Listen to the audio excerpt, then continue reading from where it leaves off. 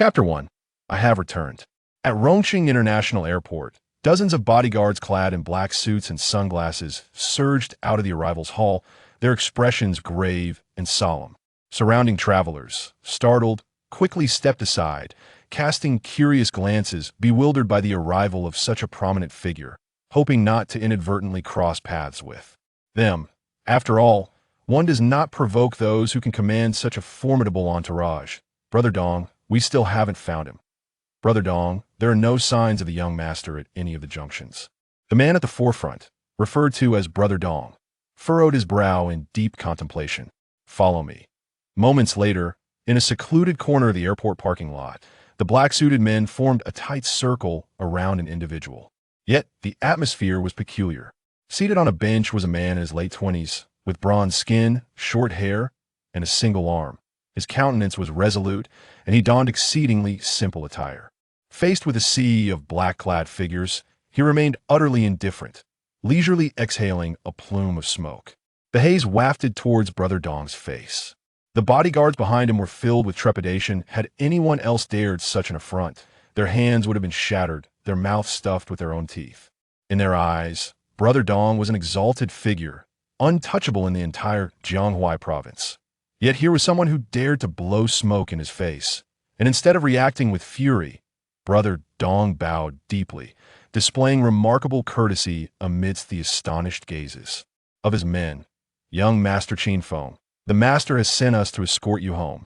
He said he misses you, miss me. Qin Feng cast a sidelong glance at Brother Dong, scrutinizing him for the first time. A smirk curled at the corners of his mouth. He must wish for my demise, then. What is this? An entourage to ambush me? I expected more. Had anyone else uttered such words, Brother Dong would have scoffed.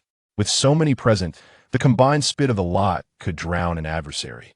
Yet, this man was different. This one-armed individual was the most formidable tyrant of the dark web in the Eastern world. His power was immense, his influence unparalleled, wealth rivaling that of nations. Alone, his might could topple a kingdom. Ordinarily, this would not concern him, but he owed allegiance to Qin Feng's father, the head of the illustrious Qin family of Jianghuai, Qin Zheng. The enmity between Qin Zheng and Qin Feng ran deep.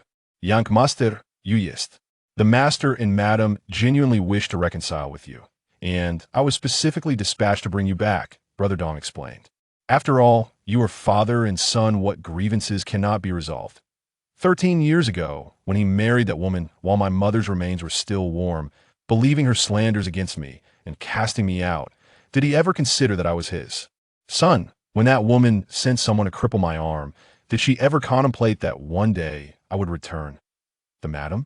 What worth does she hold, daring to assume the role of the mistress of the Qin family?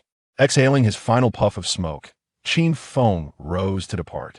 Upon my return, inform Qin Zheng that he need not extend an invitation. I shall come back on my own accord. And tell that woman to clean her neck and await my arrival. Young master, please allow me to escort you back. Brother Dong stepped forward, attempting to impede his exit. Suddenly, every muscle in his body tensed as if frozen from the inside out. Even his heart momentarily ceased its rhythmic beating. An overwhelming aura of murderous intent enveloped him, suffocating him to the point where he contemplated escaping this prison of death. One more step, and you shall perish. It was only after Qin Feng's silhouette vanished around the corner that the first heavy gasp emerged from the crowd of black-clad figures. With a resounding thud, over 20 men in dark attire collapsed to the ground, their legs weak and trembling. Donggu took a sharp breath. The terrifying sensation of suffocation finally dissipating, he gradually unclenched his fists, yet found himself unable to stop trembling. The cool breeze brushed against his back, revealing that his clothes had become drenched in sweat. Before Qin Feng, he felt utterly powerless, akin to a feeble insect, easily squashed at any moment. He boarded a vehicle that had long been prepared. Take me here. Yes, Brother Chong has already made arrangements. I will ensure you arrive on time. After providing the address to the driver, Qin Feng retrieved a blue butterfly-shaped hairpin from his pocket. The hairpin appeared quite worn, its color significantly faded. Gazing at it, Qin Feng's thoughts drifted back to 13 years ago when he was cast out from the Qin family. At that time, he had his arm broken by someone sent by his stepmother and barely escaped to Rome City, living on the streets in dire straits. In the midst of hunger and cold, he was discovered by a young girl who secretly brought him a bowl of rice from her home.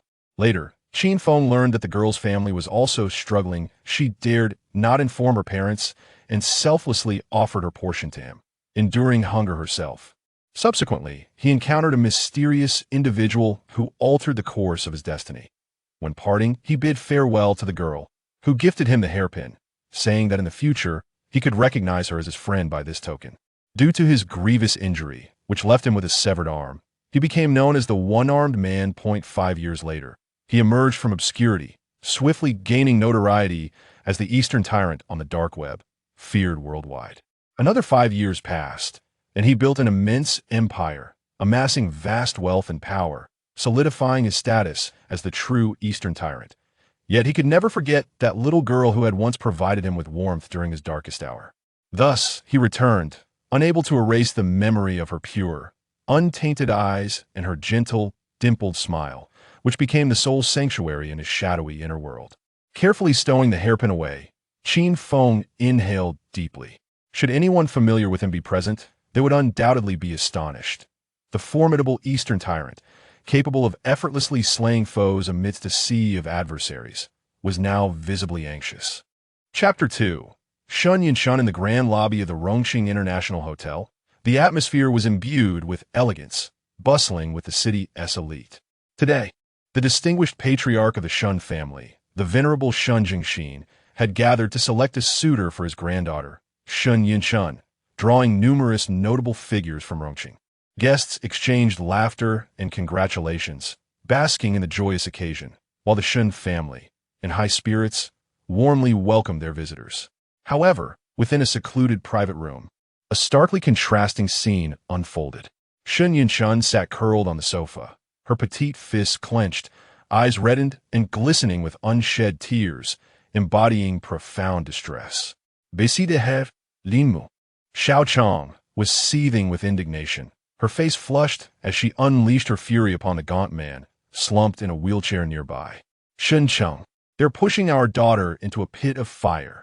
If you still consider yourself a man, if you truly care for her, you must confront the old master and express your disapproval of this arrangement. Shun Cheng hesitated, averting his gaze. His expression was one of deep discomfort as he stammered. Almost incredulously, they are Yunxuan's grandfather and uncles. They would never harm her. How could I have married such a spineless wretch? Xiao Chong lamented, torn between anger and sorrow, collapsing against the wall in tears.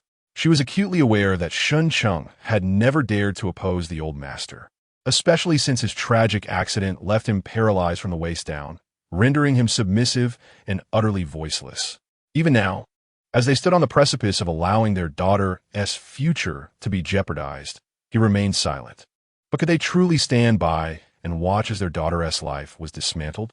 The notion of selecting a suitor was, in fact, a cunning scheme orchestrated by the eldest Shun, Shun Wan, aimed at seizing control of the family assets, with the old master unwittingly complicit.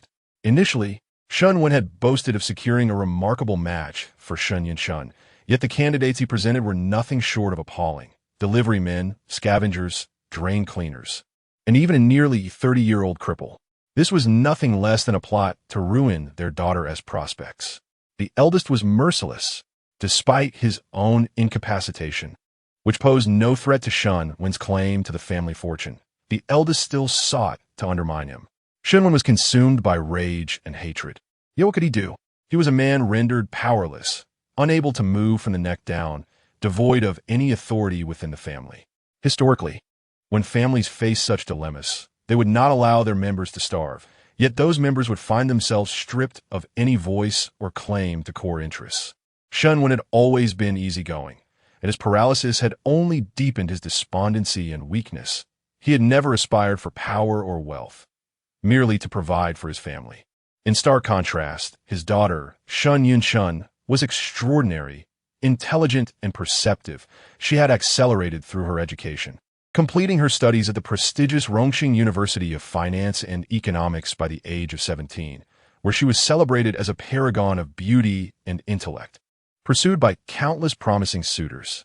After just 1 year of work, she had already begun to shine within the family enterprise, achieving remarkable success. Uncle Shenwen and Uncle Shenwu's children were all dismissed, which led the eldest and second eldest to perceive her as a threat, hastily seeking to marry her off and eliminate this danger. Yet, what purpose does this knowledge serve? Presently, Shun Chang could do nothing but grit his teeth, nearly grinding them to dust. He truly wished he had perished in that car accident, sparing himself this agony. "Mom, don't mention Dad." Shun Yunchun struggled to muster a faint smile. Her exquisite visage was marked by resilience, yet streaked with tears. "Perhaps grandfather will find me a commendable husband." This statement pierced Shun Cheng and Xiao Chang's hearts like a dagger, inflicting immense pain. They both recognized this as self-deception, yet their family was powerless to resist. Within the Lin family, no one could defy the patriarch's decisions. Knock, knock, knock. Following the sound of the door, a voice emerged. "Third uncle, the time has come. My father sent me to see how my sister is preparing." He. The tone dripped with mockery, the derision unmistakable. "Let's go. We cannot keep grandfather waiting, or we shall face his wrath." Shun Yunchun rose, wiping her tears. "They wish to witness our humiliation, but we shall not permit them to see us weep." Observing his daughter's slightly trembling form, Shun Cheng was engulfed in despair. He dared not meet the eyes of his wife and daughter. "Thank you for the reminder, elder brother." Shun Yunchun opened the door, casting a deep glance at Shen Jihao. "You're too polite, sister. Hurry up. Don't keep my father and grandfather waiting, lest they think you are dissatisfied with grandfather's arrangements." Shen Jihao grinned mockingly, deliberately ignoring Shun Cheng and Xiao Chang. Finally, he leaned down, whispering in Shun Yunchuan's ear, "Want to contest our inheritance? This is your fate. You." "Ha ha." Shen Jihao laughed triumphantly as he stepped away. "Let's go." Shen Cheng spoke hoarsely. Xiao Chang pushed the wheelchair, tears falling onto Shun Cheng's head, her teeth grinding together audibly. Chapter 3. The son-in-law at this moment. Shen Cheng felt as though his heart were being wrenched apart. Once upon a time, he had fantasized about his family breaking free from the grasp of the Shun clan. Such a fleeting delight, but what lay ahead? Would they merely await starvation? In the brightly lit hotel lobby, a dazzling glow enveloped the gathering of esteemed guests. Grandfather, uncle, father, sister, and third uncle had all arrived. Shun Jihao bowed respectfully to the venerable elder seated in the grand armchair, Shun Jingxin, the patriarch of the Shun family. The blinding lights made it difficult for Shun Yunchun to keep her eyes open, yet more piercing than the illumination was the gaze of every attendee, which felt like 1,000 needles pricking at Shun Cheng's family. "Father, the time has come. We must make the announcement." Our guests can hardly contain their anticipation. Shun Wen urged, standing beside Shun Jingxin, his face adorned with a self-satisfied grin. Out of the corner of his eye, he cast a derisive glance at his brother's family, a sneer escaping his nostrils. Upon receiving a nod from Shun Jingxin, Shun Wen raised his hands to hush the room.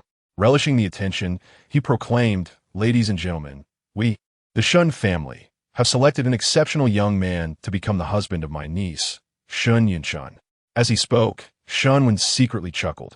What exceptional young man was he referring to? The one he had chosen was the most inferior among them, a 30-year-old homeless man with a disability.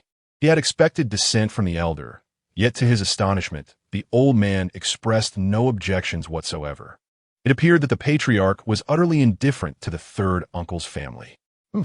According to the elder's disposition, the Lin family's wealth would never fall into the hands of an outsider, ensuring his victory. "Third brother, you worthless fool. Do not even think of claiming a single penny from the Lin family." Shun Wen vowed inwardly. Who is that man? The guests buzzed with excitement.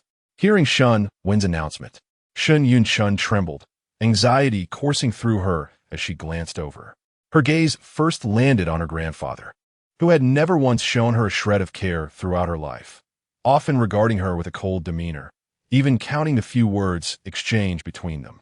To him, she was merely a girl, an outsider in the rigid confines of his feudal mindset. The disdainful expressions from her uncle and second uncle further emphasized the lack of warmth toward her family. And now, they audaciously dared to select a husband for her. How deeply ironic. Shen Yunchuan's heart ached with fury. She cried out no. yearning to flee recklessly from this dismal fate. Yet, she could not abandon her father, who sat paralyzed in a wheelchair beside her. The guilt reflected in his eyes pierced her heart like a dagger. Ultimately, she swallowed the words that threatened to escape her lips. Ladies and gentlemen, after careful consideration by the Shun family, we have chosen the most outstanding Qin Feng from among numerous suitors to be Yunchuan's husband. I hope the newlyweds will receive your blessings. Now, let us invite the fortunate Qin Feng to the stage. A sense of triumph radiated from the corners of Shun Wen's mouth. He had long since conducted a thorough investigation, revealing that the individual known as Qin Feng was 28 years old, an orphan and a vagabond without any background, possessing a meager education, lacking capabilities, and even being disabled. Yet, he had captured Shun Wen's favor. One might ask, is there a more fitting candidate than Qin Feng? As the crowd awaited with bated breath, Qin Feng approached leisurely. Congratulations, old Shun. Congratulations to brother Shun Chung on acquiring a remarkable son-in-law. Laughter erupted the moment Qin Feng appeared. The atmosphere around him ignited like a glowing ember tossed onto a snowy landscape, bubbling with fervor. Amidst the cheers and applause, there lingered an undercurrent of derision, mockery, and schadenfreude. The Shun family had truly lost all semblance of dignity. How foolish of Shun to take pride in this. Now, the entire Shun family had become the laughingstock of Rome City, a complete fool. The elder of the Shun family, aged and confused, had been brought low. Today had not been in vain. It was a splendid performance, more exhilarating than a festive film. The guests whispered among themselves. The sounds of celebration and applause struck the faces of the Shun family like a series of sharp slaps. Shen Yunchun looked up, locking eyes with Qin Feng, only to swiftly avert her gaze. In that fleeting moment, Qin Feng glimpsed the grayness in her eyes, causing him immense heartache. Come, Qin Feng, step forward. Congratulations on standing out as Shun Yunchuan's husband, becoming a son-in-law of the Shun family. Shunwen continued with a smile. As Yunchuan's uncle, I only hope that you will treat her well in the future. Can you promise that? To Shunwen, offering a home to Qin Feng, the disabled vagabond, was an immense boon, deserving of profound gratitude. Qin Feng, expressionless, nodded slightly. Shun family's second son, Shen Wu, brought Shun Yinshun forward, solemnly placing her hand in Qin Feng's, presenting the engagement ring that had been prepared in advance, urging them to exchange rings, thus sealing their engagement. The scene erupted once more into cheers, the atmosphere reaching a fever pitch again. Yet the Shun family understood that this was the cruelest mockery of all. Tomorrow, the entire Rome City would learn that their beautiful and talented daughter had taken a disabled man as her husband, fodder for countless jests and ridicule. Shen Yunchuan's mind was a blank, oblivious to her surroundings, behaving like a marionette until the banquet concluded. Xiao Chong, feeling suffocated and distressed, fled in tears. Shen Chong had no choice but to implore a relative to assist him in pursuing his wife. At the hotel entrance, the cool night breeze roused Shen Yinshan from her stupor. She realized that she had unconsciously walked out of the hotel like a soulless being, perhaps her subconscious yearning to escape that absurd engagement setting. Turning back, she noticed Qin Feng standing quietly behind her, his expression unreadable. Shen Yinshan bore no resentment. Her voice was hoarse as she said, "Mr. Qin, thank you for following me. I do not blame you. You are also a pitiable person." Qin Feng remained silent, merely gazing at the girl before him, gradually blending her image with the memory he held from 13 years ago. Despite enduring countless hardships, she still thought of others. That initial, pure kindness remained untainted. Chapter 4. No one can make you suffer anymore, by the way. What is your name? At that moment, Shen Yinshun finally remembered to inquire about Qin Feng's name. Qin Feng. Qin Feng offered her a faint smile. Did she still recall this name? Shen Yinshun nodded. It seemed familiar, yet she could not quite place it. Regardless, he was now her betrothed, and she could not afford to disregard him. Moreover, the information indicated that he was a vagrant. Just as Shen Yinshun was about to say something further, an irksome voice rang out from behind her. "Congratulations, sister. You finally found yourself a suitable husband." Shen Jihua approached with a grin. The term suitable husband was particularly grating.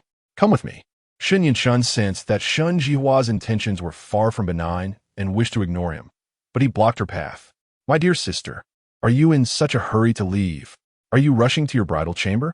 Shun Jihua chuckled, deliberately patting Qin Feng's shoulder, which was missing an arm. Brother-in-law, with your condition, can you even perform? My sister is as beautiful as a flower. If you cannot, do not force yourself. I can lend a hand if needed. His words grew increasingly offensive. Unable to endure any longer, Shen Yinshun clenched her teeth and retorted, Brother, you may humiliate me, but please do not insult him. Qin Feng cast a deep gaze at Shen Yinshun, quietly sighing. To endure such humiliation while still seeking to defend another was genuinely heart-wrenching in its kindness. Unfortunately, such goodness becomes a tool for those with a callous heart to exploit. Sister, what is this attitude? I am merely concerned for you. Why are you biting the hand that feeds you? Shun Jihua spread his hands, feigning innocence. What I said was sincere. If you want to be with a cripple, it would be better to be with me. You. Shen Yinshun could hardly contain her fury. She raised her head and glared at Shun Jihua. His expression instantly darkened. What? Are you giving me a dirty look? I am speaking to you out of kindness. What is this attitude? Apologize to me. Otherwise, do you believe I want to report this to grandfather and have you disciplined? Shen Yinshun's eyes reddened. She understood that no matter how unreasonable Shun Jihua was, she would gain no justice simply because she was a woman. In the Shun family, daughters were worth little more than nothing. And still no apology? Do you think so little of me? Or do you believe grandfather will side with you? Shen Jihua sneered even more. Tears nearly spilled over. But Shen Yinshun knew that entreaties were futile. She merely wished to extricate herself from this situation. With great difficulty, Shen Yinshun parted her lips. I'm sorry. Those 3 words were excruciating to utter, yet she felt compelled to say them. I cannot hear you. Shen Jihua crossed his arms with a scoff. Biting her crimson lip to suppress her tears, Shen Yinshun tremulously uttered, I'm sorry. Slap yourself, and I will pretend you never said that. You. Shen Yinshun was overwhelmed with indignation and sorrow, and tears finally streamed down her cheeks. Stop pretending to be pitiful before me. A mistake is a mistake. Strike me swiftly. I have been offended, and this is the punishment I deserve. She declared, Yes, do it. If it can bring peace, even slapping myself is of little consequence. Shen Yinshun squeezed out a word through clenched teeth and slowly raised her hand. Slap. Just as she steeled herself to strike her own cheek, a hand grasped hers. Startled, Shen Yinshun turned to see that it was Qin Feng who had intervened. Brother Qin, you useless cripple, what are you doing? Do you wish to be struck as well? Shen Jihao roared. Flustered, Shen Yinshun hurriedly said, Brother Qin, don't stop me, or you will suffer too. Qin Feng shook his head, inwardly sighing at her willingness to inflict harm upon herself rather than burden another. He remained silent, not relinquishing his grip, but instead gazed toward a group of individuals who had just alighted from a vehicle nearby. Shen Jihao instinctively turned to look as well, and a smile spread across his face. Oh, isn't that Boss Bashan? Why did you come to seek amusement without me, your brother? Leading the group was a burly bald man with a fierce countenance, none other than Bashan himself. What brings the eldest son of the Shun family here? Bashan inquired leisurely as he approached with his entourage. Boss Bashan, your arrival is fortuitous. I was just seeking assistance. Shen Jihao cast a sly glance at Qin Feng, a sinister smile playing on his lips, and gestured towards him, saying, This cripple has crossed me. To strike him would sully my hands. So I request Boss Bashan to handle this matter for me. Just a trivial task, but the drinks tonight will be charged to your account. Of course. Shen Jihao readily agreed. Thus, Bashan advanced toward Qin Feng, who released Shen Yinshun and gently instructed, Step aside for a moment. I need to converse with them. Without waiting for her response, he pushed her away, and Bashan, along with his gang, surrounded Qin Feng. Young Master Shun is my friend. If you offend him, it seems you might as well forfeit that remaining arm of yours. Bashan grinned, revealing a chilling smile. He was the ruler of the underground world in this city, backed by a formidable force, and no one dared to oppose him. Even Shun Jihao had to curry favor. Now, dealing with a mere cripple would be effortless for him. Qin Feng's expression remained unchanged as he spoke softly, his voice intended solely for Beishan's ears. If your boss, Qing Long, were to learn of your disrespect towards me, you would not live to tell the tale. Huh. Beishan's complexion shifted upon hearing this. The cripple knew his boss, Qing Long. This was a secret known only to a select few in the underground world, and anyone aware of it was certainly no ordinary person. Who is this cripple? Who are you? Beishan inquired, a mix of suspicion and trepidation lacing his voice. You lack the right to know my identity. However, you may choose, either offend me or submit to me. As Beishan and Qin Feng locked eyes, an overwhelming pressure enveloped them, instinctively warning Beishan that this man was not to be trifled with. What is it that you require of me? Beishan asked, unwilling to take risks. He has insulted my wife and intends to harm me. What do you think? Understood. Beishan instantly grasped the course of action he needed to take. I did not ask you to do anything. Do you understand? Qin Feng inquired once more. Understood. Bashan replied similarly. Their dialogue was confined to an inner strength technique, ensuring only the two could hear. Bashan turned his gaze towards Shun Jihao, his expression inscrutable. If my memory serves me right, this is your cousin? Bashan gestured towards the anxious Shun Yunshan, standing nearby. That is indeed correct. However, there is no need for formalities. My cousin deserves a good reprimanding. Hee. Shun Jihao chuckled mischievously. Suddenly, a sharp sound of a slap echoed. Accompanying it was Shun Jihao's anguished scream. Shun Yunshan stood frozen, staring at Shun Jihao, who had collapsed on the ground, 5 distinct red marks glaring on his face. What astonished her further was that the slap had been delivered by Bashan, whom Shun Jihao considered a brother. Bashan, what on earth are you doing? Shun Jihao clutched his face, bewildered as to why Bashan would strike him. Shouldn't he be directing his ire towards Qin Feng and Shun Yunshan instead? Bullying his own cousin. Was he even human? Bashan snot Gun Li, casting a glance at Qin Feng, and then looked down at Shun Jihao, saying, and who might that person be? He is my cousin's fiancé. Slap. To dare offend even your cousin's fiancé, you are less than human. Bashan swung his hand again, delivering a blow that left Shun Jihao utterly dazed. What are you doing? He had never been struck in such a manner before, unable to contain his fury. Bashan narrowed his eyes and coldly declared, Dare to shout at me again, boys, shatter his teeth. Yes. A group of subordinates immediately charged forward, targeting Shun Jihao's mouth with fists and kicks. Shun Jihao screamed in agony. No, don't hit me up. I detest uncultured people the most. You two may leave for now. I shall educate him further. Bashan turned to Qin Feng and Shun Yunshan, offering a grin that, despite its apparent friendliness, bore an unsettling undertone. Brother Qin, you should flee while you can. With Shun Jihao being beaten, Shun Yunshan felt not relief, but fear. Although it was not Qin Feng who struck, the situation had arisen due to her and Qin Feng. She foresaw the repercussions for herself, her family, and Qin Feng, along with the dread of Shun Jihao's revenge. I shall flee, but what about you? Qin Feng countered. I will be fine. At worst, I will endure scolding and punishment. I am accustomed to it. Shun Yunshan understood that she would not escape unscathed, and her family would likely suffer as well, yet she did not wish for Qin Feng to share in her suffering. No. Qin Feng shook his head, remaining resolute as he gazed into Shun Yunshan's eyes. If punishment is to be endured, I shall bear it for you. Brother Qin, you do not understand our Shun family situation. You cannot withstand the consequences. You must go. You need not suffer because of me. Of course, it is necessary. Qin Feng smiled gently, enunciating each word softly. I am now your husband. If trouble arises, I shall certainly stand in front of you. Shall I not? Moreover, with me here, no one shall cause you further pain. Chapter 5. We are going home. These words left Shun Yunshan in a state of shock, her heart a tempest. For the first time in her life, someone had spoken such heartfelt words to her, a man, nonetheless. Her mind raced, and she decided to be bold, resolutely stating, Brother Qin, please return home with me. At the very least, he would not dare to confront you openly in our house. You stood up for me earlier. I will handle this matter. I am sorry for dragging you into this.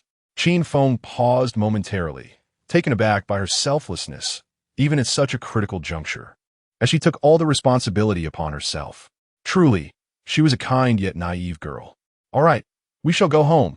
Qin Feng replied with a nod and a smile. Oh dear, what have I done?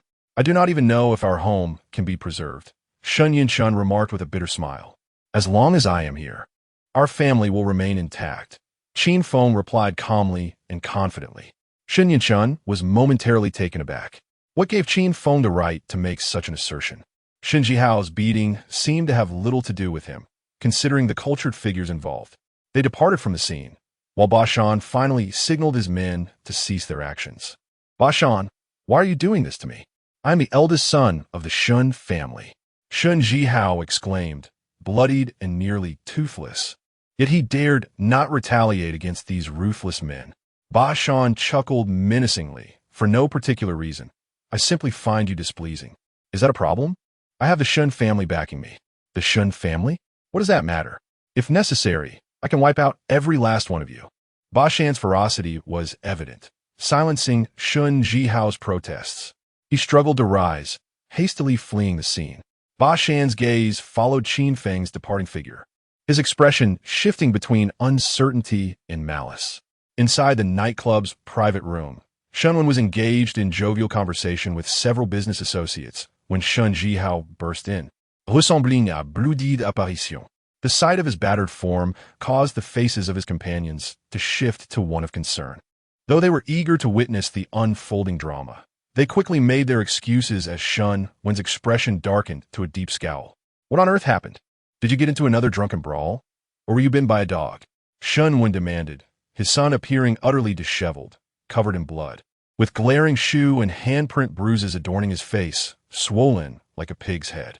It was humiliating, especially in front of business partners. Father, I was beaten. Shen Jihao replied weakly. That much is obvious. I'm asking who did it. Shenwen slammed his palm onto the coffee table, rattling the cups and spilling tea. He had never laid a finger on his son since childhood. Seeing him in such a state ignited his fury. It was Ba Shan, Shen Jihao answered. The local underworld boss? I thought you had some connections with him. What is going on? Shenwen inquired, furrowing his brow. What else could it be? It's all because of Shen Yinshun and that crippled brother-in-law of hers. Shen Jihao grimaced, speaking while spitting blood and saliva. Can they really make Ba Shan strike you? Shenwen inquired in disbelief. Yet, given the state of his son, deceit was implausible. Shen Jihao shook his head, saying, it wasn't they who incited Ba Shan. That man is simply deranged, claiming I lack upbringing as his justification for the assault. However, that is not the crux of the matter. The issue arose because of those two. Had it not been for them, I would not have provoked Ba Shan. Father, they have brought me to this state. You must aid me in seeking vengeance. Understood. Regardless, you have been reduced to this condition, and someone must be held accountable. We cannot confront Ba Shan's people directly, but making the third branch of the Shun family liable poses no issue at all. Shen Jihao shouted vehemently. Shen Cheng, however, shook his head. Driving them away is not the problem, but currently, Shen Yinshun is engaged in a critical project, and a contract is about to be signed. Forcing them out of the Shun family now could jeopardize this contract, which is vital for us. Though he outwardly scorned Shun Cheng's family, he internally acknowledged Shen Yunxuan's formidable capabilities. In just 1 year of work, she had overshadowed them all, which explained why Shun Wan and the others resorted to such despicable tactics. Shen Yunxuan's prowess posed a threat to Shun Wan. Father, the project with General Manager Li is nearly finalized. At this point, anyone could secure the contract. Leave it to me. If I succeed, Grandfather will surely be pleased and regard me with greater esteem. Therefore, I will first oust Shen Yinshun from the company. That should be acceptable, right? Shenwen nodded. Damn that incapacitated family. May you await your demise from hunger. Shen Jihao cursed maliciously. Meanwhile, Shen Yinshun returned home with Qin Feng. To Qin Feng's surprise, the Shen family resided in the same dilapidated tenement building from 13 years prior in the old district. By now, that area should be on the verge of demolition. With atrocious infrastructure, uneven roads, and heaps of construction and household waste, reeking of foul odors. Such places were reserved for society's underclass, and even taxis typically refused to venture there. It was no wonder that when Shen Yinshun provided the address, the driver initially declined the fare, only agreeing to take them after Shen Yinshun offered extra payment.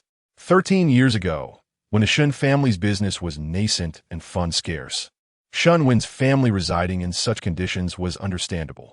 Yet now, with the Shun family's wealth amounting to billions and holding status as a third-rate family in Rome City, it was troubling to see the third branch of the Shun family in such dire straits, suggesting they had been marginalized to the point of struggling for survival. "Yin Shun, you have returned," Xiao Chong said as she opened the door. However, upon seeing Qin Feng, her smile vanished, replaced by agitation as she shot him disdainful glances. Blocking the entrance, she brusquely shoved Qin Feng. "What are you doing here? Get lost. I do not acknowledge your relationship with Yin Shun. Disappear at once." Qin Feng took a couple of steps back, refraining from any response. He could empathize with Shun Yunchuan's mother. Any mother who truly loves her child would find it exceedingly difficult to accept her offspring marrying a person with disabilities. "Mother, please do not act this way." Shun Yunchun hastily grasped Xiao Chong's arm, casting an apologetic glance towards Qin Feng. Just moments ago, Qin Feng had defended her by confronting Shen Jihao, and she could not, under any circumstances, allow him to be driven away. In her eyes, if she did not protect Qin Feng, he would undoubtedly face dire consequences, a reality she could not bear to witness. As for bringing Qin Feng home, unless Shen Jihao had completely lost his senses, he would never come to claim Qin Feng's life. No, how could my daughter possibly marry such a person? Chapter 6. Denying you as my son-in-law. Get out. This is my home, and I refuse to accept you as my son-in-law, Xiao Chong bellowed. With one useless man already in the family, she could not bear the thought of another, especially one she deemed a detriment to her daughter. "I will never agree to this." Although her ire was directed at Qin Feng, it was evident that years of pent-up grievances were being unleashed upon him. Shen Chung sat in his wheelchair, his head bowed in silence, offering no words of consolation.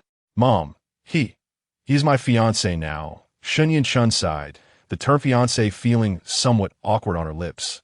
Yet she found no alternative to express her situation at that moment. "I don't care. That's merely a title forced upon you," Xiao Chong retorted fiercely. "Please, just go rest for now. I will talk to you later, all right?" In light of her daughter's presence, she begrudgingly tolerated Qin Feng for the evening. "However, I do not wish to see you again come morning." With that, she stormed into her room, slamming the door with a resounding thud. "Brother Qin, please come in and rest," Shen Yunchun urged. "My mother is a bit agitated. Don't take it to heart. I will convince her." She managed a strained smile before wheeling Shen Chung into the room to speak with her mother. Qin Feng settled onto the sofa in the living room, dismissing his mother-in-law's earlier remarks from his mind. Moments later, the sharp sound of Xiao Chong's voice pierced through the walls. Their family discussion was all too clear to his ears. "Are you really going to take him in and let him stay in our home?" "Absolutely not. Do you truly want to ruin your life with that cripple?" It was evident that Shun Yunchun was attempting to reason with her mother, while Xiao Chong remained resolutely opposed to Qin Feng's presence. These words were not uttered for Qin Feng's benefit, but rather due to the poor soundproofing of the room. Of course, even with the best insulation, if he wished to hear, he would. Indifferent to their conversation, he remained seated calmly on the sofa, understanding that it would take time for anyone to accept him. Shortly, Shen Yunchuan's phone rang, capturing Qin Feng's attention, for the voice on the other end was unmistakably that of Shen Jihao. "Shen Yunchun, you have been dismissed by my father. Do not come to work tomorrow. You and your family of cripples can await your demise from starvation." "Huh, you and that useless cripple caused me to be beaten. This is your price. And this is not the end." Shen Jihao's tone dripped with condescension and a sense of dominance. Despite Shun Yunchun being mentally prepared for such news, it left her feeling utterly disoriented. Losing her job meant the family had no income. "Who was that on the phone?" Shenwen inquired. "In nothing," Shun Yunchun deflected, unwilling to burden her parents with the grim news. As Qin Feng could not feign ignorance, he pulled out his phone and sent a message. Before long, Shun Yunchun emerged, her eyes swollen and red. She glanced at Qin Feng, bit her lip, and managed to utter a few words. "Brother Qin, would you mind sleeping on the couch tonight?" "Of course I don't mind." "Then good night. Please rest well." Shen Yunchun was engulfed in despondency. After uttering those words, she returned to her room, shrouded in gloom. At around 2 o'clock that night, Qin Feng lay on the sofa, still perceiving the sounds emanating from the room of Xiao Chong and Shen Cheng. "What are you doing?" Shen Cheng inquired in a hushed tone. "You pathetic wretch, you can't even muster the courage to utter a sound." I yielded to our daughter, agreeing to temporarily shelter that cripple. However, with a mysterious man in our home, what if that cripple poses a threat to Yunchun? Xiao Chong's words abruptly ceased. Perhaps she sensed that the term cripple had provoked her husband. Ultimately, it transformed into a resigned sigh. "Never mind, you sleep. I shall keep watch over him." Sure enough, after a short while, Xiao Chong cautiously opened the door a crack, casting her gaze upon Qin Feng. Qin Feng feigned ignorance, pretending not to hear or see. The following morning, Xiao Chong rose early to prepare breakfast, casting a cold stare at Qin Feng in the living room. "Brother Qin, breakfast is ready," Shun Yinchun called out. "There's none for him." Xiao Chong retorted immediately. "Mom, please don't be like that. I'll share my portion with Brother Qin." Shun Yinchun sighed. "Absolutely not. You need to earn a living. Breakfast is for you alone. As for him, humph, our household cannot afford to support a layabout, let alone another cripple." These words caused Shun Cheng's expression to shift. "I have no appetite. You can have my share." He pushed his breakfast toward Jiang Yang, then sulked back to his room. "Thank you, Dad," Qin Feng responded without hesitation. Xiao Chong gritted her teeth, wanting to intervene, but realizing her previous remark had hurt her husband, she refrained from further comment. Shooting a fierce glare at Qin Feng, she pointed to a corner stool. "Do not join us at the table. Eat over there." Qin Feng smiled, said nothing, and took his breakfast to sit in the corner, eating while complimenting Mom. "Your breakfast is delicious. Not only a cripple, but also a coward. Humph." Xiao Chong frowned deeply. Her disdain for Qin Feng intensified, especially as he complied with her command to eat in the corner, further fueling her contempt. "I'm not eating anymore." Xiao Chong angrily discarded her bowl and utensils and stormed off. Shen Yinchun felt embarrassed, but Qin Feng remained unfazed. After finishing breakfast, Shen Yinchun announced her intent to go to work, and Qin Feng offered to accompany her. "No need, Brother Qin," Shen Yinchun hesitated. She had been dismissed from Lin's group and needed to search for a job, making it inconvenient to have Qin Feng with her. "Let him accompany you. I, too, wish to avoid seeing him." Xiao Chong's voice emerged from the inner room. "You should say less," Shun Cheng muttered in response. "What have I said? Is it wrong for me to speak?" Xiao Chong erupted, as if ignited. Shun Cheng sighed, choosing not to engage further. "Qin Feng, unperturbed, softly addressed Shen Yunqun, come. I shall accompany you." With no other choice, Shun Yinchun acquiesced. "I will wait for you downstairs. Come down when you are ready." Qin Feng issued a brief command and descended the stairs first. At the corner of the residential building, noticing the absence of others, he snapped his fingers. Suddenly, two figures appeared behind him, propelled by a gust of wind. "My lord." The two men attempted to kneel in reverence, but Qin Feng waved his hand to halt them. "There is no need to accompany me. Safeguard the Shun couple instead. Remember, only intervene if faced with life-threatening danger." "Understood. We shall take our leave." In the blink of an eye, the two men vanished as swiftly as they had come. "Brother Qin, I apologize for my mother." Shen Yinchun approached, awkwardly attempting to express a remorse. "It's of no consequence. After all, I am but a cripple. Do not worry, I completely understand." Qin Feng waved his hand dismissively. "How will you get to work?" Shen Yinchun pointed to a nearby electric scooter. Qin Feng glanced over, surprised to see the young lady of the Shun family commuting on an electric bike. Chapter 7. I do not live off others' benevolence. After a moment of contemplation, Qin Feng felt a sense of relief.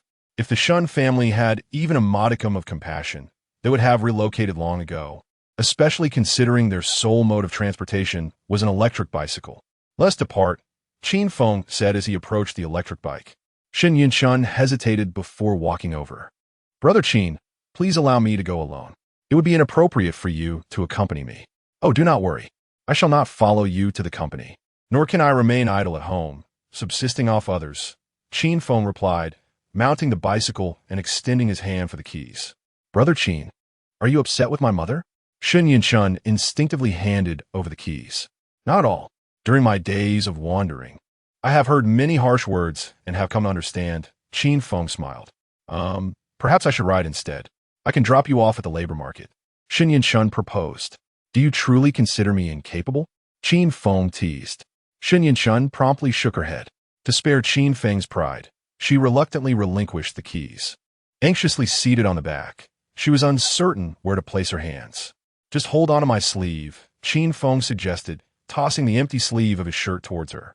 Shen Yinshun felt awkward. Hugging Qin Feng's waist was not an option, so she grasped his sleeve instead. To her surprise, despite having only one hand, Qin Feng rode the electric bicycle with remarkable steadiness. After a while, she noticed no chill in the air and pondered, how strange. Why is there no wind today? She attributed it to Qin Feng blocking the cold winter breeze, making her feel warmer than usual. Wait, Brother Qin, we've arrived at the labor market. Although hesitant, she felt compelled to remind him. Yet, Qin Feng did not stop, continuing onward. Rest assured, while I may be relying on others, I shall never be idle. Relying on others? Shen Yunchuan's cheeks flushed as Qin Feng pressed on, causing her heart to race with wild thoughts. Would he take her to some secluded corner to sell her? Brother Qin, where exactly are you headed? Dismissing her fanciful worries, she inquired. Of course. I am taking you to your company, Qin Feng answered. Brother Qin, I do not wish to go to the company. Shen Yinshun tugged at his sleeve. Reluctant to face the trials at Zhongxin Group. I am aware you have resigned. Even if Shen Jihao intends to dismiss you, compensation is due. It is your rightful entitlement. Qin Feng stated. How do you know? Shen Yunshun asked, astonished, as she had not even confided in her parents. I overheard you speaking in your sleep last night. Qin Feng jested. What?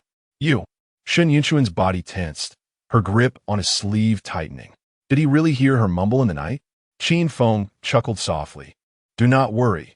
While I may not be a paragon of virtue, I would never engage in such sordid behavior. I was merely teasing you. You mentioned it while on the phone. Oh, I forgot to mention during my days as a vagabond, I often indulged in petty theft to avoid being pursued, which held my hearing quite well. You, promise you won't eavesdrop on my phone calls in the future. Shen Yinshun felt a sense of relief as she playfully patted Qin Feng on the back, the gesture causing a flutter in his heart despite the hint of irritation behind it.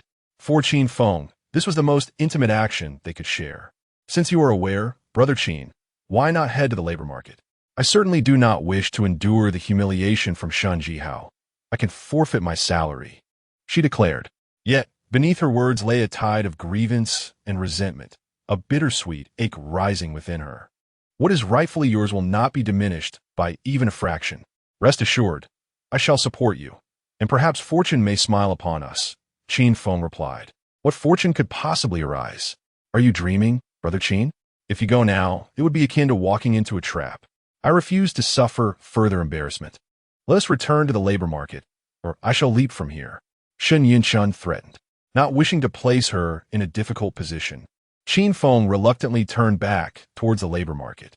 Soon, an unusual pair appeared at the labor market, a disabled man and a young maiden. The former pushing forward while the latter handed out resumes. Hello, I am Shen Yinshun, a graduate of Rongqing University of Finance and Economics. Here is my resume, she presented. Is that so?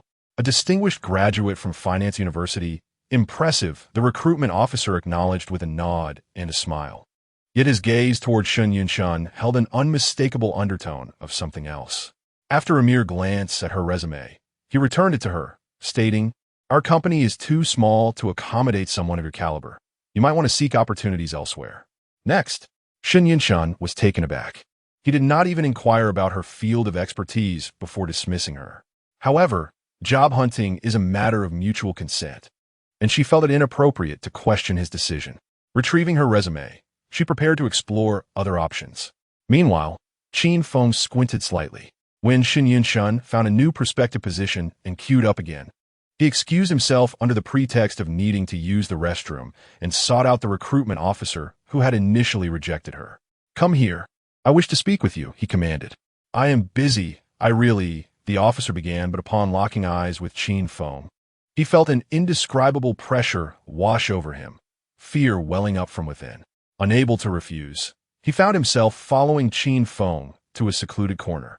Now tell me, why did you reject my wife? Qin Feng inquired. What? She's your wife? The officer was taken aback. Is there a problem? Qin Feng raised an eyebrow. The officer instinctively shook his head. No, no problem at all. Sir, it's not that we don't want your wife. Rather, we have been instructed not to hire her, or else my livelihood is at stake. Understood, Qin Feng nodded. There was no need to ask further. It was undoubtedly the handiwork of Shun Wan and his son. It seemed that no company of the labor market would be willing to employ Shen Yinshan in her field. Thus, he chose not to engage the officer further and returned to seek out Shen Yinshan. However, upon reaching the spot where she had been standing, he discovered she was no longer there. Excuse me, have you seen the beautiful lady who was just in line here? She is my wife, Qin Feng inquired. Just moments ago, it seemed that two individuals had taken the initiative to introduce her to a job opportunity, and judging by their tone, the remuneration appeared quite generous. Your wife subsequently followed them. The man gestured towards the southeast. She has left? Qin Feng furrowed his brow, a sense of unease creeping in. Thank you. After expressing his gratitude, Qin Feng hurried after them. After a short distance, he found no trace of her and slightly twitched his nose. He realized that Shun Yunshuan's scent had already faded significantly, indicating that she was no longer in the vicinity of the town market. Following the lingering scent, he quickened his pace in pursuit. Chapter 8. Now, you're also disabled in a photography studio. The lights converged upon Shun Yinshan, and the camera flashes intermittently illuminated her figure. All right, just like that. Change your pose, the photographer commanded. In the distance, two men observed Shun Yinshan, their eyes glinting with lascivious intent. Where did you find such an exquisite and innocent beauty? One man, clad in a vest and styled like a certain Tony, licked his lips. Nowadays, women who fantasize about overnight stardom are a dime a dozen. With a little persuasion, they're easily ensnared. The other man, sporting gold-rimmed glasses and dressed in fashion-forward attire, adjusted his spectacles and remarked, I wonder if this woman is as pure in bed. We'll find out soon enough. Tony leered, raising the drink in his hand. As agreed, I'll go first, the bespectacled man whispered eagerly. All right, you go ahead, Tony waved dismissively, then approached the shooting area, calling out, everyone, take a break and come have some water. Handing Shun Yinshan a glass of water, Tony smiled warmly, saying, Miss Shun, you're truly a genius. Are you certain you have no prior modeling experience? You stand there with the poise of Victoria's Secret supermodel. I can almost see a new star rising in the modeling world.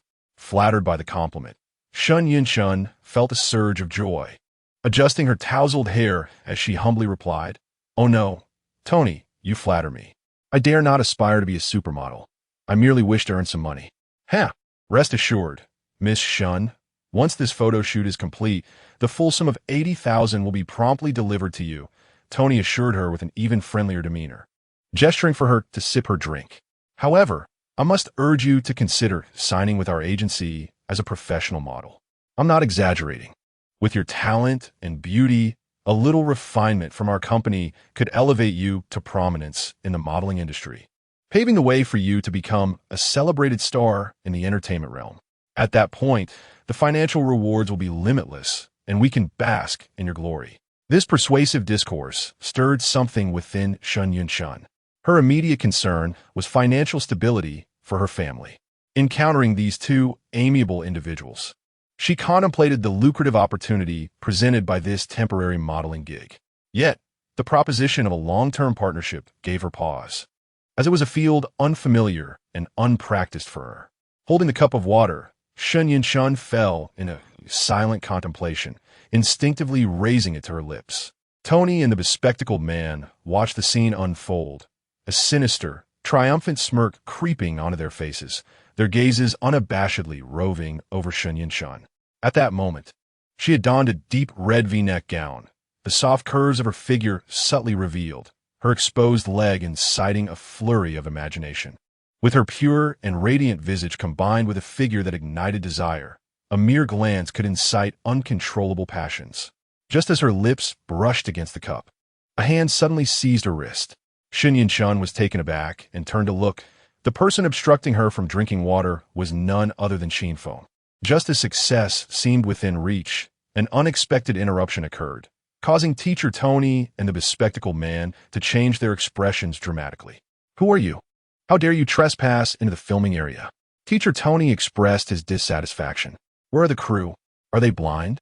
The bespectacled man scolded. Qin Feng took the paper cup from Shun Yunchuan's hand and declared, I am her fiancé.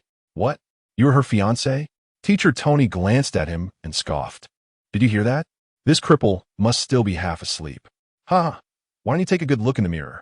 Do you truly think you are worthy of Miss Shin? The bespectacled man laughed uproariously. Shun Yunchun, fearing to offend anyone, interjected, He really is my fiancé. I apologize. Teacher Tony, I'll have him leave at once. With that, she reached to pull Qin Feng away. Yet, Qin Feng remained steadfast. We will discuss this later. You step outside first. I have matters to settle with them now. Settle matters with us? Who do you think you are? Are you out of your mind? Teacher Tony was infuriated. He turned to Shun Yunchun and asked, Miss Shun, what does this mean? If you cannot make your own decisions, the contract is void. Please, Teacher Tony, grant me a moment. Shun Yunchun pleaded urgently. She desperately needed the money. Shooting a photo series would earn her 80,000 yuan, and she could not let this opportunity slip away. Brother Qin, can you wait for me a moment? She implored. Teacher Tony and the bespectacled man exchanged glances, both understanding each other's intentions. There was still a chance. If they could sideline this cripple, they could enjoy Shun Yunchuan's company and complete the shoot without him causing any trouble. Hurry up. Do not waste our time. The bespectacled man huffed through his nostrils. I said step outside first. Qin Feng's tone suddenly turned serious. Shun Yunchun, now feeling a bit frustrated, could not help but stomp her foot and question him. What do you intend to do? Do you truly believe you are my fiancé? I merely want to earn money. Why are you being so hostile? What gives you the right to interfere with me? Taking a deep breath, she turned her back to Qin Feng and pointed towards the door. Please leave. Do not disrupt my work. Oh, so you're not really Miss Shin's fiancé? Truly a toad wishing to eat swan meat. Teacher Tony sneered. Did you hear that? Get out of here. Are you deaf? Oh, is that not Miss Shin? Why such anger? Did these fellows offend you? A strange laugh suddenly echoed from outside the door, and moments later, several burly men filed in, led by none other than Beishan. What are you doing? Tony asked in confusion.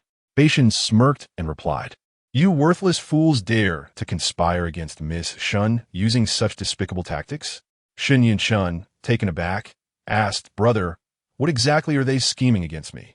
Miss Shun, you are too naive to understand their tricks, but I can show you what they have done, Beishan stated, gesturing to his subordinates. Several subordinates swiftly approached.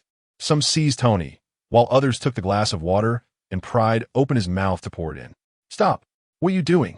Shun Yunchun exclaimed in shock. The individuals from Beishan appear to be on her side, but their current actions clearly threaten to offend Tony and his companions, potentially jeopardizing her own position. The entire glass of water was forced down Tony's throat. Cough, cough.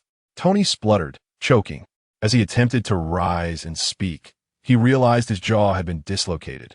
Soon after, a wave of drowsiness washed over him, and he slumped into unconsciousness. You can forget about continuing to mix with women after drugging them. Beishan scoffed, delivering a harsh kick to Tony. The pain jolted him awake momentarily, but he could only cover his groin, his mouth agape in silence. I'll fight you. Gene C., the bespectacled man, shouted as a group armed with steel pipes and wrenches charged forward. Shun Yunchun was left in a state of shock. However, Qin Feng remained calm, not moving an inch, merely positioning himself protectively beside Shun Yunchun. Subdue them all, Beishan instructed nonchalantly, dismissing the attackers entirely. Within moments, 7 or 8 individuals lay groaning on the studio floor. Beishan turned to Shun Yunchun, grinning. Miss Shun, these ruffians are nothing but deceitful scoundrels, preying on women. Do be careful not to fall for their tricks again. Huh? Thank you. Shun Yunchun finally understood, her heart racing as she timidly expressed her gratitude to Beishan. No need for thanks. I just happened to pass by and saw your fiancé. I thought I might as well check in, Beishan replied, casting a meaningful glance at Qin Feng before quickly averting his gaze. I suspect someone is pulling their strings, Qin Feng stated matter-of-factly. Beishan nodded in understanding, then stepped on Jin Ci's foot, demanding, confess. Was it Shun Jihao who instructed you to do this? Think carefully about your answer, or this will be your fate. He gestured towards Tony, who lay unconscious with blood seeping from his pants. Jean C., terrified, quickly covered his groin and pleaded for mercy. Chapter 9. He will come to you. The two could no longer bear the weight of their situation, leading to a revelation. It turned out they were not acquainted with Shun Jihao. Rather, they frequently scoured the local labor market for targets like Shen Yunshun, young, beautiful, and financially struggling. They deceitfully claimed to represent a modeling agency, promising her lucrative job opportunities. They lured aspiring models and starlets eager for fame or fortune, having already ensnared several girls who, after consuming their tainted beverages, were violated and recorded in compromising videos and photographs. The victims dared not report the crimes, as they would be blackmailed for the return of their own images. How could these scoundrels possibly relinquish their leverage over the girls? Not only had they backed up the incriminating materials, but they also extorted money from the girls, profiting by selling the videos and photos at exorbitant prices. This gang had already driven several young women to suicide. "You shameless wretches," Shun Yunshun exclaimed, trembling with anger and fear, her nails digging into her palms. Yes, yes. We are scoundrels. We are inhuman. Please spare my life," pleaded the bespectacled man. "How do you wish for me to handle them?" Ba Shan inquired. Shun Yunshun was at a loss. Qin Feng replied coolly, "Let them call the police and confess." "Certainly," Ba Shan responded without hesitation. "Please, big brother, don't do this. Grant us a chance to live." The terrified men fell to their knees, begging for mercy. "Confess, and you may have a chance. Refuse, and you will perish here. The choice is yours," Ba Shan bellowed, his subordinates revealing their menacing demeanor. The bespectacled man dared not utter another word. He steeled himself to call the police and confess, while Qin Feng remained composed nearby. "Ah, but you seem to be involved in this underworld as well. If the police arrive, won't you also face trouble?" Shun Yunshun recalled that Ba Shan and his associates were not paragons of virtue. Ba Shan laughed heartily. "No worries, the police will still show me some respect, especially since I'm doing a good deed today." Qin Feng gently patted Shun Yunshun. "Do not concern yourself. Go change your clothes." As Shun Yunshun entered the dressing room, Ba Shan's demeanor shifted to one of utmost respect, even causing his imposing figure to bow slightly. "Your Excellency." "Silence," Qin Feng interjected, narrowing his eyes. Before Ba Shan could elaborate, he added, "I will not hold you accountable for your covert inquiries into my background. But remember, you do not know me." Ba Shan nodded vigorously. I remember. Qin Feng chose not to elaborate further. He was well aware that Ba Shan had, through certain channels, sought information about him and had likely discerned his true identity. This was precisely why Ba Shan had positioned himself nearby. It was a deliberate act on his part. As Shun Yunshun changed her attire, she felt a sense of unease, her mind wandering with unspoken thoughts. Although she had narrowly escaped disaster, she realized, much like the previous night, that it was these underworld figures who had aided her. There was no real connection to Qin Feng. Yet it seemed as though Qin Feng regarded the entire affair as his own triumph. However, this individual had inadvertently thwarted the wicked schemes of those nefarious people, and she had misjudged him.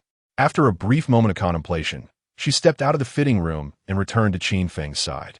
"Brother Qin, I am truly sorry for what I just said."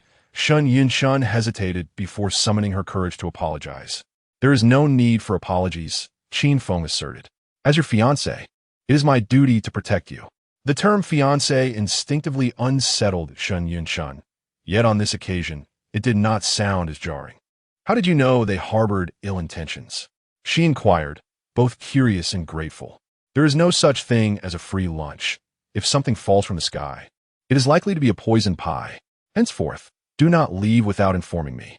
His words made Shun Yunshun feel awkward, as Qin Feng seemed to truly assume the role of her fiancé. Nevertheless, she obediently acquiesced to Qin Feng's request. "I apologize for causing you concern. I shall exercise greater caution in the future." The sound of police sirens wafted from a distance, and several individuals with gold-rimmed glasses sat on the ground, their faces ashen. "Let us depart," Qin Feng said, taking Shun Yunshun's hand as they exited the premises. "Take care," Ba Shan waved farewell from behind. Suddenly, the phone rang, and Shun Yunshun glanced at the screen. It was a call from Shun Jihao. "Speak of the devil," she remarked, pointing at her phone. Qin Feng nodded, prompting her to answer. Before she could utter a word, Shun Jihao's furious voice erupted from the other end. Shun Yinshun, you are truly ruthless. Are you having an affair with that Li fellow? Assailed by his accusations, Shun Yinshun felt a surge of frustration but forced herself to remain composed. Shun Jihao, I do not understand what you are talking about. You claim ignorance? If it weren't for your entanglement with that Li, why did he treat me with such disdain when I want to finalize the contract today, throwing me out? Shun Jihao shouted in a fit of rage. Tell me, was it you who orchestrated this? Do you dare to insult me? Are you seeking your own demise? Shun Jihao, being thrown out was your own doing. It has nothing to do with me. Had you not called, I would have remained oblivious to your humiliation. Although her tone remained calm, Shun Yinshun felt an unexpected delight within her. You wretched fool, do you think the company cannot secure a contract without you? Just wait. Once I am finished with my current obligations, I will show you how to deal with you. And your crippled fiancé, he should also brace himself. I will soon put an end to him. Shun Jihao threatened vehemently before hanging up. Qin Feng scoffed. Does he still dare to issue threats? It seems he hasn't been dealt with harshly enough. Shun Yinshun exhaled deeply, a rare smile breaking across her face. I never imagined he would find himself in such a predicament. I feel a twinge of schadenfreude. Yet, she pondered, what could have led to his expulsion by General Li? After some contemplation, Shun Yinshun concluded that it must be due to Shun Jihao's habitual arrogance, which had provoked the notoriously short-tempered Li Wei, a figure from the underworld. Li Wei was indeed a legendary character in Rong City. Having risen from a mere street thug to one of the top 5 wealthiest individuals in the city within a mere 5 years. Despite possessing Vic Huang Group Limited and several subsidiaries spanning various sectors, with assets amounting to hundreds of billions, the enterprise continues to flourish unabated, showing no signs of decline. Countless individuals aspire to collaborate with Li Wei. In this instance, the Zhengxin group of the Shun family has invested substantial human, material, and financial resources to secure a partnership with Vic Huang Group. Shun Yinshun has spent over half a year negotiating to make this happen. Initially, the Shun family harbored little hope, recognizing that their qualifications fell short for a collaboration with Li Wei. However, Shun Yinshun's relentless efforts ultimately yielded results, much to Shun Zhengxin's delight, prompting him to elevate this project to the utmost priority. He even views it as an opportunity for the Shun family to ascend to new heights. Let's go. Qin Feng gestured towards the electric scooter. Where to? Shun Yinshun inquired, puzzled. To Zhengxin Group. If my conjecture is accurate, it won't be long before Shun Jihao comes to seek your assistance. Moreover, you still have some matters to attend to. What did you just say? Shun Jihao will come to seek my help? Shun Yinshun questioned, doubting her own hearing. The Shun family, particularly Shun Wan and his son, had always been domineering, holding her in contempt. How could they possibly come to her for assistance? Furthermore, would it even be of any benefit? Chapter 10. Adjust in the presidential office of the XIN Group building, Shun Jihao barged in, eager to unburden his heart to Shun Wan. Just as he opened his mouth, he noticed the elder sipping tea in the office and promptly swallowed his words, closing his mouth. Jihao, what is wrong with your face? Shun Zhengxin asked, his hand holding the teacup, pausing momentarily, a hint of suspicion in his voice. Shun Jihao's mind raced, and he covered his face, exclaiming, Grandfather, what brings you here? I've been rather unfortunate, suddenly struck by mumps and a toothache, causing my face to swell. How are the negotiations with General Manager Li going? Rather than expressing concern for his grandson's health, Shun Zhengxin was more engrossed in business. He responded tersely before shifting to the crux of the matter. Jihao, you ought to be more cautious. This hasn't affected your contract with General Manager Li, has it? Shun Wan, sensing something amiss upon seeing Shun Jihao's demeanor, inquired cautiously, exchanging glances with his son. I assured your grandfather that you, his eldest grandson, would never disappoint him. He is quite invested in this contract. You see, he personally came to the office to await your return. Upon hearing this, Shun Jihao felt his legs weaken, a sheen of cold sweat forming on his forehead. He silently thanked himself for changing into a clean outfit before entering. Otherwise, the elder would surely have noticed something was amiss. Quickly organizing his thoughts, Shun Jihao forced a smile and replied, Everything is going smoothly. However, General Manager Li is out of the office today and has asked me to wait until tomorrow to sign the contract. Shun Jingxi nodded, setting down his teacup and advising. Li Weijiang, a man of humble origins, possesses a rather arrogant temperament.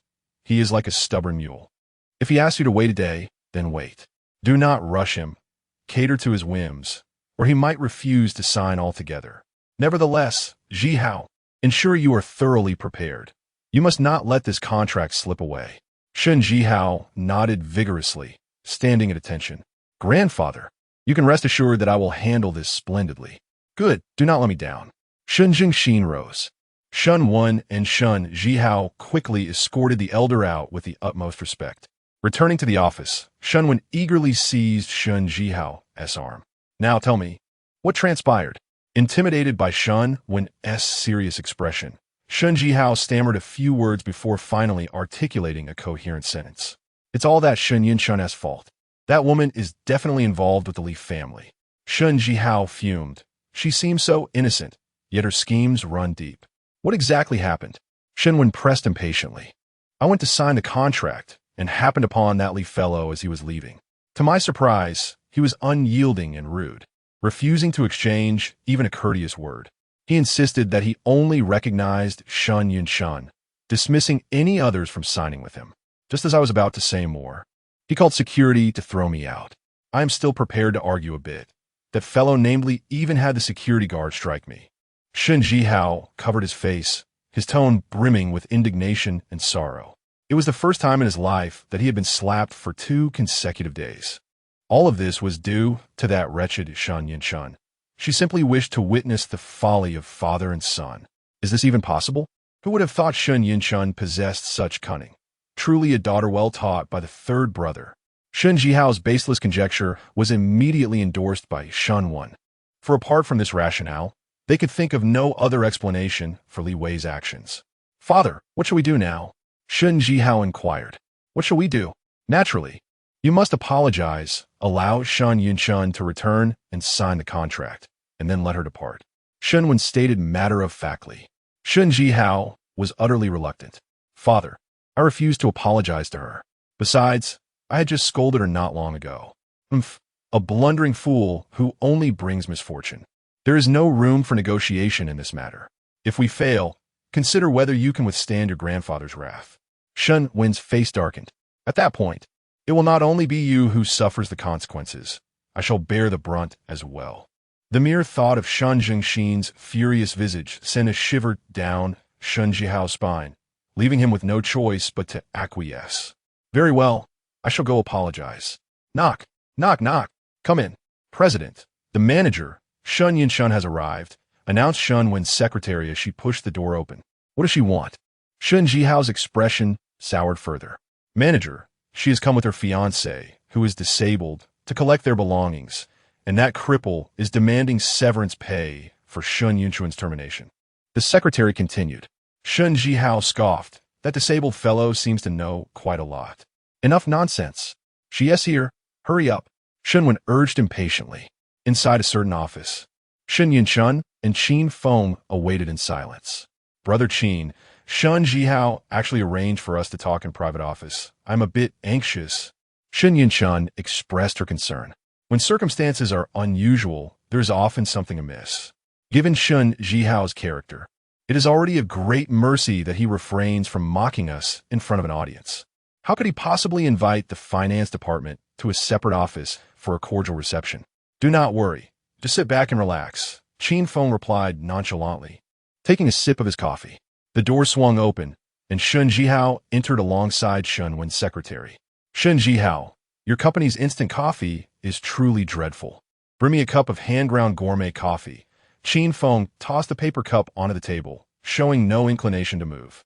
This elicited a frown from Shun Wen's secretary, standing behind him. Isn't he merely a son-in-law of the Shun family? A mere cripple, yet he behaves so arrogantly? Though one would expect enmity to ignite upon confrontation, Shun Ji Hao found himself unable to retaliate at that moment. He could only endure, gritting his teeth as he instructed. Xiao Lu, go fetch 2 cups of hand-ground coffee for Mr. Yi and Miss Shan. Xiao Lu outside the door glanced curiously but hurried off to procure the requested coffee. You may leave as well. Shun Jihao directed Shun when secretary. Yes, President Shun. As the door closed, Shun Jihao, with a stiff expression, turned to Shun Yinshun and said, Yinshun, my previous decision to dismiss you was merely a jest. You truly took it to heart. Listen to your brother. Arrange your belongings anew and return to work. The company requires your presence. In a moment of frustration, I spoke thoughtlessly. You wouldn't hold that against me, would you? Upon hearing this, Shun Yinshun felt somewhat bewildered.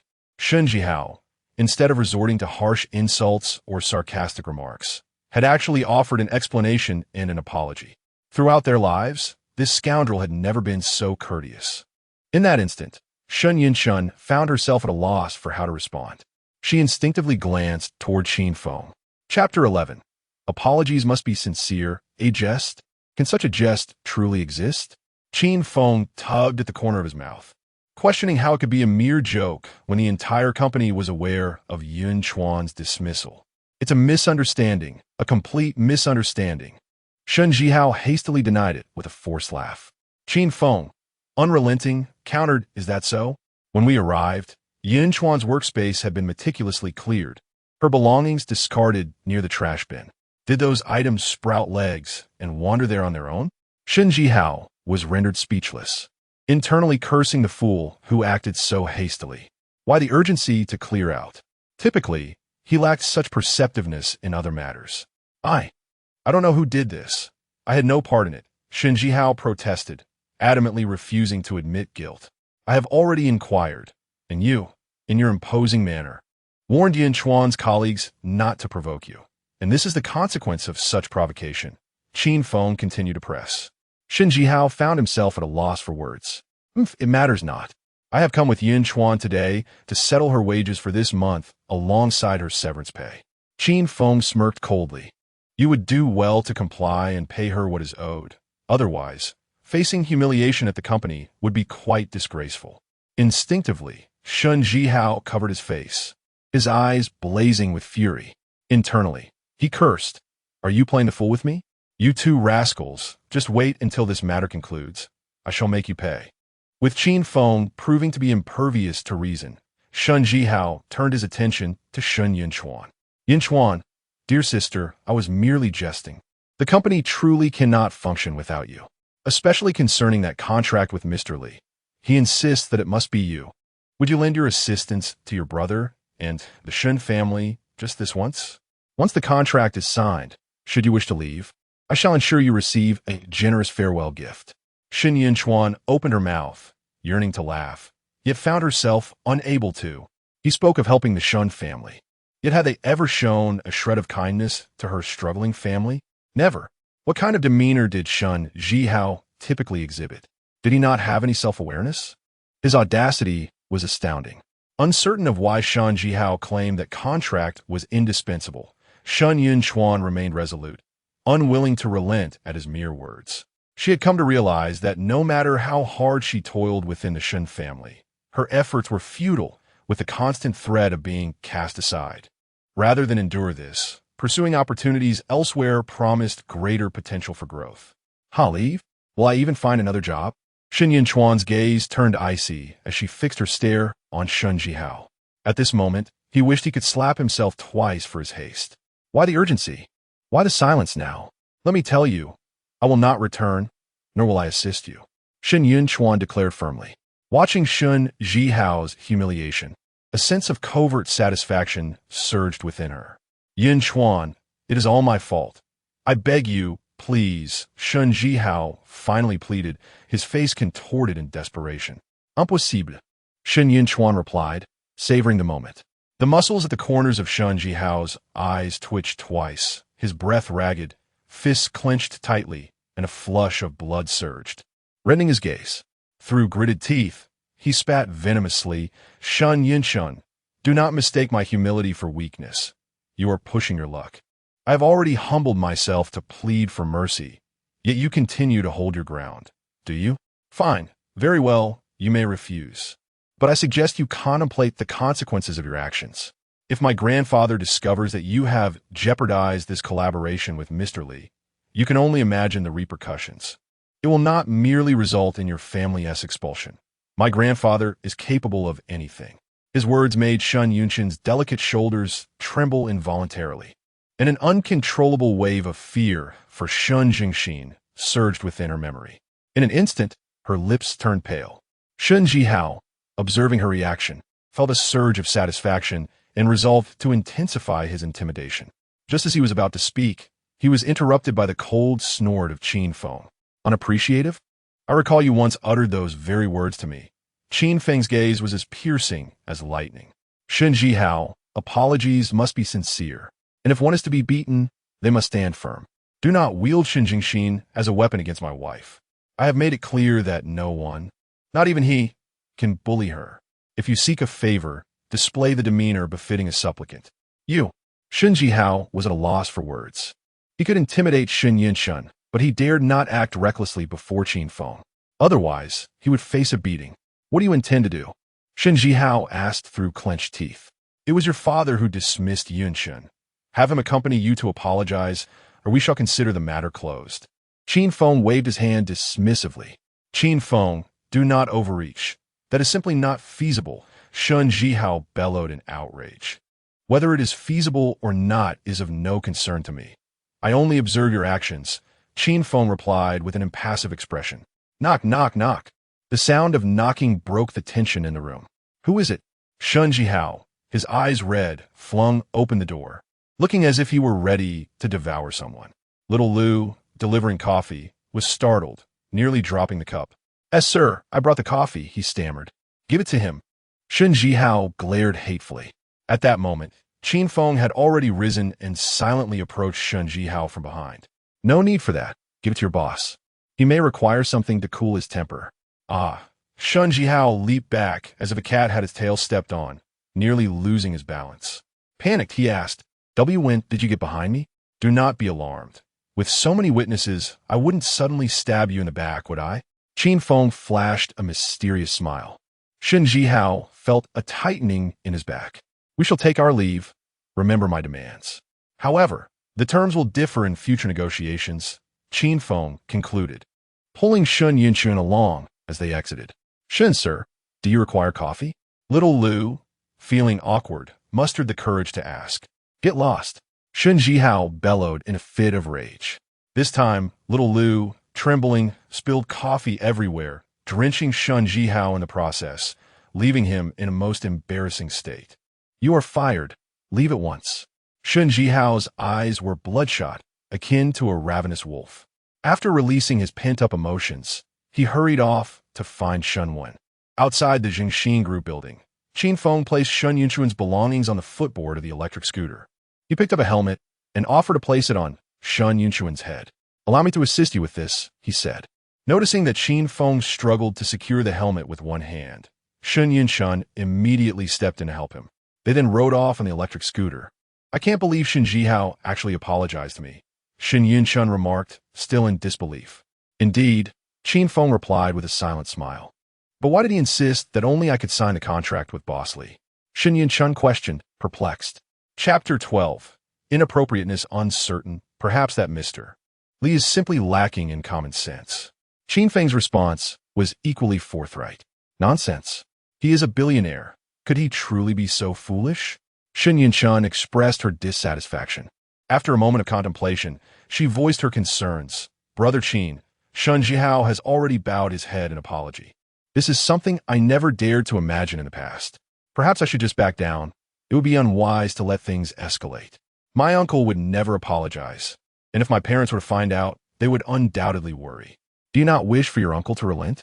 Qin Feng finally countered with a question. Of course, I do.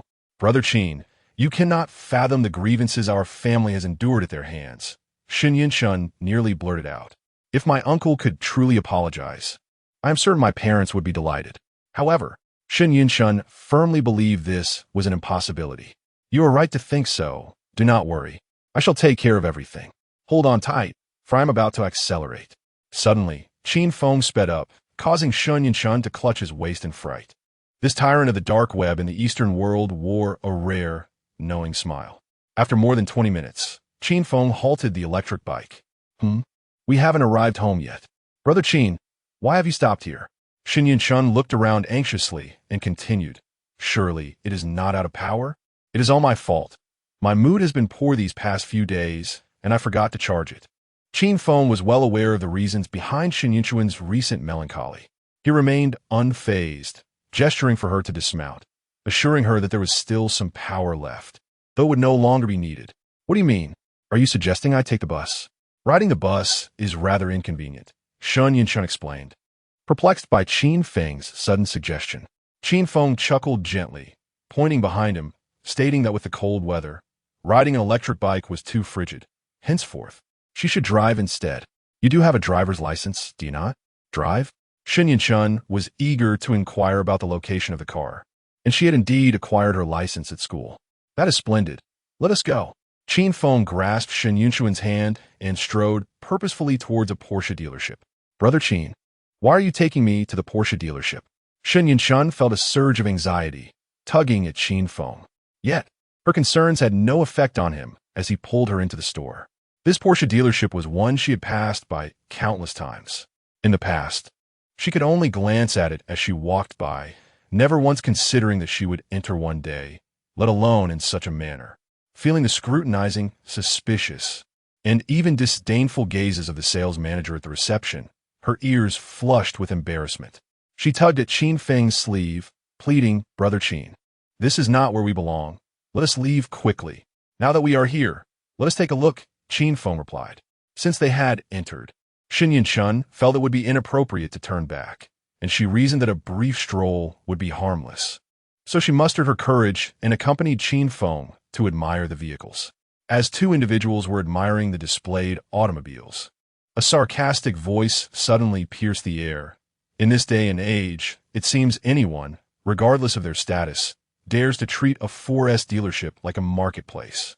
Instantly, others joined in, with one individual, a disabled person, and another, a financially struggling student, disparagingly remarking, were they pretending to be big shots?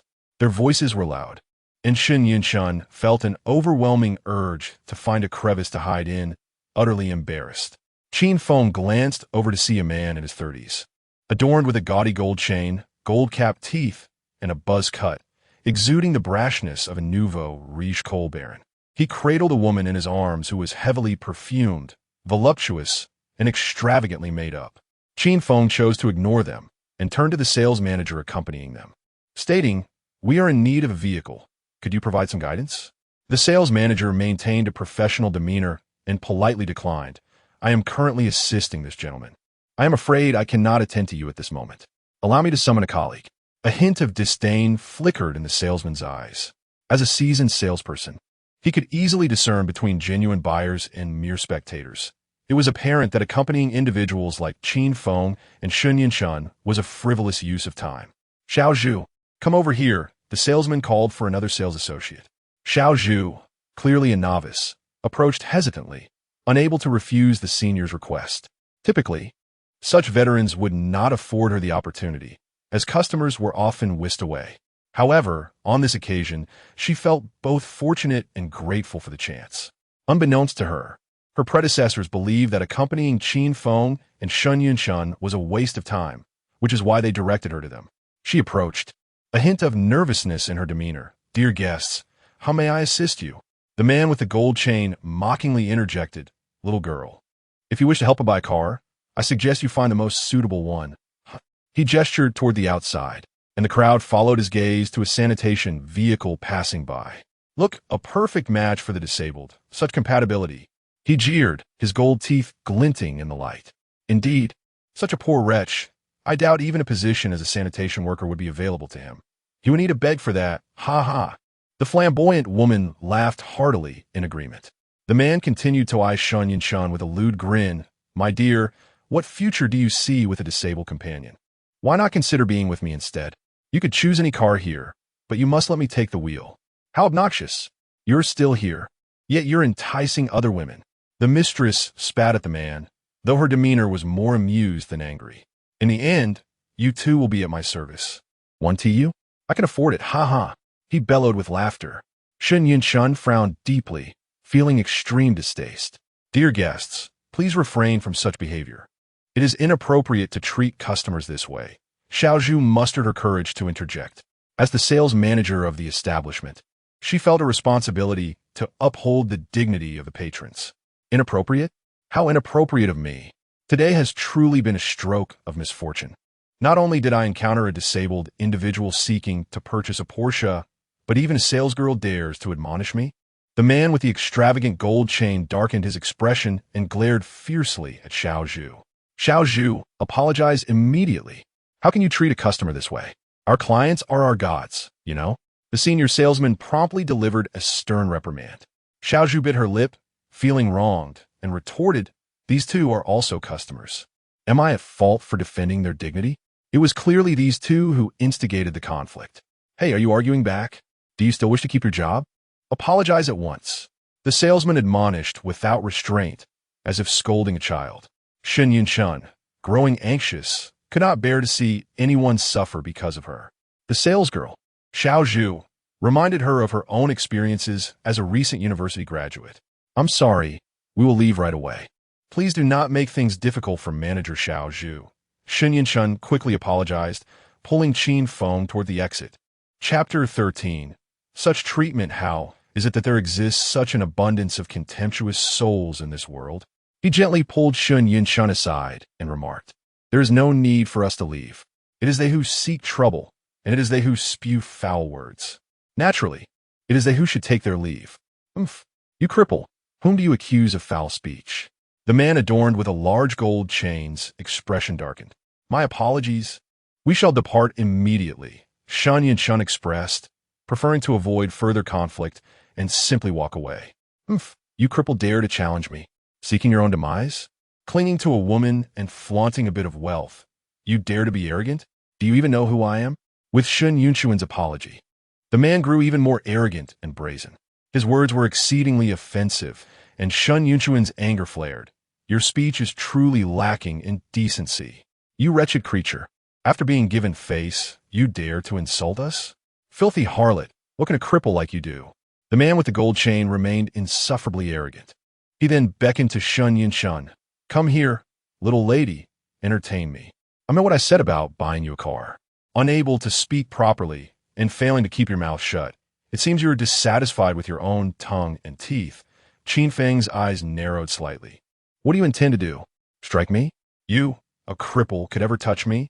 The man spewed saliva as he spoke, and before his words had fully escaped his lips, he recklessly lunged at Jiang Yang, ready to strike. Stop! Who dares to cause a ruckus in my establishment? A booming voice echoed, followed by a group hastily entering the hall. Manager Ho, upon seeing the leader of the group, Xiaozhu and others promptly greeted him with respect. The newcomer was indeed the manager of the 4S store, accompanied by several security personnel. You are the manager? Just in time, I intend to purchase a car. But this cripple and this little lady have offended me. The arrogant man with the gold chain was the first to complain. And what is it that you desire? Manager Ho inquired nonchalantly. I truly wish to give this cripple a good beating. Since you are here, why not assist me? Certainly, Manager Ho nodded, then suddenly pointed at the man with the gold chain. Go and strike him. Without hesitation, several security guards lunged at the man, unleashing a flurry of merciless blows. What are you doing? Strike that cripple. I am your genuine customer, he exclaimed. Ah, no, you're killing him. A flamboyant woman shrieked, and, without waiting for Qin Feng's command, fled in her 10-centimeter high heels. As she exited, she stumbled and fell in a most undignified manner. Continue, do not cease. Manager Ho dismissed, tossing the command to the security guards. The room fell into a profound silence. Everyone stood in stunned disbelief, unable to utter a sound, utterly astonished. What was Manager Ho's reasoning? The man with the gold chain was clearly a potential customer. Why did he choose to favor someone who evidently could not afford a vehicle? Gentlemen, this individual has offended you, and I witnessed everything from the surveillance room. How would you like me to resolve this to your satisfaction? Manager Ho appeared cautious, deliberately casting several glances at Qin Feng. Shen Yunchun stood in a daze, uncertain of how to respond. I wish to toss her into the garbage truck and have it transport him to the hospital, Qin Feng remarked nonchalantly. No problem. Manager Ho readily acquiesced. With a resounding clang, The golden chain was thrown into the sanitation vehicle. "Oh dear, a murder!" An elderly man exclaimed, startled, as he stumbled back in fright, his lips quivering. "Fear not, old man. He is not dead, merely injured. Just wait a moment. We purchased this vehicle from your shop." Manager Ho explained to the elderly sanitation worker. "I also hope Xiao Zhu can drive him to the hospital," Qin Feng added once more. "Of course," came the reply. "Xiao Zhu is an excellent employee. I hope you will reward him accordingly." "Absolutely." Manager Ho nodded vigorously, then waved to Xiao Zhu. "Xiao Zhu, follow this gentleman's instructions. I will provide you with 200,000, deducting the medical expenses for that fellow. The remainder is yours." Xiao Zhu, taken aback by the unusual circumstances, soon complied and hurried off. "Excuse me, are you here to purchase a car?" Manager Ho addressed him again. "To express our apologies for any inconvenience caused. You may select any vehicle from our shop, and I will gift it to you." He beamed at Qin Feng and Shun Yinshun. A gift of a car? Shun Yinshun thought she must be dreaming. What kind of establishment is this? Their service attitude is astonishing. To appease customers by giving away cars? If this is true, it would be a tremendous loss. She hesitated to respond, yet Qin Feng pointed to a vehicle, saying, "This one looks good." Manager Ho immediately stepped forward to introduce. "This is the Porsche Panamera 4 10th Anniversary Edition, a high-end model valued at over $1.5 million. If you like it, feel free to take it. I will handle the accounting. $1.5 million, and we can just take it?" Shun Yinshun found it nearly impossible to breathe. Although the car was a gift, since it was accounted for by the shop, could it not be considered a sale? Would employees be entitled to a commission? Qin Feng inquired. "Well, if that is required, it can certainly be arranged." Manager Ho hesitated briefly, but then nodded with a grin. "Then please attribute it to Xiao Zhu's sales." "No problem. You both relax. I will personally handle the paperwork while we wait for Xiao Zhu to return," Manager Ho assured them. Thus, Qin Feng said no more. Taking a seat alongside the still-dazed Shun Yinshun, she remained in disbelief, watching as Manager Ho busily processed the necessary documents. Qin Feng sipped the coffee provided by the shop, a serene smile gracing his lips. After a while, Xiao Zhu returned. Manager Ho called her over and exchanged a few words, prompting Xiao Zhu to squeal in delight. She had just delivered the golden chain to the hospital. The 20,000 in medical fees would hardly be utilized, leaving her with at least 150,000. Adding to that, her commission for the vehicle would be no less than 50,000. This windfall felt almost surreal to her. "Thank you both." Xiao Zhu expressed her gratitude as she approached Qin Feng and Shun Yinshun. Qin Feng chuckled and said, "Why should we express our gratitude? It is the benefits of your establishment that are commendable. Indeed, I have never encountered such an exceptional shop before." Shun Yinshun could not help but exclaim in admiration. Xiao Zhu glanced back at Manager Ho and murmured, "This is the first time I have learned of such privileges at our store." In the office, Manager Ho dialed a number. "General Manager Lin, everything has been executed as per your instructions. However, who exactly is that one-armed gentleman?" Manager Ho inquired tentatively. "Do not ask questions that do not concern you. Just ensure that he is well taken care of." Chapter 14. Few moments later, Manager Ho emerged from his office. "Gentlemen, your vehicles are all prepared, and the fuel tank is full. You may depart at your convenience." As he spoke, he handed a business card to Qin Feng. "Here is my card. Please keep it safe. Should you encounter any issues, feel free to contact me." Qin Feng nodded in acknowledgement and casually tucked the card into his pocket. Standing beside him, Xiao Zhu appeared somewhat anxious. "Sir, the hospital just called. They informed me that the individual has regained consciousness. He has a comminuted nasal fracture and is causing quite a scene." "What is he causing a scene about?" Qin Feng inquired. "He insists on being discharged, claiming he wants revenge." "Gentlemen, why don't you leave first? I will handle the situation when he arrives," Manager Ho suggested. "There is no rush for us. Since he seeks vengeance, we shall wait for him," Qin Feng replied. "Very well. Xiao Zhu, please serve coffee to our guests," Manager Ho said nonchalantly, gesturing for Xiao Zhu to prepare the drinks while he stood beside Qin Feng and Shun Yinshun, waiting with them. "Sir, the portly man has arrived on a sanitation vehicle," Manager Ho announced after a brief wait, pointing outside. Upon hearing this, Shun Yinshun grew visibly tense. "Stay seated. I will go take a look," Qin Feng reassured her softly before stepping out of the VIP reception room, with manager Ho following closely behind. "Be careful, Brother Qin," Shun Yinshun called after him. "Rest assured," Qin Feng replied with a smile. "Xiao Zhu, could you please stay with my fiancé?" Xiao Zhu nodded in agreement.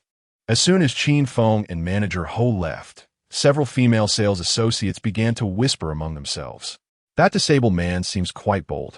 He dares to confront them even after they've come seeking revenge. With manager Ho and so many security personnel accompanying him, what does he have to fear? Indeed, though he is disabled, he is not foolish. He is currently leveraging his situation. Hearing their conversation, Shun Yinshun felt a pang of discomfort. Although she understood that the incident with the ostentatious gold chain had little to do with Qin Feng and was largely manager Ho's intervention on their behalf, she could not shake the feeling of unease at their mockery of him. "Please refrain from speaking ill of him. He is my fiancé," Shun Yinshun asserted after a moment's hesitation. Once she uttered those words, she found it peculiar. The term fiancé did not seem as difficult to articulate as she had anticipated. Xiao Zhu also regarded Qin Feng and remarked, "Mr. Qin possesses a commendable sense of masculinity. It is a pity he has lost an arm." "Oh, Miss Shun, I did not mean anything by that." Realizing her faux pas, Xiao Zhu hastily apologized. "It is quite all right, as long as your intentions are not malicious. I believe you would not take offense," Shun Yinshun replied, shaking her head, wishing to dismiss any negativity. Xiao Zhu, still a bit uneasy, added, "Mr. Qin harbors deep feelings for you. I can see that." Shun Yinshun, taken aback by the observation, asked, "How did you perceive that?" Xiao Zhu pondered for a moment before responding, "It's a feeling. When he looks at you, it seems as if there's a light in his eyes." "A light?" Shun Yinshun rested her chin on her hand, lost in thought. She envisioned what it might feel like for someone to gaze at her with such illumination in their eyes. Unfortunately, having never experienced love, she could not truly comprehend this sensation. Chapter 15. The weight of pride, yet an unusual sensation stirred within. Could it be true that, in the eyes of a lover, one sees the fairest of beauties? The thought of this adage brought a chuckle from Shun Yinshun. Outside the 4S dealership, Qin Feng turned to observe a man adorned with a gaudy gold chain, struggling to ride a human-powered sanitation vehicle. With a sudden screech, the vehicle came to an abrupt halt, and the man, drenched in sweat, tumbled to the ground. Ignoring the pain, he crawled over and knocked his head against the pavement. Gasping for breath, he implored with a quavering voice, "Sir, I beg you, spare my life and my family's. It is I who failed to recognize your greatness. I who judged by appearances. I shall punish myself." His voice was peculiar, as if air were escaping from a punctured tire or a tongue was too large for his mouth. He raised his head and struck himself, not holding back at all. After several slaps, his face bore the marks of his fingers. His corpulent body trembled, every pore exuding fear. Only he knew the ordeal he had endured in that brief hour. Meanwhile, manager Ho stood beside Qin Feng, casting a meaningful glance his way. Qin Feng scoffed, "Your words reek. If you wish for my forgiveness, you must decide your own fate." I. The man was at a loss. Manager Ho interjected, "Sir, why not have him extract a tooth as punishment? What do you think?" "Indeed, that is a splendid idea," Qin Feng smiled. Manager Ho displayed remarkable insight, worthy of nurturing. Perhaps he would later mention him to his superior, the one surnamed Lin. "What are you waiting for? Extract the tooth, or I shall summon assistance." Manager Ho bellowed, "And no need. I will do it myself, all of them." The man hastily grabbed a stone from the ground and smashed his own teeth to pieces. "Swallowing these will teach me a lesson." Manager Ho stoked the flames further. Qin Feng did not intervene, and the man dared not refuse, his face a portrait of despair as he swallowed. Seizing the moment before the numbing effects faded, he forced the remnants down, knowing he would not manage it later. After a considerable time, he finally swallowed the shards, only to be overtaken by nausea, retching violently. "Remember to keep your wits about you when you venture out next time.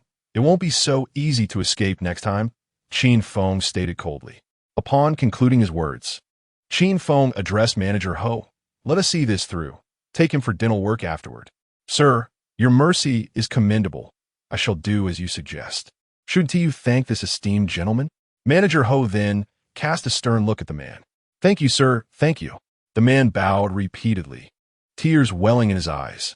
At this moment, far away, his son and elderly mother were held captive on a rooftop, threatened with their lives should he dare to act arrogantly again. It was then that he recognized the gravity of the situation he had provoked, and any thoughts of revenge were extinguished. He hurried back to plead for mercy, although he remained oblivious to the identity of his tormentors.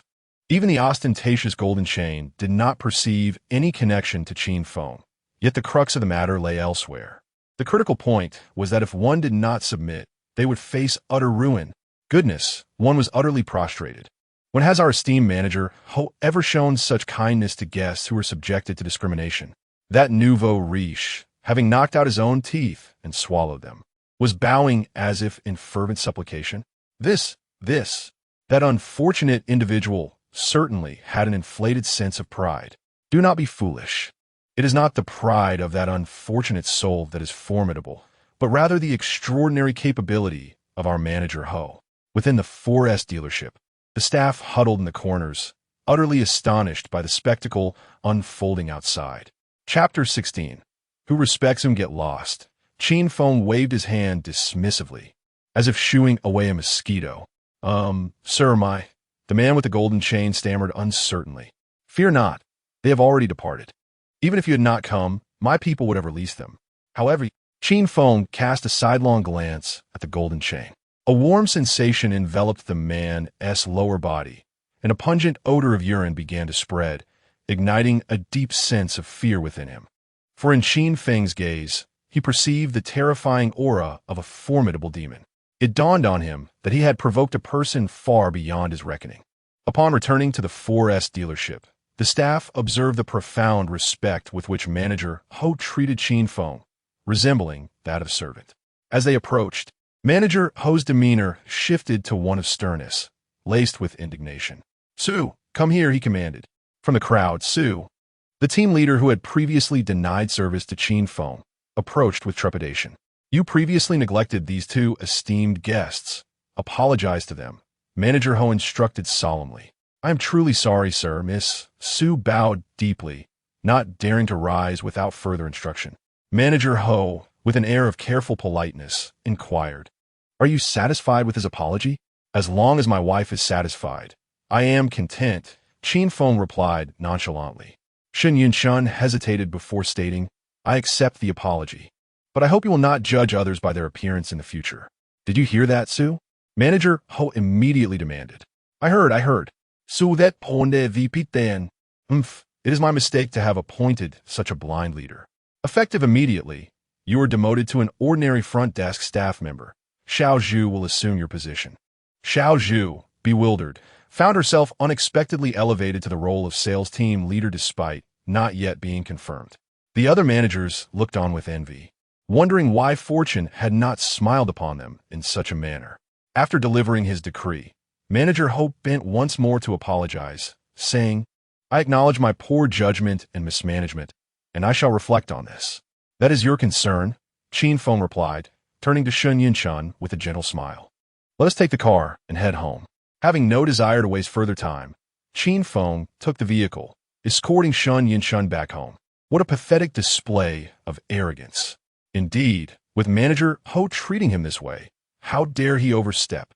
A few salespeople, disdainful of Qin Feng, could not restrain their whispers once he and Shen Yunshun had departed. They felt compelled to defend Manager Ho, given that Qin Feng's demeanor towards him was strikingly cold and unbecoming of his status. Are you still babbling nonsense? Pack your things and get out. Upon overhearing their remarks, Manager Ho erupted in fury, expelling them from the premises. What are you staring at? Do I have flowers on my face? Qin Feng chuckled as he glanced at Shen Yunshun in the car. Shen Yunshun continued to gaze at him, her mind racing to validate Xiao Zhu's words. It seemed that when he looked at her, it was indeed different from how he regarded others. What on earth was she thinking? Her face flushed, and she turned her head away, saying nothing. Suddenly, a thought struck her as she exclaimed, What's wrong? Oh no, my electric bike is still at the dealership. Qin Feng chuckled silently, realizing that she had just acquired a Porsche worth over $1 million, yet still felt the need for an electric bike. Observing Qin Feng's reaction, Shen Yinchun recognized her own triviality, her cheeks warming slightly. Yet she muttered, after all, it's still a vehicle. It might come in handy someday. Chapter 17. Better to die early, rest assured. The vehicle will be safely stored there. No one would dare to touch it. I shall return to drive it back for you another day, Qin Feng assured. Shen Yinchun nodded repeatedly, her cheeks flushed with embarrassment as she playfully stuck out her tongue. Outside the tenement building, Shen Yinchun's home, Shenwen stood at the entrance with his nose pinched, wearing a look of disdain alongside his son, Shen Jihao. The Skyworth Group had issued a statement, declaring they would only sign a contract with Shen Yinchun. Qin Feng, acting on her behalf, had set forth conditions. Shen Wen and Shen Jihao must personally apologize before any consideration would be given. With no other option, Shen Jihao reluctantly invited his father, Shen Wen, to Shen Yunchuan's residence. If it weren't for you, this fool, I would never stoop to visit such a wretched place in my lifetime.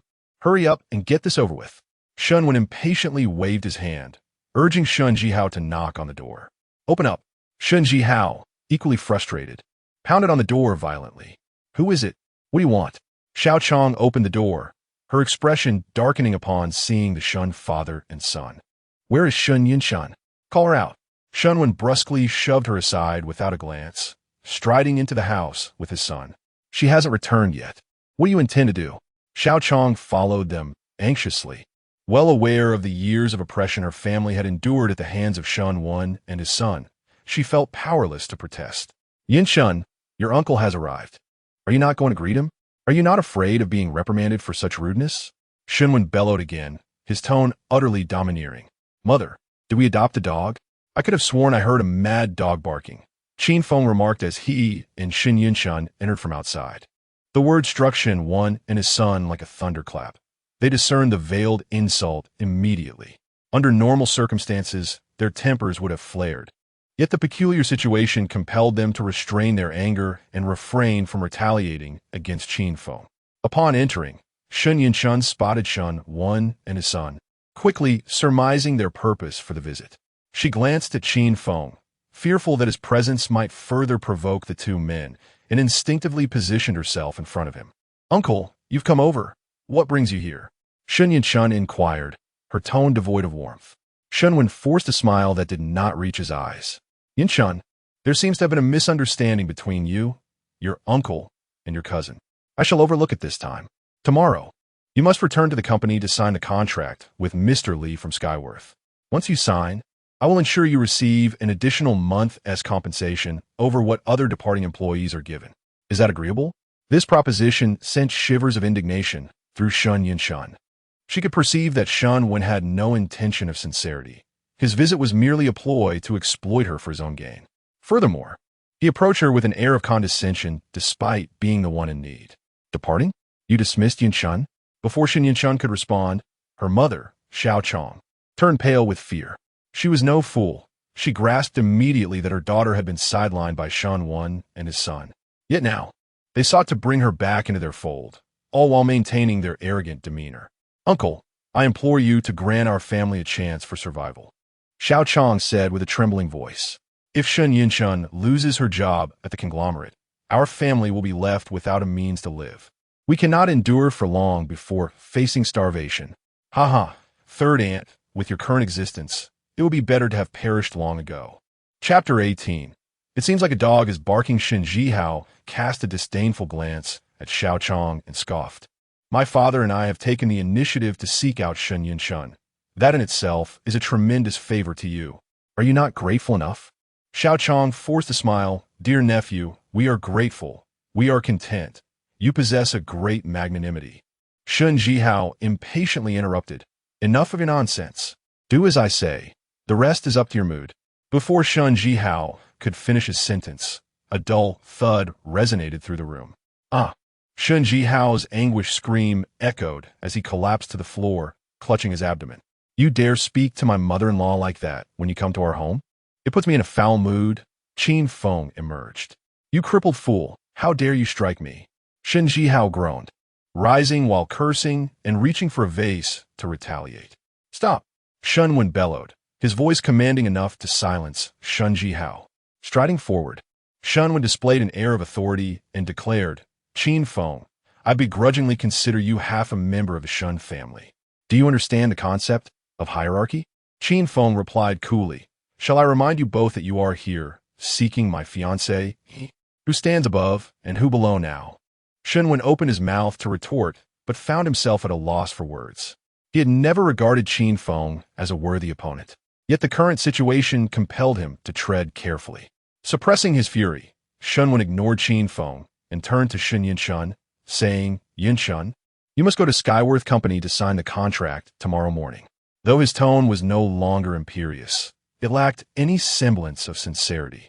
Shun Yinshun opened her mouth, but the words failed to escape her lips. She was unwilling to be the pawn for Shunwen and his son once more. Yet they had already come to her door. If she refused, and her grandfather were to find out, the repercussions for the Shun family's third branch would be dire. However, agreeing felt equally unbearable. Qin Feng returned to Shun Yunchuan's side, standing shoulder to shoulder with her as they faced Shunwen. It appears you have truly misunderstood. He began leisurely.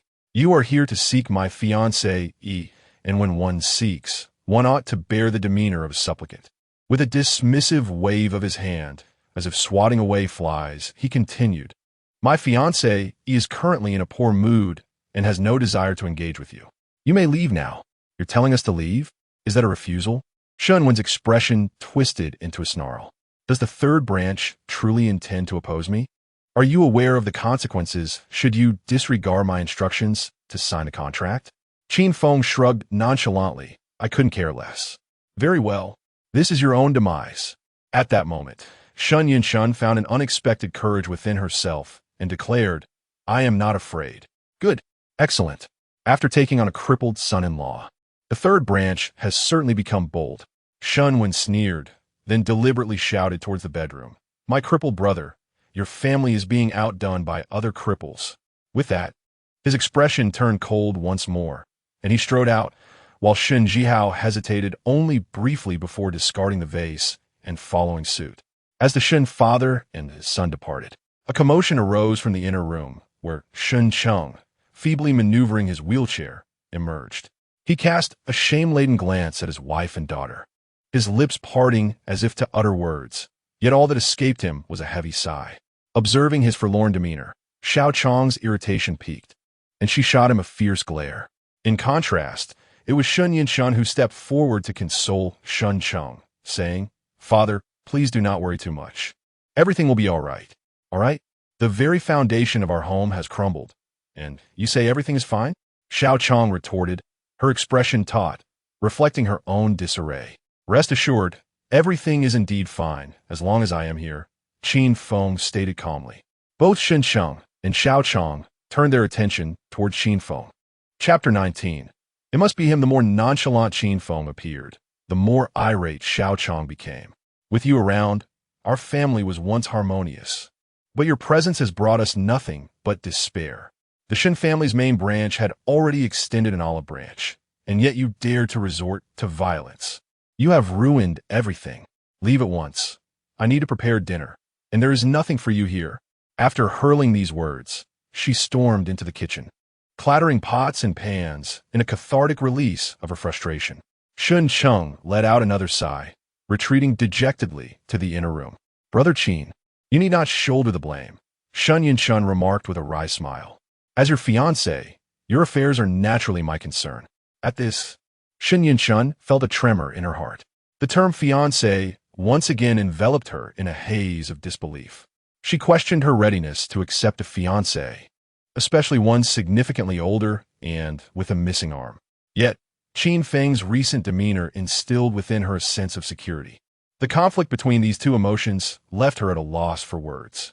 Qin Feng smiled softly and gently advised, relax your mind. Just await their return to plead with you. Are you certain they will truly come back to seek my favor? Shun Yunshun remained skeptical, unable to fathom his optimism. As the project lead, she knew it had progressed to the point where only signatures and handshakes were needed. It mattered little who executed this task. Why would Skyworth choose her over the Shun family's main branch? This thought left Shun Yunshun devoid of confidence. Qin Feng merely smiled again. Raising his solitary arm to affectionately tousle Shun Yunchuan's hair, his fondness evident, yet he refrained from further commentary. Meanwhile, the Shen family's main branch was in disarray. Shen Wen and Shen Jihao returned home, each displaying their fury by shattering household items in a fit of rage. "Dad, I will not let that cripple escape. I will make him pay dearly." Shen Jihao ground his teeth in frustration. Shen Wen, after venting his anger, settled into a chilling calm. That cripple acts without regard for consequences.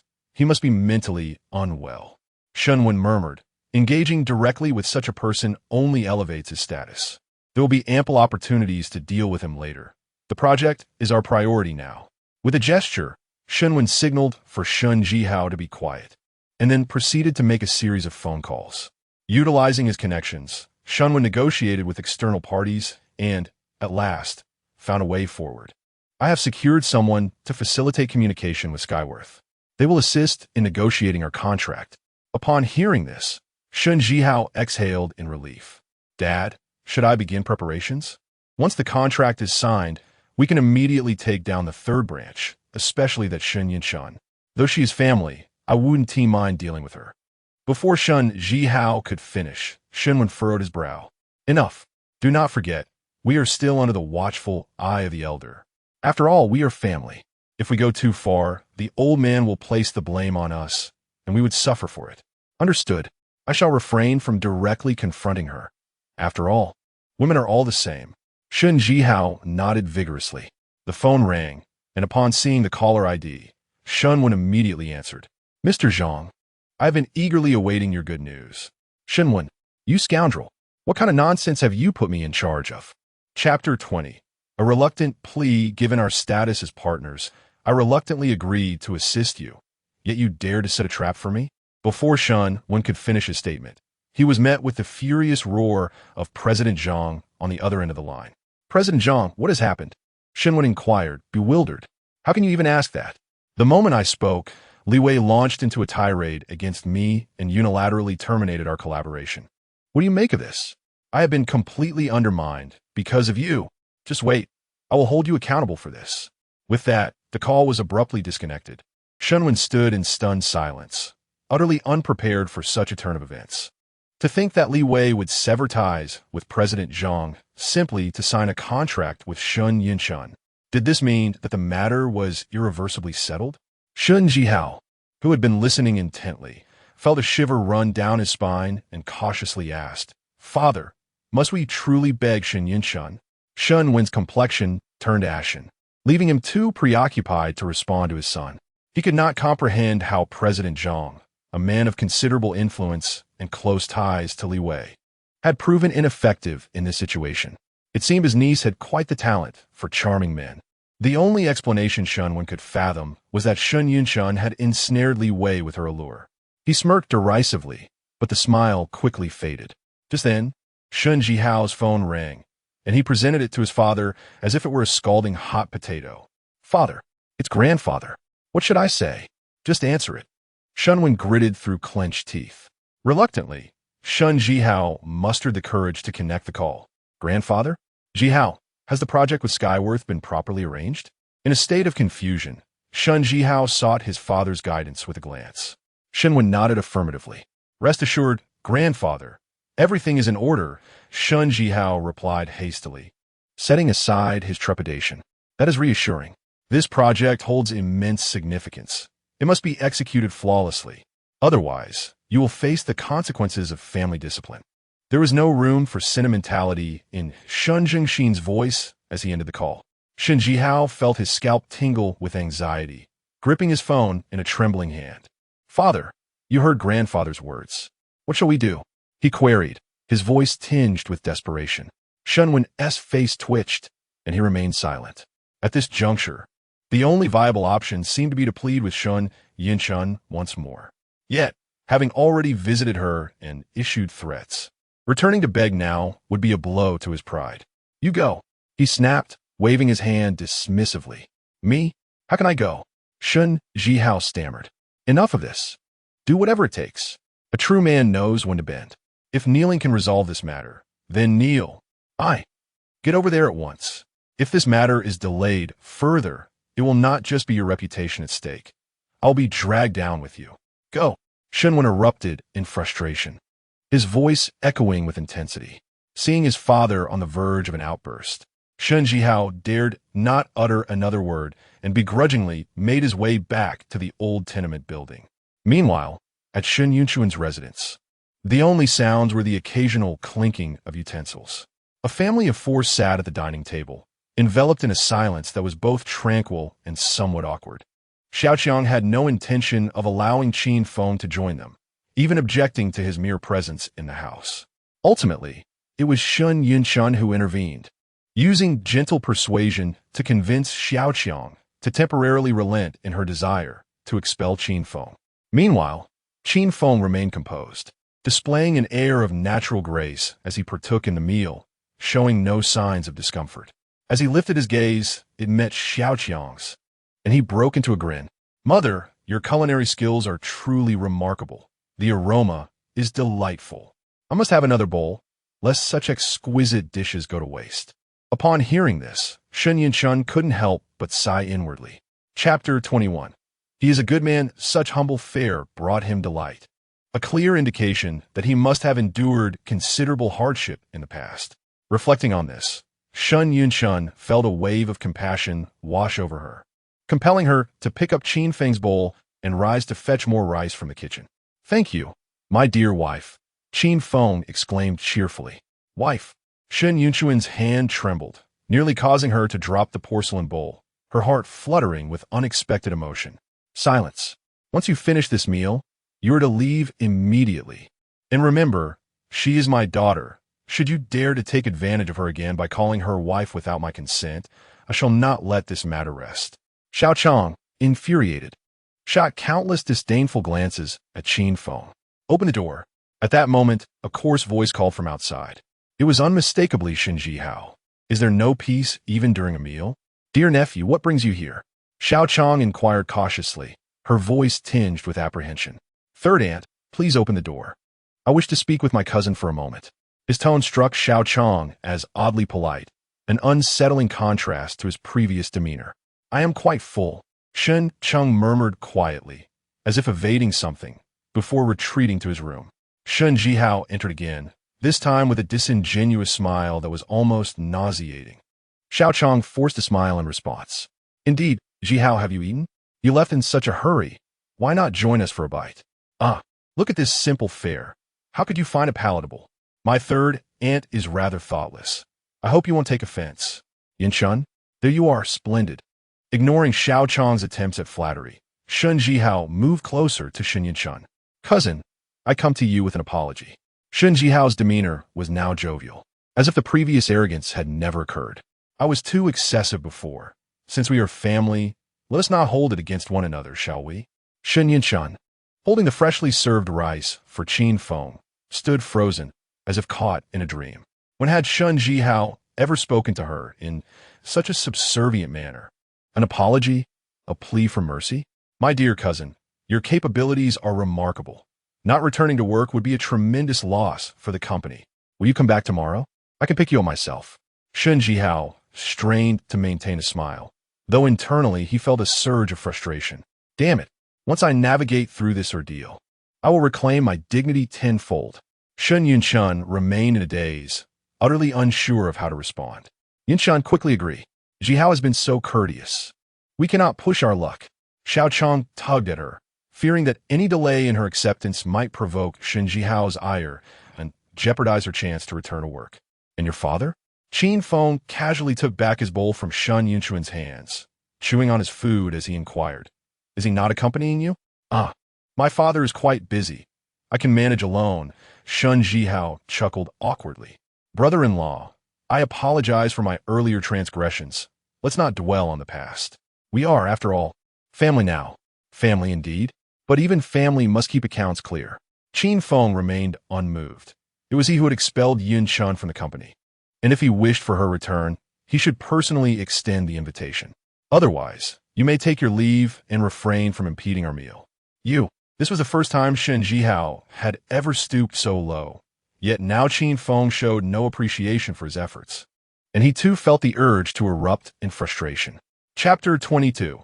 unaware of the consequences as Shun Jihao appeared on the verge of erupting. Both Shun Yinshun and Xiao Chong felt a renewed wave of apprehension. Shun Jihao had already extended an olive branch, and if they did not seize this opportunity, the situation would undoubtedly worsen, bringing further calamity upon themselves. Qin Feng swallowed a morsel of food and spoke again. Mother, it is quite common for you to be accustomed to being bullied and hesitant to resist. However, the circumstances have changed. Now, Yinshun is my fiancé, and I shall not permit anyone to mistreat her. His words resonated with conviction. Yet to Shun Jihao, these declarations appeared absurdly presumptuous. Qin Feng, do not overestimate yourself. If you do not summon your father here, I shall show you what true ignorance is.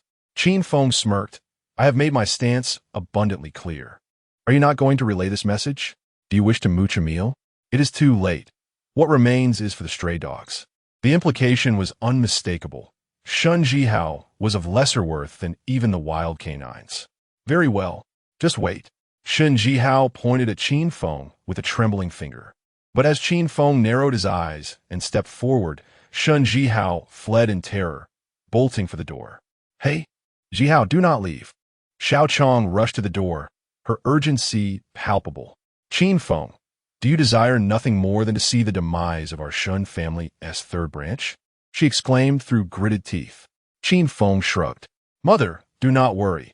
As long as I am here, our family shall not fall. Stop boasting. You, a crippled son-in-law. Why do you have to speak on behalf of our third branch? What gives you the audacity to offend others on our behalf? I have eaten my fill.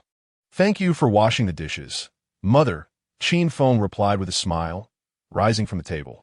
Xiao Chong took a deep breath, ready to scold him, but it felt as though her efforts were futile, striking against cotton. Qin Feng moved to the sofa, with Shun Yinshun following suit and taking a seat beside him. She sighed, expressing her resignation. It seems our third branch is facing dire straits. After repeated confrontations, Qin Feng had left no room for negotiation. The current situation would either compel Shun One from the main branch to personally apologize, or it would provoke a complete fallout. Based on Shun Wen's character, Shun Yinshun did not anticipate the former outcome. No, we will not be the ones in peril, she asserted. Qin Feng's gaze was piercing as he locked eyes with Shun Yinshun. I have promised not to allow you to be bullied, so how could I permit our family to suffer? His unwavering look and those words stirred a tempest within Shun Yinshun's heart. Just then, Xiao Chong emerged from the kitchen, and Qin Feng stood to head to the restroom.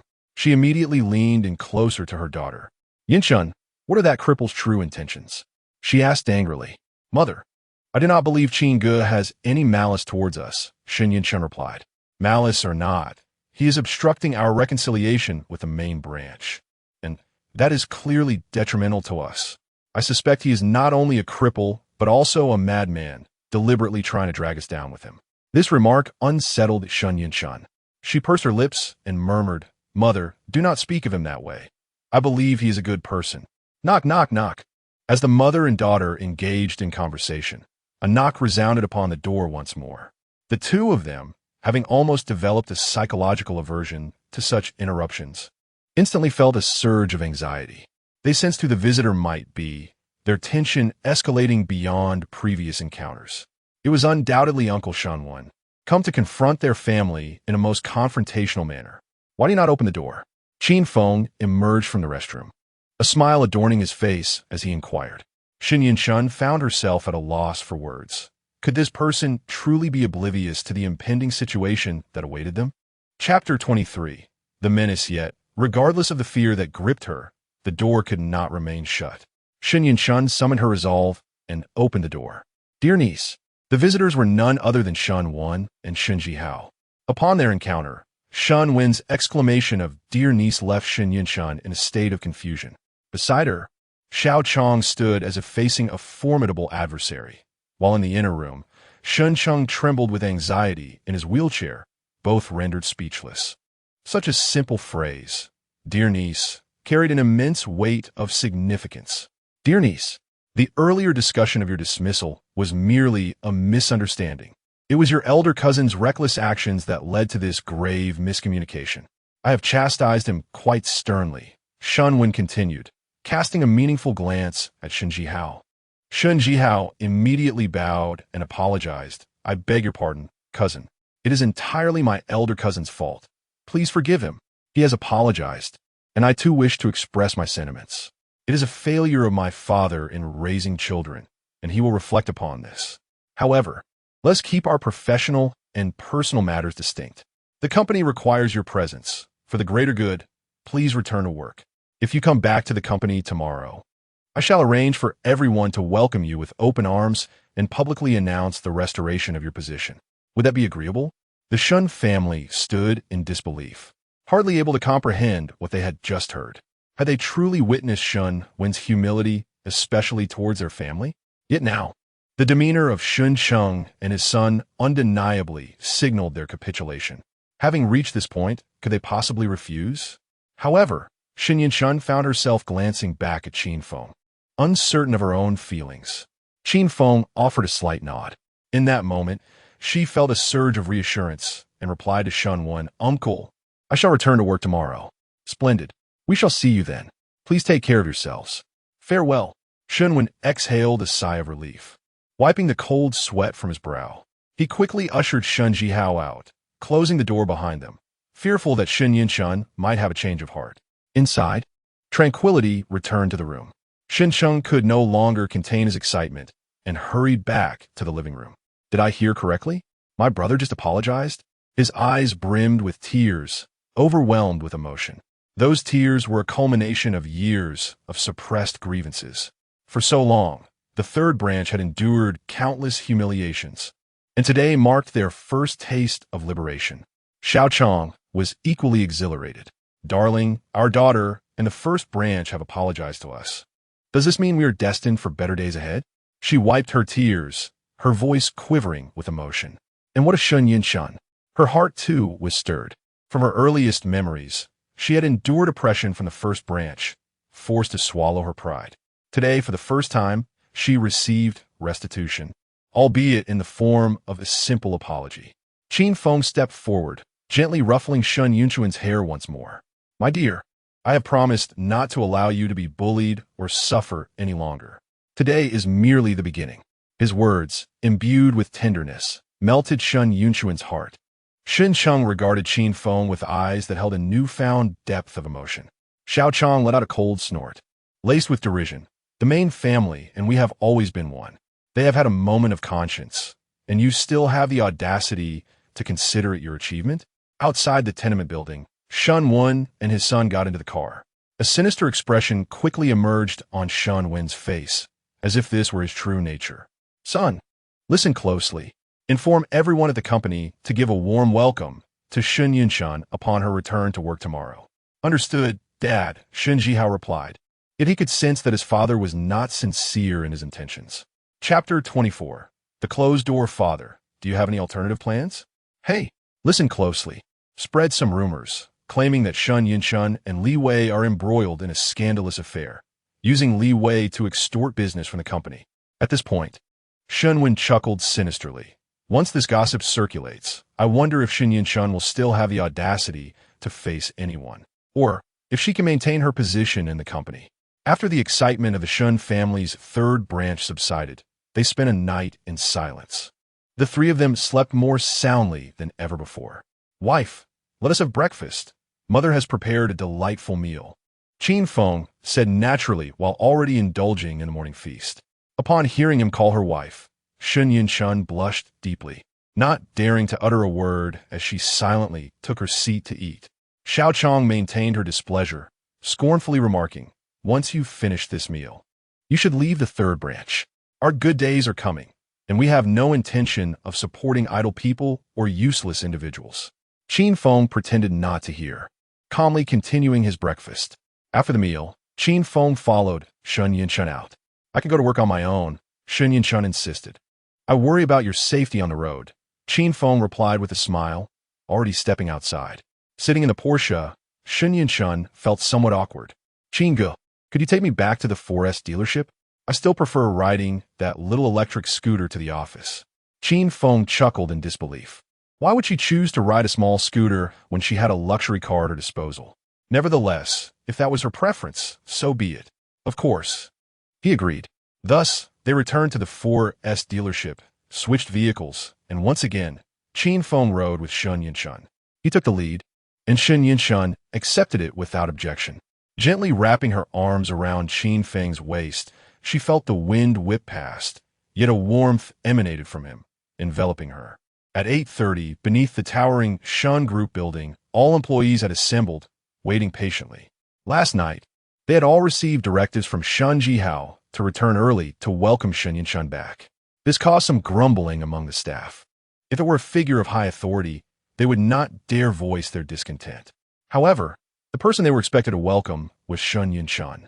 Although she belonged to the Shun family's third branch, everyone knew her status was even lower than that of an ordinary employee. In the midst of the murmurs, someone revealed that Sun Yinshun was involved with Li Wei, the head of Chuangwei. No wonder the project with Chuangwei stalled as soon as she left.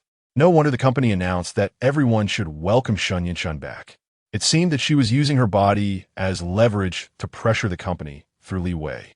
Such a woman is utterly shameless. As the rumors spread, the more they were believed. Now, every employee was convinced that this was the truth. At the front of the line, Shunwen stood with his hands clasped, a smirk of triumph on his lips. He heard all the whispered doubts about Sun Yinshun behind him. He chuckled softly. Sun Yinshun, you are still too inexperienced to contend with me. Do you think that merely signing a contract upon your return signifies your accomplishment and guarantees your continued presence in the company? You are mistaken. After signing the contract, I may not urge you to leave, yet everyone will scrutinize you, compelling you to dig your own grave and refrain from making any further appearances. Father, Mr. Li has mentioned that since Sun Yinshun has returned, he will be here shortly, Shun Jihao exclaimed as he rushed over. Oomph. Shunwen scoffed, clearly displeased. Shunwen had indeed attempted to negotiate with Li Wei, yet he was met with a cold reception. Chapter 25. Would he dare to strike? Now, upon hearing that Sun Yinshun was returning to the company, Li Wei took the initiative to visit and sign the contract. The stark contrast in their respective treatments was unbearable for him. Just wait, you wretched woman. The higher Li Wei elevates you, the more devastating your fall will be. It seems Shunwen has put considerable thought into this arrangement. Not far from the company, Qin Feng had already observed the unusual scene below. Everyone was lined up in anticipation, which Qin Feng perceived as an ominous sign, or rather, a sign of ill will. Were Shunwen and his son still oblivious to their impending doom? Upon arriving at the company entrance, Sun Yinshun leaped from the car, momentarily stunned. The spectacle before her far exceeded her expectations. Shunwen exchanged a knowing glance with his son, who promptly spoke up. Welcome back to the company, Miss Shun. All the employees immediately echoed Shun Jihao's call, yet their tone was devoid of sincerity. It was a strange, hollow cheer, lacking genuine joy.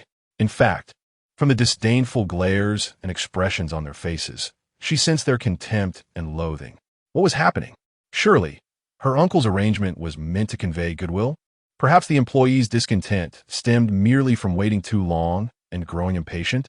Sun Yinshun could only reassure herself with such thoughts. Let us go, Qin Feng signaled to Sun Yinshun, leading her towards the crowd. My dear niece, I have specially prepared this grand reception for you. I trust you are not dissatisfied? Shunwen smiled, yet his eyes betrayed no mirth. This remark, overheard by the assembled employees, was interpreted in myriad ways.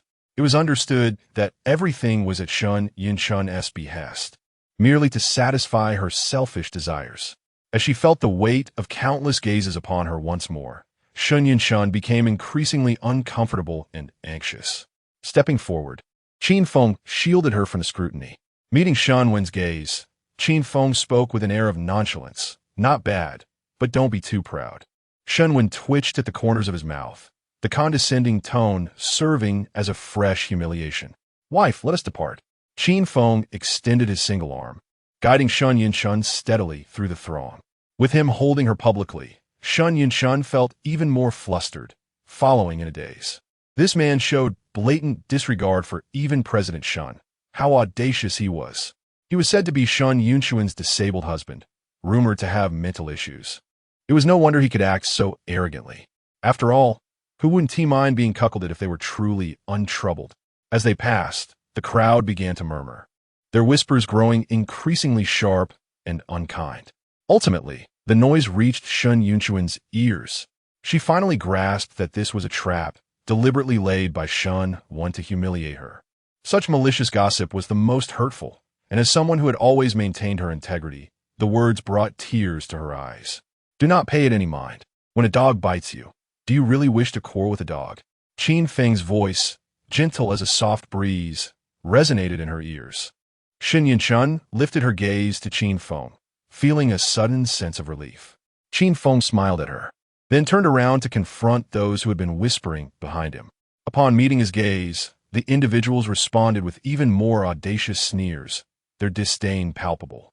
What did he think his glare could accomplish? Did he truly believe he could intimidate us? With just one hand, how could he possibly take on all of us? Moreover, would he even dare to strike? Chapter 26. Are you not taking me to meet Miss Shin? Pretentious and no different from that Shun Yinchun. Qin Feng nodded, committing the faces of these individuals to memory. Upon entering the company, Qin Feng and Shun Yinchun proceeded into a spacious office. Given Shun Yinchuan's status, she was unworthy of such an office, yet Shun Wen had deliberately arranged it. On the surface, Shun Wen appeared sincere, but in reality, he sought to foster discontent among the employees towards Shun Yinchun. Standing at the door, listening to the murmurs behind them, the Shun father and son exchanged knowing smirks. Dad, Li Wei has arrived, Shun Jihao reported softly, receiving news from his subordinate. Excellent. The show is about to begin, he replied. What do you suppose the reaction of that cripple will be when he learns that his fiancé he has been with another man? That lunatic will likely be furious. Let us just ensure the security and hospital beds are arranged beforehand. From the office window, Qin Feng gazed down below. Several luxury cars arrived in succession. Li Wei had made his entrance. The name Li Wei and the Chuanwei Group were both illustrious in Rong City. In merely a few years, Li Wei had founded the Chuanwei Group and amassed a fortune exceeding hundreds of billions. Such an achievement was unparalleled in Rong City. What was most laudable was that those who had collaborated with Li Wei had always reaped substantial rewards. Thus, Xin Yinchun had expended great effort in securing an opportunity to work with him, both for the benefit of the company and her own aspirations. Standing at the window, she felt a wave of anxiety upon seeing Li Wei. Despite her numerous visits to Chuanwei for business discussions, she had never encountered him in person. Now he had come to her. In her recollection, none of Li Wei's other business partners had ever been afforded such treatment. Shun Wen had already rushed downstairs to greet Li Wei with a forced smile. He extended his hand, but Li Wei remained expressionless. Where is Miss Shun? Li Bei Kita, not even casting a glance in Shun Wen's direction. Miss Shun is waiting for you upstairs. Shun Wen emphasized the word upstairs with intent. The senior executives nearby exchanged silent scoffs. Such arrogance from Shun Yinchun. While the senior executives of her own group accompany Shun Wen downstairs, she remains in her new office, acting as if she were a queen. However, they observed Li Wei's demeanor and found no trace of displeasure. This only solidified their conviction. Li Wei must have a personal relationship with Shun Yinchun. Otherwise, how could he tolerate such behavior? They could not fathom that Li Wei's lack of objection stemmed from fear of daring to question Shun Yinchun, lest he suffer a devastating blow. This fear lay deep within him, rooted in the presence of someone formidable. Are you not taking me upstairs to meet Miss Shin? Li Wei, unwilling to delay any further, expressed his discontent toward Shun Wen and the others who obstructed his path. Mr. Li, are you impatient? Then please follow me. Shun Wen chuckled awkwardly and took the lead. The group ascended together, arriving at the floor where Shun Yunchuan's office was located. Within the company, a tempest was brewing. Everyone was quaking in anticipation of Mr. Li Wei's arrival, except for Shun Yinchun, who displayed not a hint of concern. On the contrary, she boldly instructed everyone to prepare for her and await Mr. Li. This was a flagrant display of shamelessness. Did she truly believe that her association with Mr. Li granted her the right to act in such a brazen manner? Meanwhile, Shun Wen and others were cautiously engaging Mr. Li in conversation, yet he paid them no mind, preoccupied with the thought of arriving too late and thus neglecting Shun Yinchun. Mr. Li, May I suggest you take a moment to rest in a conference room? Shen Wen indicated, I shall fetch Miss Shun at once. No need, Li Wei replied, dismissing Shen Wen's offer as he strode purposefully towards Miss Shen's office to finalize the agreement. Chapter 27. An unprecedented treatment. Shen Wen and several senior executives exchanged incredulous glances, struggling to fathom the audacity of Li Wei. How could such a brazen individual, who was a client nonetheless, voluntarily seek out Shun Yinshun to sign a contract? Even if that woman were his mistress, it seemed implausible that Li Wei would regard her with such significance. After all, individuals of Li Wei's stature could have their pick of women. What woman could he not have? This was utterly irrational. Could it be that? A thought flickered in Shen Wen's mind, contemplating an alternative possibility. That Li Wei was irked by Shen Yinshun and sought to confront her? Indeed, that must be it. That wretched woman, having offended Li Wei yet still feeling triumphant, was now doomed. With this realization, Shen Wen hastened a few steps forward, positioning himself directly in Li Wei's path, an expression of contrition adorning his face. Mr. Li, while Yinshun is indeed young and beautiful, she tends to be rather self-important. Please do not take offense. Nevertheless, I must clarify that I stand with reason over sentiment. However you choose to deal with her is of no concern to me. Though this statement appeared to be fair-minded on the surface, it was in truth a subtle jab. He insinuated to Li Wei that regardless of how he intended to handle Shun Yinshun, he, as the elder, would not intervene. You are obstructing my path. Will you not step aside? Li Wei frowned, his displeasure directed at the incessant prattle of Shen Wen, and he had little inclination to engage in pleasantries. Seeing Li Wei's sour expression, Shen Wen felt no trepidation. Rather, his heart brimmed with delight. He had confirmed a vital piece of information. Li Wei was indeed displeased. And who was the source of that displeasure? Undoubtedly, it was Shun Yinshun. Yes, Mr. Li, please, allow me to clear the way for you. Shen Wen exclaimed repeatedly, scurrying ahead, eager to witness Li Wei reprimanding Shun Yinshun. The accompanying individuals, witnessing the spectacle, also relished the prospect of the unfolding drama. At that moment, Shun Yinshun, hearing the footsteps outside, recognized that Li Wei had arrived and immediately rose to greet him. Shen Wen's orchestrated entrance had caused quite a stir, leaving her feeling apprehensive. She understood Shen Wen well enough to know that he could not genuinely be offering her goodwill. Remain seated and composed. You are the master of this office, while the others are merely guests, Qin Feng gently reassured her. Shen Yinshun attempted to stand, but found herself unable as a knock resounded at the door. Come in, she called, obliged to respond. The knocker was none other than Shen Wen, personally escorting Li Wei. Upon hearing Shen Yinshun's voice from within, he silently cursed but turned to Li Wei with a beaming, ingratiating smile. Mr. Li, my niece lacks a sense of propriety and may come off as somewhat arrogant. I hope you will not take offense. Li Wei replied nonchalantly, Did I express any offense? With that, he grew impatient, pushing Shen Wen aside before striding directly into the office. Upon entering, Li Wei's demeanor transformed instantly, revealing a warm and congenial smile. Miss Shen, I appreciate your patience. Please do not hold it against me, he said. Shen Wen and the group of senior executives lingering at the office door were left bewildered.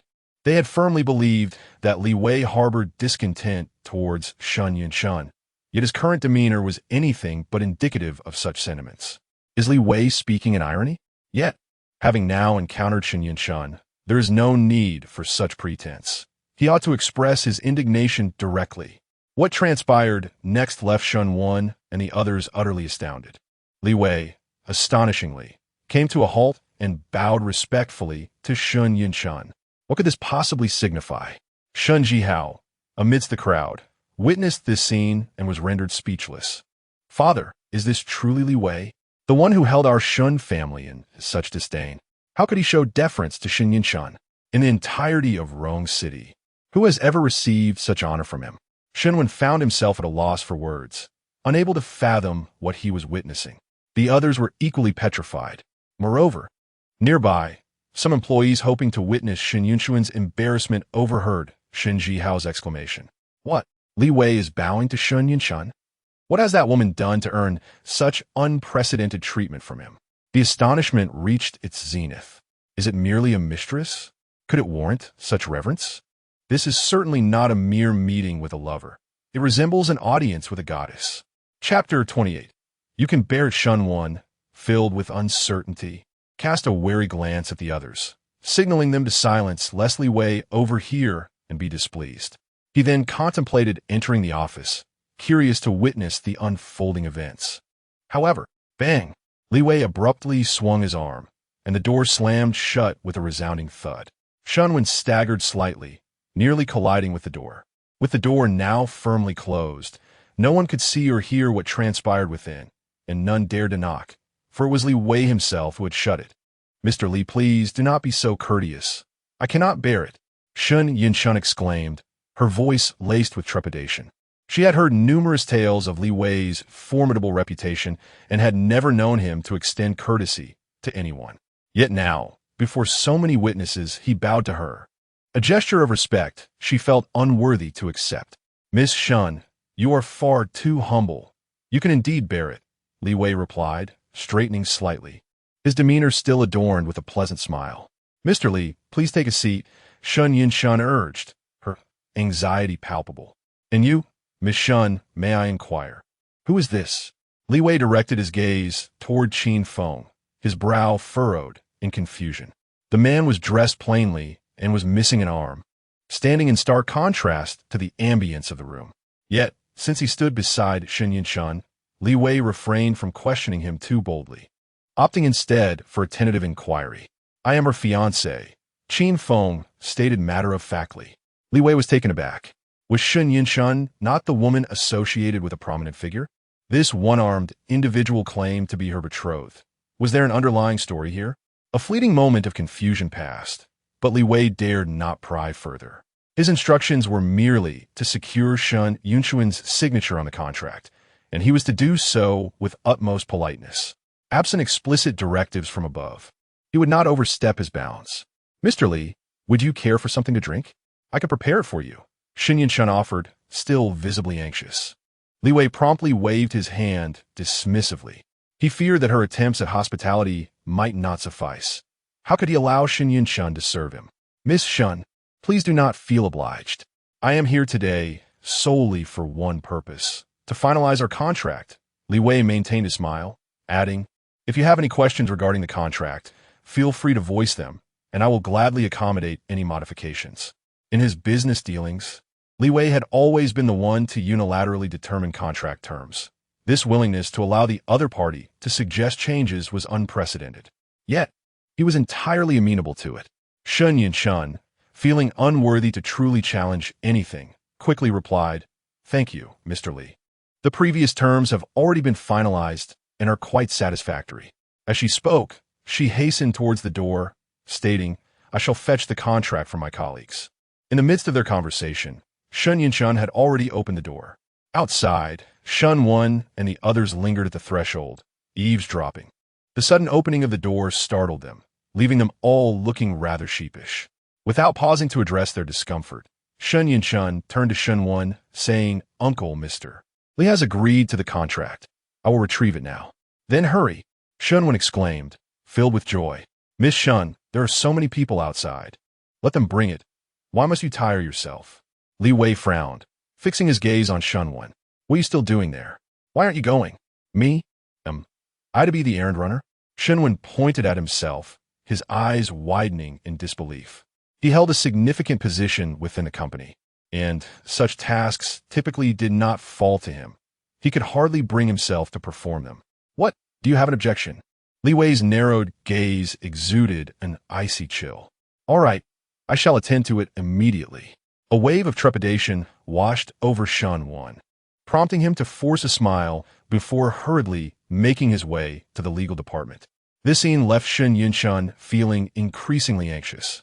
In her view, retrieving the contract was her responsibility, yet it had now fallen to her uncle, Shun Wen. Observing his demeanor, it was evident he was reluctant. She couldn't help but wonder if he would later hold her accountable for this. As this thought crossed her mind, a sense of panic gripped her. "Mr. Li, I need to use the restroom." She turned to Qin. "Brother Qin, could you entertain Mr. Li for a moment?" "Go ahead," Qin Feng replied with a smile. Shen Yinchun felt the need to compose herself and quickly sought refuge in the restroom. Mr. Qin, Mr. Li is an esteemed guest of our company. What gives you the right? Bang! Just as Shen Jihao was about to speak, Qin Feng stepped forward and forcefully closed the door, leaving him momentarily bewildered. Li Wei observed this interaction with heightened curiosity regarding Qin Feng. Chapter 29. The important person, this individual, not only lingered by Shen Yinchuan's side, but also seemed unperturbed by the Shen family. Who could he possibly be?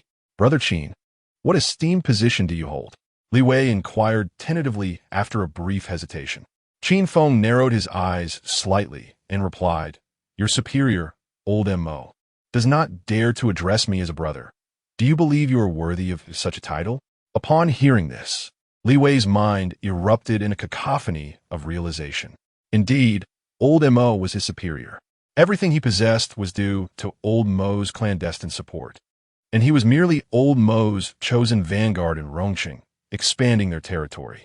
Old Mo's identity was shrouded in mystery, and his status was exceedingly high. Most individuals could not even utter his name, let alone be aware of his existence. Yet, this one-armed man had effortlessly spoken those two words without a hint of reverence. Such audacity could not merely be described as boldness. It required a substantial level of understanding and confidence. Who on earth was this person? You. Li Wei suddenly sprang to his feet, a realization hitting him. He recalled that during a previous phone call, old M.O. had conveyed some rather obscure information. Old M.O. had mentioned that Shen Yinchun was the woman of a significant figure.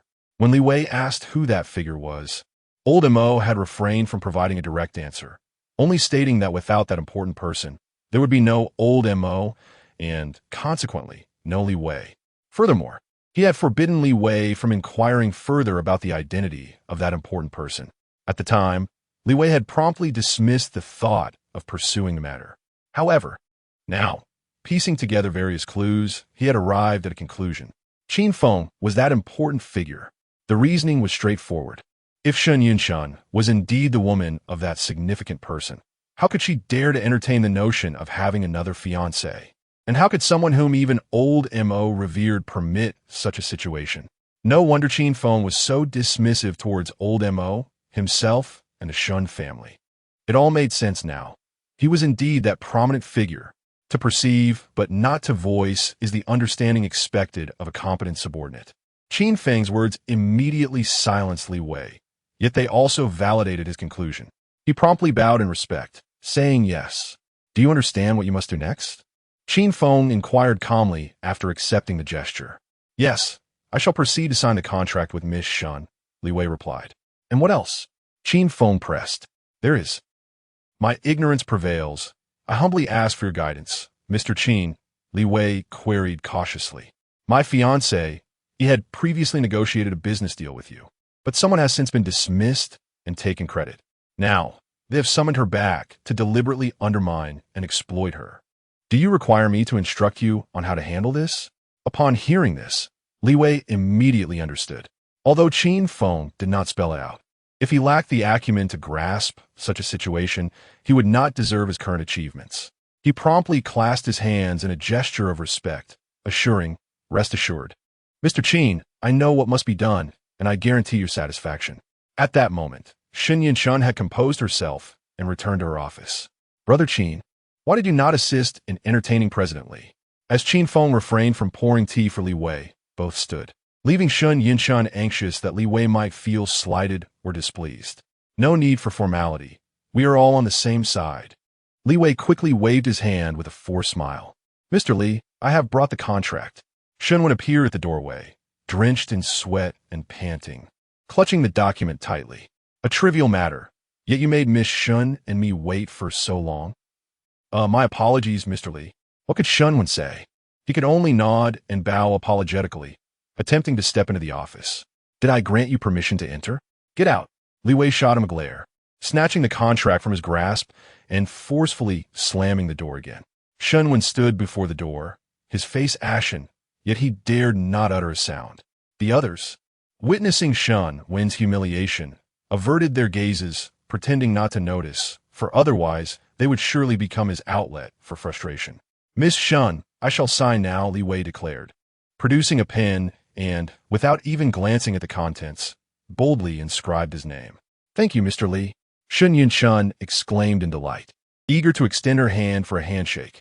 "Ah, I cannot. No need for formality, Miss Shun." How could Li Wei dare to grasp the hand of a powerful man's woman, especially with that very figure watching intently before him? Chapter 30. What exactly is their relationship? Li Wei hurriedly waved his hand, as if the hand of Shen Yunshun were a hot potato, stealing a glance at Qin Feng, who subtly gestured for him to leave. Li Wei immediately understood. "Miss Shun, I shall not disturb you any longer. I will take my leave now. Should you have any further instructions, do not hesitate to contact me. I am at your service. Farewell." Not daring to linger for even a second longer, Li Wei finished his words and swiftly exited, not wanting Shen Yunshun to see him off. Upon Li Wei's emergence, Shun Wan and the others instinctively took a few steps back, observing the atmosphere. President Li Wei cast a cold glance at the people before him, particularly at the Shun father and son, recalling Qin Feng's earlier instructions. "Shen Wan, I have already signed a contract with Miss Shun." Pausing for a moment, Li Wei continued, "Remember, the individual I have contracted with is Miss Shun. Thus, I shall only collaborate on this project with her. Anyone who dares to attempt to replace Miss Shun should not blame me for terminating our agreement. Is that understood?" The group, including Shun Wan, found themselves at a loss for words. Shun Wan had summoned Shen Yunshun back, merely to exploit her for the signing, intending to cast her aside afterward, even plotting to take revenge against her. However, Li Wei's stipulations extinguished all of his ambitions.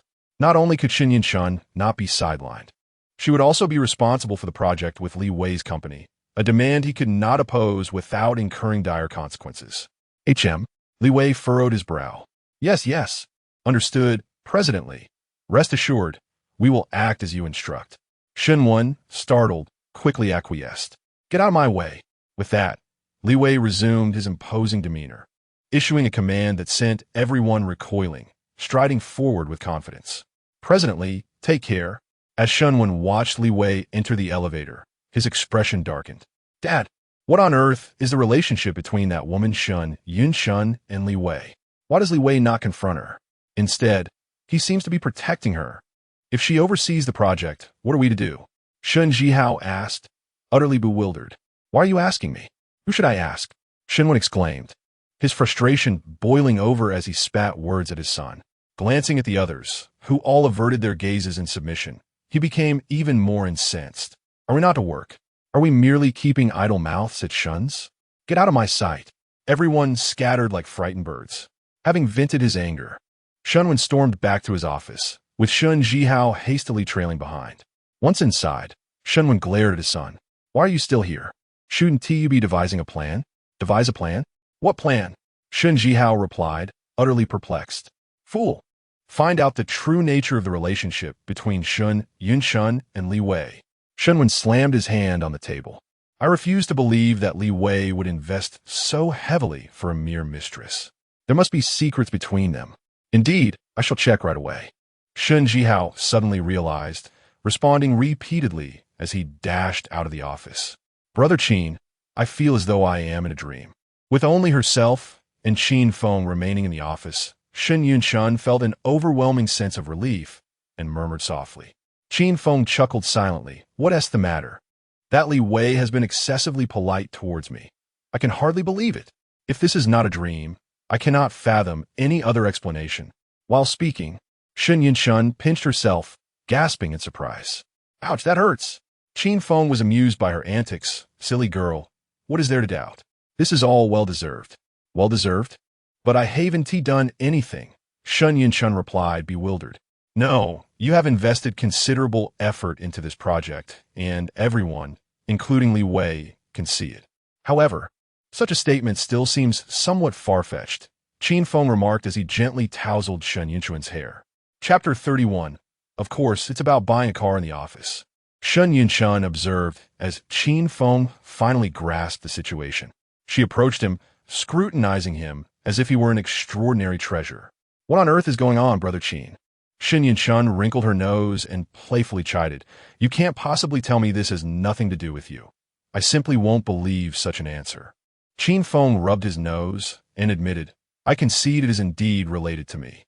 Just as I suspected, Sun Yinchun exclaimed, her eyes sparkling as she uncovered a remarkable secret. Li Wei had repeatedly emphasized that this project must be signed by him alone. No one from the Shun family would suffice. This insistence had even led Shen Wan and his son to swallow their pride and plead for him to come in to sign the contract. Ultimately, they stressed that he alone must be the project leader, for anyone else would not do. Such preferential treatment had long surpassed ordinary connections. Moreover, the legendary and formidable Li Wei displayed a remarkably amiable demeanor towards her, adding to the confusion. It now appeared that all of this was orchestrated by this enigmatic brother Qin. However, how could a single, disabled man possibly have ties to Li Wei, compelling him to act in such a manner? Xin Yinchun gazed at Qin Feng, feeling a pang of embarrassment for her earlier judgments. Yet, she truly could not fathom the reasons behind it, and was filled with curiosity. The memory of Li Wei's respectful, almost obsequious demeanor before her, and Qin Feng felt surreal. As Xin Yinchun looked at him, awaiting an explanation, Qin Feng knew he could not evade her scrutiny and offered a slight smile. Despite his current success, he had once been a vagabond. On one occasion, when he was injured and on the brink of starvation, he had shared half a bun with Li Wei, thus incurring a debt of gratitude. This man valued loyalty and had come specifically to repay that favor today. Xin Yinchun let out a soft huff, casting a skeptical glance at Qin Feng. Uncle Qin, do you think I would believe that? Of course, she did not. If what Qin Feng claimed was true, then Li Wei was merely repaying a favor, not serving a master, and he would not have lowered himself so much. Clearly, Qin Feng was fabricating an excuse to evade her questions. Qin Feng remained non-committal and gazed earnestly at Sun Yinchun. Do you believe that good deeds are rewarded? Are you implying that you're a good person? Therefore, Mr. Li will repay you? Sun Yinchun replied, half convinced. No, I'm not a good person. You are. Qin Feng asserted with sincerity. He would forever remember the food Sun Yinchun had given him years ago and the brightness of her eyes that illuminated his darkest moments. As for himself, after enduring so much, he did not consider himself a good person. Uncle, you are clearly a good person, Sun Yinchun remarked, puzzled by why Qin Feng would say otherwise. He had always been there to help her, undeniably a good person. Qin Feng smiled. Sun Yinchun was too innocent. Her judgments of right and wrong far too simplistic. To her, those who treated her kindly were undoubtedly good people. Do not overthink it. As long as the matter is resolved, that is sufficient. Qin Feng rose, stretching lazily. Let us depart. Work has concluded. Depart? But we have only been on duty for less than an hour, Sun Yinchun replied, her tone filled with hesitation. Leaving at this hour would breach regulations, leading others to perceive her as arrogant and dismissive of company rules. Especially if Uncle and the others were to find out, they would surely be incensed. Qin Feng, however, paid no heed to her concerns, taking her hand and striding out of the office with an air of confidence. Along the way, every employee they encountered, whether manager or staff, made a wide berth around them, too intimidated to approach. Sun Yinchun distinctly sensed their trepidation. Reflecting on her past internship, when they had treated her with such disdain, she found herself feeling quite disoriented. Her attempts at kindness were met with awkward, fearful smiles from her colleagues. In a moment of introspection, Sun Yinchun realized she had been led away by Qin Feng, who guided her onto an electric scooter. When she finally gathered her thoughts, she noticed they were not heading home. This is not the way home. Are you attempting to abduct me? Sun Yinchun asked half-jokingly, her mind wandering to the thought that with her looks, she might fetch a handsome price. How could I ever part with you? Qin Feng replied casually, his words reflecting his true sentiments. After years apart, he would not trade Sun Yinchun for the entire world. A blush crept onto her cheeks as she realized the scooter had taken a turn, bouncing slightly. She glanced over to see Qin Feng, steering them toward a Porsche dealership. Before the scooter came to a complete stop, Sun Yinchun awkwardly inquired, "What brings us here? This place is not meant for us." The Shen family was prominent in Rong City, where it was not uncommon for their relatives to drive luxury cars worth millions. Yet Shen Yunchuan's family lived modestly. This electric scooter had been purchased after much saving on her part. Thus, she believed this locale was beyond their reach. Who says this is not a place for us? It is hardly a den of tigers and dragons, Qin Feng remarked, pulling her inside. Shen Yunchuan, unable to resist, protested softly, Qin Ge, why are you dragging me in here? Of course, we are here to buy a car. Qin Feng responded matter-of-factly. But I have no money. Shen Yunchuan's anxiety heightened. Yet, as Qin Feng led her further into the store, she found herself relinquishing her struggle, following him silently. Trepidation filled her as she contemplated how to face the employees' scrutinizing gazes. Upon lifting her eyes, she was momentarily dazzled by the array of stylish, luxurious cars that gleamed in the showroom. After only a few glances, she anxiously tugged at Qin Feng's sleeve, persistently signaling him to leave. At this stage, she had not even considered the Cherry QQ or the Jetta, let alone a luxury vehicle such as a BMW. She wouldn't dare to even touch one. And to take it a step further, even if such a car were available to her, she could not afford its upkeep. However, she soon realized that her concerns were unfounded. In the BMW showroom, several sales managers merely cast a glance in their direction before diverting their attention elsewhere. Not a single one approached them. Shen Yunchuan let out a sigh of relief.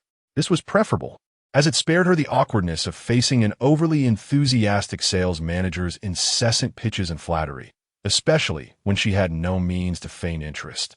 Despite this, she understood all too well the reason why the sales managers chose to ignore them. Chapter 32. Whose electric vehicle the sales managers at this luxurious BMW dealership have honed their keen eyesight to a remarkable degree. Each of them possesses a sharp intuition, and merely glancing at the attire of Qin Feng and Shen Yunchuan reveals to them that no greeting is necessary. One appears as an ordinary disabled individual, while the other is a girl radiating anxiety and awkwardness, both clearly lacking the means to afford such opulence. They are likely here merely to browse, to indulge their curiosity, and thus do not warrant the expenditure of words, even if the sales team finds themselves rather idle at the moment. Qin Feng remains oblivious to Shen Yunchuan's tension and unease, pulling her hand and taking an avid interest in the vehicles around them, disregarding the occasional disdainful and contemptuous glances thrown their way by the sales managers. Those silent looks clearly urged them to leave promptly. Excuse me, sir and miss. Are you looking to purchase a vehicle? May I assist you? A young intern named Lu, noticing that Qin Feng and Shen Yunchuan had yet to be attended to, approached them with a smile. Typically, the moment guests enter, they are swiftly attended to by the more seasoned sales managers, leaving no opportunity for her as an intern. She found it peculiar that this time, the veteran sales staff remained indifferent. Observing this scene, several of the older sales managers exchanged glances, their faces adorned with mocking smiles. Ah, this young Lu, so inexperienced and lacking insight. People like them could never afford a BMW. Approaching them is merely a waste of breath. She is bound to be disappointed. Haha, we all went through this phase, didn't we? It's a crucial lesson for newcomers. The older sales managers huddled together, jesting and discussing, their tones laced with sarcasm as they reveled in the spectacle. They spoke without lowering their voices, and naturally, Qin Feng caught their remarks. Shen Yunchuan felt her cheeks flush deeper. Lu, the intern, felt a tinge of embarrassment, internally chastising the seasoned sales staff for their insensitivity in front of potential customers. Dear guests, please do not take offense. Should you have any inquiries, feel free to express them. I would be delighted to provide you with some professional advice. Lu said with patience. Recognizing Lu's commendable demeanor, Qin Feng nodded. Yes, you will do. He then turned to Shen Yunchuan. Which one do you fancy? Ah, Shen Yunchuan, caught off guard by Qin Feng's question, blushed profusely. She thought to herself, could Qin Feng be having another moment of insanity? She would love any of them, yet could not afford a single one. Qin Feng, let us go back. She managed to offer a strained smile, preparing to apologize to the intern Lu. The distant laughter of several sales managers only intensified her embarrassment, making her wish she could vanish into the ground. Then, could you please recommend a suitable model for her? Qin Feng, noticing Shen Yunchuan's reluctance to speak, directed his gaze calmly towards Lu. Xiao Lu nodded earnestly, diligently adhering to her training. With a composed demeanor and a smile, she said, "Sir, I would like to recommend this exquisite new Series 7. Its exterior is stylish and avant-garde, and the performance specifications are commendable. It will undoubtedly meet the needs of this young lady, and importantly, I feel this vehicle perfectly aligns with her temperament." The intern saleswoman, Xiao Lu, felt a touch of nervousness, aware of her limited expertise and lack of polished sales rhetoric. Qin Feng turned a glance at Shen Yinshan, noticing her gaze fixed on the car without any sign of resistance. He then nodded, declaring, "All right, this one it is." "Ah, what?" Both Xiao Lu and Shen Yinshan exclaimed in astonishment. A few sales managers in the distance also turned their heads. Had they really decided to make a purchase in less than 5 minutes? Was this some sort of jest? Surely, one ought to inquire about the vehicle's price and perhaps take it for a test drive? It is absurd to feign sophistication without the means to back it up, considering the potential consequences of such pretensions. "Sir, as this vehicle is a new model, our dealership currently has no discounts," Xiao Lu kindly reminded. "That is of no consequence," Qin Feng replied dismissively, the sum of money being utterly insignificant to him. Just then, a man and a woman entered the premises, their voices brimming with arrogance as they shouted, "Hey, which fool parked their electric vehicle at the entrance? Is it one of your dealership staff? It nearly collided with my Benz. If it gets damaged, can you afford the repairs?" A middle-aged man, clearly overweight and with an unbuttoned shirt straining against his belly, shouted in anger. Adorned with a large gold chain and sporting 2 conspicuous gold teeth, he had a somewhat menacing appearance, with a mole on his left cheek. One hand was wrapped around the waist of a garishly dressed woman, while the other held a cigar from which he exhaled smoke rudely. At that moment, several sales managers who had been seated nearby, their eyes gleaming with excitement, rushed over. They could easily discern that this newcomer, with his ostentatious jewelry and brazen demeanor, was undoubtedly a nouveau riche. It was clear he was there to purchase a vehicle for one of his many mistresses. Such affluent clients are the most lucrative to cater to, ensuring a smooth and profitable transaction. "Boss, welcome. How may I assist you today? Are you here to buy a car? Choose me, and I will guarantee your satisfaction. Are you thirsty, sir? What beverages would you like? Clients are our lifeblood. Your desires are my pursuit. Please, do not hesitate to express your needs. Allow me to escort you to our VIP lounge, where we can discuss matters at leisure." The obsequiousness of the group was palpable, a stark contrast to the way they had greeted Qin Feng and Shen Yinshan upon their entrance. The eagerness displayed in their fawning demeanor was exponentially greater than when attending to their own parents. "Qin Feng, let us depart," he said. Shen Yinshan tugged at Qin Feng, intending to seize the opportunity to slip away amidst the chaos of the scene. It was a fortuitous moment. Furthermore, the electric bike was obstructing the path of that irritable boss, necessitating its relocation. Before Qin Feng could utter a word, the man with the prominent mole and golden tooth bellowed in frustration, "Everyone, shut your mouths. Who owns this wretched electric bike blocking my way? Move it immediately. Or do you wish to continue doing business with me? I'll give you a few slaps for your insolence. If it weren't for my beloved's fondness for BMW, I wouldn't even be here. I'd rather be driving a Mercedes for the prestige." The sales managers quickly fell silent, fearful of offending this wealthy entrepreneur. Chapter 33. Sister and brother have a BMW. "Excuse me, sir, that electric vehicle is not ours." A sales manager craned his neck and remarked, "If it doesn't belong to your 4S shop staff, then whose is it? Surely no one would ride an electric scooter to purchase a BMW, would they?" The boisterous golden tooth exclaimed, "Oh, I apologize. The electric bike is mine. I will move it right away," Shen Yinshan said, lowering her head in an apology as she prepared to relocate the electric vehicle. However, Golden Tooth persisted. "So the electric bike belongs to you? Riding an electric scooter to buy a BMW? How novel. Look at you." Golden Tooth intended to ridicule Shen Yinshan, thinking with that appearance, "Do you really expect to buy a BMW? Scram, don't tarnish the sight of the car." Yet, upon getting a clear look at Shen Yinshan's visage, he was momentarily taken aback.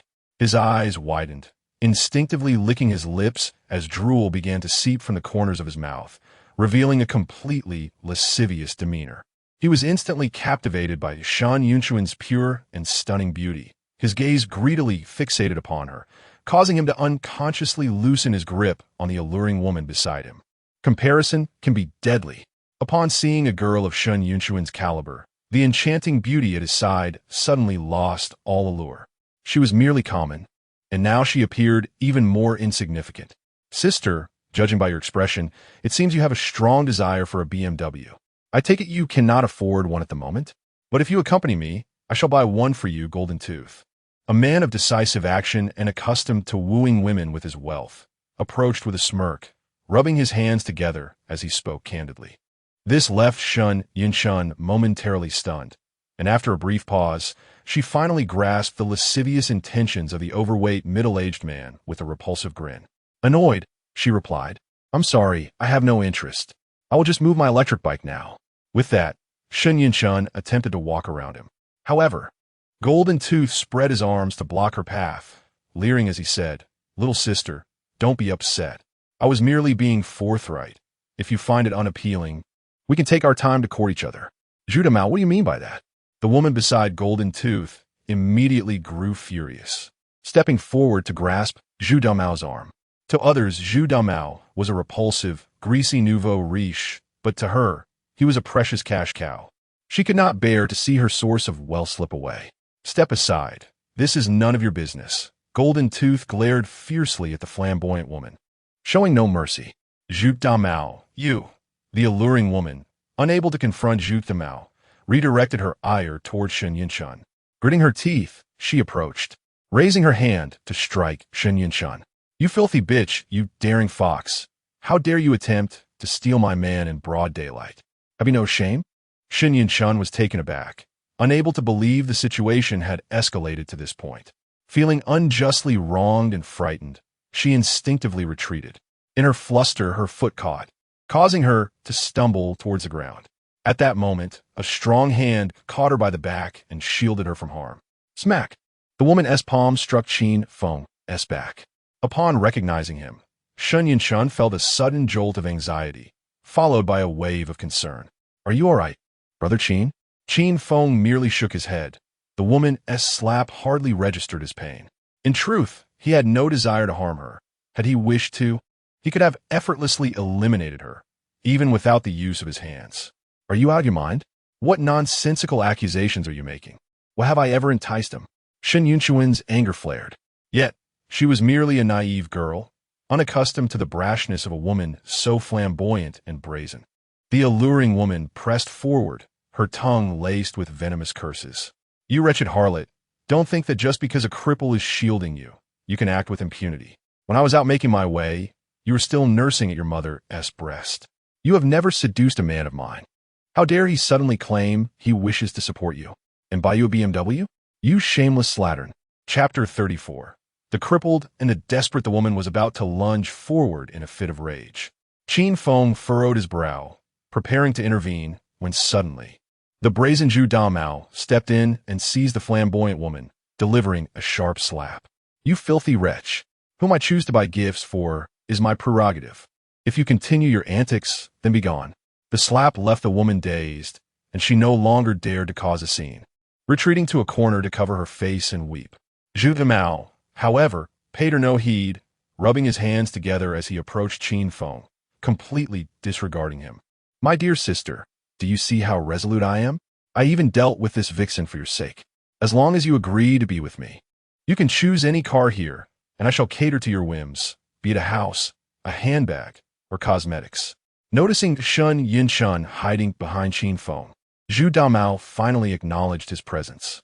Yet, he was indifferent, attempting to shove Qin Feng aside. He exerted force, yet Qin Feng remained unmoved. Hey. Good dogs don't obstruct the way. Move aside, you worthless cripple." Zhu Damao glared at Qin Feng, and when he saw him unmoving, he pushed him in frustration.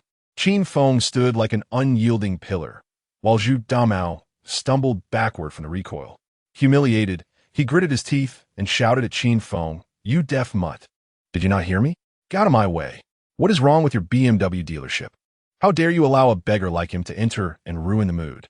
Get him out of here, or I shall take my business to the neighboring dealership and file a complaint." Zhu Damao bellowed in a fit of anger. "Please, Mr. Zhu, do not be upset. We will speak to that gentleman immediately.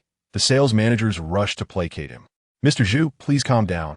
Several sales managers hurriedly offered reassurances, while one astute manager gestured for security, preparing to take forceful action. Sir, your presence has caused quite a stir, and we must ask you to leave. Please do not make this difficult for us. If you refuse to depart, we will have to resort to stronger measures. As several sales managers converged, they spoke bluntly. I'm sorry. We will leave at once, Shun Yinshun said, her face a mask of embarrassment and distress, tugging at Qin Feng with desperation. Brother Qin, let us go. Little sister, you cannot leave. If you do, who will I buy a BMW for? Zhu Damao chortled. It seems this cripple has a special connection with you. Here's the deal. If you agree to be with me, I shall not trouble him. Otherwise, I will ensure he pays for defying me. What do you say? Consider it. Seeing Shun Yinshun biting her lip in silence, Zhu Damao snorted and pulled out a card from his pocket. Whoever gets this cripple out of here and gives him a beating will earn my favor and be rewarded with the most expensive car in this place. At those words, the eyes of the sales managers lit up with greed. The most expensive car here is valued at over 3 million, if sold. The commission alone would amount to over 100,000. The allure of wealth is potent, and a sum like that is not insignificant. They are already restless with anticipation. My dear lady, please distance yourself from that unfortunate soul. Otherwise, should matters escalate, you may find yourself inadvertently harmed. Indeed, this charming lady. What benefit do you derive from associating with this unfortunate individual? His entire being is worth less than $200. What could he possibly offer you? He is utterly unworthy of your company. You ought to align yourself with this gentleman.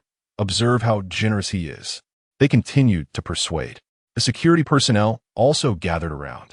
Upon hearing that the most luxurious vehicles were valued between 5 and 6 million, Zhu Damao winced slightly, his hand holding the card instinctively retracting.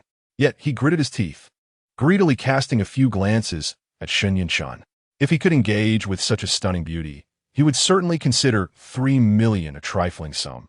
Besides, once he dealt with this unfortunate individual, he could purchase as many cars as he desired. Chapter 35. The underprivileged. Upon this realization, Zhu Damao let out a cold, derisive laugh and proclaimed loudly, "A cripple dares to compete with me for women? What are you even worth? Toss him out and give him a beating. Then throw him in the trash bin.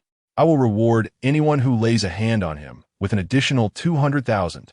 The security guards, upon hearing this, were instantly filled with eagerness, exchanging glances before moving closer, prepared to act. At that moment, saleswoman Xiao Lu, gritting her teeth, stepped forward. She exclaimed, "What are you doing? This gentleman is also our customer, and all customers are equal. You are assisting in wrongdoing. Do you not realize you are breaking the law? Who do you think you are, shouting at me? Get out of my way." The sales manager dismissed her with contempt, belittling her as merely an intern. Still not leaving? Seeking death, are you? Offended by Xiao Lu's challenge, the sales manager felt insulted and attempted to retaliate by striking her across the face. Xiao Lu gasped, closing her eyes and shielding her head. Yet, the anticipated slap never landed.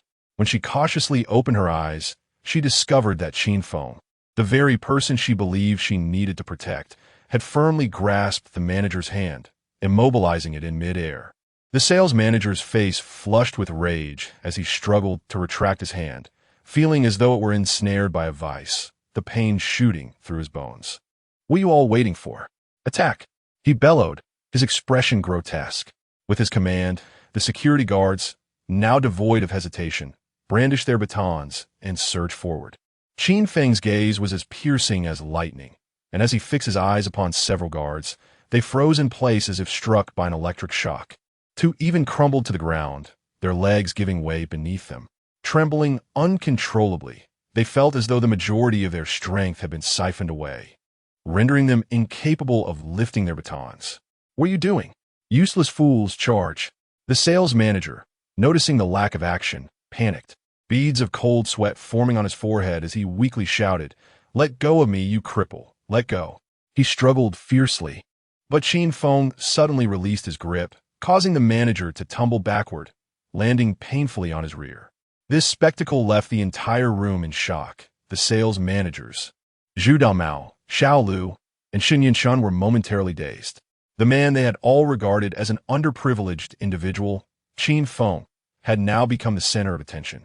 Is he truly a member of the underprivileged? A disabled person? How is he so formidable?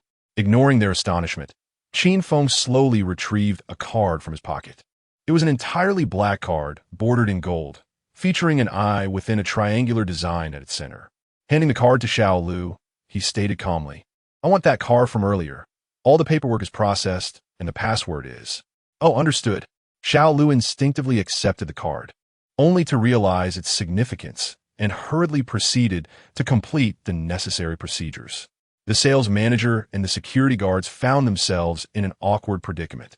They had previously assumed that Qin Feng lacked the financial means to purchase a vehicle, which had led them to treat him with such disdain and cruelty. At present, Qin Feng has produced a card to purchase a vehicle, positioning himself as a customer.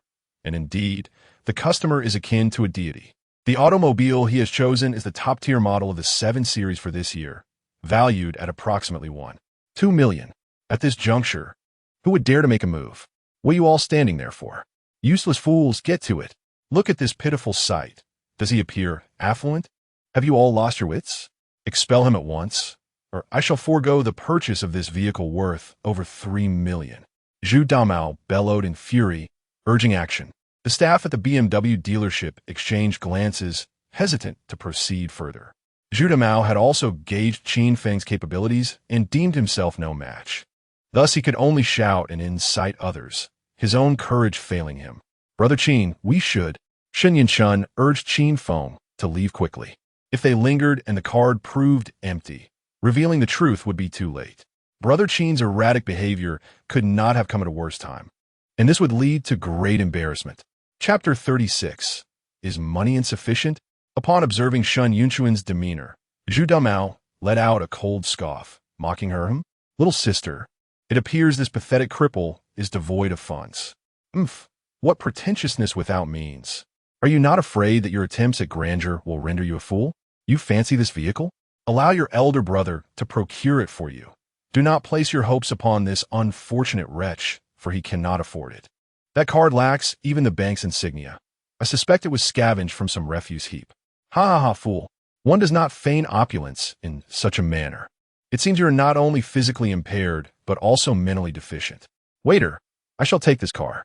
Zhu Damao, having vented his scorn, felt a sense of satisfaction. He brandished his card, loudly proclaiming his intent to seize the deal, exuding the air of a nouveau riche. He even addressed the sales manager as a mere waiter.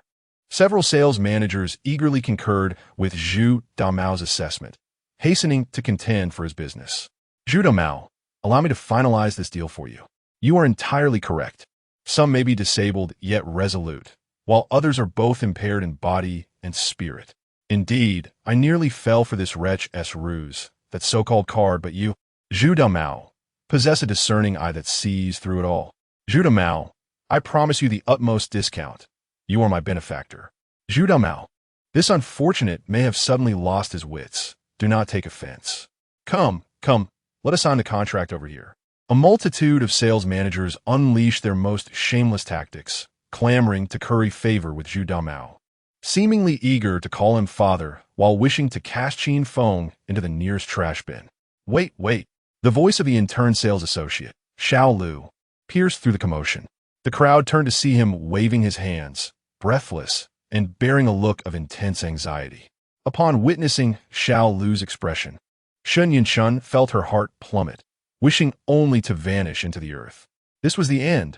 It was all over. The sales managers and Zhu Damao relaxed, their faces adorned with cruel smiles. Ha ha ha, fool.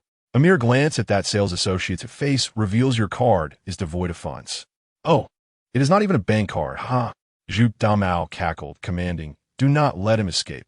Keep that girl here, for I am determined to acquire this BMW today." Zhu Damao, you truly have a keen eye. Old man, throw this pathetic cripple out. The sales managers resumed their frantic displays, while the security guards began to stir, having previously been cowed by a glance from Qin Feng, which left them momentarily weak-kneed. Nonetheless, they were reluctant to yield entirely, as fortune could still favor them with a hefty commission. Amidst the frenzy, Qin Feng remained unperturbed, steadfastly shielding Shun Yinshan from all adversity. After all, such scenes held no significance for him. What do you intend to do? Cease at once. Xiao Lu shouted. Several sales managers grew increasingly displeased. Xiao Lu, as an intern sales representative, whether you can continue here is entirely at our discretion. This is the second time you've raised your voice at us today. Prepare to be dismissed. Who do you think you are, defending this pathetic individual? Are you perhaps infatuated with him? That card is by no means a bank card. What more can you say? The sales managers pressed on aggressively. Xiao Lu, gasping for breath, quickly cupped the card in his hands and presented it, panting, "Sir, this is your card. Please do keep it safe." It truly is a bank card? Quickly, tell us, is there money in it? The sales managers urged, eager for the answer they longed to hear, which would alleviate their final reservations. Of course, there is Xiao Lu managed to catch his breath, but what? Speak up. Is it insufficient funds? Are you trying to drive us to despair? The sales managers, upon hearing that there was money on the card, felt a chill in their hearts, but when they heard Xiao Lu's hesitation, they sensed a glimmer of hope and immediately pressed him for more information. Chapter 38. Your fiancé, you wretched harlot. You must be after this pitiful wretch's money. The sultry woman finally seized her opportunity to cast a venomous accusation.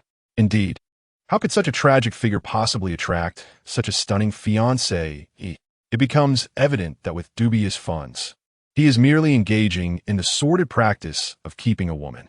A throng continued to assail Qin Feng and Shun Yinshan. At that moment, a piercing roar erupted. "Shut your mouths and call the police." The voice reverberated through the exhibition hall, causing everyone to turn. A young man, appearing to be in his late 20s and clad in a sharply tailored suit, rushed out of a car that had barely come to a halt, bellowing at the top of his lungs. He dashed over as if his rear were ablaze, bowing respectfully to Qin Feng. "Sir, I apologize for any distress you have endured here. Please allow me a moment to rectify this." The young man's demeanor left the crowd in stunned silence. One of the sales managers, bewildered, inquired, "Manager Xiang, what is happening? Why are you treating this unfortunate individual?" "Unfortunate, my foot." Manager Xiang, with a face flushed with anger, turned and delivered a swift kick to the sales manager's abdomen. "What are you doing, Manager Xiang? Why resort to violence?" Others gasped in disbelief. They dared not voice their outrage, as Manager Xiang was the general manager of the BMW dealership in Rongqing, overseeing all the BMW 4S stores. "Violence? I want to annihilate you fools. Do you possess no sense of judgment? You have provoked someone you should not have. Does it please you to strike at another's vulnerabilities? Are you not afraid of becoming the very thing you ridicule, or worse, losing your lives? What noble deeds have you accomplished?" Manager Xiang's fury escalated as he kicked the fallen sales manager several times, his eyes ablaze with rage. Loosening his tie, he bellowed at the security personnel, "Why are you still standing there? Seize these insolent wretches and teach them a lesson. And anyone who insulted this gentleman earlier, apprehend them and administer a severe reprimand." The crowd stood in stunned silence, transfixed by the explosive fury of Manager Xiang and the composed demeanor of Qin Feng. Could it be that this unfortunate individual, no, this distinguished gentleman with a severed arm, held significant influence and connections? Was it for this reason that the BMW company's head in Rongqing, Manager Xiang, would show such deference and erupt in rage, personally engaging in a physical confrontation with his own sales team? Moreover, Manager Xiang had just mentioned the possibility of his dismissal. Hua Hongxin, the sales managers, now captured by a pack of ferocious security personnel, finally recalled whom they had so carelessly insulted. Hua Hongxin, the principal representative of BMW Group in Jianghuai Province. How has this dismal affair captured the attention of Hua Hongxin? Moreover, how could the industrious Mr. Hua, who is usually preoccupied with countless matters, become aware of this situation in such a short span of time and decide to bestow a vehicle upon that unfortunate individual? Alas, the spirits of those present plummeted to the depths of despair, their hearts filled with lamentation, for it was evident that someone of Hua Hongxin's stature, who commanded such respect from Mr. Xiang, was not to be trifled with. "Strike them!" Xiang Qian bellowed in fury. following his command. The sounds of security guards delivering slaps and the anguished cries of the sales managers filled the air. Having vented his frustration, Xiang Qian approached anxiously, bowing deeply to express his apologies. Sir, I sincerely apologize for my tardiness and for the distress you have endured. Had it not been for Xiao Lu's call, I would have remained unaware of how egregiously these rascals have behaved. I do not dare to hope for your forgiveness. I merely seek to placate your ire. It turned out that Xiao Lu had contacted him during a car transaction, having overheard the sales managers and Zhu Damao continue to ridicule and berate Qin Feng, which prompted his concern and subsequent call to Xiang Qian. Chapter 39. I merely came to purchase a car shortly thereafter, in less than a minute. Xiao Lu received a call from Secretary Hua Hongxin, while Xiang Qian was directly contacted by Hua Hongxin himself.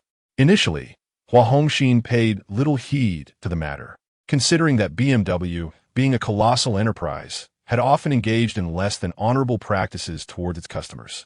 He regarded such trivial conflicts with indifference, even chiding Xiao Lu for bothering him with minor grievances. However, upon receiving the call from Hua Hongxin, he immediately grasped the weight of the situation involving the disrespected one-armed customer within his 4S dealership. Even Hua Hongxin was trembling with caution, advising him to tread lightly. Otherwise, both of them would find themselves out of a job. This prompted Xiang Qian to rush over in haste, only to be met with the derisive laughter of the sales managers as he flung open the car door. The fright nearly caused him to lose his composure entirely, igniting his fury and compelling him to retaliate physically. Qin Feng, maintaining an impassive expression, seemed unperturbed by the commotion, likely due to the influence of that particular card, which had evidently startled Hua Hongxin. After all, the card was globally limited to 100 pieces, and the significance of those who possessed it was unmistakable. To Qin Feng's surprise, Hua Hongxin was indeed familiar with that card. You need not behave this way. I merely came to purchase a vehicle. The manner in which your company's sales managers are treated is of no concern to me, Qin Feng stated, waving his hand dismissively. It is getting late. I simply wish to expedite the acquisition of my car. Xiang Qian bowed again, forcing a smile as he replied, Sir, you may take the car immediately. No, I've already stated that this car is my purchase, not a gift from you, Qin Feng reiterated with a calm emphasis. A sheen of cold sweat broke out on Xiang Qian's forehead. After contemplating for a few moments, he nodded in agreement. Yes, sir. Please hold on for a moment. Xiang Qian then turned to Xiao Lu and declared, Xiao Lu, you are now the sales manager of this establishment. Prepare the contract immediately. Huh? Oh, Manager Xiang.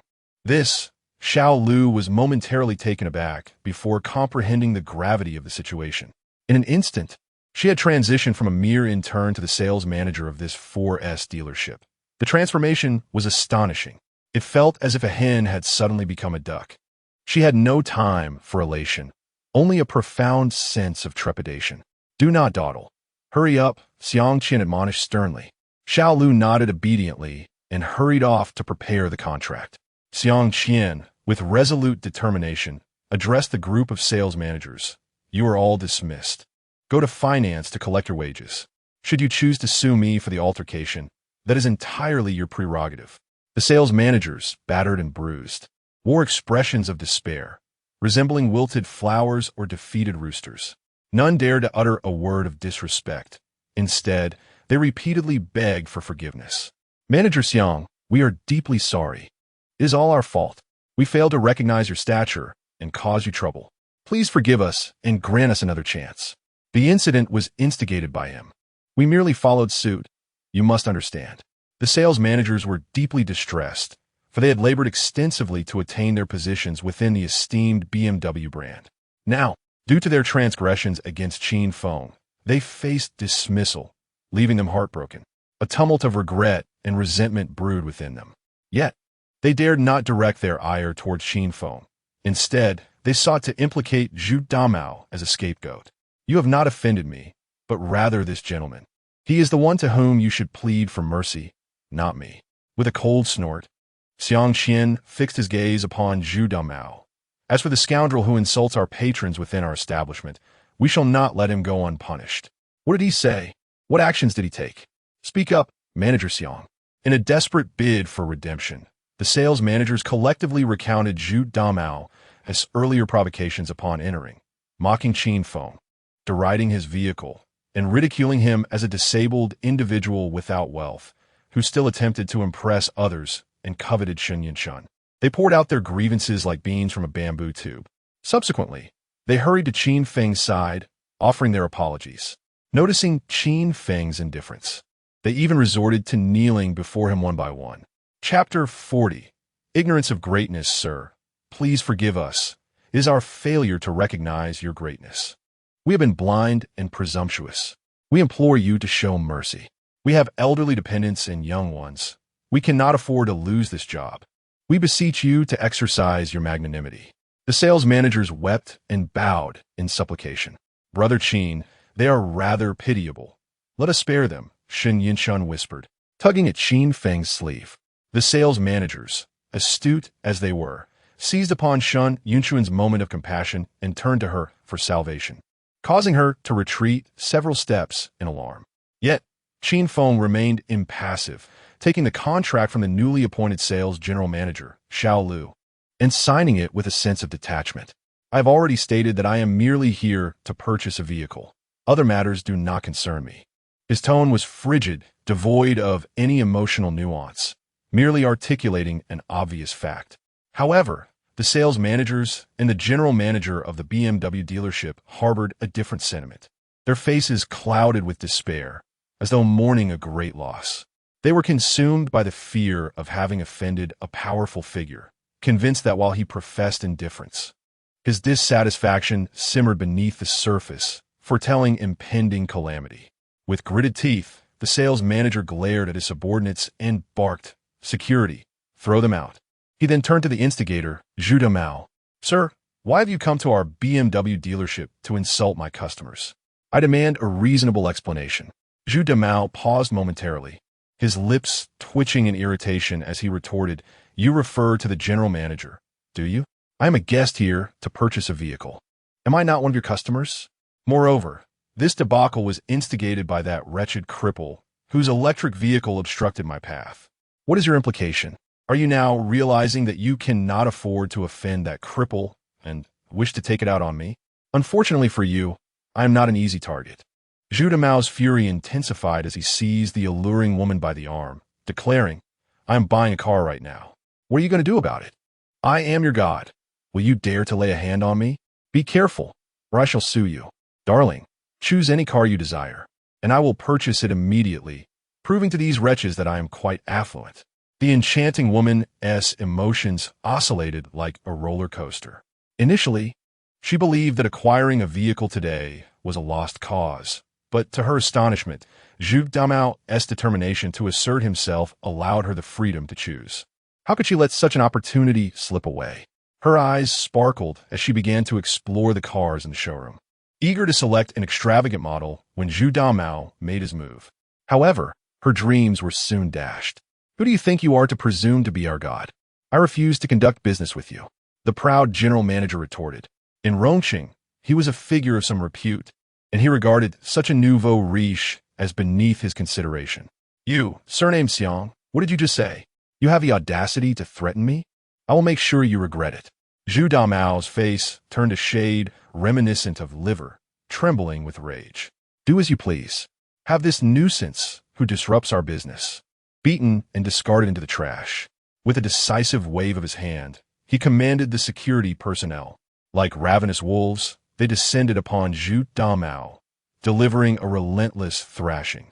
Ever since his arrival, Zhu had exuded arrogance, and they found his ostentatious display intolerable. This vulgar nouveau riche, now presented with an opportunity, they were certainly not inclined to hold back. After all, with the general manager shielding them, any fallout would be mitigated. A flamboyant woman shrieked a few times, but upon receiving a scolding, she fled in terror, leaving Zhu Damao alone to bluster impotently with a few harsh words before begging for mercy. The general manager discreetly scrutinized Qin Feng's expression, yet for a prolonged moment, Qin displayed no discernible reaction, leaving his satisfaction or discontent a mystery. The general manager, wary of escalating the situation to a fatal outcome, gritted his teeth, and gestured, "Dispose of him in the trash." Chapter 41. The farewell to the gentleman, sir. The oil has been replenished, and the temporary license plate is ready. In a couple of days, once the official plate arrives, we will come to affix it for you. Should you require anything else, do not hesitate to call me. Xiao Lu stammered, her eyes brimming with reverence. She dared not slight this enigmatic, distinguished guest, who had transformed himself from an intern into the sales manager without uttering a single word. The magnitude of his presence was beyond her imagination. Qin Feng nodded, gently pulling Shun Yinchun along. "Let us depart." Shun Yinchun, somewhat dazed, was guided into the passenger seat and fastened her seatbelt. Throughout their interaction, Qin Feng remained reticent. As he had stated, he had merely come to purchase a vehicle, indifferent to Zhu Damao's provocation or the condescension of the sales managers. To him, individuals of such stature were no more significant than ants. An ant could never provoke a tiger, nor would it incite its wrath. Qin Feng need not lift a finger. The consequences would inevitably befall the other party. "Farewell, sir." Manager Xiang, along with the entire staff, lined up in urgent formation, bowing respectfully as Qin Feng and Shun Yinchun departed. As they drove away, Qin Feng caught a glimpse of several security personnel at the BMW dealership, vandalizing a black Mercedes, most likely Zhu Damao's vehicle. The man himself had been unceremoniously tossed into a large green dumpster, his legs protruding, occasionally quivering with pitiful groans. Once on the road, Shun Yinchun finally grasped the situation. "Brother Qin, my electric bike." A smile flickered across Qin Feng's stern and aloof visage as he gazed at her with tenderness. "Isn't this car more comfortable than your electric bike? Do you not want it?" "Oh," Shun Yinchun responded softly, still feeling as if she were in a dream, disoriented. Qin Feng had purchased this car for her. Would she truly be driving it to work in the future? She mused to herself.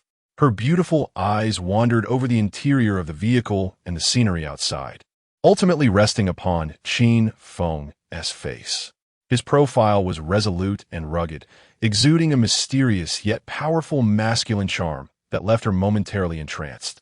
This was the first time she had truly observed Qin Feng.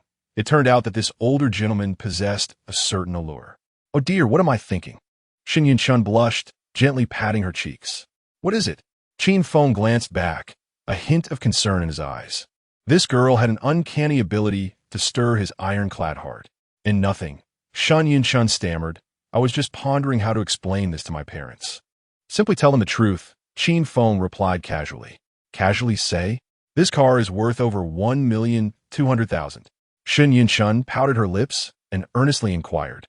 "Uncle Qin, you are not an ordinary person, are you? With such wealth, why would you participate in the selection of suitors and subject yourself to ridicule?" Even Shun Yinchun, in her innocence, had begun to realize that Qin Feng was no ordinary individual. He had purchased a vehicle worth over 120,000 without so much as a blink. Without lifting a finger, he had intimidated the general manager of the BMW dealership into dismissing their sales manager and had reprimanded the two who had insulted them, namely Zhu Damao. This uncle was exceedingly peculiar and enigmatic. Shun Yinchun felt overwhelmed by the myriad of mysteries surrounding Qin Feng, transforming her into a veritable fountain of questions. Have you heard of the beggars' sect? It has existed for over 1,000 years. Though it is a society of beggars, the beggars' sect is not lacking in wealth. Qin Feng casually fibbed. "So you are an elder of the beggars' sect?" Shun Yinchun nodded, only then realizing that Qin Feng was merely jesting with her. In this day and age, was there even such a thing as a beggars' sect? Chapter 42. Regret, perhaps? On a serious note, why did you participate in the Shun family's selection of suitors, only to be mocked? Shun Yinchun shot Qin Feng a glance, baffled as to why someone so wealthy and esteemed would subject himself to such ridicule. Could it be that he harbors a penchant for masochism? The fortune teller advised me that I could only thrive by relying on others, hence my participation, Qin Feng replied with a smile. "Humph, you're just brushing me off. You rascal."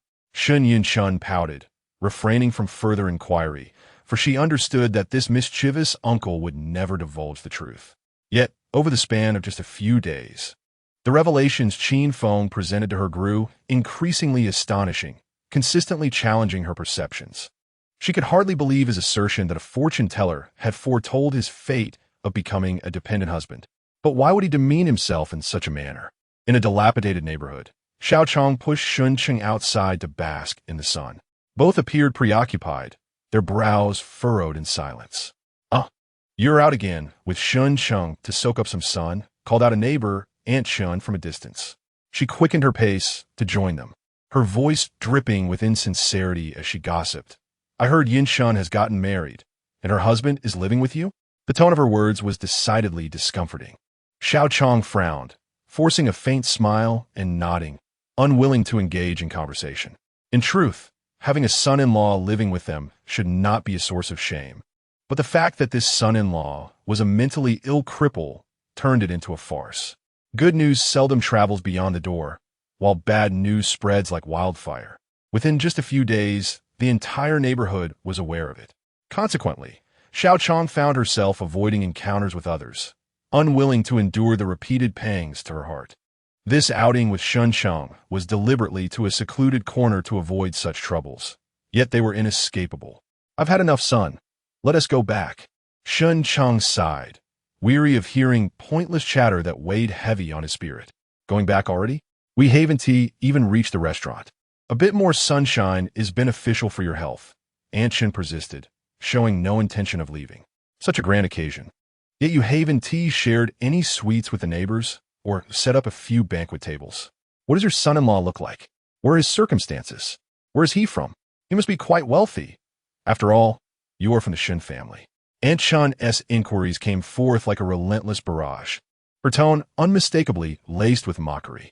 Clearly, she was well aware of the details surrounding Shun Cheng's daughter's marriage and was feigning ignorance to deride the couple. What concern is it of yours? Xiao Chong retorted impatiently, prepared to push Shun Cheng away. She was utterly vexed. Aunt Shun frowned at this, expressing her discontent. What do you mean by that, Xiao Chong? I merely asked a couple of questions, and you're already angry? Is it forbidden to inquire about your son-in-law? Xiao Chong's face flushed with indignation, rendered speechless. Their path was obstructed, leaving them no way to escape. Yin Shun is such a wonderful daughter. How could she have ended up with a son-in-law like that? It has come to my attention that one is still an idle wanderer, a person of impaired abilities, nearly a decade older than Yin Shun. Alas, what sort of judgment do you possess to select such a son-in-law? I must question your capabilities as parents. How could you allow this? Are you not merely pushing that girl Yin Shun into a fiery abyss? Aunt Shun, abandoning all pretense, continued her scathing remarks. Is this not a ruinous fate for Yin Shun? The young man I previously introduced to you was infinitely superior to the invalid you have chosen. He is a civil servant, holding a stable and secure position, and possesses an appealing appearance. I offered my assistance out of goodwill, yet you rejected him, leading to my own discredit. Now, do you find yourselves regretting that decision? Alas, there is no remedy for remorse. Ignoring the wisdom of the elders has brought you to this predicament, has it not? Aunt Shin relished this opportunity to ridicule Xiao Qiang and Shun Cheng, seeking her own satisfaction. Observing the displeasure on their faces, she could not help but smile triumphantly. Chapter 43. Xiao Chong and Shun Cheng were trembling with rage. Xiao Chong pushed Shun Cheng aside, intending to bypass the noisy neighbor. Hey, don't leave. I advise you to swiftly rid yourselves of that useless son-in-law. I could introduce you to someone better. However, as this would be a second marriage, you mustn't be too choosy. But, in any case, he would be far superior to that pitiful cripple you have now. Aunt Shun pursued them relentlessly, her facade of goodwill betraying a mocking smile. Suddenly, a brand-new white BMW pulled up at the corner, its glossy exterior shimmering in the sunlight, almost blinding. Before anyone could react, Shun Yinshin and Qin Feng emerged from the car. Mom, let me handle this. Shun Yinshin quickly stepped in to take over for Xiao Chong.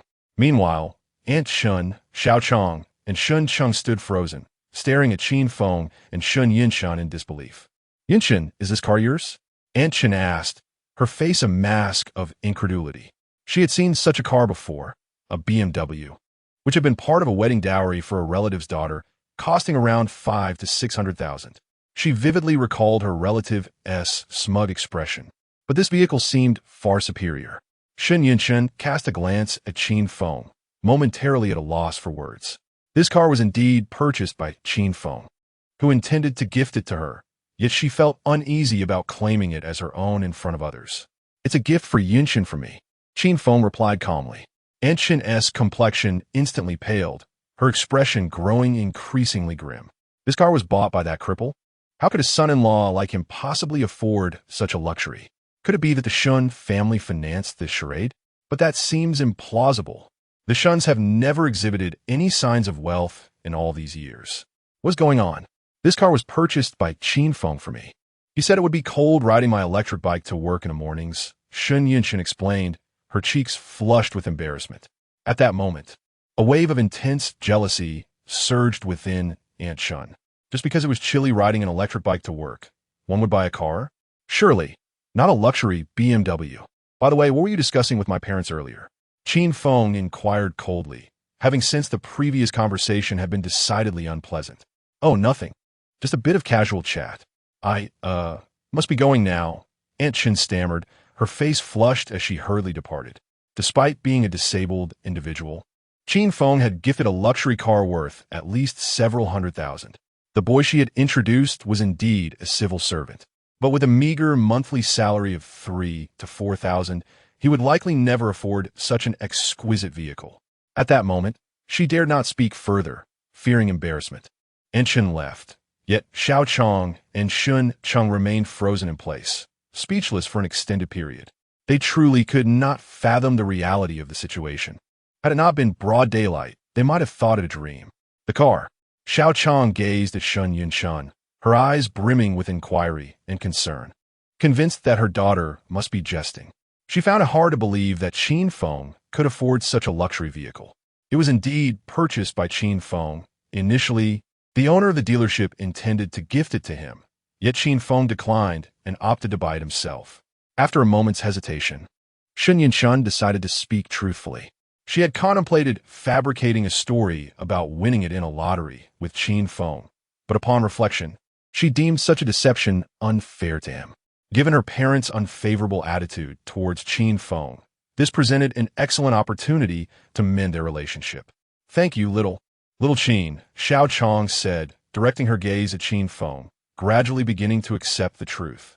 Her expression was a tapestry of emotions: excitement, skepticism, concern, and joy. This son-in-law was becoming increasingly enigmatic. Since he had entered their home, he had consistently surprised them with his actions, all while safeguarding their family. Human hearts are tender, and she too was moved. Her heart had begun to embrace Qin Feng, yet the acknowledgement of him as her daughter's husband remained a challenging notion to accept. Chapter 44. I know a doctor at least today. Aunt Chun had been humbled and silenced, and she felt a surge of joy. It had been a long time since she experienced such satisfaction. "Let us head home," Shun Chung suggested, casting a deep glance at Qin Feng. "I'll take over," Xiao Chong said as she took the wheelchair, pushing her husband forward. Shin Yin-chun leaned in closely and whispered to Qin Feng, "It seems my parents believe it." "That is of no consequence," Qin Feng replied. He turned to glance at their neighbor, Aunt Shun, realizing that his in-laws had endured much criticism. It was imperative to restore their dignity. He would not allow anyone to belittle his in-laws. Xiao Chong was quite an accomplished cook, at least in Qin Feng's opinion. Having traversed the globe and savored exquisite delicacies worth millions, he still found home-cooked meals to be the most delightful. As he devoured the food with great enthusiasm, Xiao Chong felt a sense of happiness, realizing that her cooking was indeed enjoyable. "Qin Feng, may I ask you a question?" Shen Sheng hesitated for a moment before finally inquiring, "Is that car truly yours? How much did it cost?" He remained skeptical about Qin Feng's ability to afford a BMW. "Yes, it is indeed my car. It's merely a vehicle, nothing to fuss over. Just over 1.2 million, Qin Feng said nonchalantly, not lifting his head as he continued to eat. "Once your legs are better, Dad, I'll buy you one too. And Mom, if you could drive, I'll get you one as well." His calm demeanor, as if it were a matter of course, rendered Shun Cheng's family speechless. It was only then that Qin Feng raised his head, curious about their gaze. "Why are you all looking at me like that? It's just a few cars." "Brother Qin Feng, that is not what I meant," Shun Yinshan interjected, her eyes glistening with emotion. She had instinctively wanted to call him Uncle Qin Feng, but felt it inappropriate in front of her parents, so she changed her address. She understood that Qin Feng would never make light of her father's condition. Did this mean there was a possibility for her father's legs to be healed? Qin Feng, I know you're not mocking me. It's just that my legs. Shen Qing opened his mouth, only to shake his head with a bitter smile. Ah, thank you for your kindness. I want TB needing a car. I'm a burden for life. Dad, I know a doctor who is a world-renowned expert in this field. He should have a solution, Qin Feng casually remarked. Shen Qing's head shot up, his eyes filled with excitement. Brother Qin, is this truly the case? Shen Yinshun asked eagerly for confirmation. She was well aware that Qin Feng was no ordinary individual. Even the news of him purchasing a car had stirred the head of the BMW company in Jianghuai province. It was not far-fetched for him to know top-tier doctors. Of course, he is just not in the country at the moment. Once he is finished with his commitments, I'll have him come to Rongqing, Qin Feng replied nonchalantly, returning to his meal with the veracity of someone starved. Is it truly true? Shen Qing's throat quivered with excitement. Rest assured, Qin Feng assured him with a serious nod. Shen Qing trembled with excitement, and it was only after Xiao Chong gently patted his hand that he managed to regain some composure. Xiao Chong cast a wary glance at Qin Feng, her heart still filled with doubt. Could this son-in-law truly be trusted? After dinner, Shen Qing retired to his room for rest, while Shen Yinshun busied herself with preparations. Qin Feng sat alone on the sofa, idly watching television. Once she had tidied up the dishes, Xiao Chong quietly called out to Qin Feng from the kitchen doorway.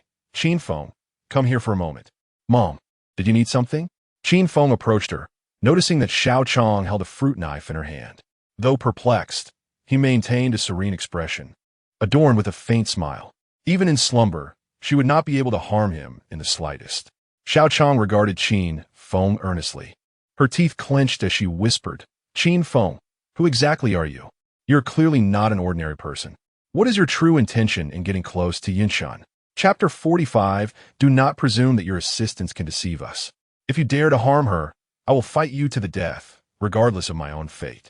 The determination in Xiao Chong's eyes was palpable. A woman may be delicate, but a mother becomes fierce. She would go to great lengths for her daughter. Xiao Chong, not one to be easily fooled, contemplated for a moment and grasped the reality. Anyone who believes that Qin Feng is merely a deranged vagrant or a cowardly son-in-law is indeed a fool. From the very beginning, Qin Feng had exhibited an undeniable strength and assertiveness, casually purchasing a luxury car worth over $1 million. How could such a person be a mere drifter? Mother, there are matters I cannot disclose to you, but I assure you that I harbor no ill will towards either you or Yinshan, Qin Feng stated with a calm demeanor. I have come to Rongqing solely to protect Yinshan, to ensure she is not bullied. Naturally, as her parents, it is my duty to care for you as well. Xiao Chong gazed at Qin Feng for a prolonged moment before finally inquiring, why? She was beginning to believe his words. She saved my life. Qin Feng paused before continuing. Please do not mention this to Yinshan. When the time is right, I will reveal everything to you. Xiao Chong hesitated. At that moment, the creaking sound of the door opening interrupted them. Xiao Chong quickly concealed the fruit knife. Lowering her voice, I will temporarily place my trust in you. But you must not lay a finger on Yinshan. You cannot ruin her. Qin Feng nodded and, without further ado, exited the kitchen. Is the data organized? He asked. I will take you to the company. After bidding farewell to Xiao Chong, Qin Feng drove Shen Yinshan to the company. At that moment, in the office of the president of a Shen group, Shen Wen sat in his chair with a grim expression, observing Shen Zhihao as he entered. Have you clarified the situation? He asked coldly. Shen Zhihao nodded. Everything has been clarified. I spent 500,000 to acquire intelligence from Li Wei's trusted subordinates. It turned out that before Li Wei became a legalist, he was also a vagrant, and on one occasion, he had been severely beaten and nearly starved to death. Later, Qin Feng, seeing his plight, shared half a steamed bun with Li Wei, saving his life. They had lived under a bridge together and begged for food side by side. Thus, Li Wei was merely repaying the life-saving favor. This time, he ought to have settled the debt. Shen Zhihao clenched his teeth as he spoke. The truth was that Shen Yinshun did not sell her body to Li Wei. Instead, it was the presence of that crippled son-in-law, Qin Feng, that incited discontent. I never expected such a twist. Look at the company you have chosen. Shun Wen chastised his son disapprovingly. Qin Feng was selected by Shun Jihao, who had initially perceived him as nothing more than a derelict with mental issues. Who could have foreseen his connection with Li Wei? Father, who could have predicted such a circumstance? Shun Jihao sighed and continued. However, rest assured, that scoundrel Li Wei is notoriously ruthless and ungrateful. He would turn against even those who fought alongside him to build his empire, let alone a mere vagrant's gratitude. Once the debt is settled, it will surely be forgotten. When the time comes, how shall we deal with that scoundrel Qin Feng? It is certain that Li Wei will not intervene. Shun Jihao paused momentarily, his voice laced with malice as he declared, I am eager to witness what tricks that Li Wei has left once this favor is exhausted, and what that wretched cripple will resort to. Shun Wen also pondered deeply, nodding in agreement. He was well acquainted with Li Wei, a ruthless individual known for his merciless deeds, instilling fear and caution among those in their circle. This time, it is likely that he is leveraging the situation to enhance his own reputation. Yet, it is undoubtedly limited to that. Qin Feng, that pitiful wretch, serves merely as a tool. Once used, who would still care for him? Once this matter concludes, we shall return the humiliation he has inflicted upon us, doubled in severity. Have the arrangements at the factory and construction site been finalized? Shun Wen inquired further. Father, everything is in order, Shun Jihao replied with a sinister smile. That wretched Xinyin Shun will undoubtedly regret taking on this project. Chapter 45. Only one big brother in the executive office atop a landmark building in Rongqing. Li Wei stood before the floor-to-ceiling window, gazing into the distance while engaged in a phone conversation. Should anyone have witnessed this scene, they would undoubtedly be astonished. The typically domineering and assertive Li Wei at this moment exhibited an unexpected demeanor of utmost respect in both his gestures and tone. The significance of the individual on the other end of the line was unmistakable. Brother Chong, as per your instructions, everything has been taken care of, Li Wei said with deference, continuing, Is there anything else you wish to command? From now on, simply heed my elder brother's directives. Once I conclude my affairs here, I shall return to Rongqing, came the deep, resonant voice from the other end, reminiscent of a lion's low growl. Understood. Li Wei instinctively stood at attention, a tremor of anticipation coursing through him. Brother Chong's impending arrival in Rongqing necessitated thorough preparations. Li Wei, do you comprehend why I have supported your ascent in Rongqing? The voice inquired. Upon reflection, Li Wei realized the answer. It was undoubtedly due to Brother Chong's earlier mention of his elder brother, the enigmatic man with a severed arm. It was clear that Brother Chong sought his assistance on behalf of that brother, who must have been orchestrating plans for Rongqing over the past 5 years. A wave of apprehension washed over Li Wei. Was the elder brother truly orchestrating strategies that far back? You are an astute individual. I trust you know how to proceed without further reminders. Perform commendably, and my elder brother will not neglect you. Bear in mind, your current achievements are but trifles, far from the culmination of your potential. With that, Brother Chong ended the call. Li Wei took several deep breaths, struggling to regain his composure. He understood the magnitude of Brother Chong's influence and the power he wielded. The fact that Brother Chong referred to the man with a severed arm as elder brother left Li Wei in awe. Who could this figure possibly be? The implications were staggering. Excitement surged within him as he recognized the opportunity that lay before him. His existence was intrinsically linked to serving Qin Feng, and if he executed this task successfully, the rewards could be boundless. As Brother Chong had articulated, everything he had thus far achieved paled in comparison to what was yet to come. Knock, knock. The office door echoed, and upon receiving a response, one of Li Wei's subordinates swiftly entered. Big brother, from now on, refer to me as General Li. Li Wei interjected, his brow furrowed in earnestness. From this moment forth, there shall only be one big brother in Rongqing.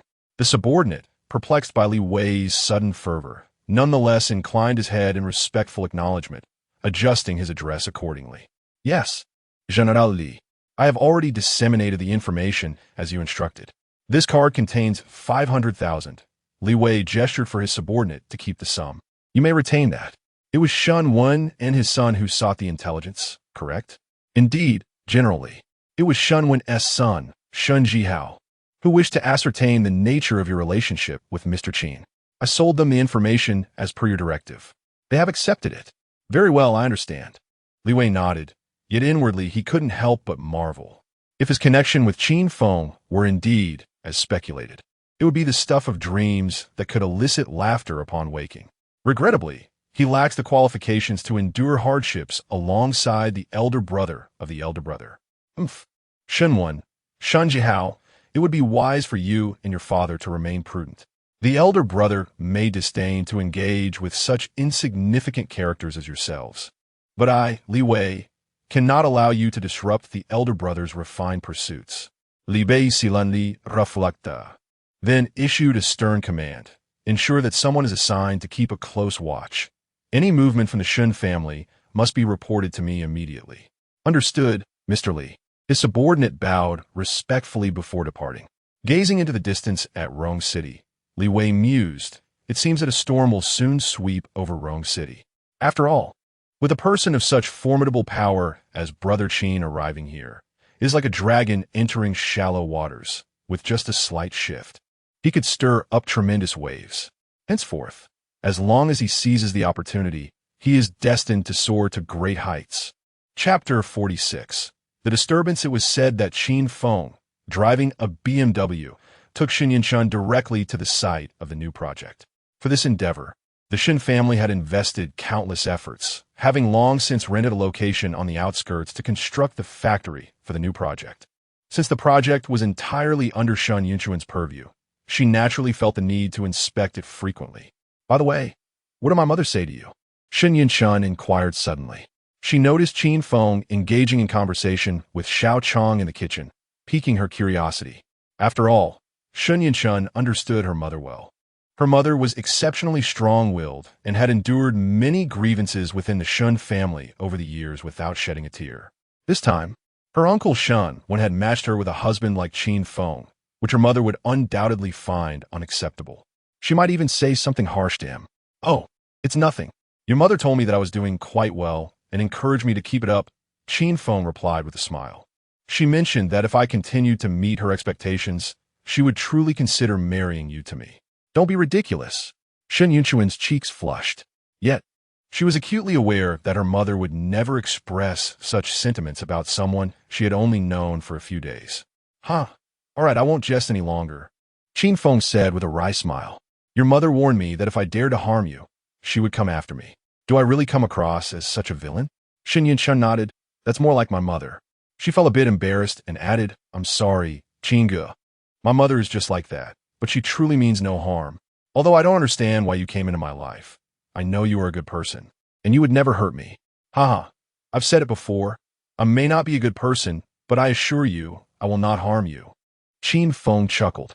Thank you, Qingge, for helping our family so much, Shen Yunchun said earnestly. Qin Feng waved his hand, choosing not to elaborate further. These were responsibilities he willingly accepted as his repayment. As they approached the construction site, they could see a large crowd gathered at the entrance. Upon opening the car door, they were met with a cacophony of noise. Shen Yunchun frowned with concern, and when she saw Qin Feng calmly walking forward, she took a deep breath and followed him. Manager Huang, what is going on? Shen Yunchun stepped forward to inquire.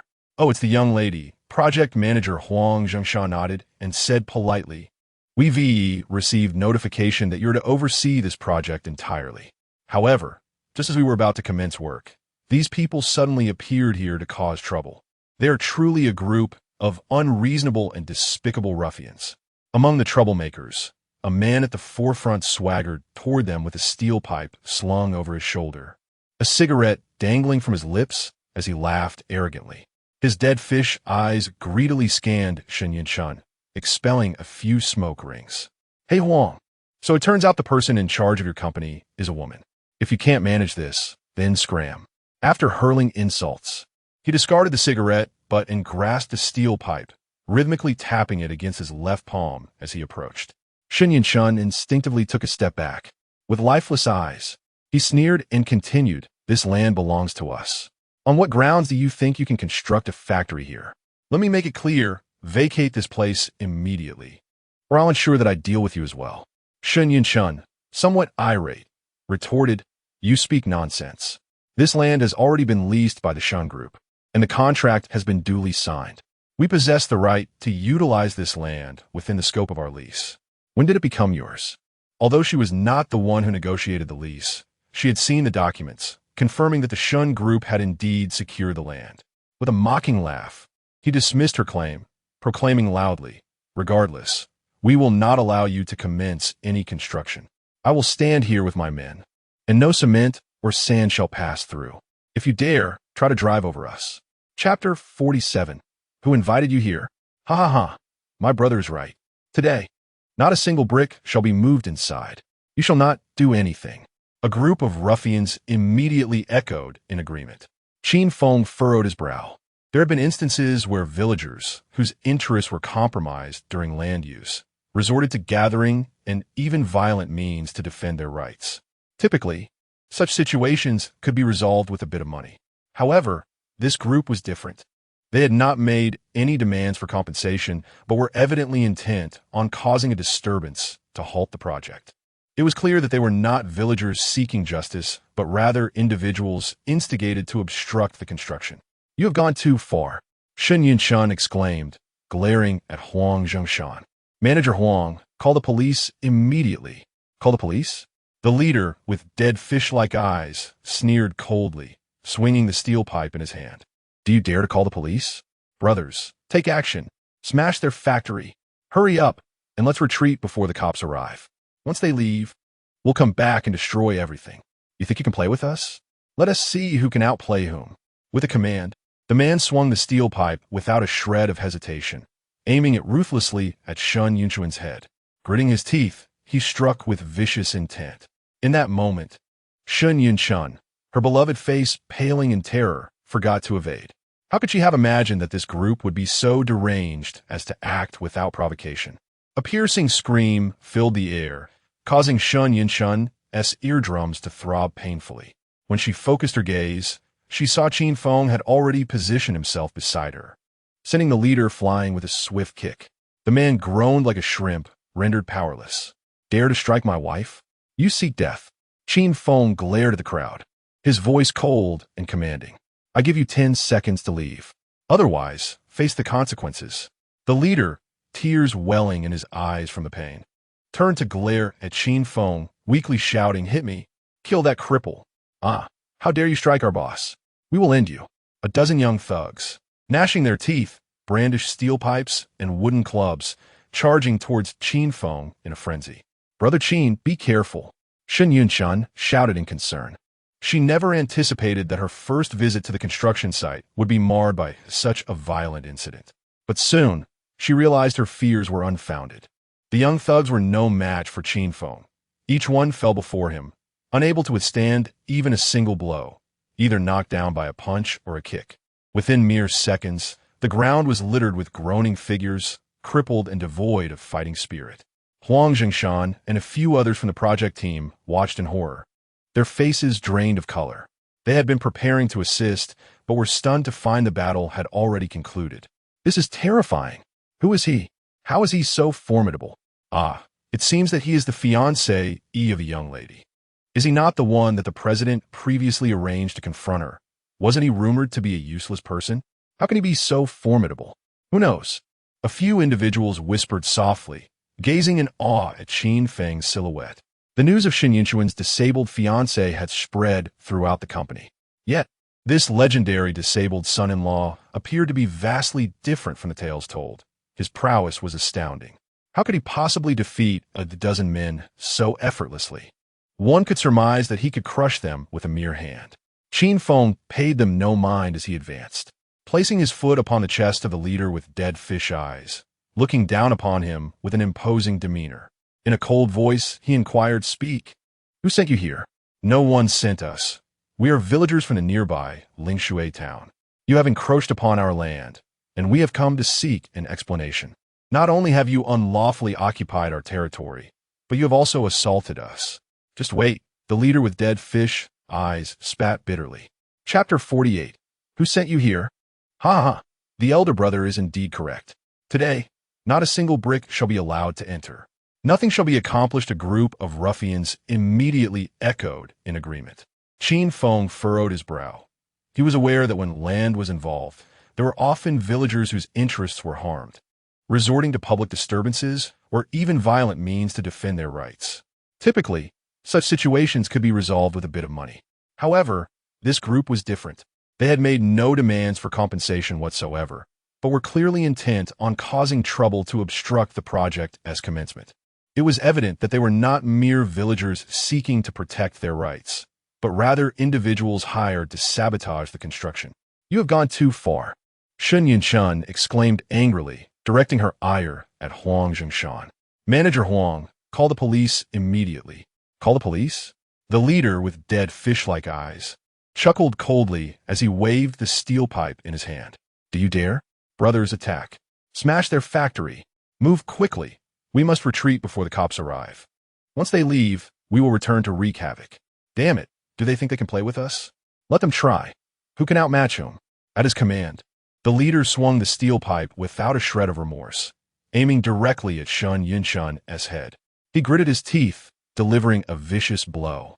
In that moment, Shun Yunchun, terrified, forgot to dodge, her beloved face paling in fear. How could she have anticipated that this group would be so frenzied, launching an attack without hesitation? The next moment, a scream pierced the air, startling Shun Yunchun's eardrums. She focused her gaze and saw Qin Feng standing protectively beside her, kicking the leader away with a forceful blow. The leader, crumpled like a shrimp, groaned in pain, stripped of his fighting spirit. "Dare to strike my wife? You seek death." Qin Feng scanned the crowd with a cold gaze. "I give you 10 seconds to leave. Otherwise, you shall bear the consequences." The leader, tears welling in his eyes from the pain, turned to glare at Qin Feng, weakly shouting, "Attack! Kill that cripple! How dare you strike our boss? We will end you. Cripple, I will take your life. Kill him." A dozen young thugs, gritting their teeth and wielding steel pipes and wooden sticks, charged at Qin Feng, intent on a group assault. "Brother Qin, be careful," Shun Yunchun cried out, her concern palpable. She never imagined that her first visit to the factory site would be marred by such an act of violence. Yet, she soon realized her worries were unfounded. For the young thugs were no match for Qin Feng. None could withstand even a single blow from him. Within mere moments, they were all sprawled on the ground, howling in agony, some with broken arms, others with shattered legs, rendered incapable of further combat. Huang Zhengshan and several others from the project team, pale with fear, had been preparing to assist, only to discover that the battle had already concluded. This is terrifying. Who is he? How can he be so formidable? Indeed. It appears to be the fiancé of a young lady. Is he not the one whom the president had previously found for her? Wasn't he rumored to be utterly useless? How can he be so formidable? Who knows? A few individuals whispered softly, their gazes filled with reverence as they observed Qin Feng's retreating figure. The entire company was aware of Shun Yunchun's predicament with a disabled fiancé. Yet, how could this fabled crippled son-in-law differ so vastly from the tales told? His prowess is astonishing. How could he have dispatched a dozen individuals in mere moments? Surely, he could crush them effortlessly with a single hand. Qin Feng, however, paid them no mind. He advanced, placing his foot upon the chest of the leader, gazing down upon him from his elevated position. In a chilling tone, he inquired, "Pray tell, who sent you here?" "No one sent us. We are villagers from a nearby Lingshui town. You have encroached upon our land, and we have come to seek an explanation. Not only have you unlawfully occupied our territory, but you have also assaulted us." "Just you wait," the leader of the group, with a fierce glint in his eyes, retorted. Chapter 49. You spoke incorrectly. This fellow's lips remained tightly sealed, even after suffering several broken bones. He stubbornly insists he is merely a villager seeking his due. You have misspoken," Qin Feng scoffed, exerting force with his foot, and with a series of crisp cracks, several ribs of the lifeless-eyed man were shattered anew. Please spare me." The lifeless-eyed man finally succumbed to fear, pleading in a state of utter terror. "You have no chance left." Qin Feng remained expressionless, continuing to apply pressure. The lifeless-eyed man was engulfed in an abyss of dread, acutely aware that should he fail to utter anything soon, the fractured ribs would pierce his innards under Qin Feng's relentless weight. At that moment, he knew his life hung in the balance. You dare harm me? My elder brother will not let you go. My brother is. The lifeless-eyed man stammered, a facade of bravado crumbling under the weight of pain and fear. However, before he could finish his sentence, he succumbed to unconsciousness. Monster! Run! The remaining ruffians, witnessing Qin Feng's mercilessness, were paralyzed with terror, no longer daring to remain on the ground, which would be tantamount to awaiting their demise. One by one, they scrambled to their feet, completely abandoning their leader in their flight. You two come here, Qin Feng coldly commanded. The two who lagged behind, as if caught in a spell, froze on the spot, their faces more ghastly than those attending a funeral. Be brother, do you have any further instructions? We shall never cause trouble again. Please spare us. The two small-time thugs, petrified and pallid, trembled uncontrollably, drenched in cold sweat. You two still seem capable on your feet. Carry him away. Qin Feng gestured towards the unconscious, lifeless-eyed man. The two thugs, already nursing their injuries, one with a broken arm and the other with a fractured rib, felt immense pain, yet dared not utter a word of dissent. Nodding reluctantly, they staggered forward to drag their leader away. Those from the project team were equally stricken with cold sweat, their throats dry, swallowing hard while some, in their fear, nearly soiled themselves. They silently thanked their stars that everything had transpired so quickly, sparing them from any confrontation with Qin Feng. Had they shown even a hint of disdain or mockery towards him, they would undoubtedly share the same fate as their leader. Now sprawled on the ground, broken and battered. As Qin Feng approached, they instinctively retreated several paces, wishing to maintain a safe distance from this harbinger of doom, not daring even to meet his gaze. Qin Feng paid them no mind, instead leading Shun Yinchun towards the factory area.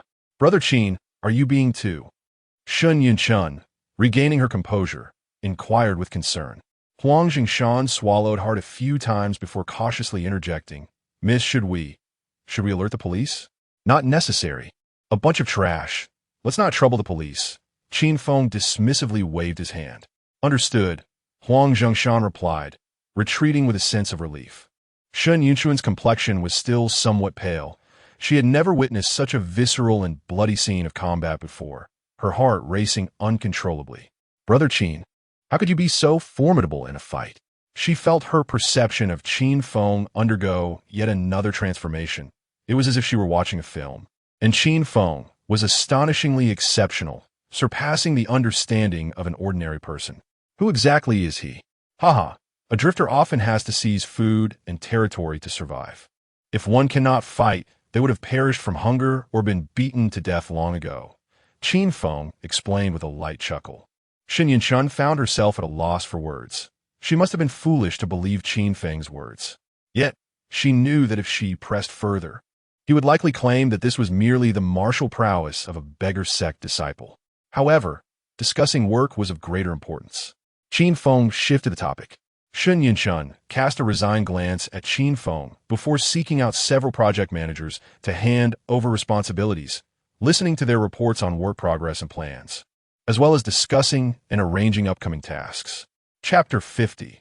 After the completion at the entrance, Qin Feng turned to observe the direction in which the group of ruffians, masquerading as villagers and causing a disturbance, had fled. A chill flickered in his gaze. It appears that some individuals are oblivious to the consequences of their actions. He regarded these scoundrels with disdain. No matter how many dared to create chaos, he could effortlessly obliterate them. What truly mattered was the person orchestrating this behind the scenes. Following the recent events, Shun Yunchuan's meeting proceeded exceedingly smoothly. Several managers from the project department had originally intended to create difficulties for Shun Yunchuan, perhaps in hopes of reaping benefits or testing her capabilities, preparing to undermine her authority in the future. They even considered using this opportunity to pledge their loyalty to Shun Wan, aware of the Shun family's standing within the Shun group, which was akin to the security guard at the entrance. Moreover, given their discord with Shun Wan's family, they certainly would not let this golden opportunity slip by. However, Upon witnessing the legendary Qin Feng, the formidable fiancé of the supposedly incapacitated Shen Yunchun, their bravado evaporated. They fell silent, too intimidated to entertain any further thoughts. Each one of them resembled a mouse caught in the presence of a cat, stealing glances at Qin Feng, fearful that he might take offense and retaliate. You must ensure the completion of the project within 3 months, allowing the factory to commence operations on schedule, Shen Yunchun instructed, emphasizing the significance of this matter for the progress of other projects. She urged the managers to devote their utmost effort, assuring them that their bonuses would be substantial upon successful completion. Qin Feng observed Shen Yunchun intently, witnessing her in a serious work mode for the first time. It was as if she had transformed into a different person, dedicated, meticulous, professional, and adept at communication, striking a balance between assertiveness and gentleness. Such a woman was truly captivating. Meanwhile, Xiao Chong tidied the house, preparing to venture out to purchase medicine for Shen Chong. Currently, the family's sustenance relied entirely on Shen Yunchun's salary, prompting her to leave her salary card at home for her mother's convenience. With their cash reserves depleted, Xiao Chong intended to withdraw funds using the card. However, upon searching Shen Yunchun's drawer, she did not find the expected salary card, but instead discovered a peculiar black card adorned with gold trim, featuring an eye within a triangular emblem. It bore no markings of any issuing bank. Without the magnetic strip, one might not even recognize it as a bank card. A note was affixed, stating the password. Xiao Chong instantly recognized the password as Shen Yunchun's birthday and muttered to herself, "When did this girl change her card? This one seems rather odd. I knew the password for the previous card, which hasn't changed. Why would she write it down?" Dismissing her doubts, she took the card and proceeded to the nearest bank to withdraw money. Unfamiliar with operating the ATM, she took a number and queued, intending to withdraw the entirety of the over 1,000 yuan from Shen Yunchun's card. With nearly 1,000 needed for Shen Cheng's medicine and additional funds required for groceries, she decided to withdraw it all. "Hello, I would like to withdraw the full amount," she stated as she reached the counter, handing over the black card. The bank teller instinctively reached for the card to swipe it, but upon closer inspection, furrowed her brow in confusion.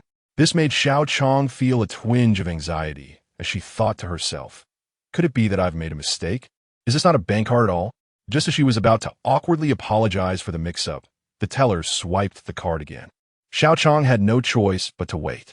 "Please enter your password," the prompt echoed, and she exhaled in relief, realizing it was indeed a bank card. Otherwise, it would have been quite embarrassing. After entering her daughter's birthday, the teller glanced at the screen, then turned her head in astonishment. Her expression one of disbelief as she scrutinized Xiao Chong. Ma'am, how much would you like to withdraw?" The teller's voice trembled slightly. Xiao Chong was taken aback for a moment, then somewhat bashfully replied, "Just everything." It was a little over 1,000 yuan, and she feared that revealing the amount might invite ridicule. However, the young female teller appeared even more anxious, swallowing hard, seemingly at a loss for words. Chapter 51. The stolen card. She scrutinized the peculiar black card once more, her hands trembling as she rose and slightly bowed to Xiao Chong. "Auntie, please hold on a moment." With that, she hastily departed from the counter, stumbling towards the president's office. "President, something's amiss. A grave situation has arisen," the nervous teller repeated anxiously. The president, sipping tea, was momentarily startled as he burned himself on the teacup. He frowned and admonished, "Xiao Ho, why are you in such a fluster? What calamity has befallen us? Has there been a bank robbery?" He placed the teacup down calmly, exuding no concern. The security in Rome City was exemplary. Bank heists were only witnessed in films, never in reality. "No, President, it's this strange card," the teller stammered. "The balance. It has so many zeros that I didn't dare to count them closely." She extended the card towards him, explaining that a lady had come to withdraw all her funds. The president, initially indifferent, suddenly grew tense upon glancing at the card. He swiftly rose, snatching it to inspect it more closely. The teller Xiao Ho trembled, yet she understood the significance of the card. It was a specially customized card issued by several major banks of the world, with a limited circulation of fewer than 100 cards globally, and a minimum balance of 1 billion green coins. The emblem, a triangular eye, was steeped in history and mystery, known as the all-seeing eye, symbolizing the cardholder's status. Having been a bank president for over a decade, he had only heard of such a card through conversations with his peers. Initially, he had intended to criticize the teller for her lack of composure, questioning how many zeros there could possibly be. However, now he realized that the number of zeros was indeed substantial. To withdraw the entire amount would require a vault far larger than what their branch possessed.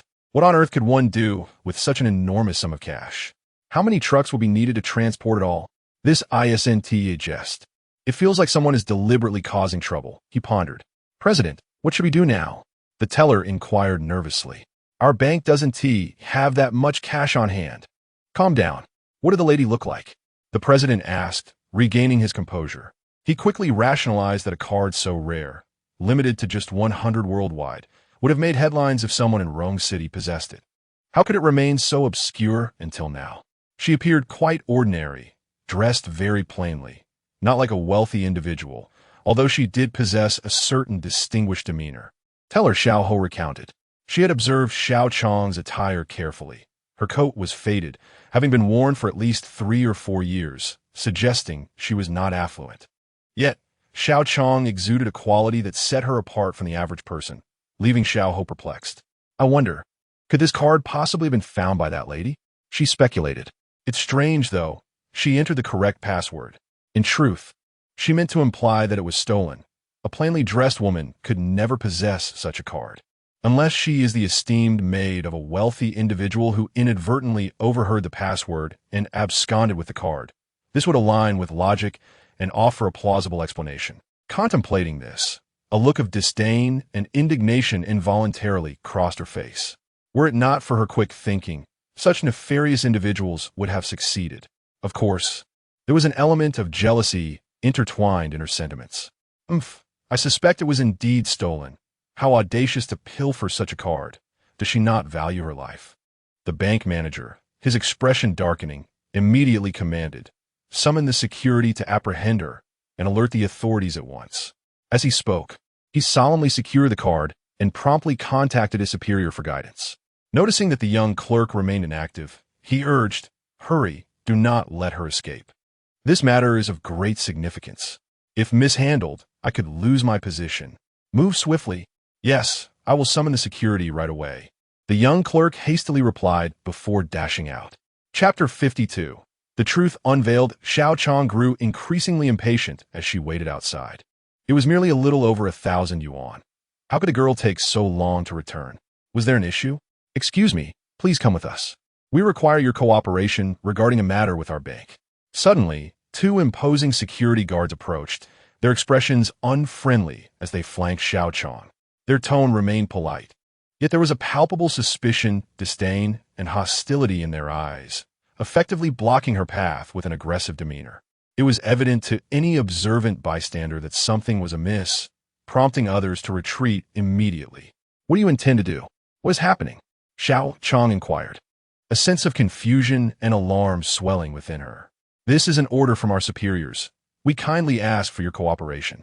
Should you refuse, we will be compelled to take coercive measures, so please accompany us." One of the guards raised his voice, his tone growing increasingly domineering, regarding her as if she were a thief, which made Xiao Chong feel deeply uncomfortable. What is going on? Judging by the guard's demeanor, it seems this woman is not a person of good character. "Everyone stand back." The crowd began to murmur and point, and Xiao Chong's face flushed with anger. She had merely come to withdraw some money. How could this situation have arisen? "What do you want from me? What requires my cooperation?" "I simply came to withdraw some money." "You must be mistaken," she questioned, her face darkening with indignation. "Take action," the guard commanded, seemingly uninterested in further dialogue. As he and his partner seized Xiao Chong, intent on escorting her to the bank's conference room to confine her. "Let go of me. What are you doing? In broad daylight. Why are you detaining me? What authority do you have to arrest me?" "Scoundrels!" Xiao Chong exclaimed in outrage. The onlookers gawked, their chatter growing louder, pointing fingers and further heightening her embarrassment, igniting a fire of fury within her. She had never committed any wrongdoing in her life. Today she had merely come to withdraw money. What right did they have to apprehend her? They were merely security guards. What authority did they possess? Release me, or I will call the police. Xiao Chong shouted vehemently. Behave yourself. You needn't bother. We have already contacted the authorities.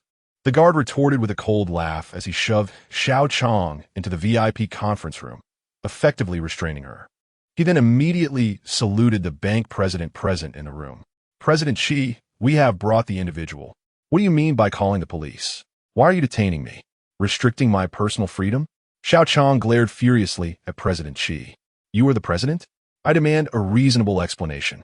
President Xi lounged in his chair, legs crossed, his gaze coldly fixed on Xiao Chong. Madam, you possess quite the audacity. What do you mean? Xiao Chong asked, bewildered.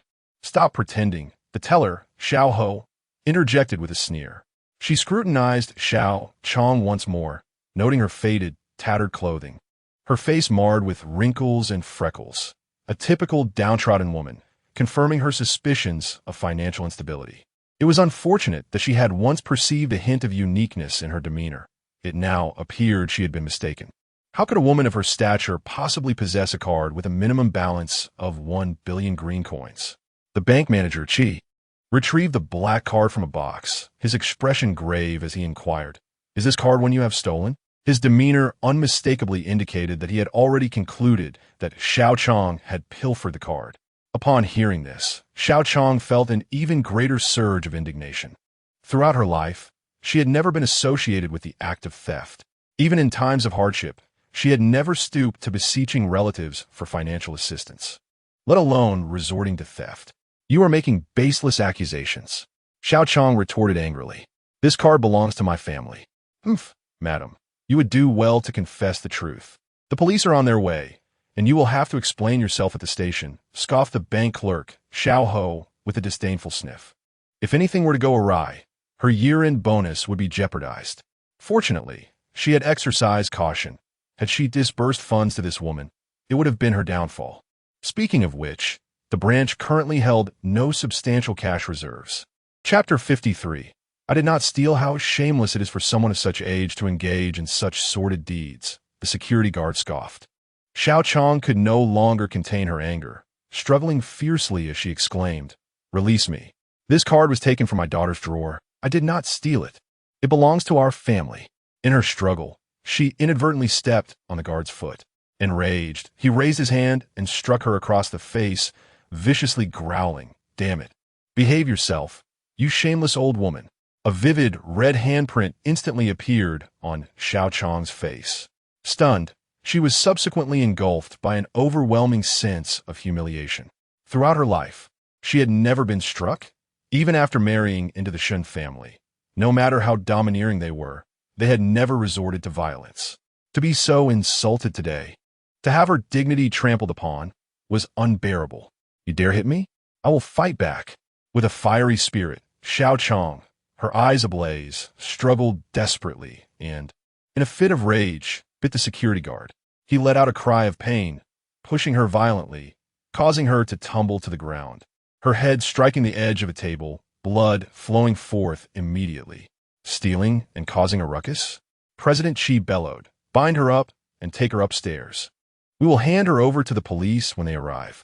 2 security guards swiftly approached, binding Xiao Chong to a chair, and soon her wrists bore crimson marks from the tight bindings. Overwhelmed by humiliation, tears streamed down her face involuntarily. Let me go. On what grounds do you bind me? Why are you bullying me? I will sue you. Bullying you? The teller, Xiao Ho, impatiently brought tissues to wipe Xiao Chong's forehead, taunting, Do you know you nearly caused me my life? You stole, so why should we not apprehend you and await the police? I did not steal anything. On what basis do you accuse me of theft? Xiao Chong retorted angrily. Spare us your pretense. Do you know the origin of this card? The minimum balance is 1 billion green coins, and this card contains more than that. President Xi interjected with a disdainful snort. You, an elderly woman, cannot even withdraw 100,000. What right do you have to possess such a card? Claiming it belongs to your family? You might as well be deceiving a 3-year-old. What? 1 billion? The minimum balance? Green coins?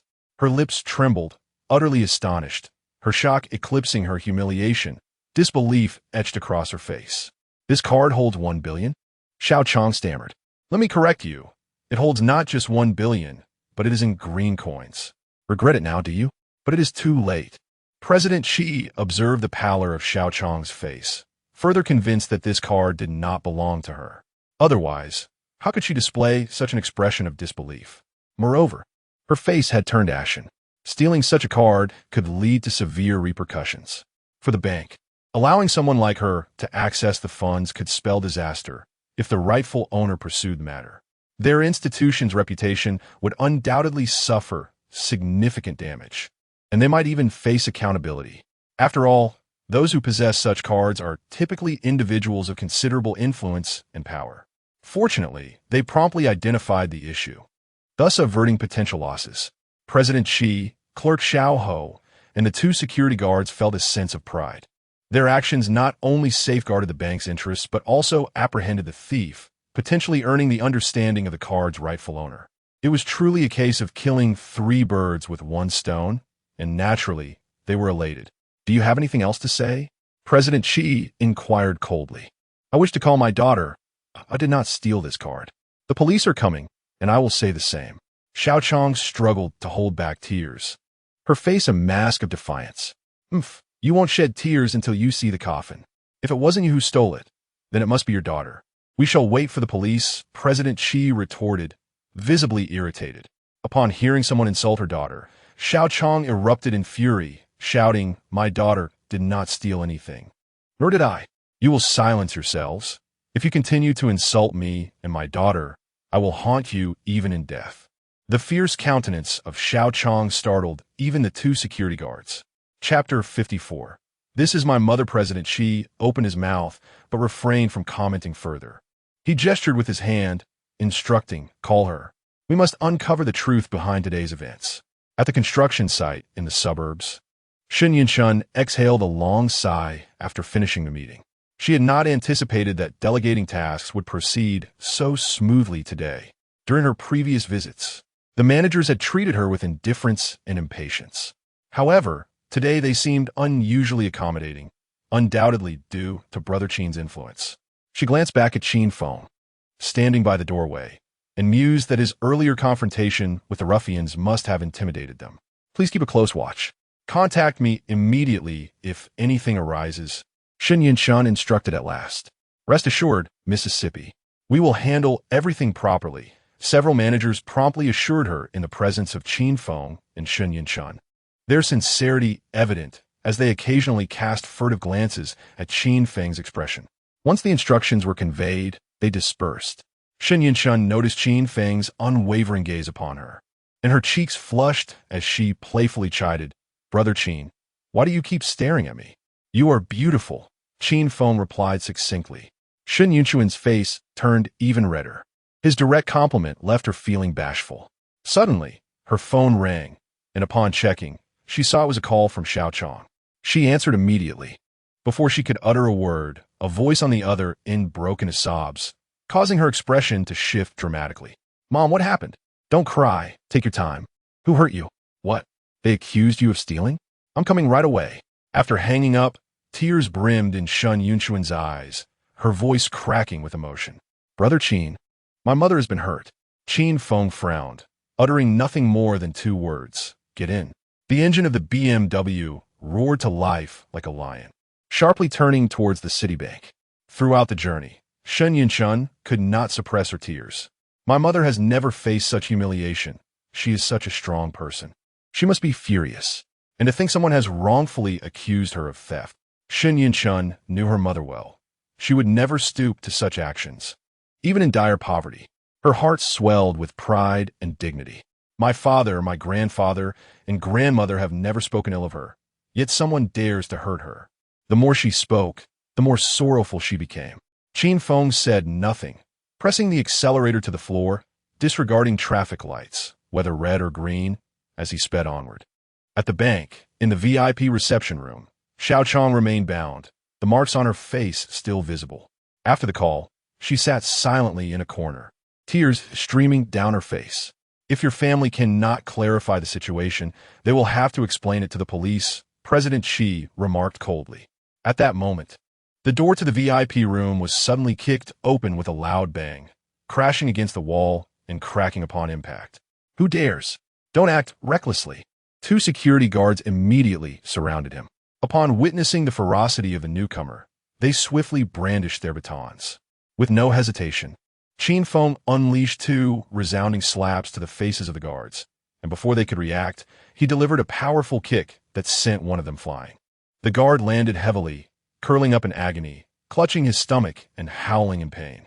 President Qi and the teller, Xiao Ho, were struck with terror, their faces paling instantly. Where are the security personnel? All security, come here at once. President Qi shouted in fear. Qin Feng quickly identified President Qi as the one in charge. He lunged forward, grasping Qi's collar and pulling him towards Xiao Chong. With a forceful motion, he slammed Qi's head onto the ground, causing a brutal impact that left his face bloodied. His nasal bone shattered, and waves of excruciating pain coursing through him, eliciting cries of anguish. This is my mother. How dare you strike her, and even bind her? Who granted you the authority and audacity? Seeking your own demise? Qin Feng seethed with rage, seizing President Qi's head and smashing it down once more with ferocity. Chapter 55. Your suffering is acknowledged. The impact shattered the floor tiles, leaving Qi Hang injured and bleeding. When he was pulled up, he trembled in fear, rendered speechless. He never anticipated that the disabled son of this woman would exhibit such ferocity and strength, incapacitating two security guards with ease while he himself was struck down. Stop! Your mother's thief, and you dare to strike? Yelled the teller, Xiao Ho, eager to display her authority before the president. However, before she could finish her sentence, Qin Feng delivered a resounding slap to her face, causing her lips to crack, her teeth to loosen, and blood to fill her mouth, the metallic taste choking her throat. Silence, you lowly wretch! Qin Feng glared menacingly at Qi Hang and Xiao Ho, tossing aside any semblance of restraint. Stealing? Are you referring to this card? It is for my mother's groceries. What of it? After speaking, he carelessly tossed the card onto the table, moving forward to untie Xiao Chong and help her to her feet. Mom, Shen Yinchun finally caught up, having struggled to keep pace with Qin Feng's swift retreat. She immediately examined the wounds on Xiao Chong's face, embracing her mother tightly as tears streamed down her cheeks. For groceries? Is this card truly yours? Qi Hang suppressed his disdain, his heart mocking the audacity of the situation. This card belongs to you? You pathetic cripple. What right do you have to possess it? Do you even comprehend its value? Grocery shopping indeed. Sir, do you understand the worth of this card? I doubt you are worthy of it. Qi Hang replied politely, albeit with an underlying condescension. He awaited the arrival of the police, knowing that to speak too freely could invite further violence. It's merely an alliance card from the all-seeing eye. Qin Feng scoffed, rolling his eyes as he dialed an international number. Connect me to your bank's secretary, Nelson. My membership number is 008. The call was swiftly connected. Nelson, it seems I'm no longer qualified to use the Alliance Bank card you bestowed upon me. A mere branch president dares to question my eligibility? Upon hearing Qin Feng's words, Nelson immediately offered his apologies. Esteemed Mr. Qin, please hold on. I shall rectify this matter at once. I sincerely apologize for any inconvenience caused. With that, the call ended. Due to his limited authority, Qi Hang remained oblivious to the significance of Nelson, the secretary of the Alliance Bank's headquarters. He watched the unfolding events with a sneer, convinced that Qin Feng was merely posturing. How amusingly theatrical. Yes, it is indeed an alliance card, but to claim it was a gift to you is rather pretentious. Wouldn't you agree? One must possess the skill to flaunt. And who do you think you are? A learned figure from the beautiful nation? Qi Hang snorted derisively, unable to endure Qin Feng's pretentiousness any longer, even if it meant provoking further conflict. I shall see what you can accomplish. You have struck our people today, and you will face the consequences. The police are on their way. President Qi, witnessing Qin Feng's inaction, felt invigorated. However, Qin Feng chose to disregard them and walked over to Xiao Chong, saying, Mother, I am truly sorry for causing you distress. Xiao Chong remained silent, her head bowed in tears, her shoulders trembling, still unable to emerge from her anguish. Shen Yinchun comforted her gently, Mother, it's all right now. It's all right. Brother Qin Feng has already dealt with them. At that moment, all the security personnel in the bank rushed over, their expressions turning tense upon assessing the situation. Seeing this, President Xi grimaced, his anger boiling over as he barked. Why are you still standing there? Did you not see that I was assaulted? Arrest the entire family and beat them severely. If they dare to cause a ruckus in the bank, even if I have to deal with the consequences. Do not hesitate. Go for it. President Xi, in a fit of rage, shouted furiously with bloodshot eyes. Being a prominent figure in Rome City, he could hardly bear the humiliation of being thoroughly beaten by Qin Feng. Go, beat him to death, he commanded, as 7 or 8 security guards brandished their batons, aiming menacingly at Qin Feng's head. Chapter 56.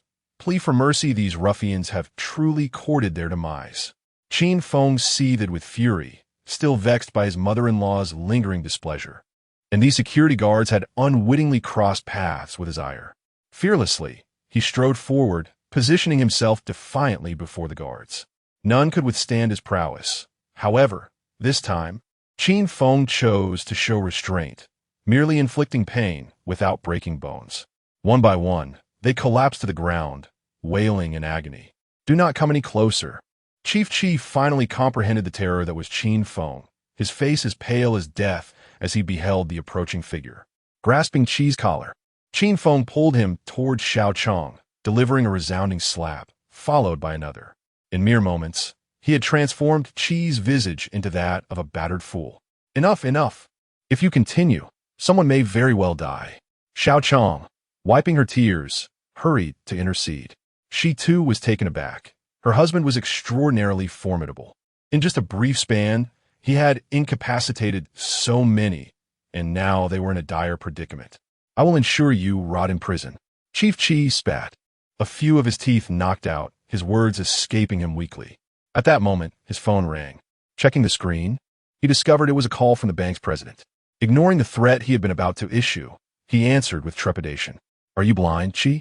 Do you dare question a distinguished guest of Secretary Nelson from the Alliance headquarters? If you wish to perish, do not drag me down with you. I am on the brink of being dismissed because of your blunders. Before I am fired, I will ensure you are the first to go. Clean up this mess. If you fail, I swear I will end you. The voice on the other end erupted in fury. Listen well.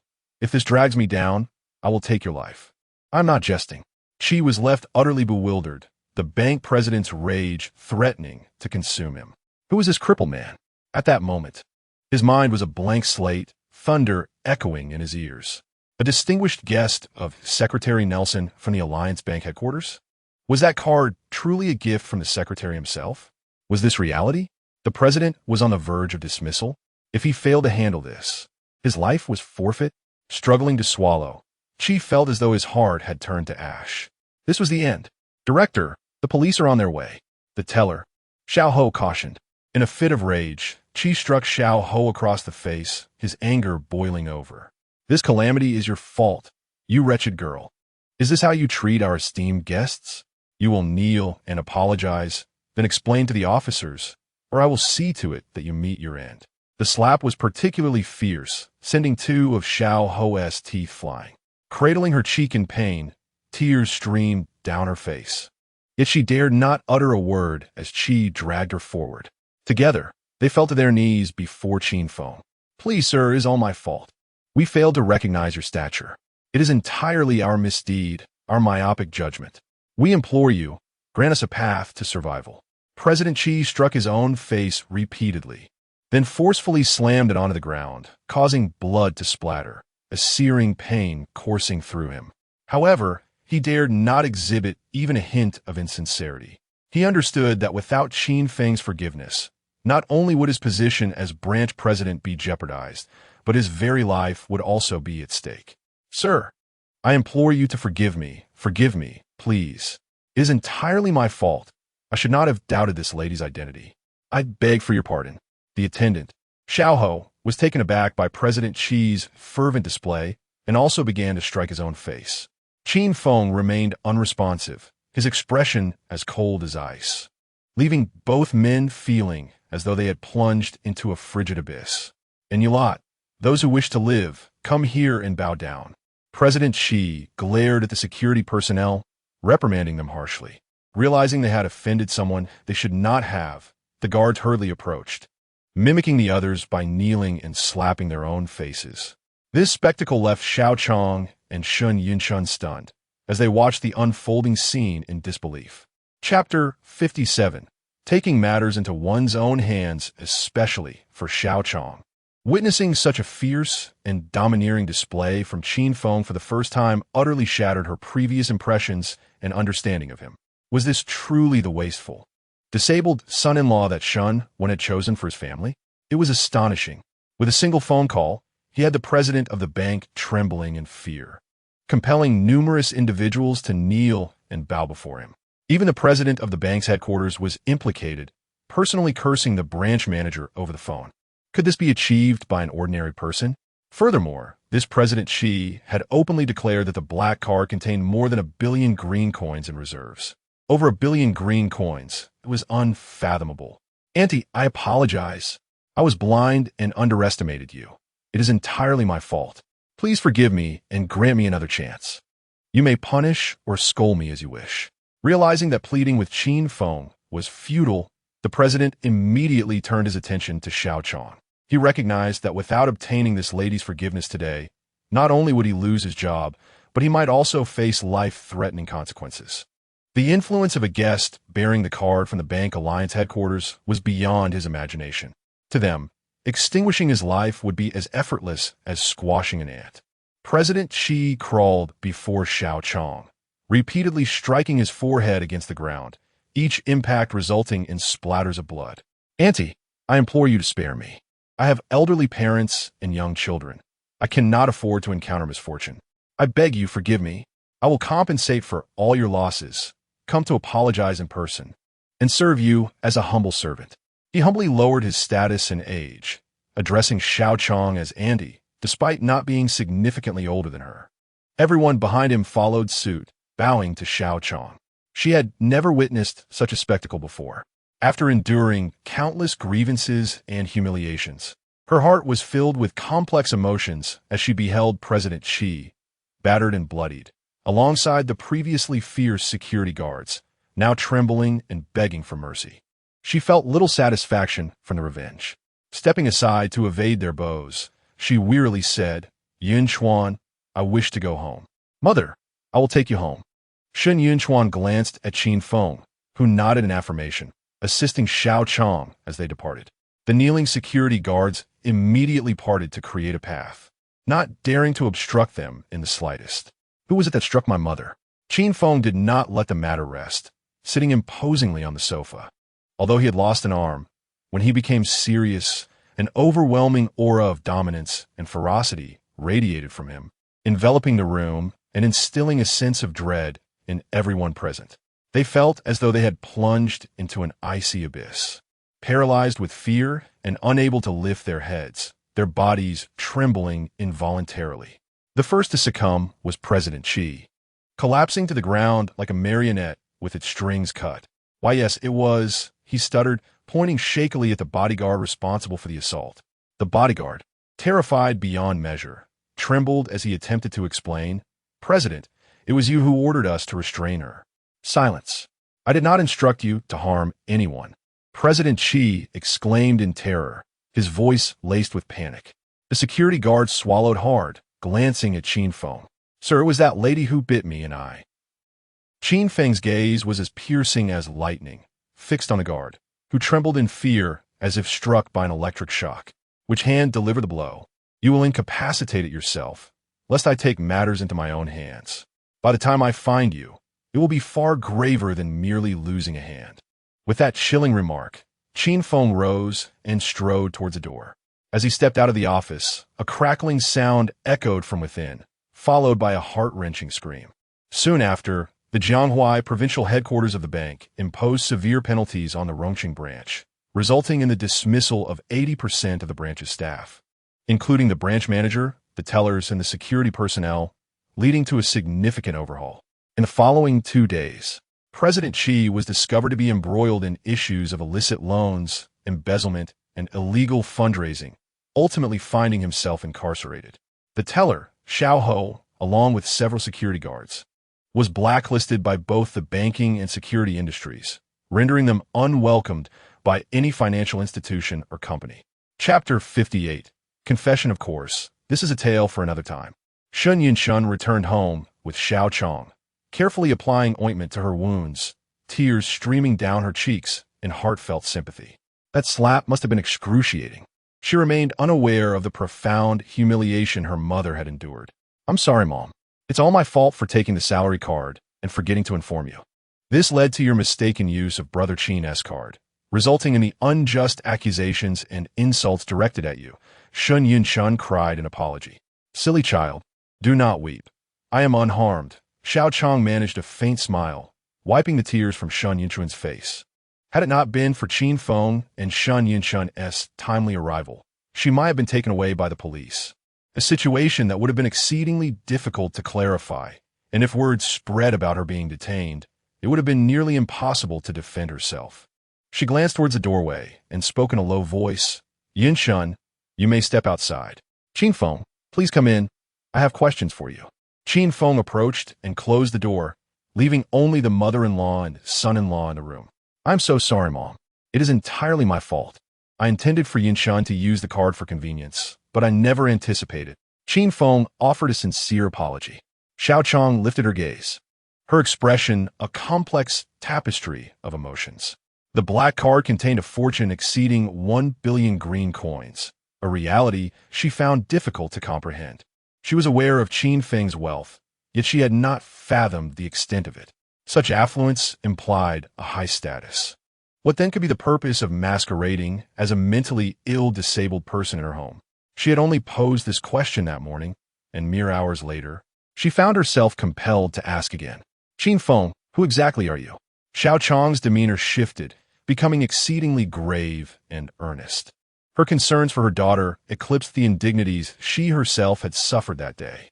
Qin Feng sighed inwardly, recognizing that he could no longer conceal the truth. Had he known, he would have instructed Li Wei to deliver a more ordinary card. The black all-seeing eye card was a gift from Nelson, one he had initially thought was inconsequential. Realizing he could no longer keep it under wraps, he retrieved a piece of candy wrapper from his pocket. "What is this?" Xiao Chong recognized it immediately. The wrapper was from the first product created when the Shun family began their entrepreneurial journey. Back then, it was merely a small workshop, and she had wrapped many candies herself. Over a decade ago, I found myself homeless, having lost an arm and facing endless humiliation, contemplating suicide. A little girl offered me her meal and a piece of candy. She told me that after eating this candy, the pain would cease and I would surely recover. Her kindness saved my life, not just once. It was this belief that has sustained me until now. Qin Feng cherished the wrapper, taking a deep breath before saying, "I do not wish for such a girl to suffer any indignities. I merely wish to protect her and repay her kindness." Xiao Chong reflected carefully, recalling that there had been a few days years ago when Sun Yinshun's appetite had suddenly increased. It turned out that she had secretly shared her meals with this unfortunate child. One day, Sun Yinshun suddenly wept with profound sorrow, and no matter how she inquired, she could not discern the cause. It seemed evident that the departure of Qin Feng, the young man, was the reason behind her distress. Thus it became clear, Qin Feng had come to Yinshun's side out of a sense of gratitude. He disregarded the perceptions of others who deemed him a mentally ill wastrel, fiercely protecting her family, standing against the Shun clan, and even purchasing a car for Yinshun. His actions today were motivated by the same sentiment. He had previously vowed to safeguard Yinshun, and it appeared that his intentions were genuine. Xiao Chong nodded, placing her trust in Qin Feng. With his immense wealth, he could have any woman he desired, yet he cherished a mere piece of candy wrapper, carrying it with him as if it were a priceless treasure. Only this could sufficiently elucidate all of Qin Feng's actions. Xiao Chong found no reason to doubt him.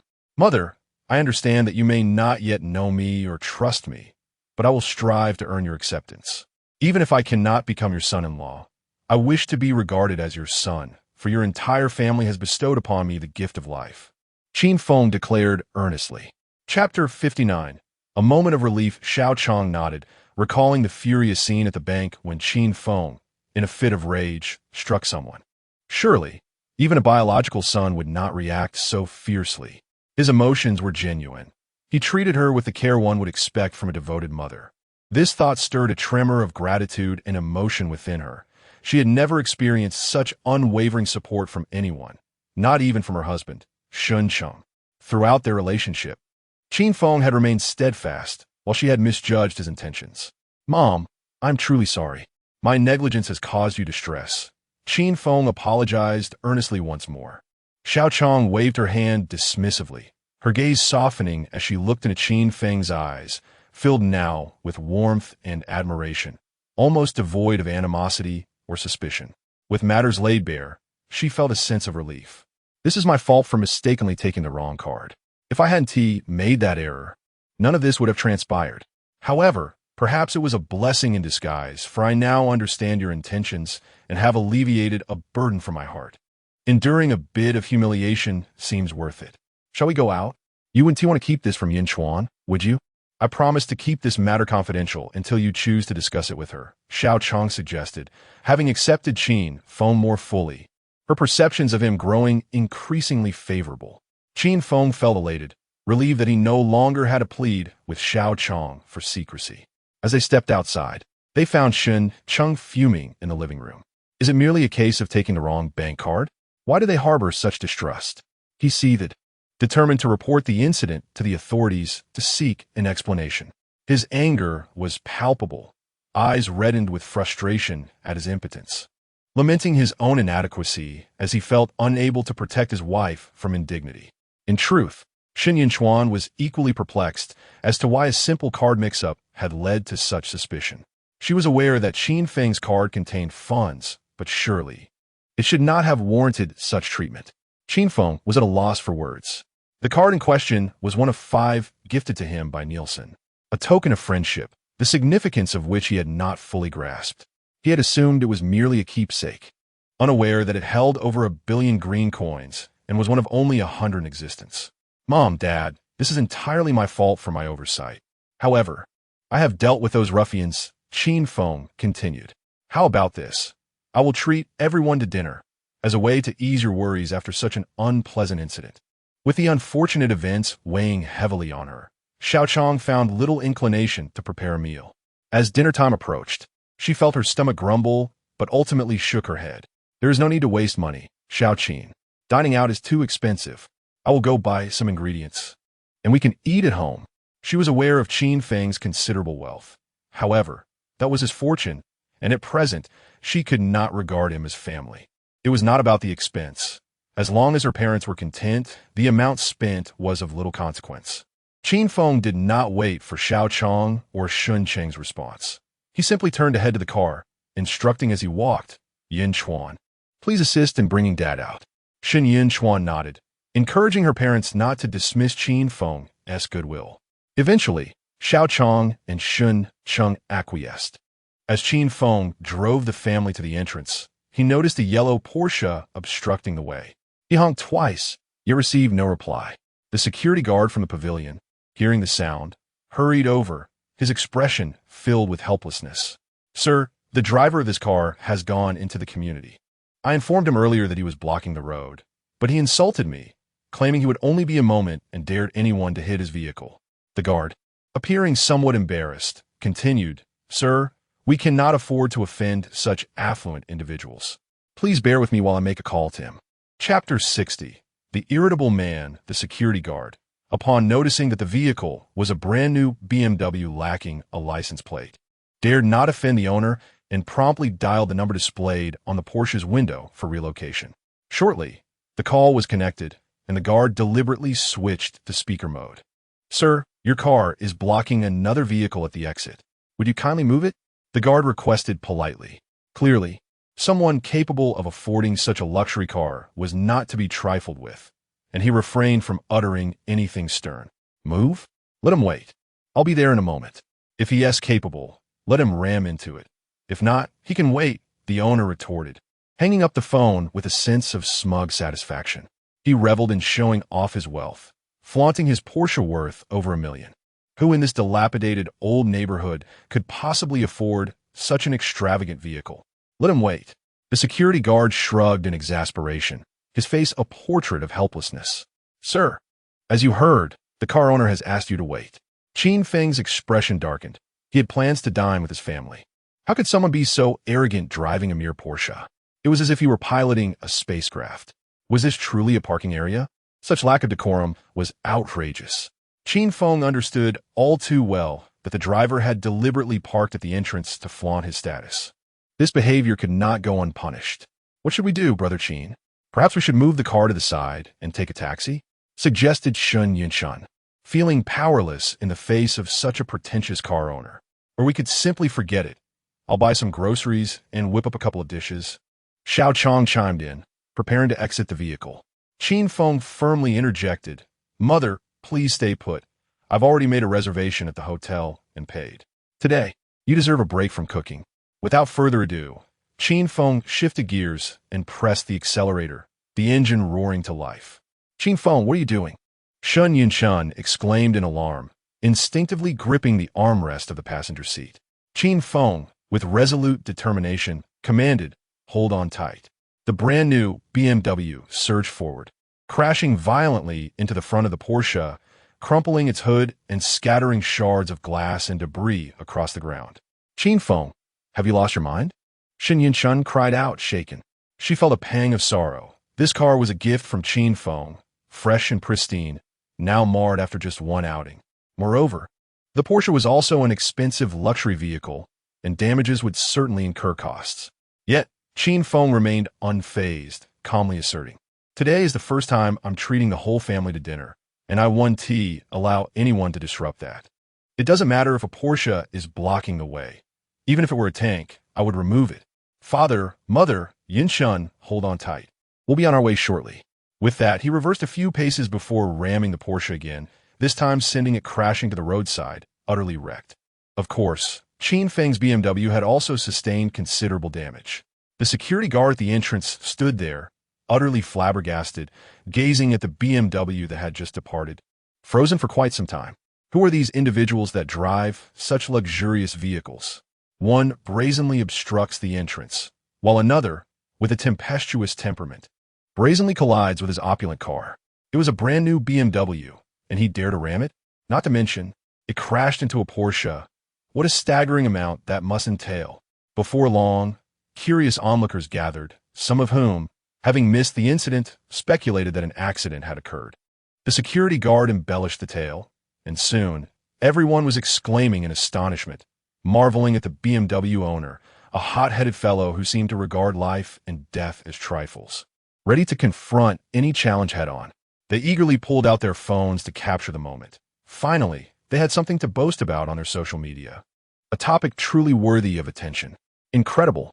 ISNT it? A brand new car, and he just smashed it. This hot-headed individual must think he is in a bumper car, right? Truly impressive, admirable, wealthy, and audacious. I must say I am quite taken with it. Chapter 61. What is so special about a BMW? The Porsche owner truly lacks class. His character is exceedingly poor, isn't it? To park his car right at the entrance, blocking the road? How pretentious. And now, he has encountered an irate individual who has collided with his vehicle. Indeed, he deserves it. I can hardly wait to witness the expression on the Porsche owner's face when he arrives and sees this spectacle.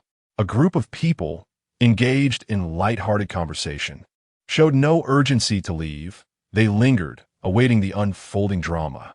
Simultaneously, as more individuals began sharing videos, photographs, and posts on social media, the topic gained momentum and drew increasing attention. Many were eager to see what would happen next. Meanwhile, Shin Yinshan's family was not preoccupied with such thoughts. Each of them was overwhelmed with concern. Even Shun Chung, who was paralyzed from the waist down, yearned to see the extent of damage inflicted upon the car. Although this vehicle was not officially his daughter's, it seemed improper to allow such destruction. Qin Feng, how could you be so reckless? This is a brand new car. Shun Chung caressed the damaged vehicle, his heart aching. Xiao Chong chimed in with criticism. Qin Feng, it's not that I'm scolding you, but this perfectly good car was purchased less than a day ago. You treat it as if it were a bumper car, and I can only imagine the state of the front end now. Repairs are inevitable, and you must compensate for the damage to the other car as well. We have nothing pressing to attend to. But next time, you must exercise more caution. She then frowned and murmured, how much will this cost? Shen Yunshun gazed discontentedly at Qin Feng, yearning to ask if he had lost his mind again. Dad, Mom, I'll be more careful next time. However, nothing should delay our family meal. We won't bother repairing this car. We can simply exchange it for another tomorrow. Qin Feng waved his hand dismissively, adding, as for the Porsche owner, I shall reason with him when he comes to demand compensation. Brother Qin, please don't resort to violence. Shen Yunshun interjected hastily. She now understood that when Qin Feng spoke of reasoning, it likely meant confrontation. Shen Cheng and Xiao Chong fell silent, sharing a wry smile. They felt as though they inhabited entirely different worlds from Qin Feng. Their perspectives on matters were fundamentally divergent. Engaging in lengthy discussions would be futile. Regardless, they felt comforted by Qin Feng's evident prioritization of their family gathering. Though the initial moments had been fraught with distress, it now appeared that the older brother's deliberate choice of a disabled husband for Yunshun had serendipitously brought their family closer together. No longer dwelling on the incident, the family set off to the hotel in the BMW with its front end damaged. At that moment, several individuals approached the entrance of the community. Leading them was the Porsche owner, Fan Jinshuang, accompanied by his wife and mother, alongside Aunt Shun, who had previously attempted to mock Xiao Chong. Aunt Shun was the owneress' aunt. Sister, you have no idea about my son's success. He has become a business manager at the branch of Rongqing Bank. The annual salary has indeed risen compared to previous years, and thus, I have acquired a new Porsche. The BMW that was used during their wedding is meant for me. But alas, I am incapable of driving. Hence, my wife takes the wheel. The car owner's mother, a robust middle-aged woman, glows with pride as she holds her son's and daughter-in-law's hands, continuing to shower them with compliments. Sister, as we grow older, do we not yearn for our children to establish their own families and lead stable, filial lives? Indeed, she replied half-heartedly, forcing a faint smile. Her sister, accompanied by her family under the pretense of taking her out for a meal, was actually there to flaunt their success. How frustrating. She had no desire to hear such boasting, so she diverted the conversation. Shuang had bought another luxury car, truly impressive. However, just yesterday, our neighbor acquired a BMW, probably worth several hundred thousand. Pfft, several hundred thousand for a BMW? What does that amount to? Such a car pales in comparison to my Porsche. Fan Jinshuang scoffed disdainfully. Chapter 62. Who was the culprit? Annie, your lack of insight is truly astonishing, remarked Fan Jinshuang with a teasing tone. Aunt Shun, feeling a bit embarrassed, nodded slightly. As she glanced upwards, she noticed a throng of people gathered at the entrance of the community. Why are there so many people at the gate today? She inquired. Fan Jinshuang's mother caught a glimpse and laughed so heartily that her eyes nearly disappeared. Of course, it's because our son has bought such a stunning Porsche, and they are all gathered to admire it. In this dilapidated old neighborhood, luxury cars seldom grace us, so it's understandable, really, haha. With an air of pride, Fan Jinshuang lifted his chin, brandished his keys flamboyantly, and strutted along, exuding an unmistakable arrogance.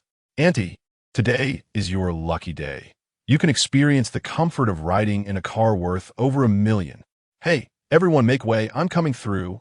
Please, let us not block the way, he bellowed, his pride swelling as he called for the onlookers to step aside. He had intended to wait for someone to question why he parked his car at the entrance, allowing him to flaunt his wealth further. But no one approached him with such queries. Is that Porsche yours? A woman exclaimed, looking at Fan Jinshuang. He adjusted his attire and replied, brimming with self-satisfaction, indeed, it is mine, worth over $2 million. Oh, young man, forget about the price. You should check your car, the woman said, appearing concerned, yet unable to suppress her smile. My car? What is wrong? Fan Jinshuang asked, puzzled. With so many people around, his view was obstructed, so he pressed the key fob, and the car beeped in response. He was bewildered. The car appeared fine. Hey, the owner has arrived. Everyone make way, shouted the security guard.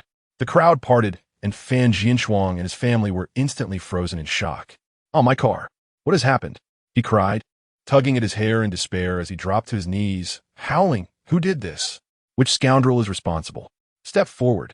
A surge of anger coursed through him. nearly making him choke on his own rage. Yet, the surrounding crowd remained silent, many capturing the scene with their mobile phones. Enraged, Fan Jianshuang rose and pointed at the onlookers, shouting, "What are you all filming? Who crashed my Porsche? I demand you come forward, or I swear I will make that scoundrel regret it. Are you all too cowardly to face the music? Are you not men?" After a fruitless outburst, he spotted the security guard and, with reddened eyes, approached him, grabbing the collar of his uniform. "Tell me, who hit my car? Are you blind?" The security guard, visibly anxious, waved his hands nervously. He dared not offend this irate young man. Well, he stammered, hesitant to cross paths with the wealthy and volatile individual. "What do you mean, You are the security guard. It is your duty to protect the property of the residents. How could you let this happen?" Fan Jianshuang bellowed furiously, shoving the security guard to the ground, who landed unceremoniously on his backside. The onlookers, unable to bear the scene, began to voice their discontent. What on earth is this person thinking? Indeed, this is exceedingly tyrannical. How can one resort to violence without a word? The security guard is tasked with safeguarding the property of the residents, yet this individual does not belong to our community. Thus, the guard bears no obligation to oversee his vehicle. Absolutely. And to insult others for being blind? It is he who is blind, parking his car at the entrance, leading to its being struck. Who can he blame for that? A quintessential double-standard fool. Perhaps his mind has been kicked by a mule? The scornful gestures and derision from the crowd, compounded by the incessant filming, infuriated Fan Jianshuang. He glared at the gathering and shouted, "Stop filming! Stop filming! What are you all recording? I merely parked my car momentarily by the roadside, obstructing the path, yet that does not justify the collision with my vehicle. Who smashed it?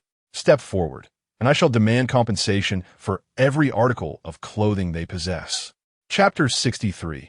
A visit from your boss. Ah, the pain is unbearable. My car. Fan Jianshuang was overwhelmed with anger, a surge of blood rising in his throat, causing him to faint. The Cheonyu restaurant, situated on the most bustling commercial street of Rome City, is renowned throughout the region. It boasts the finest chefs and an exquisite dining atmosphere, making a meal here quite a rare privilege. Typically, reservations are required in advance, and the prices are steep. Common folk cannot afford such indulgence. The clientele is predominantly composed of affluent elite and distinguished merchants. Thus, dining here serves as a status symbol. When Shun Cheng and his family discovered that Qin Feng had brought them to the Cheonyu restaurant, they felt as if they were like Lu Lao Lao entering the Grand View Garden, standing anxiously at the entrance, filled with awe. "This is the Cheonyu restaurant. Qin Feng. It's far too expensive. We can't afford it," Shun Cheng remarked, somewhat embarrassed. He was an honest man, and despite Qin Feng being his son-in-law in name, he felt uncomfortable allowing Qin Feng to bear the expense. As a member of the Shun family, albeit not in high regard, he was nonetheless aware that dining at Cheonyu restaurant was exorbitant, amounting to several months' income for the family. "Qin Feng, this is too costly. Let us find somewhere else," Xiao Chong said nervously. "Dad, Mom, it's just a meal. There is no need to be so anxious. I've already made the reservation and paid the deposit. If we don't go, the restaurant won't refund the deposit."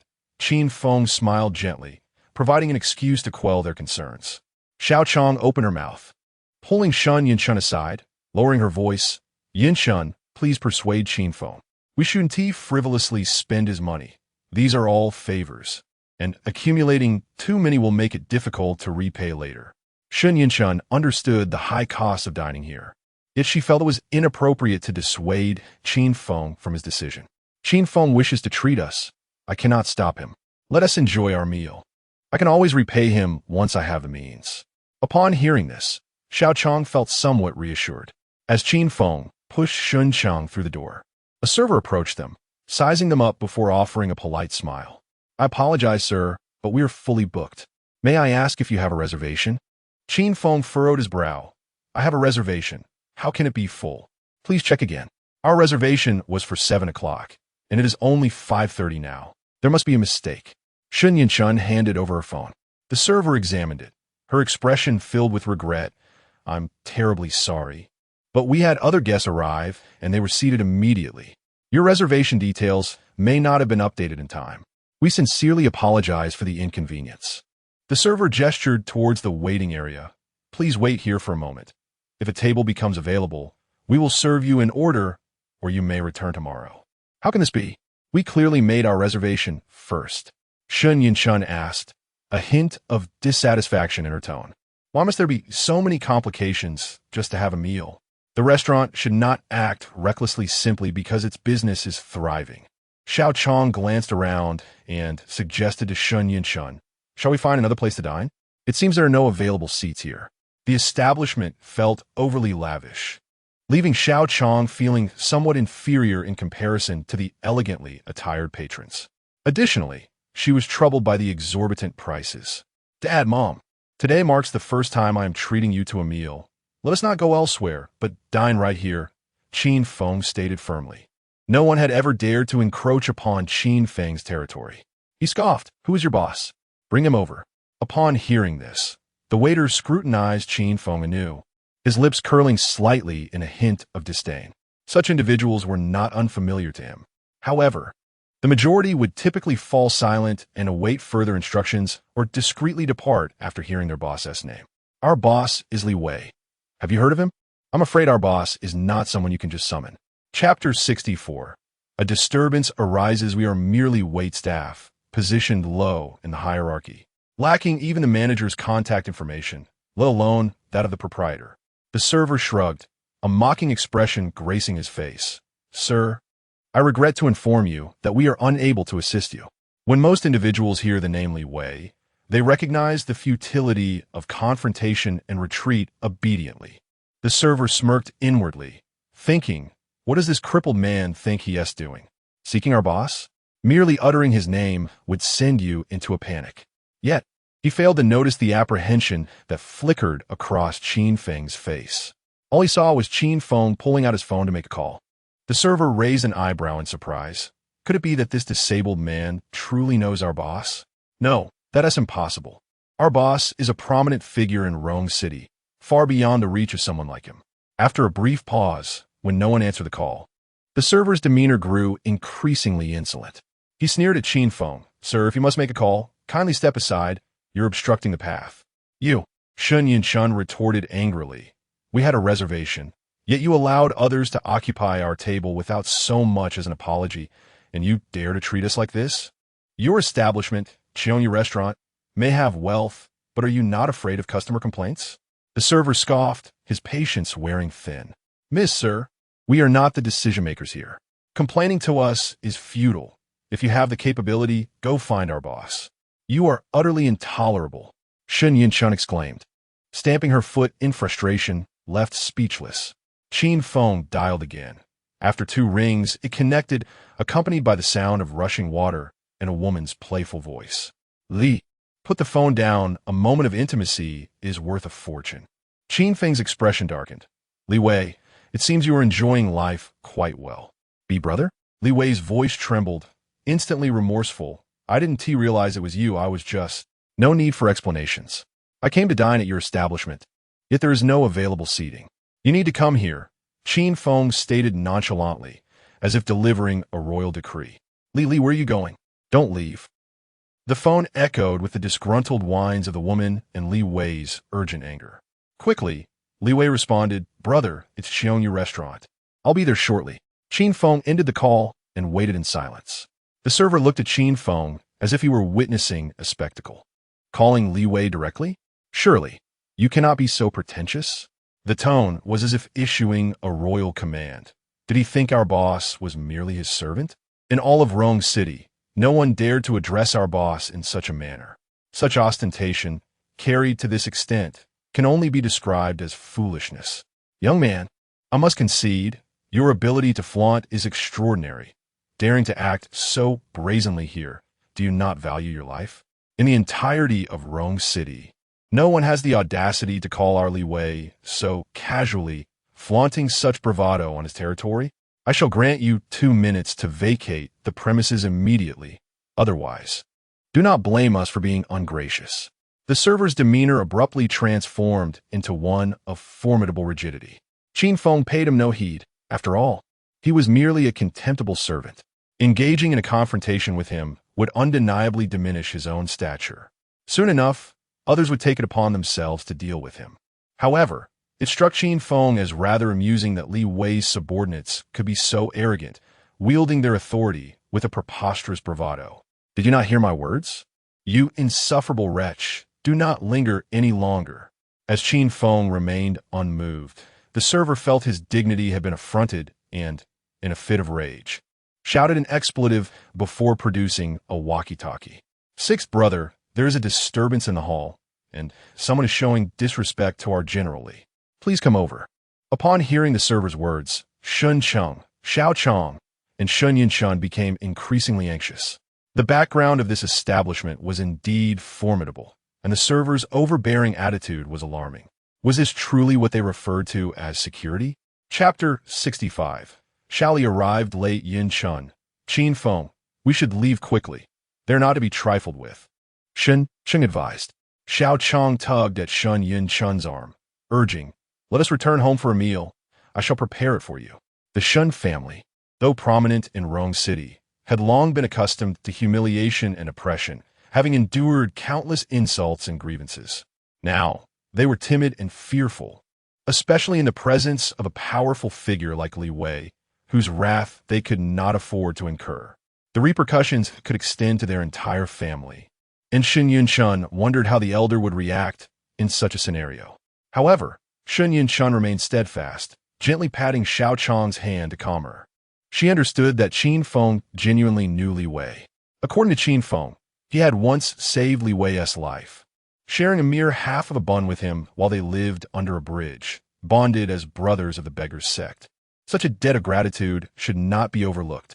After all, Li Wei had previously provided them immense assistance. Securing a seat for them should not pose a significant challenge. Before long, a cacophony of footsteps approached, and a group of burly security guards charged in, led by the man referred to as sixth brother by the staff. "What insolence is this? Who dares to cause a ruckus in my establishment? Have you a death wish?" Sixth brother bellowed, his gaze fixed menacingly on Qin Feng. "They're the ones, sixth brother. I told them there were no seats available, yet they insist on forcing their way in. This insolent fool even dares to insult Mr. Li and demands he come here." The attendant spat, seething with indignation. The tone he used was as if issuing commands to a servant. Upon hearing this, sixth brother's face darkened ominously. "You dare to utter our Mr. Li's name so casually, acting as though you were in a fine establishment? Have you lost your senses? You worthless wretch, do you wish for your life to end?" With a wave of his hand, he signaled for his men to encircle Qin Feng and the others. "Will you leave on your own, or shall we throw you out?" Qin Feng stepped forward, drawing the attention of the guards. "You may attempt it." "Attempt it? You think you are someone special, you pathetic creature? I could extinguish your life as easily as squashing an ant, since you refuse to heed my warning." "Do not blame me for my ruthlessness," sixth brother retorted angrily. "Originally, if you had left peacefully, I would have spared your family the trouble. But now it is too late. Seize them and throw them out." "Understood." As the guards prepared to act, the elevator doors opened, and Li Wei hurriedly emerged, his clothes disheveled and droplets of water still clinging to his hair. He had rushed out directly from the bathtub, donning only his pants and a hastily thrown-on shirt. Upon seeing the group of security guards surrounding Qin Feng, his heart raced with alarm. Without a moment's hesitation, he shouted, "Stop this at once." His commanding voice drew the attention of everyone in the hall. "It's the boss, Mr. Li." The guards immediately ceased their actions, bowing respectfully to Li Wei. With a fierce determination, Li Wei charged forward and delivered a powerful kick that sent sixth brother sprawling to the ground. "Have you lost your eyesight? He is the elder brother of Laozi. What are you doing surrounding him?" Grabbing the dazed sixth brother, he delivered 2 resounding slaps. Then, with a swift kick to his knee, he forced him to kneel and pressed his head to the ground. "Still not apologizing? Apologize." Following this, Li Wei proceeded to slap every security guard one by one, giving each a taste of his wrath. Finally, he performed a deep bow, addressing his elder brother. "I, Xiao Li, have arrived late. It is my failure in guiding those under my charge. Please, elder brother, punish me." Sixth brother, the security personnel, the waitstaff, and the diners awaiting their meals were all left in a state of shock. What on earth was happening? Was this a film shoot? What kind of film? Did you see that disheveled figure in the middle? He is none other than Li Wei, the CEO of Weichuan Group. How could he refer to a disabled man as elder brother and call himself Xiao Li? Who is that disabled man? Unbelievable. The onlookers began to murmur among themselves. Chapter 66. The principled older brother at this moment. The waitstaff and security guards were trembling with fear, their legs weak and unsteady. Had it not been for the tension coursing through them, they would have collapsed to the ground. What on earth was happening? Shun Cheng and Xiao Chong were equally stunned, their expressions a mix of disbelief, unable to comprehend why a prominent figure like Li Wei would show such deference to Qin Feng, addressing him as brother. He had even assaulted his own subordinates. I apologize, esteemed elder brother. It is our fault for underestimating you. Please let us off lightly. The once arrogant sixth brother had lost all bravado, a bruise swelling on his forehead from a recent blow, causing him to grimace in pain. Too fearful to even touch it, he knelt submissively, not daring to lift his head. Sir, I beg your pardon. I am guilty. Please spare me, the terrified waiter implored, nearly wetting himself in fear. Young Li, conducting business requires a semblance of decorum. How can your subordinates treat guests with such arrogance, looking down upon them? Can a business thrive under the weight of such hubris? Qin Feng's voice carried an icy edge, questioning whether Li Wei's intimidating presence had corrupted his subordinates. Is this behavior a reflection of your own actions, or are they merely emulating the lessons imparted by Chong? Though Qin Feng's tone was not overtly harsh, it struck Li Wei like a chilling gust, leaving him utterly paralyzed. For a moment, the words escaped him. How could he dare attribute blame to Chong? No, elder brother, it is solely my failing. I have not managed my subordinates properly, and it has nothing to do with Chong. I have disappointed you, and I shall rectify this immediately. Wiping the cold sweat from his brow, Li Wei turned to the waitstaff and security. Who gave you the audacity and authority to behave in such a manner? A pack of sycophants, you are all dismissed. Upon hearing this, the waitstaff and security guards turned pale as death. Qin Feng raised his hand, indicating that the guards had fulfilled their duties and would not be punished.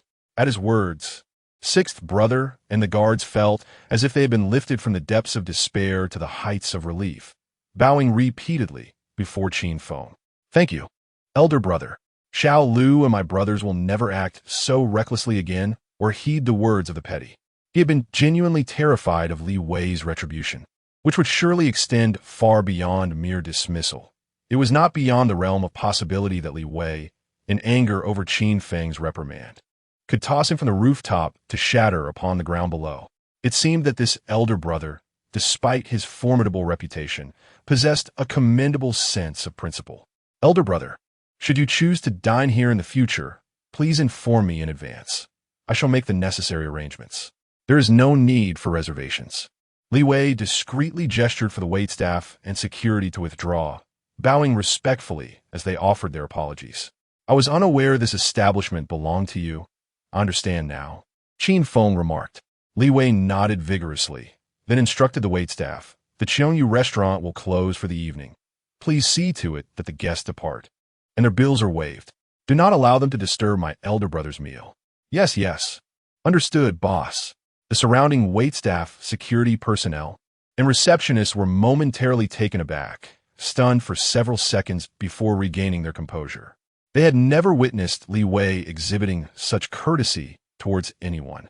No, this was not mere politeness. It was a profound respect and admiration. Xiao Chong quickly interjected, Qin Feng, please refrain from such gestures. We are not esteemed individuals. How can we impose upon your friend to clear the venue? Everyone is here to dine, and it would be inappropriate to ask anyone to leave. Qin Feng nodded, not wishing to appear overly domineering. Did you hear my mother's words? He continued, we merely require a table for a meal. There is no need for any special arrangements. Indeed, what my mother says is correct. It was my oversight. I hope you do not take offense, Li Wei responded, promptly bowing to Xiao Chong with a smile. I will make the necessary arrangements immediately. Please, esteemed elder brother, uncle, aunt, and sister-in-law, kindly wait a moment. Yes, you're too kind, came the reply. When had Shun Cheng and Xiao Chong ever received such an honor from an individual of such stature. Chapter 67. No need for formalities. Li Wei, the proprietor of the Cheongyu restaurant, was a figure so esteemed that even the formidable Shun one would likely don a smile in his presence. Yet here he was, bestowing such respect upon Shun Cheng. It felt surreal to Shun Cheng, who gazed deeply at Qin Feng, increasingly perplexed by this seemingly advantageous son-in-law. Naturally, Li Wei's deference was entirely due to Qin Feng. Seeing that Qin Feng had no objections, he personally guided the family to a lavish private room on the top floor, a space exclusively reserved for Li Wei himself, seldom graced by outsiders. However, with Qin Feng's arrival, he was determined to present the very best.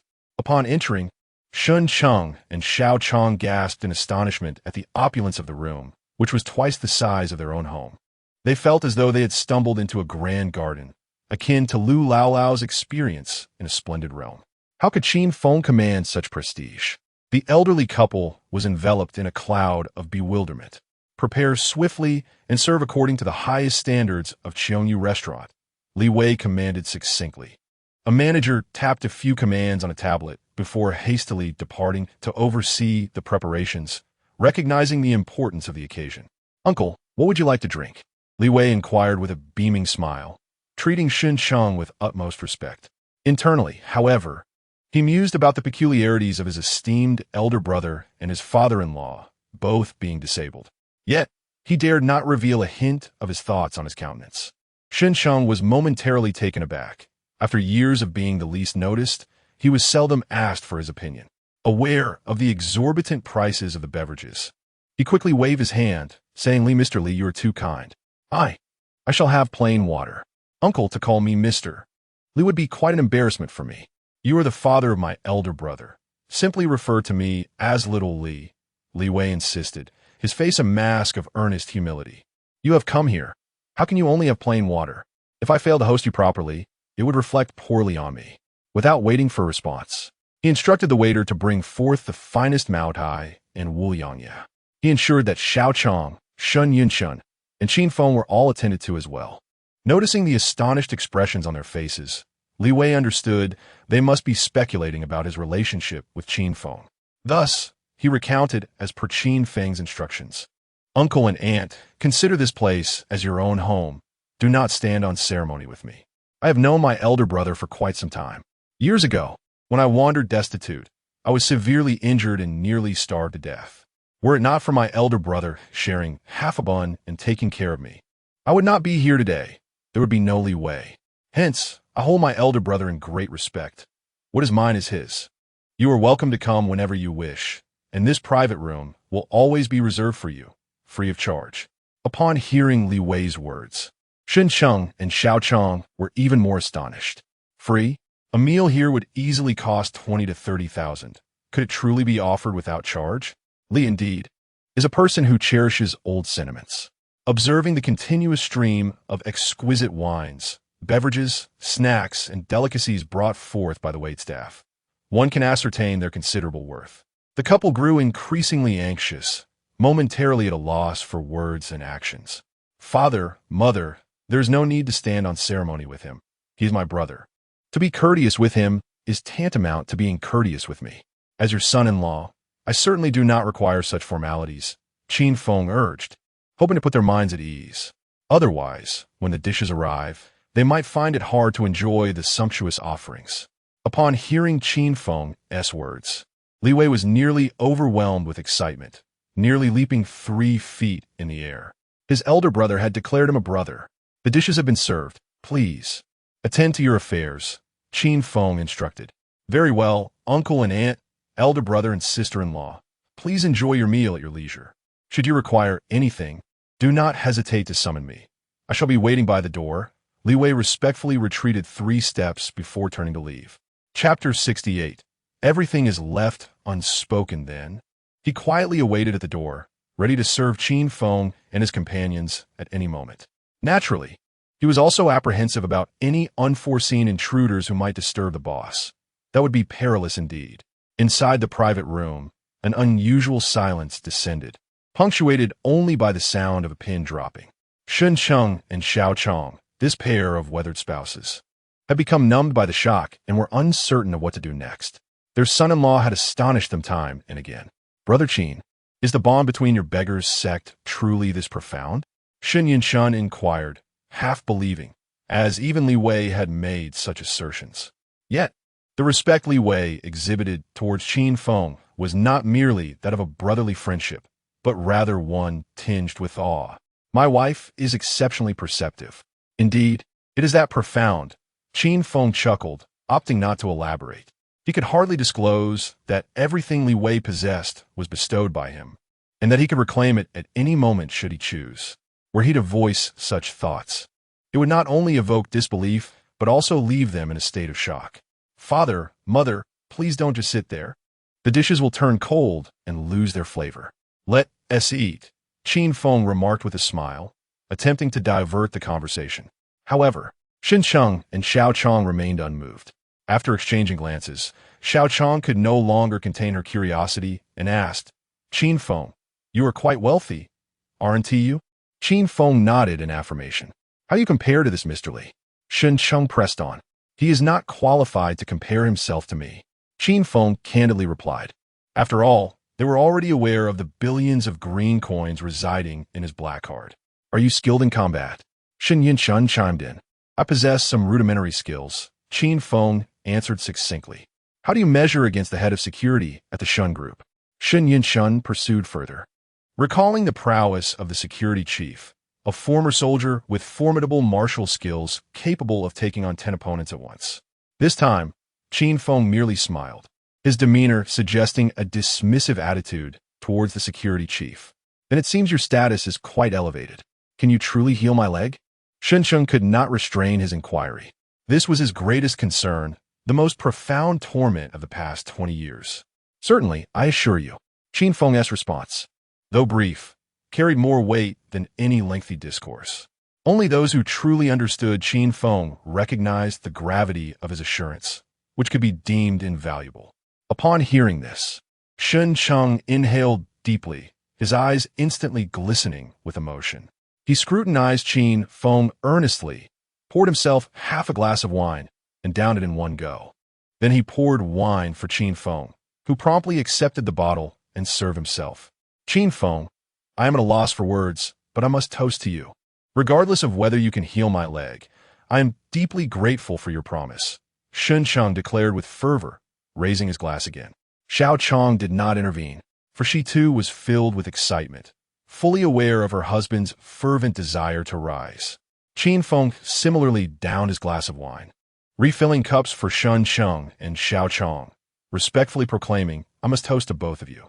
Without your guidance in raising such a wonderful girl as Yin Chun, I would have long since perished." With that, the three exchanged glances, silent yet laden with unspoken understanding, all conveyed within the depths of their cups. As several glasses were emptied, the atmosphere around the dining table softened, the family engaged in more lively conversation. Strangely enough, they truly began to resemble a family. Xiao Chong and Shun Yin Chun sat together, observing Qin Feng and Shun Cheng engaged in conversation, and suddenly, this scene struck them as profoundly heartwarming. Yet, it was essential to remember that Qin Feng was not their true son-in-law. Previously, they perceived Qin Feng as a cripple, unworthy of Shun Yinshun, feeling powerless to alter this reality, which left them feeling frustrated, saddened, and regretful. Now, having gleaned a fragment of information about Qin Feng, they recognized their previous misjudgment. Chapter 69. Are you like this too? Their misconceptions are utterly absurd. It is not that Qin Feng is unworthy of Shun Yinshun. Rather, it is Shun Yinshun who does not deserve Qin Feng, and she is, in fact, somewhat unattainable. Losing an arm is the only flaw that Qin Feng possesses. Qin Feng, I am aware of your wealth and your esteemed status. Yet, precisely because of this, I hope you refrain from frivolously spending money on our family in the future. Xiao Chong forced a bitter smile. These are mere favors, and our family simply cannot repay them. The Shun family is not composed of those who are blinded by money, nor are they shameless or ungrateful. They feel indebted and uncomfortable about the money Qin Feng spends. Qin Feng raised his gaze to Xiao Chong, comprehending her intent. He nodded. aware that gaining the acceptance of the Shun family would not be an easy feat, nor could it be rushed. I have been an orphan since childhood and have seldom tasted the warmth of home-cooked meals. Now that I finally have a family, I am exceedingly happy. As long as my parents do not cast me away, I will heed whatever you say, Qin Feng said with a smile, his expression tinged with bitterness. You are an orphan? Xiao Chang's heart trembled, realizing that her previous treatment of Qin Feng had been somewhat excessive. Sun Yinchun nodded, affirming, Indeed, Brother Qin is an orphan. Otherwise, he would not have been a wanderer.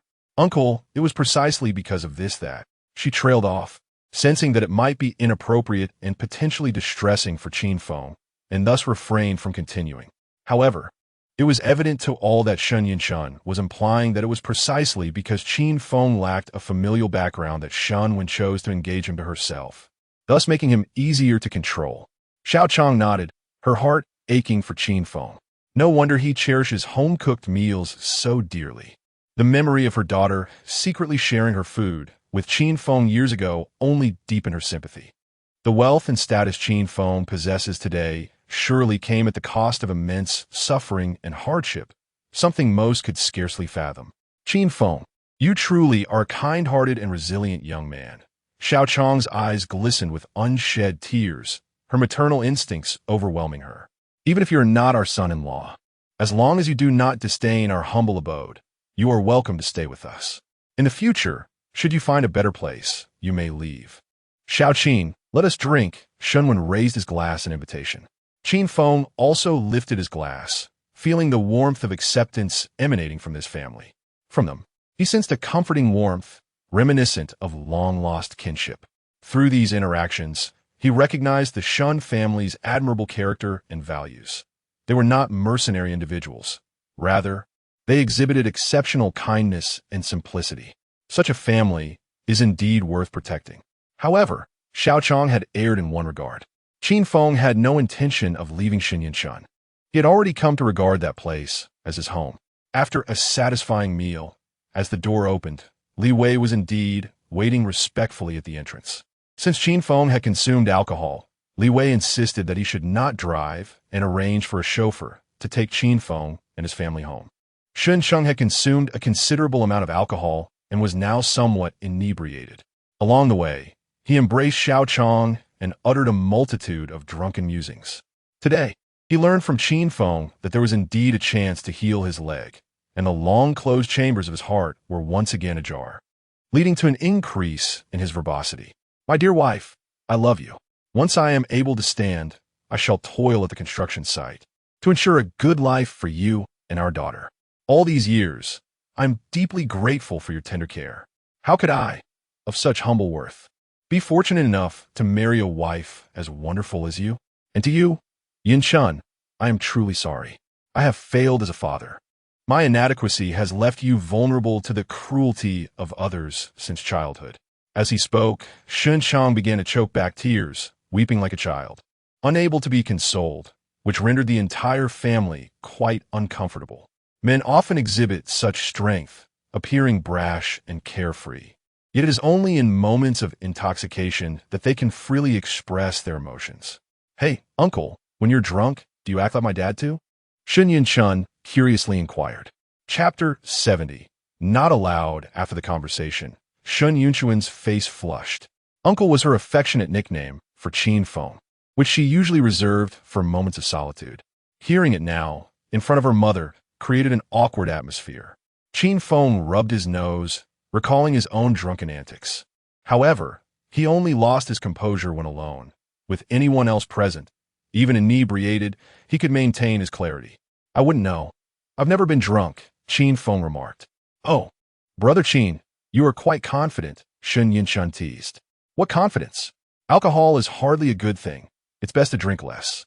Just like your father, getting drunk and embarrassing himself. Xiao Chang interjected with discontent. Qin Feng nodded. Sun Yinchun stuck her tongue out at him, letting out an "oh." Upon returning home, Qin Feng carried the inebriated Shun Cheng upstairs. Even with one arm, he made it considerably easier for Xiao Chang and Sun Yinchun. He continued to lay down in Sun Yinchun's room. Uncle, Sun Yinchun's voice suddenly broke the silence. Qin Feng replied. Thank you. You're welcome. It's what I ought to do. After this brief exchange, silence fell over the room once more. In the future, could you refrain from spending extravagantly for my family, uncle? Shen Yinchun inquired once again. Absolutely not. Qin Feng's voice was resolute, with no room for compromise. This isn't just your home, it's mine as well. My wife and parents are here. If I don't spend money for you, then for whom should I? But, well, why? Shen Yinchun's words were hesitant, vague. Anyone unaware of their circumstances might think they were engaged in a coded conversation. However, Qin Feng understood. Shen Yinchun was implying that they were not truly married and that she felt no obligation to him. I shamelessly reside in this beautiful home and enjoy my mother-esque cooking. I can't just take advantage of that, can I? Qin Feng preferred not to dwell on the matter. All right, let us sleep. Tomorrow is busy. Good night. Shen Yinchun still wanted to inquire further. But Qin Feng had already turned away. With a resigned sigh, she acknowledged his peculiar temperament. The following day, Qin Feng noticed that breakfast was even more sumptuous than before. Naturally, he did not hesitate. After washing up, he sat down to eat. After sipping some porridge, he noticed Shen Cheng was absent and asked, "Where's my dad?" "Oh, he drank a bit too much yesterday and is feeling dizzy. He is still asleep. You two go ahead and eat without worrying about him." Xiao Chong replied with a smile. Qin Feng shook his head. Dad really ought to practice his drinking. Otherwise, how will he handle social gatherings in the future? His subsequent words left Xiao Chong momentarily stunned. Social gatherings? What gatherings? Qin Feng chose not to elaborate further, and it continued to focus on his meal. The sound of Shen Yinchun answering a phone call broke the morning calm. Okay, I understand. I'll set off right now and head over immediately. After hanging up the phone, Shen Yinchun hurriedly rushed out, grasped a cup of milk, and downed it in one gulp. Mom, there has been an incident at the factory. I must head there immediately. Breakfast will have to suffice as it is. Qin Feng swiftly grabbed 2 fried dough sticks and got up to follow her. I'll accompany you, Mom. We're heading out. The two dashed out in haste. Xiao Chong called out, wishing to offer her daughter something to eat, but received no response. With a resigned sigh, she began to tidy the table, glancing at the empty plate that Qin Feng had finished, shaking her head before breaking into a smile. It seemed that having such a son-in-law at home was indeed a delightful affair. This child, why does he eat so quickly when there is no one to compete with him? Doesn't he fear choking? As she continued to clear the dishes, the doorbell rang. They VE arrived, Xiao Chong thought, placing the dishes in the kitchen. Upon opening the door, she was greeted by a group of impeccably dressed men and women, exuding an air of social sophistication. Each of them held what appeared to be high-end health products. Chapter 71. Seeking mercy at the forefront stood a middle-aged man, appearing to be in his 50s, with graying temples that imparted a unique aura. His smile was warm and gentle, exuding humility. Among them was one person whom Xiao Chong recognized, the bank manager chief from yesterday's encounter at the Jianghuai Bank, Rongqing branch. He bore the brunt of Qin Feng's wrath, his face now swollen and bruised, resembling a pig's head. What brings you here? Yes, you. I have not pilfered any bank cards today, Xiao Chong retorted with a hint of sarcasm. Upon hearing this, Manager Qi forced a smile so ghastly it was akin to weeping. He promptly bowed, almost to the point of kneeling, and pleaded, "Madam, yesterday was entirely my fault. I underestimated you. I implore your kindness to overlook my transgressions and spare me." He continued, "You see, today, our esteemed General Manager Yang has accompanied me to personally apologize. I beg for your forgiveness. I have dependents. I cannot afford to perish." Xiao Chong, not inherently cruel, was swayed by his pitiful demeanor. Considering that prolonging this could attract the attention and gossip of neighbors, her expression softened. "So, you are here to apologize? Not to apprehend me?" With a resounding slap, Qi struck his own face, exacerbating the redness and pain, gritting his teeth. "Madam, I beseech you, spare me," he cried. "This lady," General Manager Yang interjected, bowing gracefully. "I have brought Branch Manager Qi to extend our apologies. May we enter to converse?" His demeanor now exuded the elegance of an old European gentleman, a stark contrast to the man who had berated her over the phone the previous day.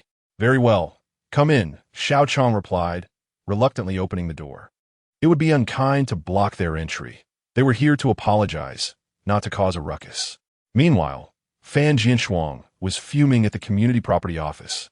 His face flushed with anger as he bellowed, "Investigate. Find out who crashed into my car." Having endured a sleepless night, he arrived early, storming into the office as soon as it opened. "You all, immediately pull up the surveillance footage. I must see which scoundrel damaged my vehicle. If you refuse to cooperate, I shall sue your property management. Even if the lawsuit fails, I will ensure you are unable to work." Fan Jinshuang's heart ached at the thought of his newly purchased Porsche, worth over $1 million, already marred within mere days of ownership. He was determined to locate the culprit and ensure they paid dearly. "I'm afraid the camera at the entrance malfunctioned yesterday, so it likely did not capture the incident," the property manager replied dismissively, exhibiting a disdainful attitude towards someone like Fan Jinshuang. He was not a resident of the community and, thus, had no obligation to serve him. Furthermore, it was evident that the culprit had parked haphazardly, obstructing others, brazenly taking advantage of his wealth. Encountering a formidable adversary, the collision of the vehicle was indeed his own doing. He has no one but himself to blame. Do you think I would believe such nonsense? What are the odds that a malfunction would occur at that precise moment? Fan Jinshuang glared with his bulging eyes, pounding the table, demanding, "Will you investigate or not? If not, I shall report this to the authorities. Furthermore, you, scoundrel, ought not to think that being a property manager makes you invincible. Do you not fear traversing the darkened streets at night?"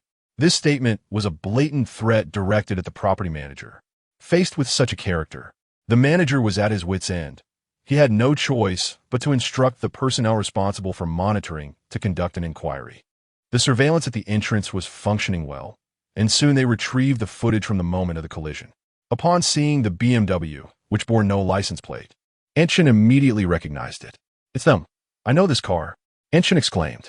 "Aunt, do you know them?" Fan Jinshuang's eyes lit up, finally uncovering the identity of the individuals responsible for damaging his vehicle. Chapter 72. "It is their vehicle," Aunt Shin nodded, recalling her words from the previous day. "My neighbor has just acquired a BMW. This vehicle belongs to their family, and I recognized it at a glance. That scoundrel. Clearly, this car is theirs, yet they claim it was bought by the son-in-law. Who doesn't he know that their son-in-law is a disabled vagrant? How could he possibly afford such a luxury BMW?" Fan Jinshuang's expression darkened, and his resolve grew stronger. He seized Aunt Shin's arm and headed towards Shun Cheng's home. "How dare they collide with my car? Just wait and see how I deal with them." He cursed viciously. He contemplated delivering a thorough beating to that rascal, followed by extorting compensation. This time, he was determined to engage in a proper shakedown. If they could afford a BMW and recklessly cause an accident, purchasing a new Porsche would surely be within their means. Meanwhile, at home, Xiao Chong was pouring tea for several senior executives from Jianghua Bank. President Yang stood up promptly, accepting the tea with both hands. "Ms. Xiao, you are too kind. We are here primarily to express our apologies." With a wave of his hand, a few subordinates brought forth gifts. President Yang continued, "These tokens are a mere gesture of goodwill. We hope you will accept our apologies, Ms. Xiao." Setting down the warm water bottle, Xiao Chong quickly waved her hand in refusal. "No, this is too much. These gifts are far too extravagant." "Not all. For someone as esteemed as yourself, these gifts are insignificant. They are merely our way of expressing regret. We sincerely ask you to accept them and forgive our ignorance and mistakes," President Yang implored, continuing to apologize. "We deeply regret this misunderstanding. It reflects our professional negligence, and we take full responsibility. Therefore, whatever demands or compensations you require, as long as they are within our capacity, we shall not refuse. We hope, Ms. Xiao, that you will grant us the opportunity to amend our mistakes." Standing to the side, President Qi dared not utter a word, merely bowing and anxiously waiting. The blunder had been monumental. Even President Yang, who was nearing retirement and typically a refined gentleman, had been provoked to anger the previous day. This alone underscored the gravity of the situation.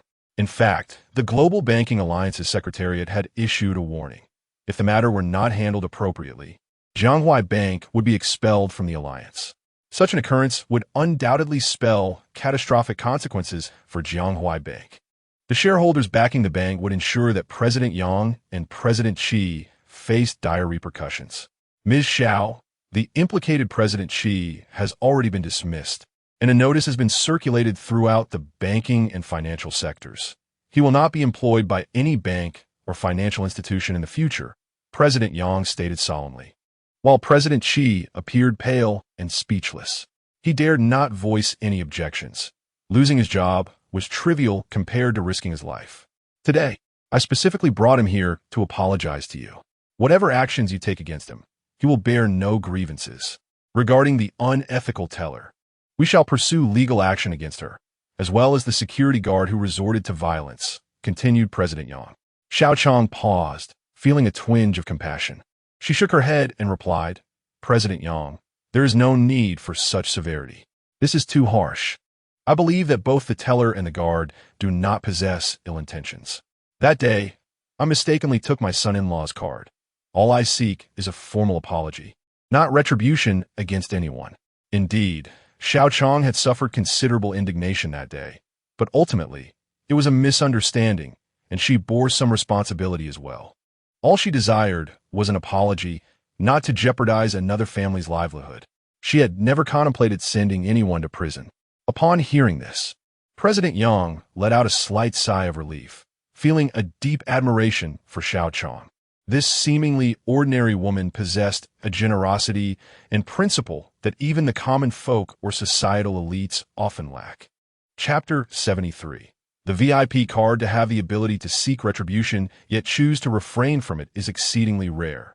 Upon hearing this, President Xi was overcome with emotion, tears streaming down his face as he knelt before Xiao Chong, bowing deeply. Auntie, I'm truly sorry. It is my narrow-mindedness and my lack of insight that led to this. Thank you. Thank you for your forgiveness, for granting me a chance at redemption. Xiao Chong felt uncomfortable with someone bowing before her and quickly stepped forward to assist President Xi. Young man, please rise. There is no need for such gestures. You have already faced the consequences of your reckless actions, and your sincere apology today is appreciated. I forgive you. However, I cannot alter their decision to dismiss you. You must strive to work diligently and avoid such impulsivity in the future, she reassured him. President Xi attempted to bow once more, moved to tears. Indeed, Auntie, your kindness overwhelms me. I am grateful for your forgiveness and dare not ask for more. Thank you, thank you. President Yang then stood, offering a slight bow. Ms. Xiao, your magnanimity is truly admirable. I shall heed your wishes and withdraw the charges against those involved. With that, he gestured for silence. The newly appointed branch manager of Jianghuai Bank's Rongqing branch respectfully presented a card. Ms. Xiao, I am Zhao, the new branch manager. This is a VIP gold card from Jianghuai Bank, containing 5 million. It is our compensation for you, and I implore you to accept it. Before Xiao Chong could refuse, the group bowed in unison, urging her to accept. Please accept it and grant us an opportunity for redemption. Xiao Chong opened her mouth, unsure of how to respond. 5 million was an immense sum. How could she dare to accept it? Even as compensation, it felt excessive. Unbeknownst to her, failing to secure her compensation could result in Jianghuai Bank facing expulsion from the World Bank Alliance, leading to losses in the billions. In comparison, this 5 million was but a pittance. I accept your apology and forgive you, but 5 million is far too much. I can only accept 200 for my medical expenses, she replied reluctantly. In truth, her medical costs were minimal, and even requesting 200 felt somewhat avaricious. Yet President Yang did not relent, bowing once more. Ms. Xiao, do you still refuse our forgiveness? I implore you, accept it, otherwise we shall not rise. President Yang, older than Xiao Chong, made her feel uneasy, prompting her to offer several hasty reassurances. However, none dared to stand. Reluctantly, she conceded, very well. I shall accept the card for now. With no other recourse, she took the card, intending to seek her daughter, Yunshun, as counsel upon her return. If her daughter could not resolve the matter, her son-in-law could assist. Seeing Xiao Chong finally accept the card, President Yang and his group sighed in relief. Daring to stand once more. They initially believed that this predicament would be quite challenging, anticipating that Xiao Chong would undoubtedly demand an exorbitant compensation. However, it appears they have underestimated her intentions, and a sense of shame began to creep into their hearts. Just as they were contemplating a casual conversation to strengthen their rapport and solidify their achievements while preparing to apologize to the gentleman Qin Feng, who bore the injury of a severed arm, a series of heavy knocks resounded at the door. Xiao Chong, Shun Chong, come out at once. You've damaged my nephew's vehicle, and now hide away in your home. Too cowardly to face the consequences? If you dare to crash a car, be prepared to pay the price. Come out and settle this. The sharp voice of Aunt Shun pierced through the air, laced with malice. Following her, Fan Jinshuang's voice echoed. Aunt, is this the place? You dare to collide with my car? Damn it, come out now, or I will smash this door and make you regret it. A torrent of vicious curses ensued. Xiao Chong furrowed her brow, recalling that just yesterday, Qin Feng had crashed his BMW into a luxury vehicle, which was evidently of considerable value. Chapter 74. How did you end up here?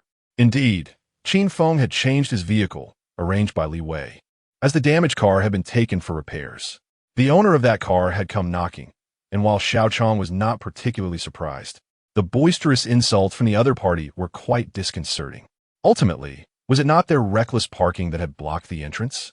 Excuse me, would you mind waiting a moment? I'll step outside for a bit, Xiao Chong said apologetically before heading out. President Yang briefly contemplated and followed her. As soon as the door opened, Aunt Shun began to berate them. Xiao Chong, what is going on in your household? Is it just a mere BMW? Why the arrogance? What's so impressive about it? You dare to crash in my nephew's Porsche? Do you even know how much that Porsche costs? Over $1 million. Enough to buy several of your so-called BMWs. Aunt Shun, emboldened, shouted like a hen, drawing considerable attention from the neighbors who quickly gathered around. With a cynical smile, she wished to showcase how insignificant Xiao Chong's BMW appeared in comparison to the Porsche. Is this just a BMW you bought? What is there to be proud of? You are Xiao Chong, aren't you? You crashed my car yesterday. It was your family, wasn't it? I reviewed the surveillance footage, and it was clear that you intentionally collided with it multiple times. Fan Jinshuang spoke viciously. Aren't you all so arrogant? Now, let us see how you compensate me. Are you prepared to go bankrupt? My Porsche, worth over $1 million, has been ruined by you. You owe me a new one. Otherwise, I will sue you until you rot in prison. Xiao Chong turned pale upon hearing this. Over $1 million? How could she afford that? But it was too late to say anything. It was indeed Qin Feng who had crashed into the other party. Just as she was about to apologize, President Yang stepped forward. Furrowing his brow, he inquired, Fan Jinshuang, what brings you here? Why, Yang, President Yang, what are you doing here? Fan Jinshuang stuttered, his previously arrogant demeanor instantly vanishing, much like a rat confronted by a cat. Indeed, he was merely a minor lobby manager from a branch of Jianghuai Bank in Rongqing, while President Yang was the esteemed head of Jianghuai Bank's provincial headquarters, a stark contrast in status. It was not often that Fan Jinshuang had the opportunity to meet President Yang. He had only garnered his attention once during a conference where he spoke as a branch representative. Fan Jinshuang licked his lips, swallowing nervously as he pondered why President Yang was present and why he had just emerged from Xiao Chong's residence. Is it not permissible for me to be here? President Yang's gaze turned icy as he questioned, and what are you doing shouting at the entrance? Are you unaware that I am entertaining valued guests from our bank? And no. Fan Jinshuang stammered, unable to finish his sentence. Before President Yang, he was but a minor character, utterly unworthy of even the privilege of serving President Yang's shoes. At that moment, anxiety consumed him, rendering him speechless. Do you know President Yang? A distinguished guest. Is she truly a valued patron of our bank? Xiao Chong inquired with astonishment. President Yang gestured towards Fan Jinshuang, stating, Miss Xiao Chong. He is the lobby manager of a branch under our Rongqing branch, recently promoted from the position of customer service director. President Yang spoke candidly. He immediately discerned the tension between Fan Jinshuang and Xiao Chong. This represented a prime opportunity to cultivate a favorable relationship with Xiao Chong, and President Yang was determined to seize it. Moreover, after exerting considerable effort to lower his own pride and finally earn Xiao Chong's forgiveness, he could not allow Fan Jinshuang to jeopardize that. A surge of frustration welled up within President Yang. Did this oblivious individual intend to jeopardize our entire Jianghuai Bank? Did he wish to bring about my ruin? Fan Jinshuang, reflect carefully on this matter. If there's any hint of concealment, you will be dismissed immediately, President Yang admonished coldly. Chapter 75. I will compensate. Fan Jinshuang shuddered as if struck by lightning, his back instantly drenched in cold sweat. Overwhelmed by fear, he failed to discern the underlying implications in President Yang's words. Rushing to explain, President Yang, it was like this. They damaged my car yesterday, and I am here to demand compensation. In an instant, President Yang's gaze turned piercing, his jaw clenched tightly, and he shot a fierce glare. A wave of regret washed over him. He had previously regarded this young man as quite capable during meetings, but now he realized he had been blind to his shortcomings. Lacking even the slightest ability to read the room, was he simply a fool? President Yang's intention was for Fan Jinshuang to take full responsibility and then offer an apology. After that, any resolution could be discussed. However, this rascal, burdened by guilt, was eager to shirk responsibility before President Yang, desperate to preserve his job, and completely failed to grasp the latter's meaning. He brazenly shifted the blame onto Xiao Chong and her family. What nonsense! Clearly, you parked your car ostentatiously at the entrance of our community, obstructing everyone's way. Others dared not collide with your vehicle and merely cursed you from the sidelines. Indeed, what a world we live in, filled with all sorts of people, boldly lying with their eyes wide open. I have great admiration for that one-armed gentleman. He shouldn't have had to endure such nonsense. Aunt Shun, you are truly ignorant. That one-armed brother drives a vehicle worth over 1.2 million.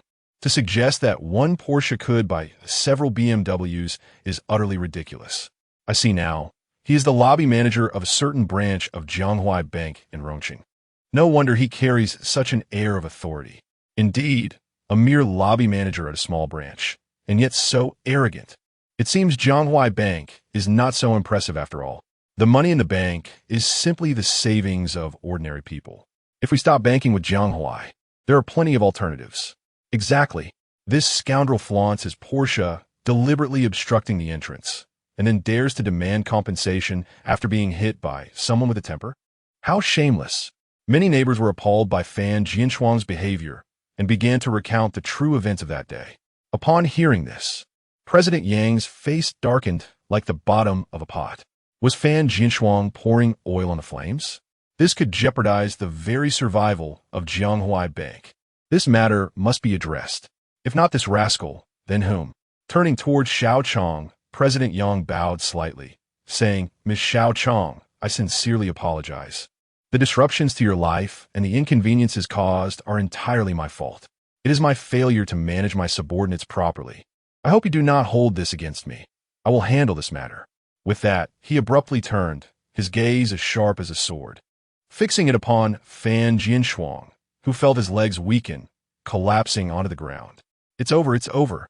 President Yang had never been this angry before, nor had he ever been so polite to anyone. What was his relationship with that older woman, Xiao Chong? Today, I truly ventured out without consulting the almanac, and calamity has befallen me upon my return home. He turned to glance at Aunt Shun, whose complexion was ashen, frantically pushing her way through the crowd. Where had the earlier bravado vanished? She remained oblivious to the formidable power and background of the Xiao family. Even the esteemed president of the Jianghuai Bank felt compelled to bow and apologize respectfully. How blind I was to have offended her. Was this not a path to self-destruction? Fan Jiashuang, it appears that your vehicle was indeed struck by Mr. Qin, a distinguished guest of our bank. I will compensate him. With that, President Yang promptly retrieved a check from his assistant's bag and tossed it to Fan Jiashuang. Fill in the amount yourself, and then proceed to the bank to withdraw the funds. Fan Jiashuang's hands trembled, nearly dropping the check. What had initially seemed a mere slip of paper now felt extraordinarily weighty. Furthermore, I hereby announce your termination. Our bank has no need for duplicitous individuals who present one face in public and another in private. How foolish I was to have personally promoted you. Fellow compatriots, I was deceived by this scoundrel. Rest assured, We at Jianghuai Bank will always prioritize our clients' interests above all else. Chapter 76. You deserve it. Individuals like Fan Jinshuang, so contemptibly base, are incapable of even understanding what it means to be human, let alone exhibit any semblance of quality. Such a person has no place in our Jianghuai Bank, now and in the future. Should we discover any employees akin to Fan Jinshuang, for every instance we uncover, we shall expel them without hesitation. President Yang's voice, though not loud, resonated with solemnity and authority. His words immediately garnered the approval of the onlookers, who cheered in agreement. Those who become arrogant with wealth deserve such treatment. President Yang executed his stance admirably. Fan Jinshuang was truly insufferable. Fan Jinshuang? What a fitting name indeed. It is nothing short of poetic. With such a disgraceful demeanor, one can hardly expect anything less than a double dose of ignominy. Fan's face turned ashen, as though he had swallowed a stone, the weight of despair crushing him. This job had been an exceedingly hard one. Not only had he dedicated an extraordinary amount of effort, but he had also invested a considerable sum. Having just begun to find his footing, should he be dismissed, he would not only forfeit any hopes of advancement and wealth, but would also struggle to meet his car and housing loan obligations. Such a coveted position was one he could not afford to lose. Realizing his errors now, it was too late. This scoundrel was bringing disgrace upon our Jianghuai Bank's Rongqing branch. The newly appointed president, Zhao, snorted disdainfully, his eyes filled with loathing. Tomorrow, you will go to finance to settle your wages. I have no need for someone like you on my team. President Yang had no intention of sparing him either, coldly stating, Director Zhang, remember to issue a notice so that the entire industry understands what kind of person Fan Jinshuang truly is. Investigate who initially hired and recommended him. We must ascertain if there were any violations and pursue this matter rigorously. Those found culpable shall face serious consequences. President Yang's pronouncement left Fan Jinshuang feeling as though his very bones had been stripped away, collapsing to the ground like a puddle of mud. Today, he had evidently neglected the omens of fate. His misfortune was staggering.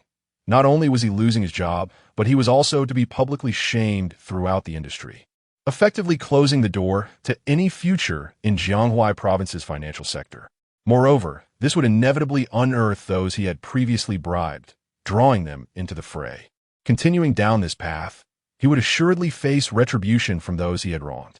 Among the crowd, Aunt Chin's face turned pale. Her nephew had just been promoted and acquired a luxury car. Before she could even boast, all of it had evaporated like a mirage. No, this cannot be allowed to happen. Blushing and gathering her resolve, she stepped forward, pleading, Xiao Chong, I beseech you to show mercy. I acknowledge my harshness, but we are neighbors. Must you treat my nephew in such a manner? Aunt Chun implored, all of this is my nephew's fault. I apologize on his behalf. Please, spare us. Xiao Chong regarded Aunt Chun, unable to suppress a frown. Even though she was kind-hearted, she had no desire to let this petty individual off the hook. This person had engaged in too many underhanded dealings, presenting one facade to the public while harboring another in private. She was well aware of the disparaging remarks Aunt Chun had made about her family behind their backs. They spoke derogatorily of Shun Chong, labeling him as disabled, and referred to Xiao Chong as an aging woman incapable of generating wealth, with a notoriously foul temper. Recently, they have been brazenly mocking them in front of others, claiming that their family has now acquired a disabled son-in-law.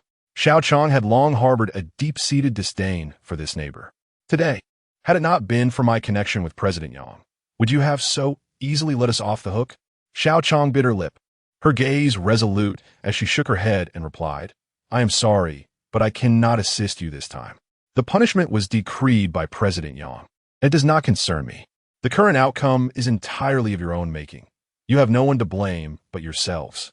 Upon uttering these words, Xiao Chong felt an immense sense of relief and satisfaction.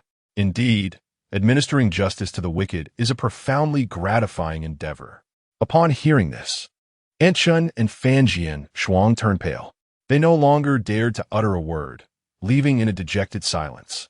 Chapter 77. Another disturbance, if they do not depart soon, they will only face further humiliation. Among the onlookers, many were complicit in Aunt Chen's misdeeds. They would not hesitate to revel in the spectacle of kicking a man when he is down. Ms. Xiaochong, I offer my sincerest apologies once again for affecting your mood, said President Yang, bowing in contrition. Ms. Xiao quickly waved her hands. No, President Yang. You have actually helped me this time. Without your support, I would have been at a loss for what to do. Let us bear the cost of compensation. After all, it was our son-in-law who caused the accident. Upon hearing this, President Yang shook his head vigorously, as if he were a rattledrum. He would never dare to let Qin Feng pay. That would be tantamount to courting disaster. No, please don't mention such money. Have mercy on my reputation. How could I possibly allow Mr. Qin and yourself to bear the costs? Moreover, this whole mess was instigated by that scoundrel blocking the entrance.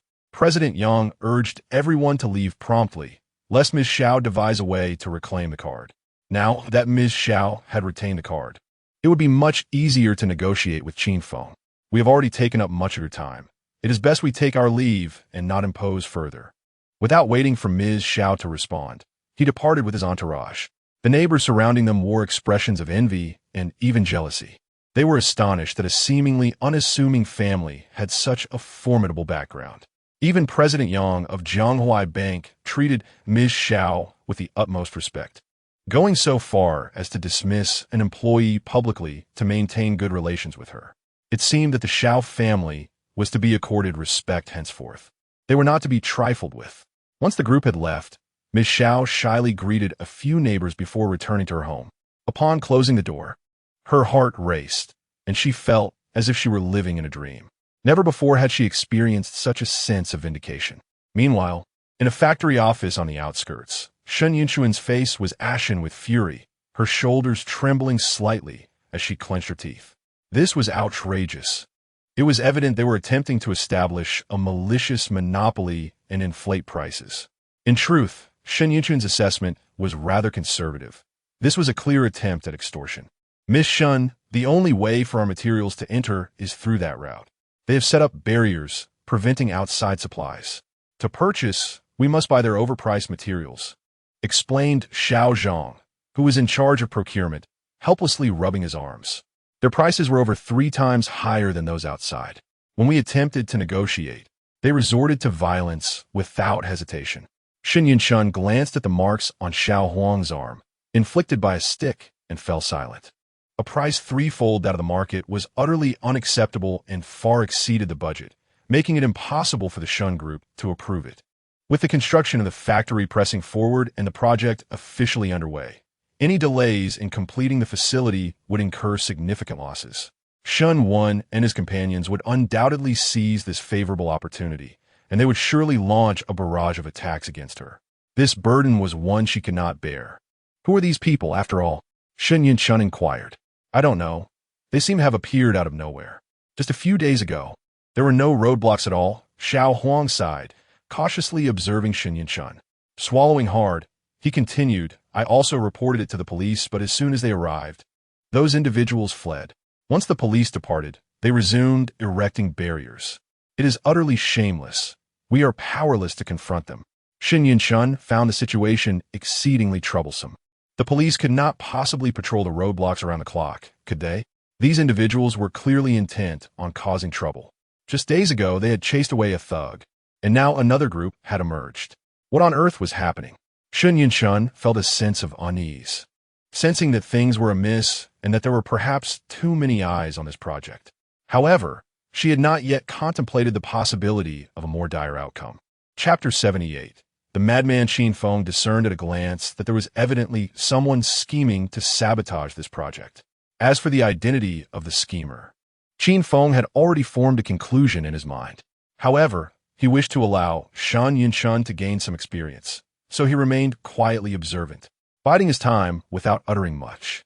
Yet, silence did not equate to inaction. While Shen Yinchun was in the office deliberating strategies with several project managers, Qin Feng turned and departed in his vehicle. The route from the city to the construction site consisted solely of a rural road, with only minor paths allowing passage for smaller vehicles. Consequently, all building materials required for the construction must traverse this rural road to reach the site. The adversary had set up a blockade along this road, effectively seizing the critical artery for transport. Nevertheless, this tactic was hardly more sophisticated than previous attempts. At its core, it was merely a display of thuggery.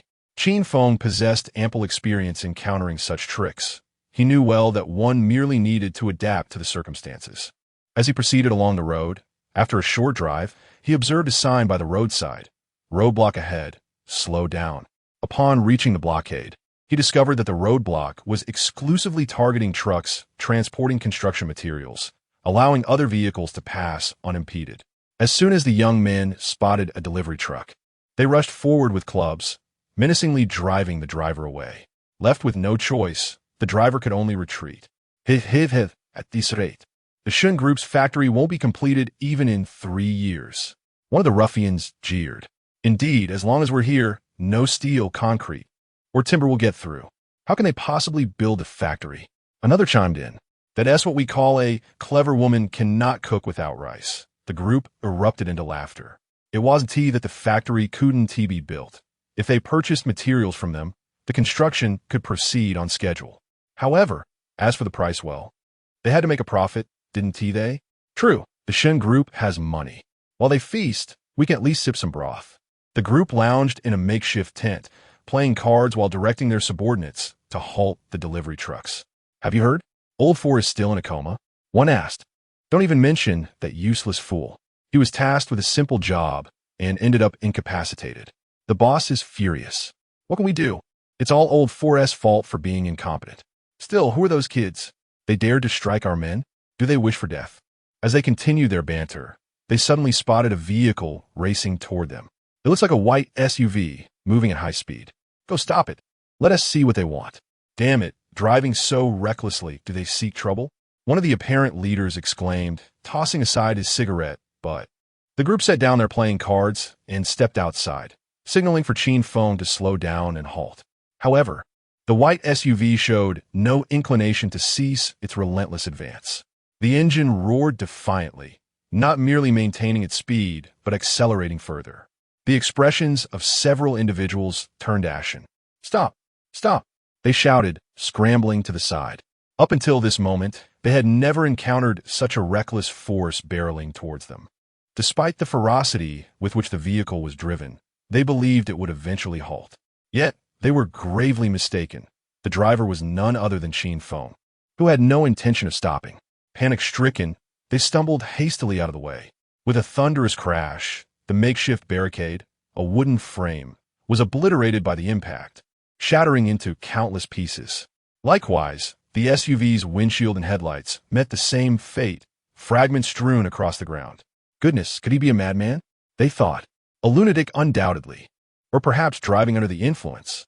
Was he truly intent on running us down? Chapter 79.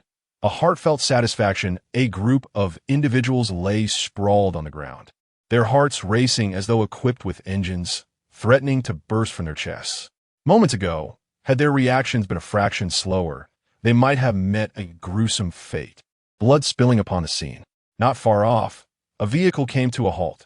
Qin Feng kicked open the door and approached with measured steps. The crowd rose, their fury palpable, their noses nearly askew with indignation. This audacious fool had not only crashed into the barricade, but had the audacity to park. Today, he vowed, he would not let this scoundrel live to see another day. Hey, you blind fool, come here, they shouted, filled with rage. You nearly killed me. I demand your life today.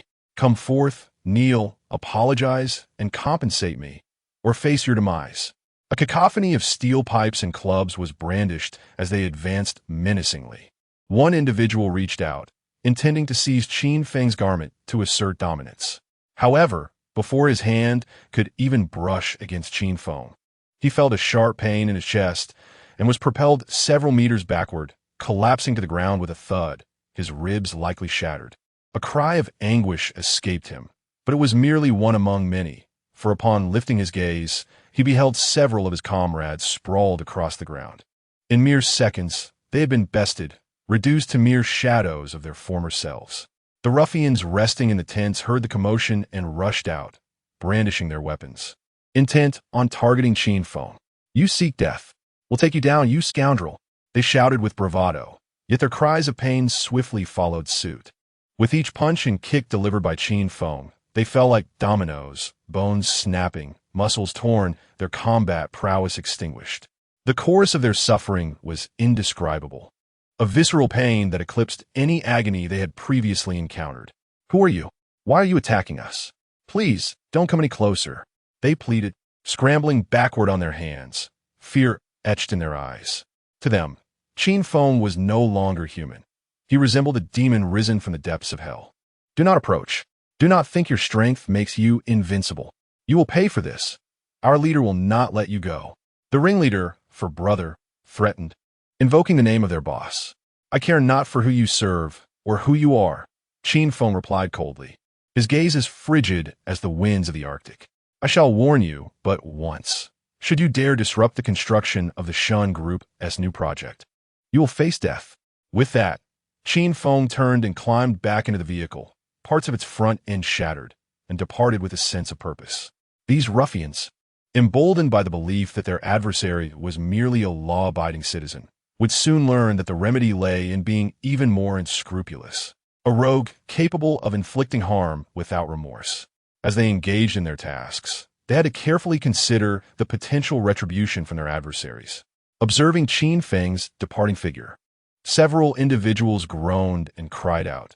Despite the fury igniting in their eyes, they lacked the strength to rise. Their hearts were overwhelmed with dread. In the future, the mere sight of Qin Feng would likely send shivers down their spines, tightening their very cores in fear. "Quick! Is there anyone able to stand? Lend me a hand. Hurry, call the boss and report that we have encountered a formidable opponent. We need reinforcements.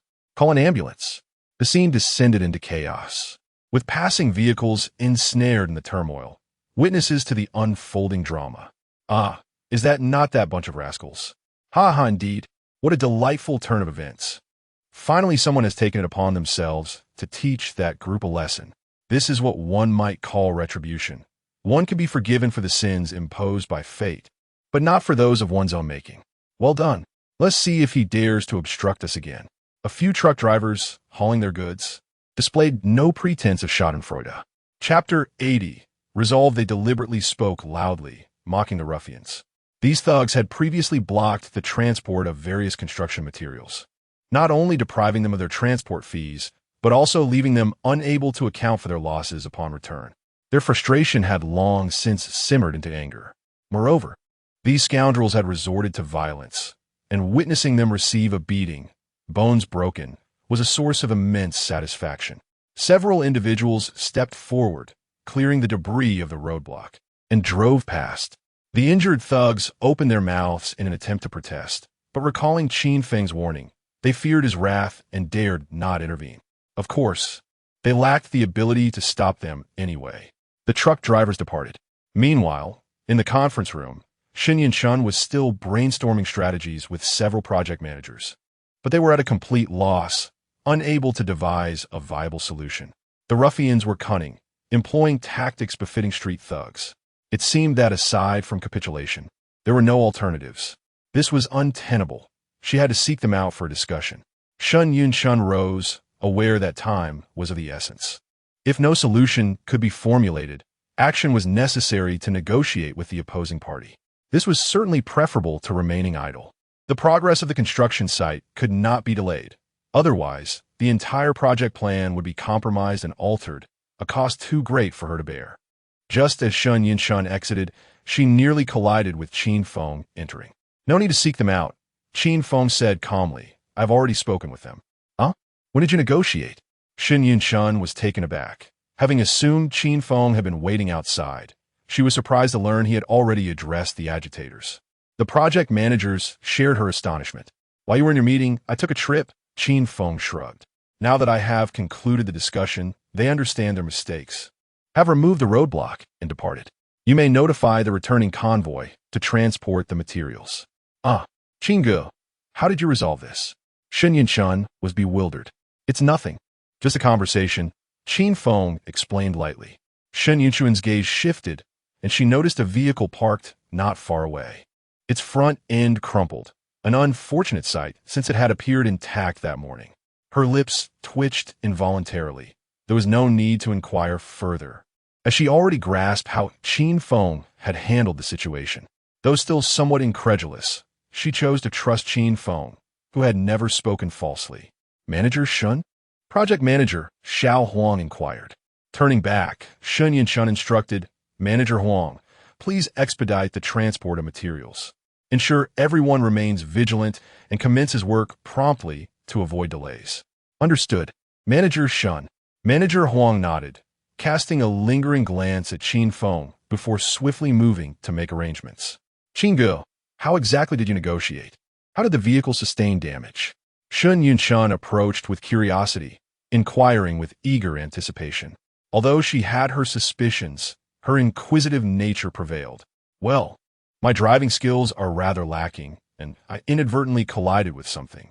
As for our conversation, it was naturally an appeal to emotions and reason. Qin Feng replied with an unruffled smile. I don't believe you. You must have resorted to violence again. Shun Yinshun pouted, clearly dissatisfied with Qin Feng's response. Qin Feng scratched his head, initially intending to persuade her with logic and sentiment, but when they refused to heed reason, he resorted to using his fists. After all, resolving issues with physical force proved to be more direct and efficient. Shun Yinshun was at a loss for words. Her brother Qin seemed excessively inclined towards violence. Yet, the efficacy of such methods was undeniably high. Let us tidy up and call it a day. The matter is resolved, and there is no need for further vigilance. Qin Feng suggested with a smile. Huh? Going home already? Where to now? Shun Yinshun queried as Qin Feng waved his hand and ushered her into the car. Chapter 81. Mr. Qin remarked nonchalantly, the BMW in front is beyond repair. It would be simpler to dispose of it. This SUV is not suitable for you either, and it too has sustained damage, so let us consider acquiring a new vehicle. His tone suggested that purchasing a BMW was as trivial as acquiring a head of cabbage. Shun Yinshun felt a twitch at the corners of her mouth, unable to suppress her inner commentary. It had only been a day since the BMW was purchased, and now it lay in ruins. Of course, it could be repaired, and she had repeatedly expressed that as long as it was fixed, it would suffice. Yet, Qin Feng remained resolute, displaying an unfortunate inclination towards resolving issues through forceful means. He seemed oblivious to the fact that it was his own carelessness that had led to the damage of the vehicle. This was also General Manager Li's car. Could he not exercise a modicum of caution? With a resigned sigh, Shun Yinshun muttered her grievances. Yet she understood that there was no way to alter Qin Feng's decision. She reluctantly followed him to the 4S dealership, determined to offer her counsel. They arrived at the same BMW dealership, but this time they drove the damaged car rather than an electric vehicle.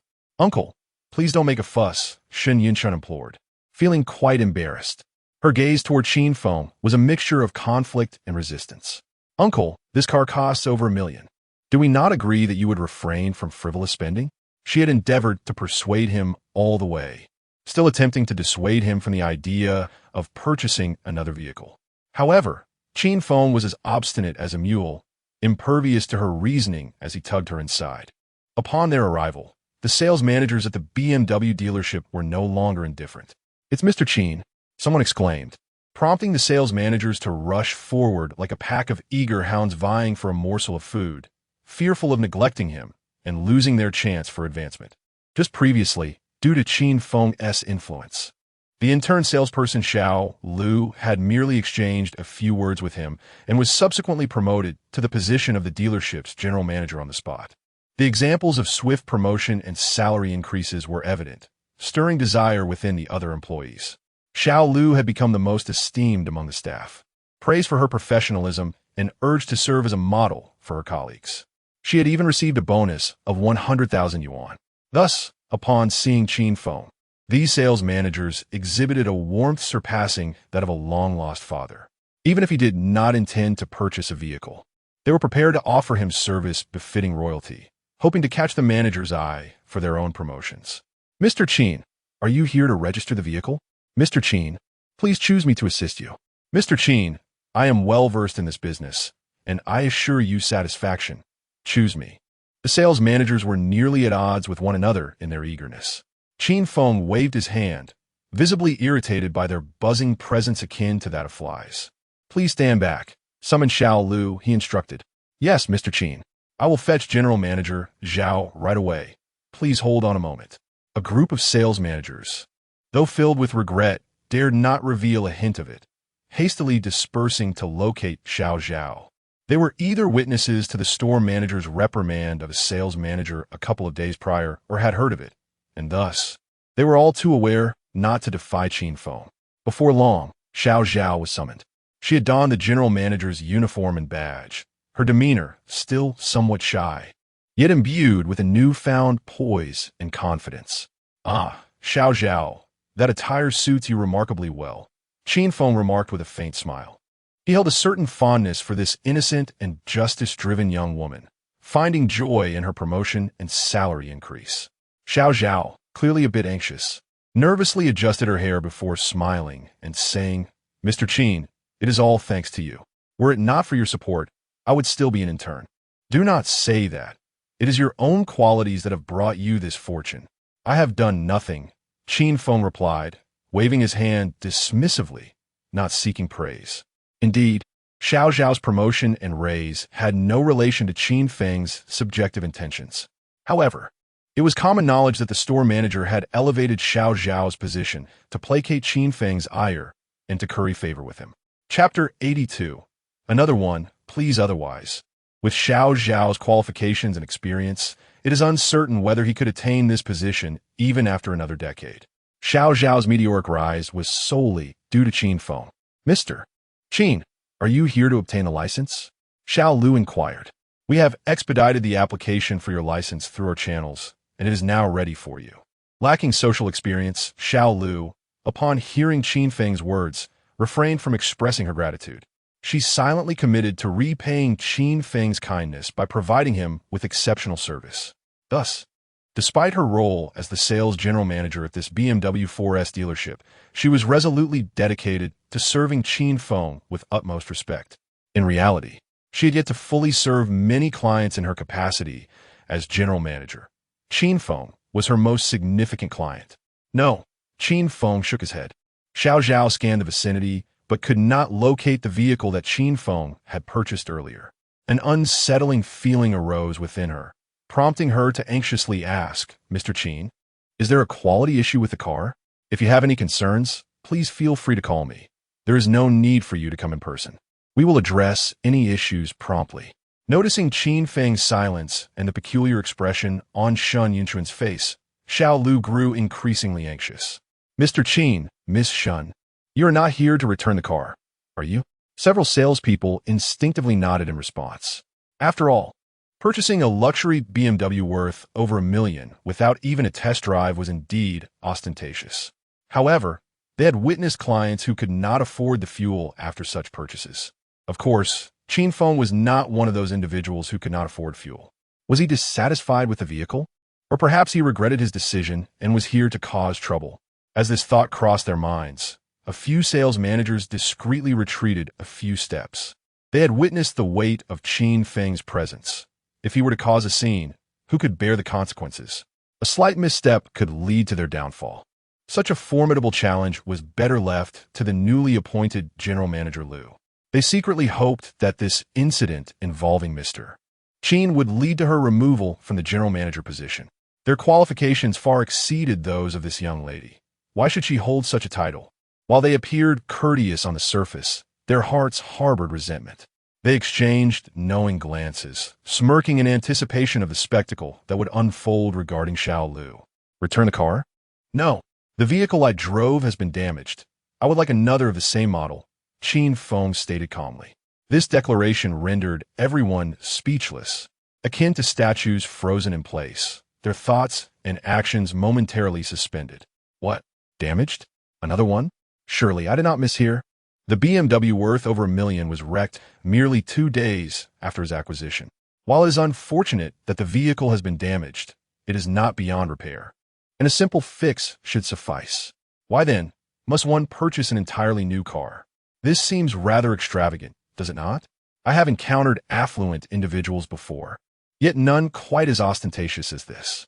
I have seen people replace malfunctioning items, but those were merely small gadgets like phones. I have never witnessed anyone simply discard a luxury car for a new model. Excuse me, did you not hear me? Or is the same model no longer available? Qin Feng waved his hand, observing the stunned expressions of those around him with confusion. His request seemed reasonable enough. What was the matter? Qin Feng remained oblivious to the profound impact his words had on these individuals. Huh? Oh. Xiao Lu snapped back to reality, licking her lips and slightly twitching the corners of her mouth as she replied, Mr. Qin, you are a valued guest at our establishment. Since the car has been damaged, how about we arrange for repairs? Of course, we do have the same model available. However, I would still recommend you repair the vehicle, considering you have only driven it for 2 days. Xiao Lu's heart raced. This man, with his severed arm, must be incredibly wealthy. After all, this was a luxury BMW, not merely a child's toy. Chapter 83. 2 more cars? Surely wealth cannot be spent so recklessly? Never mind. We urgently need them. No repairs needed. Qin Feng casually waved his hand, as if brushing away a feather that had settled upon him. Are you certain? Little Lu still could not quite believe it. What is there to confirm? If they're available, prepare the cars and process the payment. We must hurry back home for dinner, Qin Feng said, handing over his card. Yes, please hold on. I will take care of it right away. Little Lu felt her lips twitch uncontrollably, gripping the black card adorned with golden edges, as if she were caught in a dream. In just 3 short days, she had sold 2 luxury cars, each valued over $1 million. Such remarkable sales figures would make even seasoned sales managers blush with embarrassment. Judging by her achievements, her position as the sales general manager seemed increasingly justified. The sales managers who had initially anticipated a spectacle of failure felt like fools. Unbeknownst to them, they had unwittingly played the role of petty skeptics. This gentleman was not there to return a car or create a scene, but to purchase another vehicle. Yet, it was somewhat understandable that they held such narrow views. After all, opportunities like this were rare, perhaps only occurring once in a decade. They wished they could slap themselves. Had they known this gentleman was so capricious as to buy another car, they would have surely fought for the chance, never allowing such a golden opportunity to slip through their fingers and into little Lu's grasp. Their hearts brimmed with regret. Mr. Qin, may I inquire if your family requires any additional vehicles? I can provide you with professional advice and the best possible discounts. One sales manager, seizing the moment, approached with a calculated smile. Someone like Qin Feng, a lavish spender who would effortlessly replace a damaged luxury car worth over $1 million, would hardly balk at the prospect of purchasing yet another vehicle for a similar sum.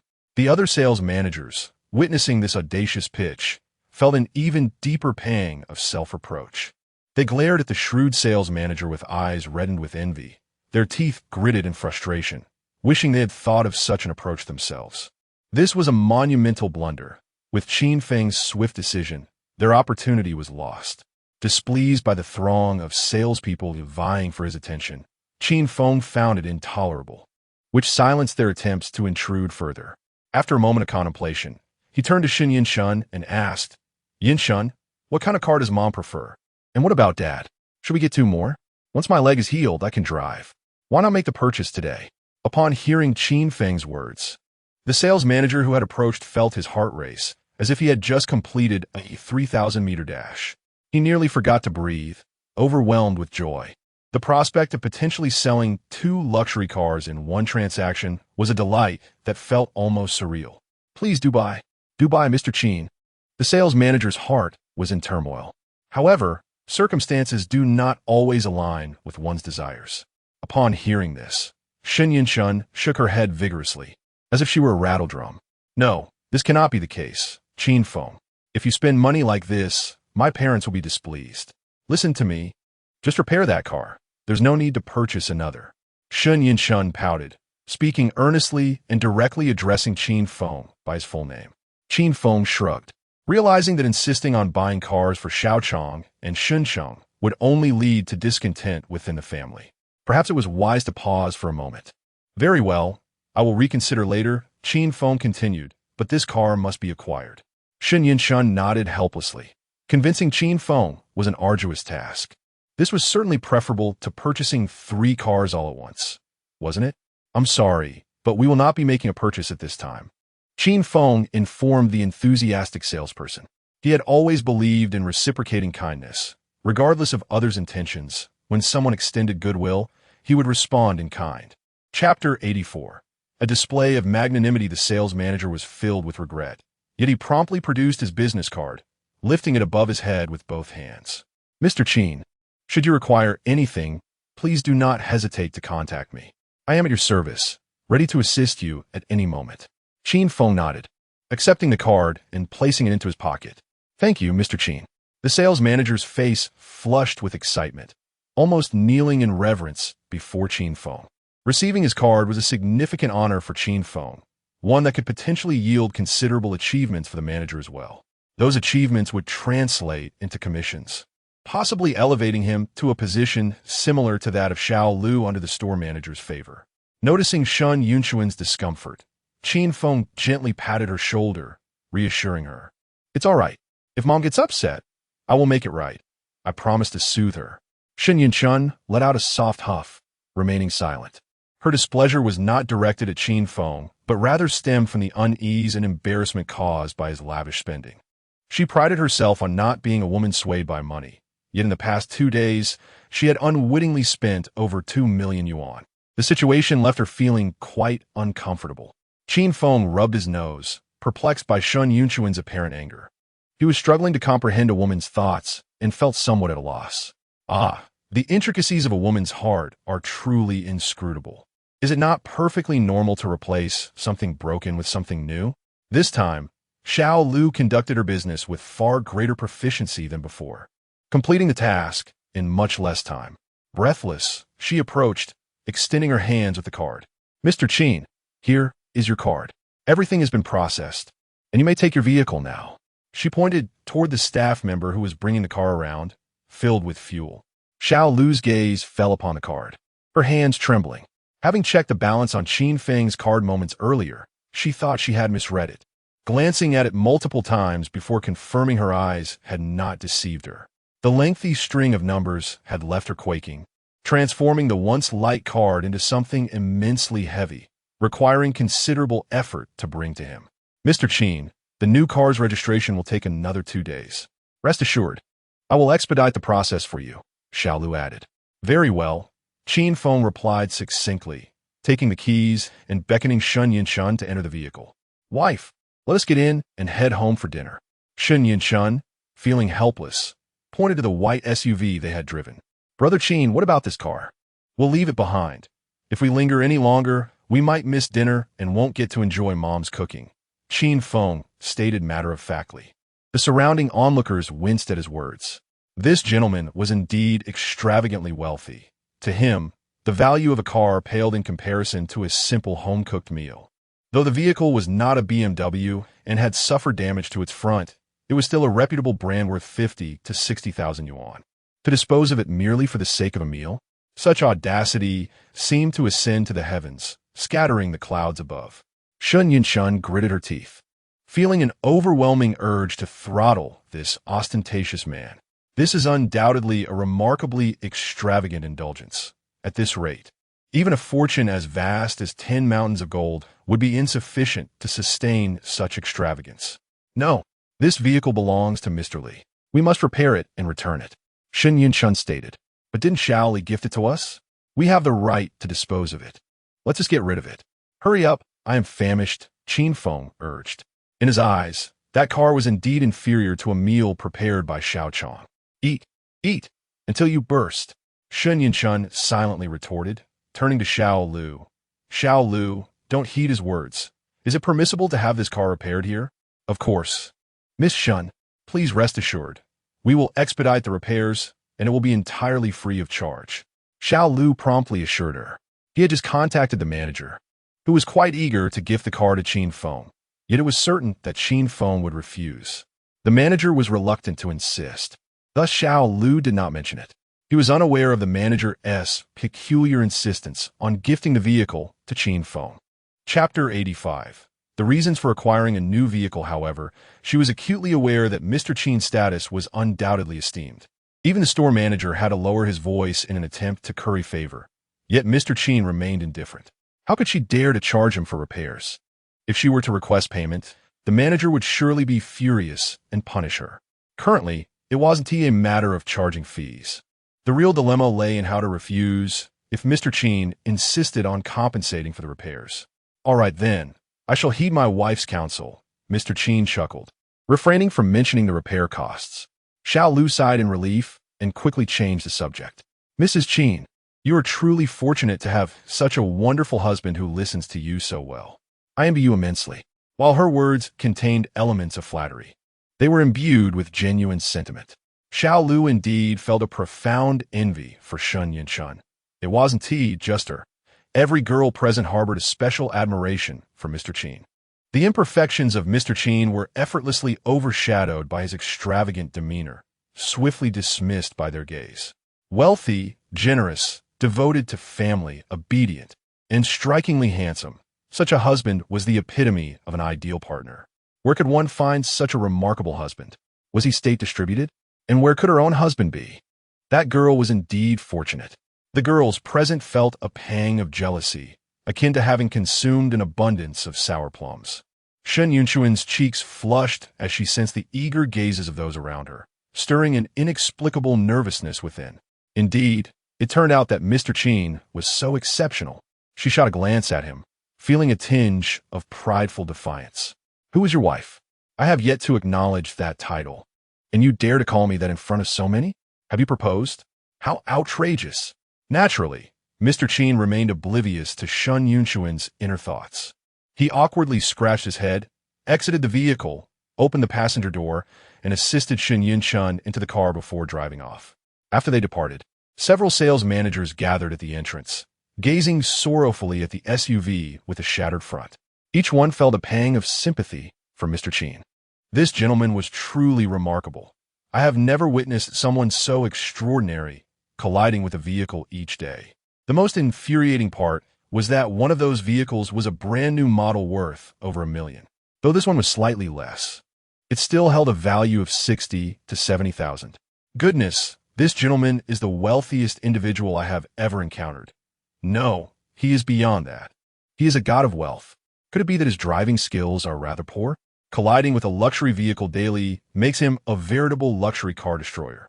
Yet, one cannot help but admire him. Even if he treats luxury cars as mere bumper cars, I believe he can afford it. Why do I feel a twinge of sympathy? The group of sales managers engaged in animated discussions, their admiration for Mr. Chin reaching new heights. They might never afford such luxury vehicles in their lifetimes, while he treats them like toys, creating a stark disparity that is difficult to bear. After a moment of subdued atmosphere, the excitement reignited. Do you think this gentleman will return in a few days to purchase another vehicle? The reasons for purchasing a vehicle may range from a filled ashtray, with ashes strewn about the interior, to the unfortunate incident of a mischievous child scratching the car surface, or even a dog urinating on the tires. Several salespeople, imagining the peculiar justifications that clients might present for trading in their vehicles, found themselves increasingly amused, yet also empathetic. Please, spare us the details, it pains my heart. One lamented. What do you mean by that? If this gentleman truly intends to change cars for such reasons, we should have no concerns about our sales performance, another replied. With a collective sigh, the sales managers erupted in cheers, their emotions soaring and plummeting like a roller coaster. Oh, God of wealth! Would you not consider colliding with another vehicle? They jested. Despite the awareness of the ethical implications, the sales managers clasped their hands in prayer, earnestly beseeching the fates.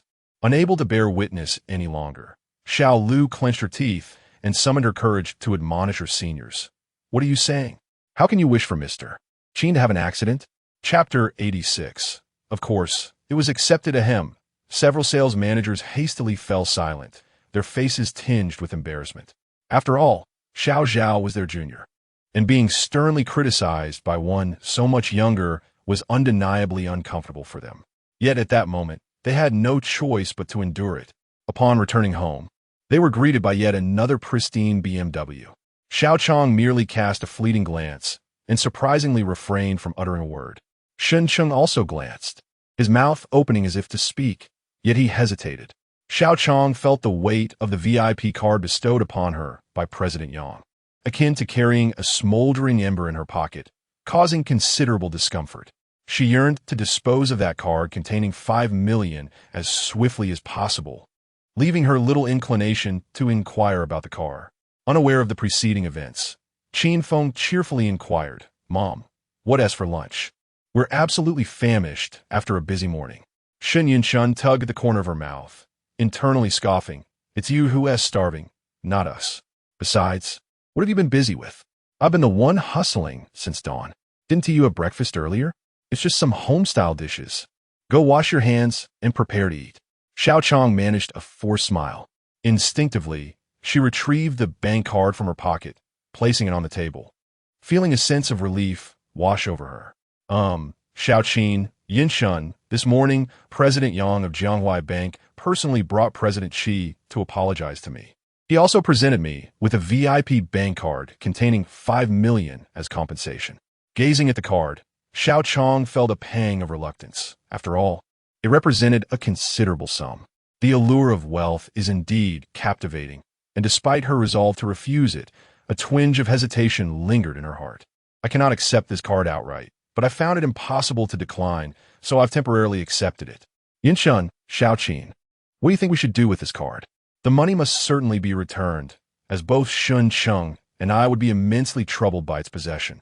"Of course, it should be kept," Qin Feng remarked dismissively while serving himself some dishes.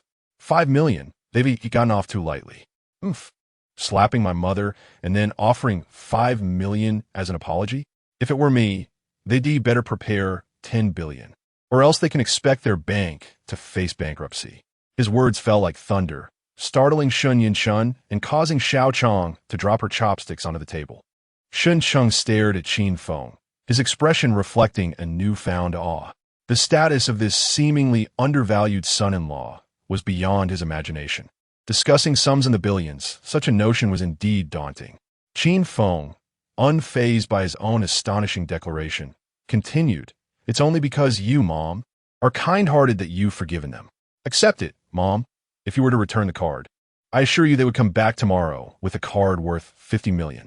They would think you deemed the amount inadequate." Qin Feng was not jesting. He understood well the value of a seat in the World Bank Alliance. Of course, had Xiao Chong not extended her forgiveness towards President Yang, even 50 billion would hold no weight. With a mere utterance, he could bring Jianghuai Bank to its knees within 3 days, sealing its fate. The family of 3 stared blankly at Qin Feng, uncertain whether he was jesting or speaking earnestly. Only Xiao Chong felt a warmth swelling in her heart. This child, so fiercely protective of her, she mused, if she had a biological son, he could scarcely surpass Qin Feng in such devotion. "Mother, consider it an act of kindness. Keep the money for your own use. Moreover, it is rightfully yours," Qin Feng encouraged, noticing Xiao Chong's hesitation. "If you refuse, they will come to plead with you every day." Xiao Chong pondered the prospect. If that group were to incessantly beseech her with increasingly substantial sums, how could she endure such a life? She shrank her neck, licked her lips, and glanced at Shun Chung and Shun Yinshun. "Since Brother Qin has said as much, Mother, you should accept it. After all, they inflicted harm upon you, and this is the price they must pay," Shun Yinshun urged.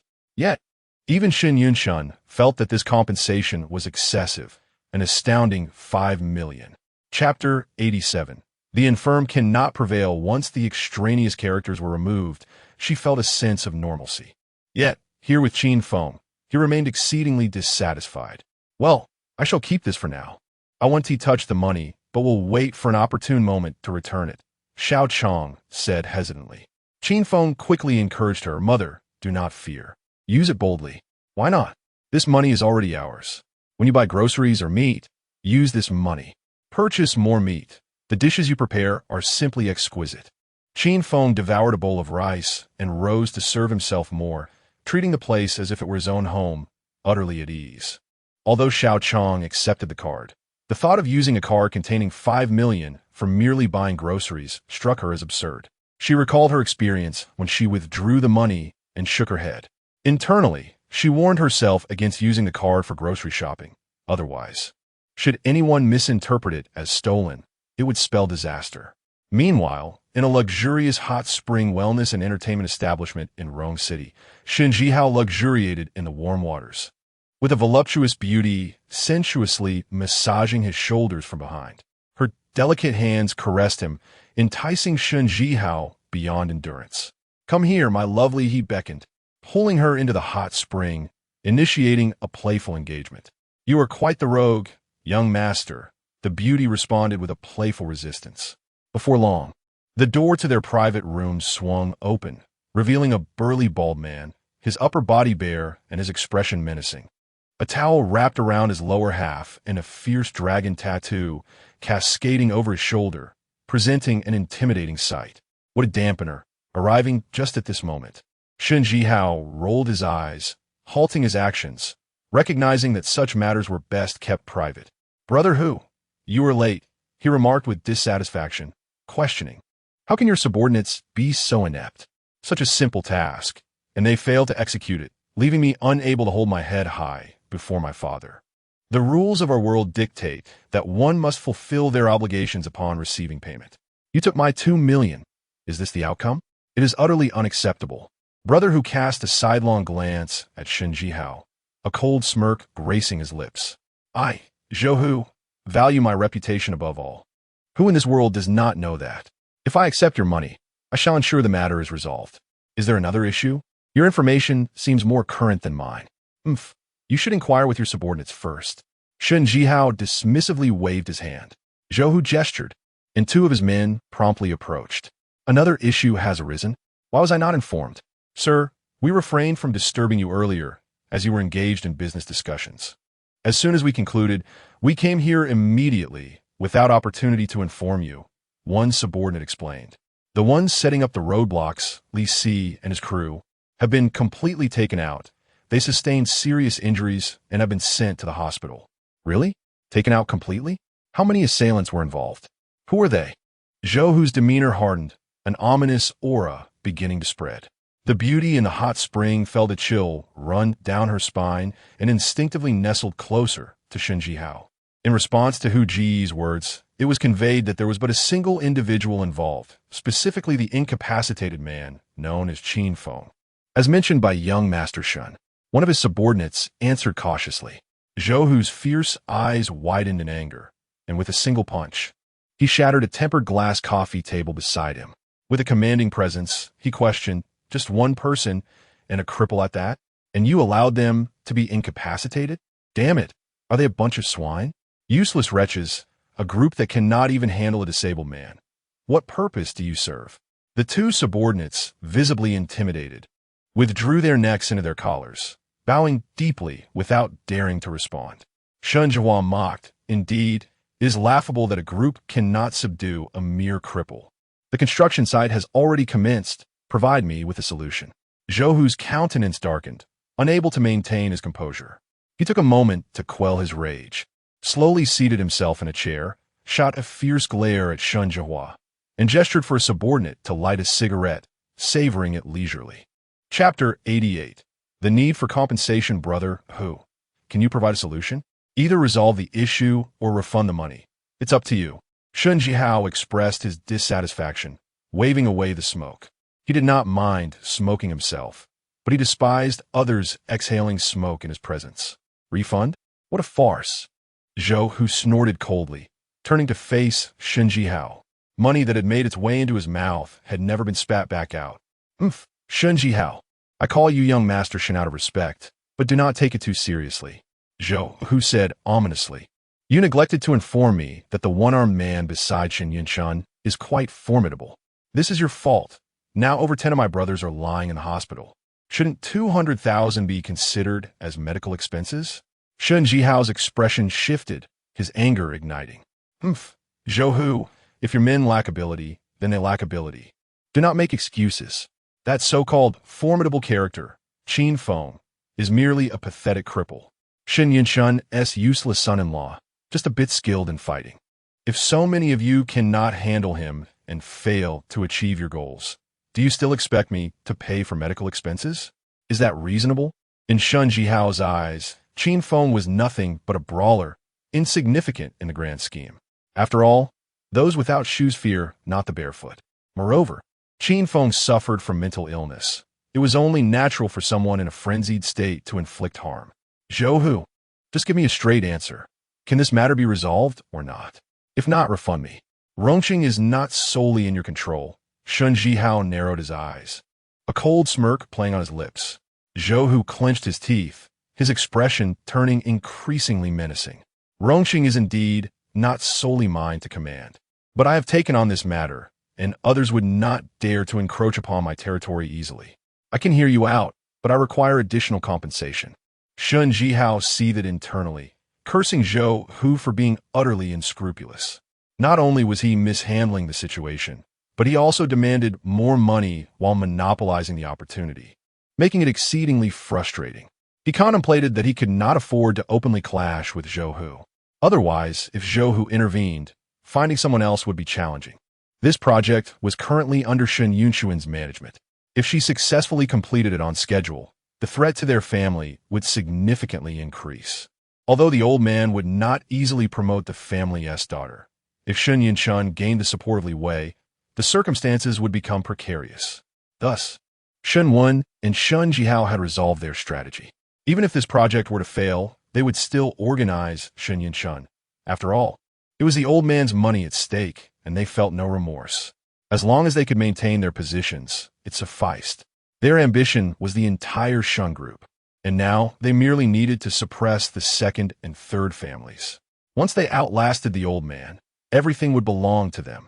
Well, I indeed have some responsibility in this matter. I forgot to inform you that the cripple has a mental illness and can be quite dangerous when provoked.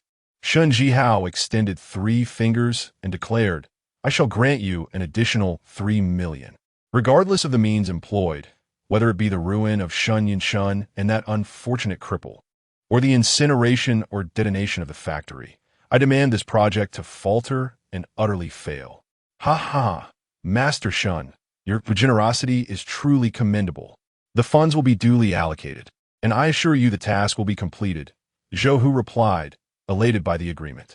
In this exchange of 5 million, it is indeed easier to earn the wealth of the affluent. Rest assured, Master Shun, once the money is in my possession, you shall receive results within 3 days. Moreover, regardless of the circumstances that may arise thereafter, I guarantee that you will not be implicated in any manner. The rules of our trade will be upheld. And you need not worry, Zhou Hu continued. Shun Jihao nodded.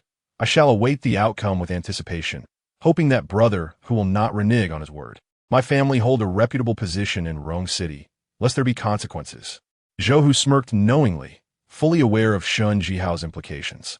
Should he dare to accept the money without fulfilling his obligations, Shun Jihao would undoubtedly invest even greater sums in seeking retribution. Chapter 89. Bias the following day. Breakfast was even more sumptuous. After all, with a foundation of 5 million, Xiaochang no longer needed to meticulously calculate her purchases or scrimp on ingredients. Remarkably, she had even brought back numerous local delicacies from Rong City early that morning. Qin Feng devoured his meal hastily, unaware that he had finished it all. Mom, you are so biased. Why didn't you buy me breakfast? Shen Yunxuan, having just completed her laundry, emerged to find the plates empty. She scrunched her nose and pouted in feigned dissatisfaction. It had only been a few days, and already her mother seemed to have become Qin Feng's mother instead of hers. I did buy it. Upon seeing the empty plates, Xiaochang instantly realized that Qin Feng's insatiable appetite had devoured everything. She had originally intended to purchase enough for 2, but it appeared that she would need to buy more in the future. Xiaochang quickly reassured her, You've eaten your fill since childhood. Surely you're tired of it by now. There's kanji here, just have some. After years of wandering and struggling, Qin Feng rarely had such a feast. She couldn't possibly compete with him for the food. Shen Yunxuan stamped her foot, glaring at Qin Feng in defiance. Qin Feng, chuckling as he patted his stomach, teased. Did you hear that? Mom said not to compete with me. Go drink your kanji. Hurry up, we need to get to work. Eat, eat, eat. You'll burst. Shen Yunxuan rolled her eyes and reluctantly settled for the kanji. Later, as the two drove towards the construction site, Qin Feng was in high spirits, enjoying the music while driving. In contrast, Shen Yunxuan felt a twinge of unhappiness. It had only been a few days since Qin Feng arrived at their home, yet he had already won over her mother. Previously, her mother had staunchly defended her, but now it seemed she had shifted her allegiance to Qin Feng. This cunning fellow had subtly used various tactics and sweet words to win her mother's favor. If this continued, perhaps even her father would side with Qin Feng. Sun Yinshun hadn't even acknowledged this man as her fiancé yet. Lost in these thoughts, a complex smile crept onto her lips. On the other hand, she couldn't help but admire Qin Feng. He genuinely treated each member of her family as his own, caring for them as if they were his parents. Human hearts are tender, and that was why her parents had accepted Qin Feng so swiftly and began to defend him. Yet, Sun Yinshun felt conflicted. If her parents truly accepted Qin Feng, and she were to marry him, what would she do? To become a genuine couple with Qin Feng? She had never considered that possibility.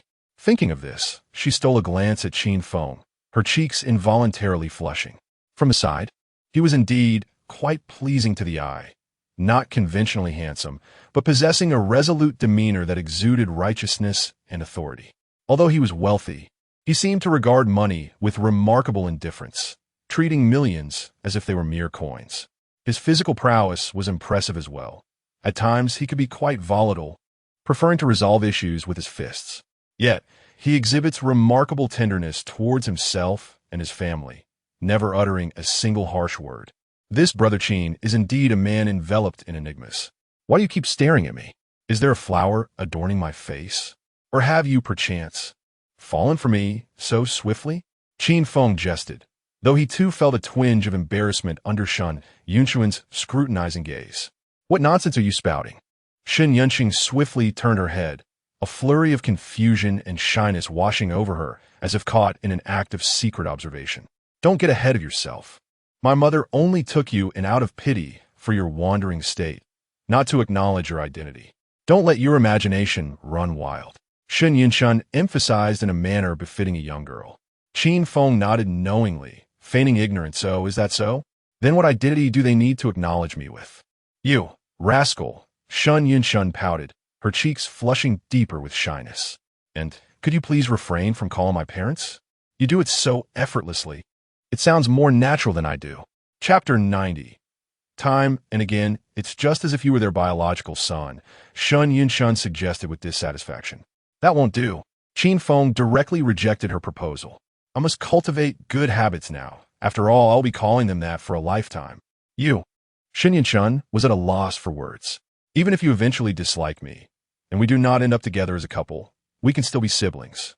Qin Feng smiled and replied, at that point, I will acknowledge your parents as my godfather and godmother.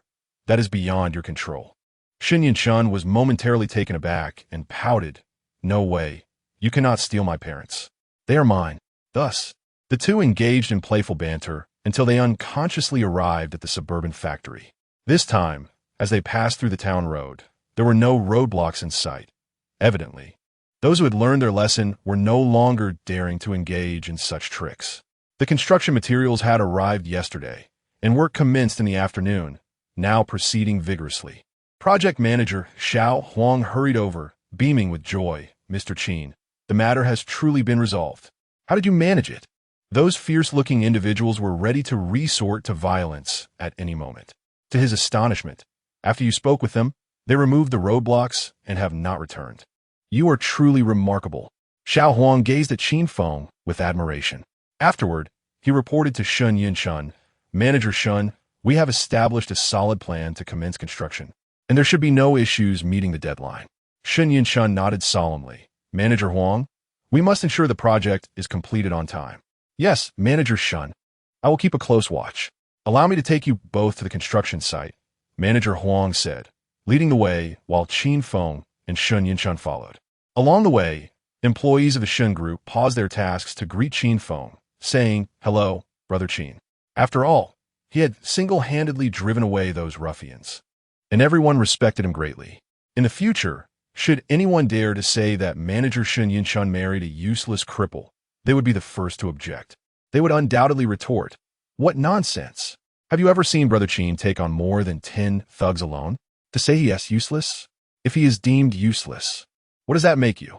The two inspected the construction site and found everything proceeding in an orderly manner, managed meticulously, which put their minds at ease. Completing the factory was the first step. The next was to install equipment and introduce production lines and technology. Once both parties were satisfied, the project will be deemed a success.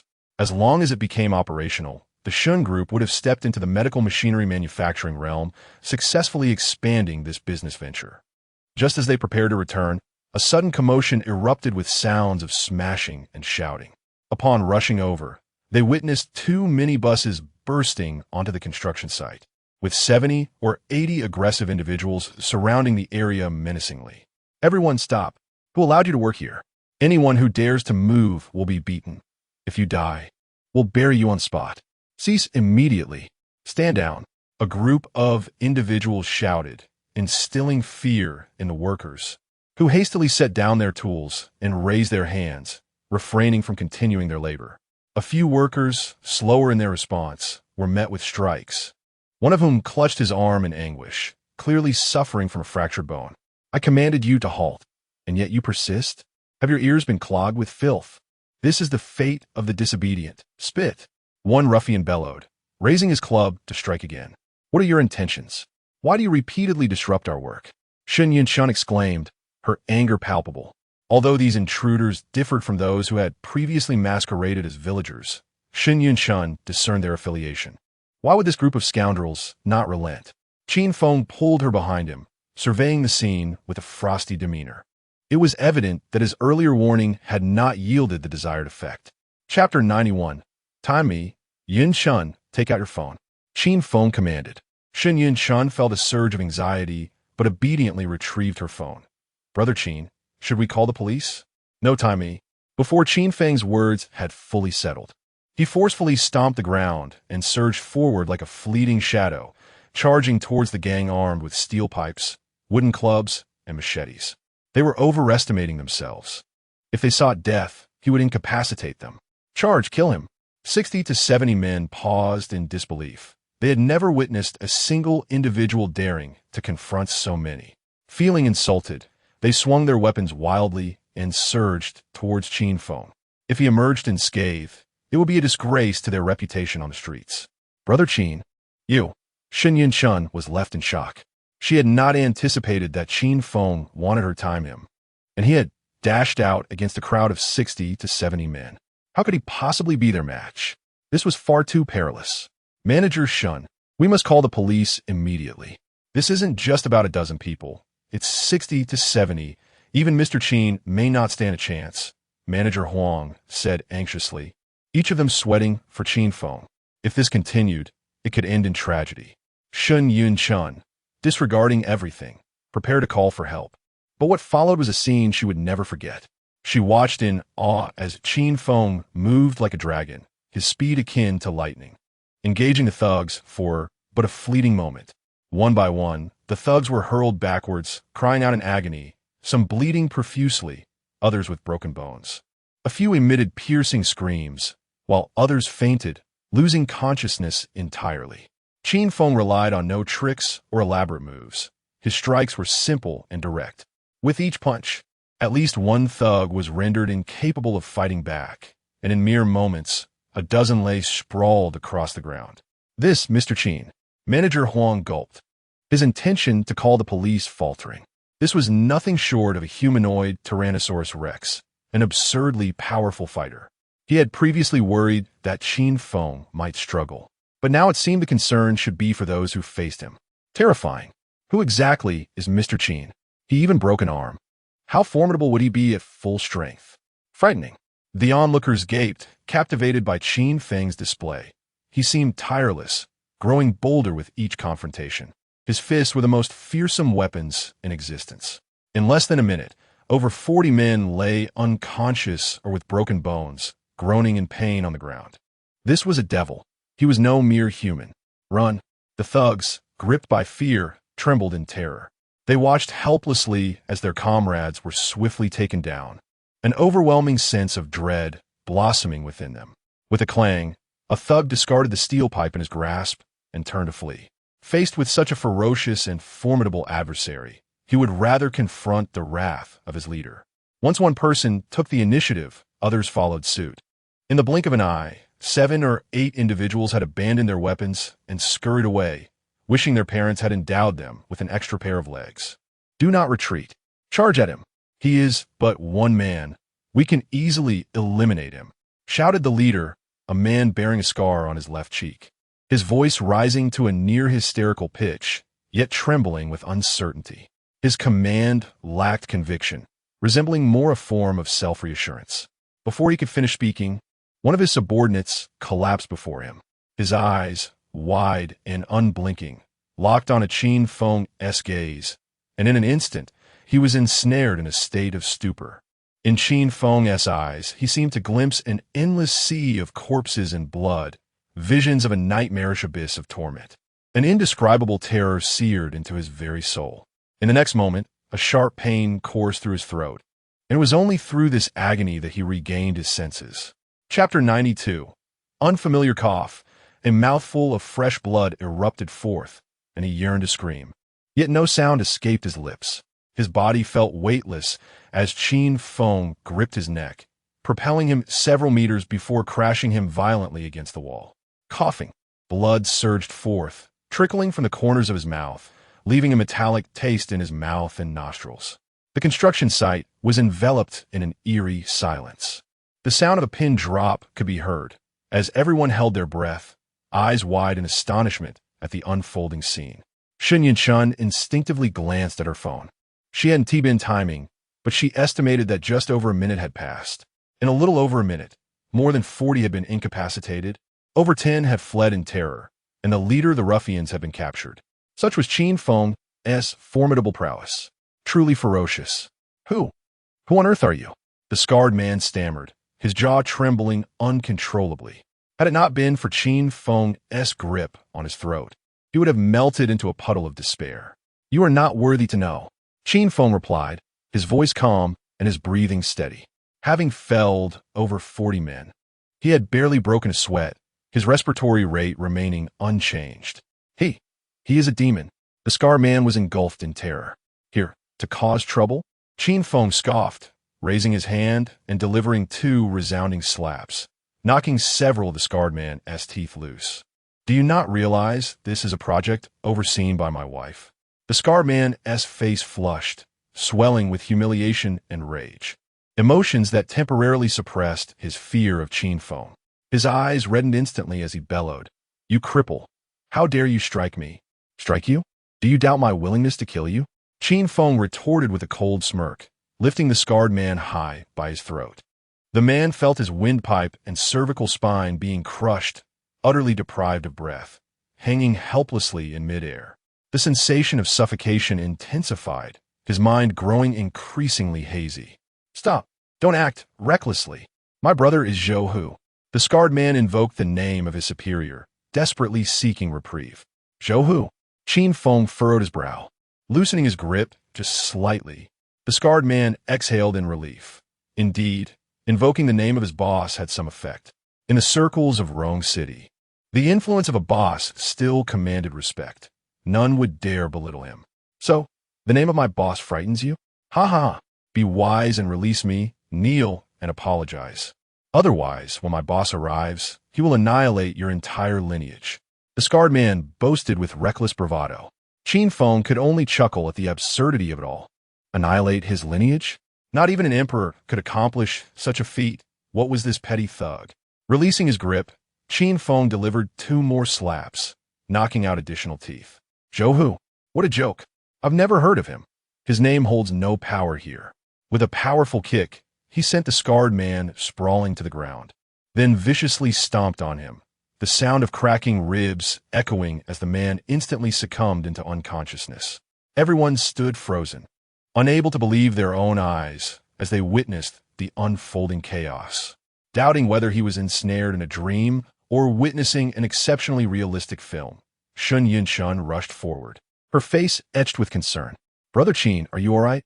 Despite having witnessed Qin Feng effortlessly subdue dozens of adversaries, the realization that he was but one man led her to worry about his potential injuries. I am perfectly fine. Even if they were to come at me with 10 times their number, they could not inflict a scratch upon me. Qin Feng replied nonchalantly. His words were not an exaggeration. The sheer quantity of these ruffians, even if multiplied tenfold, would fail to harm him in the slightest. Yet, it took him over a minute to deal with these miscreants, a sign that he had perhaps grown complacent in his training, a matter he resolved to rectify henceforth. Now, you all, carry these individuals to the open area. Do not hinder the progress of the project. Fear not, as I shall bear all responsibility, Qin Feng commanded, clapping his hands to garner the workers' attention. The workers exchanged hesitant glances, unsure of how to proceed. Hurry up, Qin Feng urged, his impatience evident in a cold huff. Chapter 93. Dealing with rubbish. Yes, Mr. Qin. They hurriedly moved the injured and unconscious individuals to a vacant area, discarding them like refuse. Covered in dirt, they resembled scavengers. How dare you emulate the gangsters? Pathetic. With such limited skills, you dare to stir trouble? Ridiculous. Just lie there obediently. The workers mocked these once arrogant ruffians, seizing the opportunity to vent their frustrations after the earlier confrontation. Typically, these hooligans would not have dared to offend them, but now they lay helpless, akin to fish on a chopping board, devoid of any threat. Qin Feng took out his phone and called Li Wei. There's a man named Zhou who has been persistently harassing us. Li, please take care of it. Also, send someone to the site. There's some refuse that needs to be cleaned up. Understood, boss. Please hold on. I will arrange it immediately, Li Wei replied with a tone of seriousness. After hanging up, Qin Feng observed the workers who had just finished moving the ruffians. All right, you may continue your work. Remember, while you are here, no one can harm you. The injured workers were promptly arranged to be taken to the hospital, receiving medical compensation and lost wage reimbursements. Furthermore, as long as they committed to their work, they would not be neglected. Bonuses awaited each of them. It was essential to instill both fear and reward in managing people. The workers, having witnessed Qin Feng's capabilities, regarded him with profound respect. Following his words, they erupted into cheers, their esteem for him elevated to new heights. Brother Feng, Manager Huang approached, eyes gleaming with admiration for Qin Feng. Rest assured, I will monitor every aspect of this project diligently. In my professional capacity, there will be no issues. I shall not disappoint you or the young lady. Qin Feng nodded, patting his shoulder in encouragement. Work diligently, and you shall reap the rewards. Yes. Manager Huang deeply bowed, visibly excited.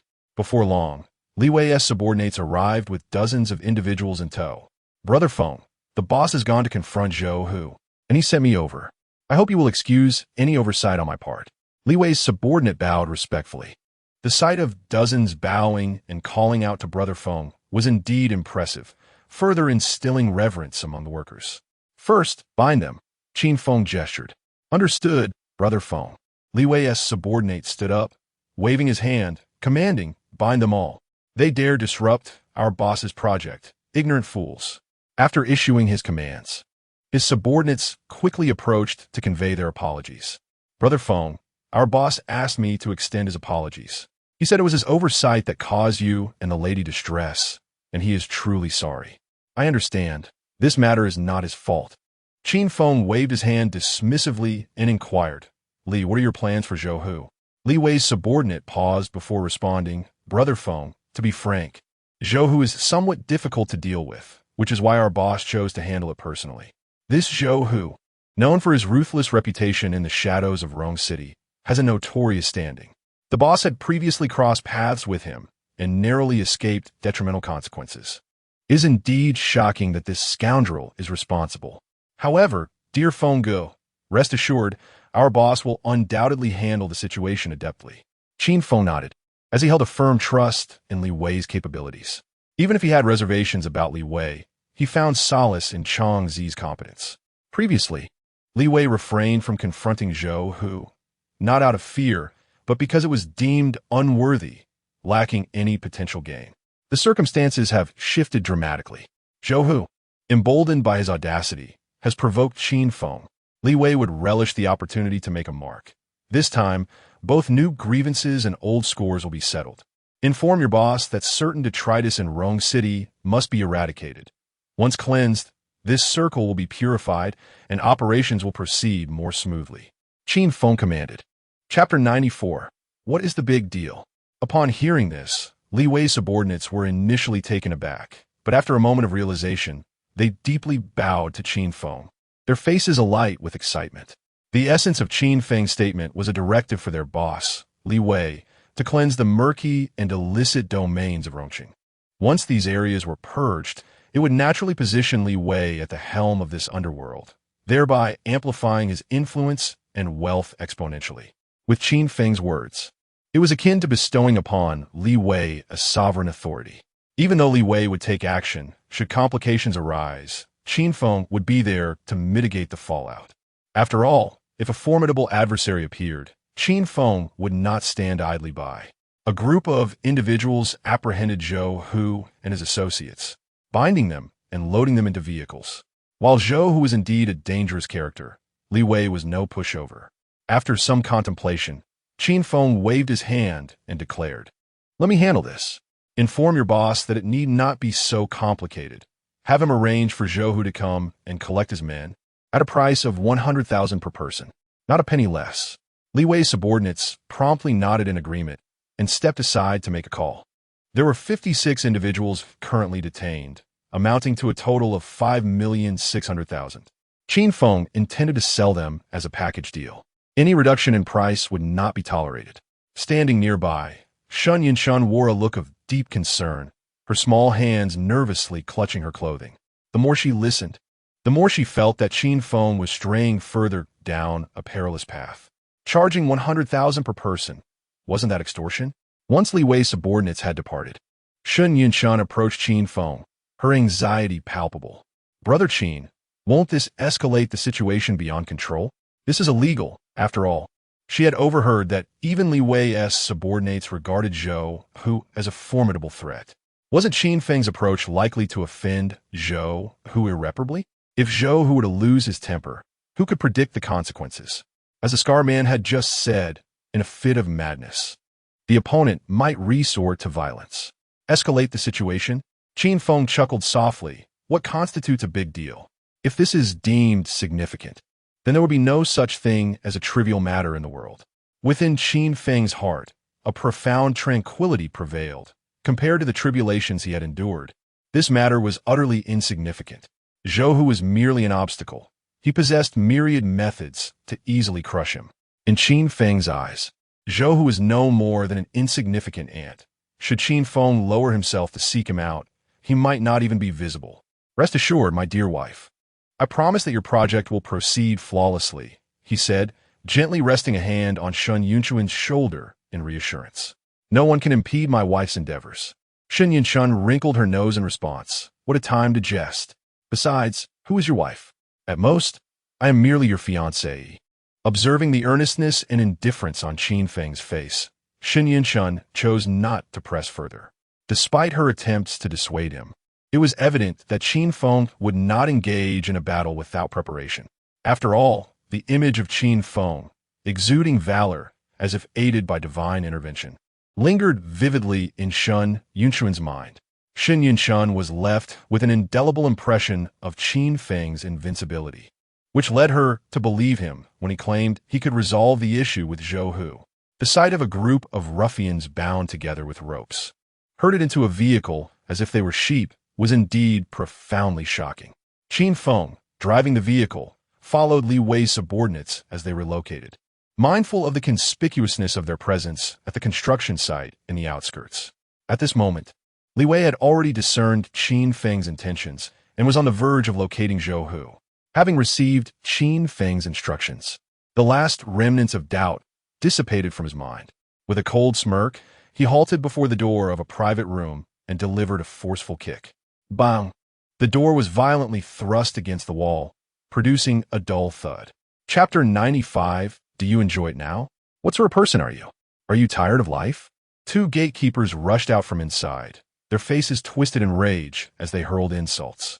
Just as they prepared to strike, Li Wei's two subordinates advanced, covering their mouths, and plunged knives into their thighs. Those who wish to live, remain silent and stand aside. Li Wei's men sneered ominously. Zhou Hu's two lackeys turned pale with fear, nodding as they stifled their cries of agony. Li Wei continued his leisurely stride forward, arriving at a hot spring where he looked down from a height at Zhou, who was laboriously engaged with a woman in his embrace. Who? Zhou exclaimed, startled. He had been so engrossed in his endeavor that he failed to notice the commotion until Li Wei was upon him.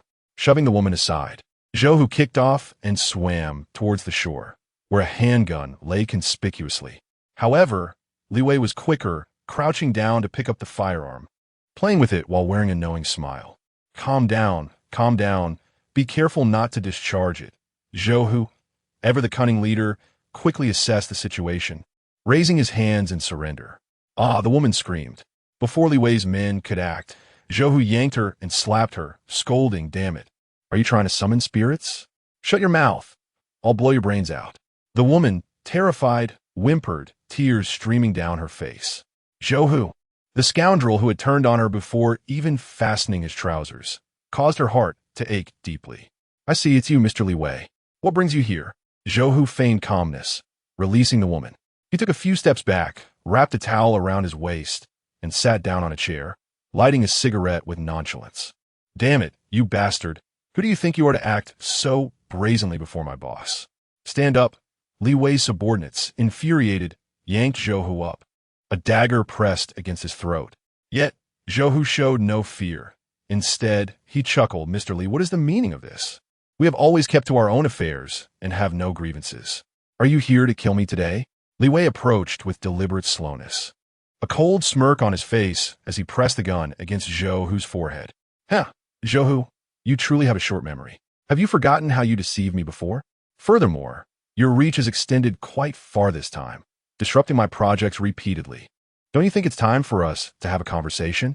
Feigning enlightenment, Zhou replied, Oh, so it's about the factory in the suburbs. Aren't you with the Shen family? I didn't realize it was connected to you, Mr. Li. He spread his hands and continued, for your understanding. I genuinely knew nothing about this matter. I was merely doing as I was paid. Also, I detest being threatened at gunpoint. Mr. Li, you're here to resolve this issue, so let us sit down and discuss it properly. If you're here to cause trouble. Li Wei licked his lips and laughed derisively. He seized his pistol and brought it crashing down on Zhou's face. Once, twice, thrice, 4 times. After the 4th strike, Zhou's face bloomed with bruises, yet he remained steadfast, refusing to utter a single cry. Li Wei pressed the gun against Zhou's forehead. Now, do you enjoy having a gun pointed at your head? Do you truly underestimate the gravity of the situation? Even at death's door, you still dare to be arrogant? One of Zhou's eyes was swollen shut, while the other remained fixed on Li Wei, glimmering like that of a ferocious wolf. Li Wei, are you serious? This matter will not end without bloodshed. I, Zhou, am not to be trifled with. Not to end without bloodshed. If I were not keeping you alive to barter for your comrades, a single bullet would have shattered your skull. You fool. Li Wei raised his hand and delivered several more slaps. Taunting, still glaring? Still glaring? I know you have many brothers here, but what of it?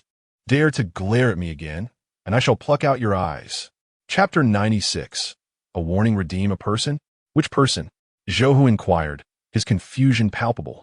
It was evident that, due to his preoccupation with matters of intimacy, his subordinates refrained from informing him, resulting in yet another delay in receiving crucial information.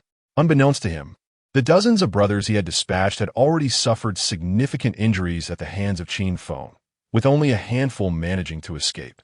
Of course, those few had only been spared due to Qin Feng's magnanimity. Otherwise, none would have left unscathed. All would have been neatly bound and laid out. Naturally, it concerns your brothers, 56 of them. The ransom is 100,000 each, no discounts or individual sales.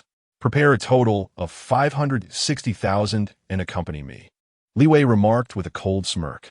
Zhou furrowed his brow, fixing a penetrating gaze on Li Wei. Mr. Li, you're not in need of money. Why engage in such underhanded dealings? With over 50 of his brothers captured, Zhou surmised that only Li Wei possessed the means to orchestrate such an act, leading him to suspect a deliberate trap intended to ensnare him, igniting a simmering ire within. The moment you chose to interfere with my project. You should have anticipated the consequences. You've profited handsomely from this venture. Haven to you? Now, I expect you to return that profit, Li Wei retorted. Mr. Li, Your information is impressively up to date, Zhou Hu replied with a double entendre, believing Li Wei had discovered that it was Shun Jihao who had employed him, offering 5 million to facilitate the capture of his 56 brothers in order to extort 560,000 from him. Mutual interests, Li Wei replied, shaking the gun in his hand. Let us not escalate this further. The altercation has already transpired, and your anger has been vented. Surely, I need not make another trip? Zhou Hu suggested tentatively. Mr. Li, this is truly a misunderstanding. I had no knowledge it was your business. Had I known, not even 10 million from Shun Jihao would have compelled me to act. Zhou Hu confessed, continuing, that scoundrel Shun Jihao deceived me. I implore you, Mr. Li, grant me this opportunity. I assure you of restitution and promise no further disturbances. Mr. Li, we all traverse the same path. So let us leave some room for future encounters. There is no need for things to become so rigid, is there? I've already made my assurances. Simply do me the favor of letting this matter slide, Zhou Hu pleaded. Your jest has gone too far, Li Wei replied, settling into a nearby chair and placing his gun on the table. Zhou Hu, I am not jesting. It appears you remain oblivious. Had you offended me, an apology would suffice. I might have granted you leniency. Regrettably, you have crossed a line with someone you cannot afford to offend. 560,000. Pay the sum, and the matter is settled. No negotiations. Should you fail to provide the funds today, tomorrow's price may not be so favorable. Li Wei feigned concern, continuing, Zhou Hu, we are all part of this circle, so let me offer you one final piece of benevolent advice. Do not play with fire. Seeing Li Wei set down his gun, Zhou Hu felt a sense of relief wash over him. He scoffed, unfazed, and retorted, is this your warning, or is it that person's warning? In an entire circle of Rongqing, he is acquainted with every notable figure, whether as a friend or an adversary. No one dares to threaten Zhou Hu to his face. Not even Li Wei possesses the strength to do so. Zhou Hu is seething with anger. Had it not been for Li Wei's brazen display of confidence today, he would not have been so courteous. Upon hearing this, Li Wei merely shrugged, unwilling to elaborate further. It is futile to reason with a fool determined to meet his own demise. Zhou Hu's fate is his own concern. Li Wei's role is merely to convey the message. Moreover, he secretly hopes that Zhou Hu, in a fit of desperation, provokes Qin Feng. At that moment, with a mere command from his elder brother, this fool would meet his end. When the time comes to act, no matter how chaotic the situation becomes, his elder brother will undoubtedly find a way to restore order. Now is not the time. I've delivered the message. How you proceed is up to you, Li Wei stated before rising to leave. His two subordinates closely flanked him, ensuring his protection as they exited. Chapter 97. Abandoning you all, boss. Are we truly letting them go? One of Zhou Hu's brothers, filled with resentment, rose to his feet. Just moments ago, he had been subdued by Li Wei's men, suffering a knife wound to his thigh, and he yearned for retribution. However, a sharp slap from Zhou Hu awaited him. Damn it, you useless wretch.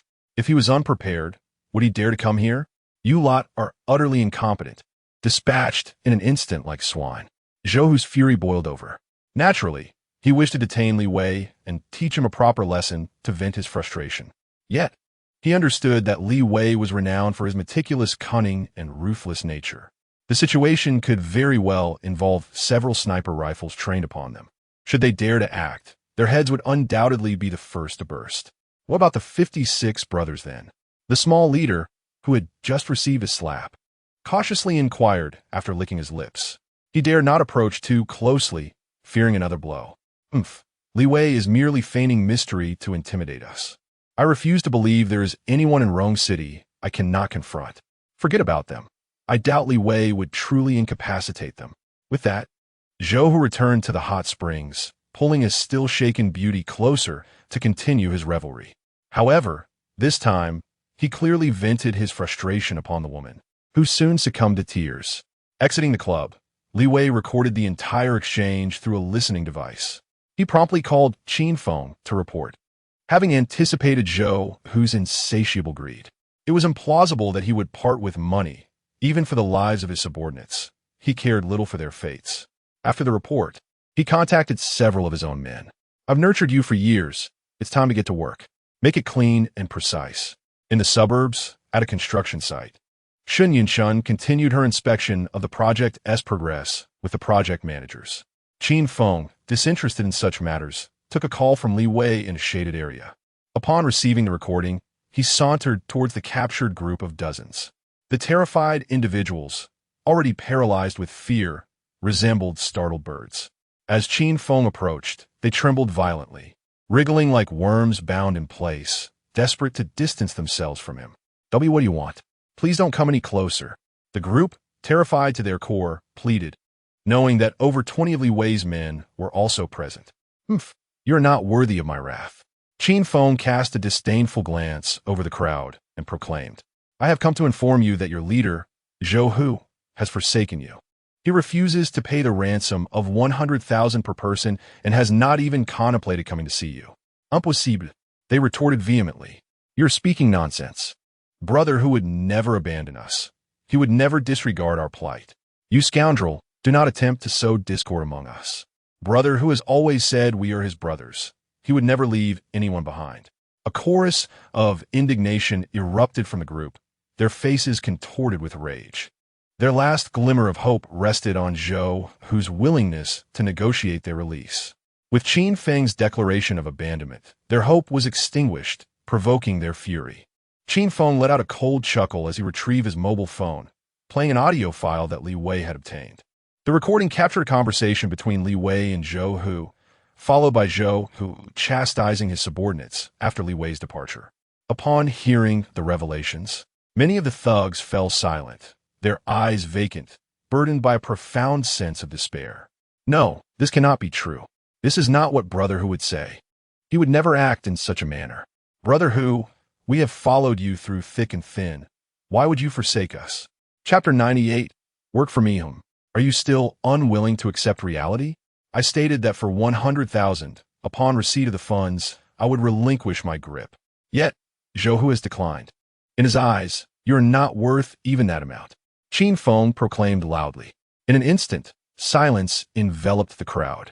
The earlier emotions had been overwhelmingly intense, but now, with a moment of calm, some began to believe that the recording was indeed authentic. They were rather familiar with Zhou Hu. He would only refer to them as brothers when he needed something from them. However, Zhou Hu is a treacherous, greedy, and lecherous man. His avarice knows no bounds. When faced with a choice between them and money, Zhou Hu would certainly choose the latter. Their lives, in his estimation, are hardly worth 100,000. As this realization dawned upon them, a heavy sense of despair settled in their hearts. Reflecting on the years spent serving Zhou Hu, performing countless tasks, it was disheartening to recognize that he could not even part with a mere 100,000, abandoning them to face Qin Feng, the embodiment of malevolence. How heartbreaking. No, he wouldn't do that. Brother Hu would never act this way. Scarface shouted, his face contorted with anguish. This must be your scheme. Brother Hu, why? Yet, the struggles in their voices grew fainter, and even they could no longer convince themselves to maintain their belief. The expressions on their faces turned ashen, filled with disappointment, swiftly morphing into despair and anger. Then, what do you intend to do? If you wish to kill us, do it swiftly. Do not prolong our torment here. Scarface screamed, his eyes ablaze with fury, spittle flying from his lips. His agitation was palpable. They found themselves powerless. Qin Feng was formidable, terrifyingly strong, capable of ending their lives with ease. Now you comprehend your worth in Zhou Hu's eyes, do you not? He will merely regard you as tools, to be discarded once rendered useless. For you are nothing but refuse. With no alternative path, your only option is to serve him. Why should he value you? Qin Feng continued his psychological assault. You are unworthy of being his brothers. At best, you are merely a collection of tools. Their faces shifted from pale to flushed, some even stifling tears of frustration. After years of fighting alongside Zhou Hu, all they had gained was a meager existence. The wealth Zhou Hu amassed bore no relevance to them. Yet, I can offer you a way out, Qin Feng declared loudly. Everyone looked up in astonishment, never anticipating that Qin Feng would not only cease his assault, but also extend an olive branch. Do not gaze at me like that. You are utterly useless, more of a hindrance than a help, and I have no regard for you. However, you must possess some strength, do you not? henceforth work on this construction site. Qin Feng articulated his proposition. Are you insulting me? You would have us toil like laborers? We would rather perish. A multitude erupted in furious outcries. Qin Feng sneered. Do not presume that I lack the courage to kill you. A chilling aura of impending doom swept through the crowd, as an icy dread clawed at their very souls. A collective shiver coursed through them, rendering them hesitant to act recklessly any longer. They finally grasped their grim reality. They were mere prey. While Qin Feng was the merciless blade, they possessed no right to negotiate terms. To insult you? Pray tell, aside from engaging in violence and chaos, what else are you capable of? Let's not forget, your lives are currently in my hands. Since Zhou, who is unwilling to part with his riches, you shall toil upon this construction site to earn your freedom. Only upon completing 100,000 worth of labor will you be permitted to depart. You stand unqualified to bargain with me, including any medical expenses, which shall also be deducted from your earnings. The leader, a scarred visage, momentarily halted, questioning in disbelief. Are you truly willing to release us? He had witnessed countless vendettas within this circle, and, typically, falling into the hands of an adversary meant losing at least half of one's life. The fact that Qin Feng proposed to treat them and promised their release upon fulfilling the labor requirement was indeed unexpected. Yet, a lingering fear gripped them, wary of Qin Feng's potential fickleness. Chapter 99. What is the situation? I've stated that you are utterly incompetent, and I hold you in disdain. Work for 100,000 and then leave. I have no desire to keep you here. Qin Feng spoke plainly. The construction of this factory will be completed in no more than 3 months, at which point you may depart. Of course, in the meantime, you are responsible for the safety of the construction site in addition to your work. The group exchanged glances, calculating amongst themselves, and soon concluded that the arrangement was indeed favorable. At this rate, they would earn 30 to 40,000 a month. Over 3 months, that would not be a loss. Do you trust us? Are you not afraid we might flee? Or that we would merely eat without working, perhaps even sabotage your progress and ruin the construction? The leader with a scar questioned. Qin Feng cast him a disdainful glance. Do you dare? At that moment, all the ruffians felt a shudder run through them, their resolve wavering. They certainly did not dare. Should they commit further misdeeds and be caught, they would surely lose at least half their lives. Some among the ruffians had become entirely disillusioned with Zhou, who, realizing that working here was not so bad after all. Most importantly, they had been subdued. This group revered strength far more than the average person, and many of them valued loyalty.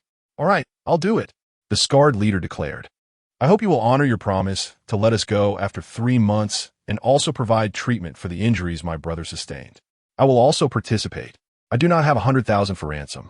If I fail here, I accept it. I am a ruffian, that is true, but I am not worthless. One by one, the ruffians voiced their agreement, accepting the proposal. Regardless of the circumstances, earning 30 to 40,000 a month here was significantly more valuable than their previous arrangement with Zhou Hu. Moreover, Qin Feng promised to tend to their injuries, which could not be neglected. Meanwhile, on the other side of the construction site, Shun Yinshun felt a headache coming on. She had estimated with the project managers that, given the current pace of construction, they would be unable to finish within the stipulated time frame. We do not have enough manpower. Can we not hire additional workers? Failing to complete within the deadline will impact subsequent progress, and we cannot shoulder that responsibility, Shun Yinshun remarked, her brows furrowing. Manager Huang raised his hands in resignation. Miss, we are actively seeking workers in the labor market. However, this location is rather remote, and given the current high wages, many are unwilling to take on such dirty and laborious work. Thus, we are struggling to find sufficient workers at this time. Then I shall think of another solution. Shun Yinshun mused, biting her red lip in contemplation. Out of the corner of her eye, she caught sight of the group of ruffians from earlier, now approaching them. Their numbers appeared diminished compared to the morning, likely due to their injuries rendering them unable to move freely. She felt a surge of anxiety. What happened? How were they released? What is Mr. Qin doing? Manager Huang's face paled as he hurriedly sought out Qin Feng as presence. Without him, this unruly group would behave like uncontrollable monkeys. They were ill-equipped to manage them, and no one could obstruct their actions. To her astonishment, this group of individuals exhibited remarkable orderliness, refraining from disturbing any worker as they made their way directly towards Shun Yinshan. The leader, a man with a scarred visage, approached and offered a slight bow.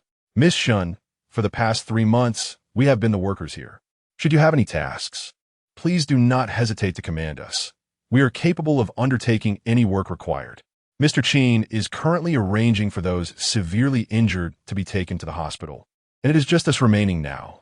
Rest assured, once their conditions improve, they shall return, ready to guard the entrance or chop vegetables without idleness. Furthermore, we shall take responsibility for the safety of the construction site. What is this situation? Shun Yinshan found herself momentarily bewildered. What did this courtesy signify? Were they not here to cause trouble, but rather to labor on the site? Just when she had been concerned about finding workers to expedite the construction, these individuals appeared as if a pillow had been offered to her during a moment of drowsiness. However, she was apprehensive, for each of them bore fierce countenances, exuding an air of intimidation that made her reluctant to engage with them. Chapter 100. Work without pay. These individuals are challenging to manage and direct. Engaging them in labor may indeed lead to conflicts. Miss Shun, I understand your concerns. Mr. Chin has assured us that for the next 3 months, we will refrain from causing disturbances and will cooperate with your arrangements. Additionally, we do not seek payment. This is our compensation. We merely wish to repay our debts and regain our freedom. Should anyone dare to cause trouble in the future, I, the scar-faced leader, will be the first to take action. Both Shun Yinshan and manager Huang found it peculiar. Working without pay? The labor at the construction site is physically demanding and often perilous, justifying the higher wages. Half of the workers resist payment, let alone working for free.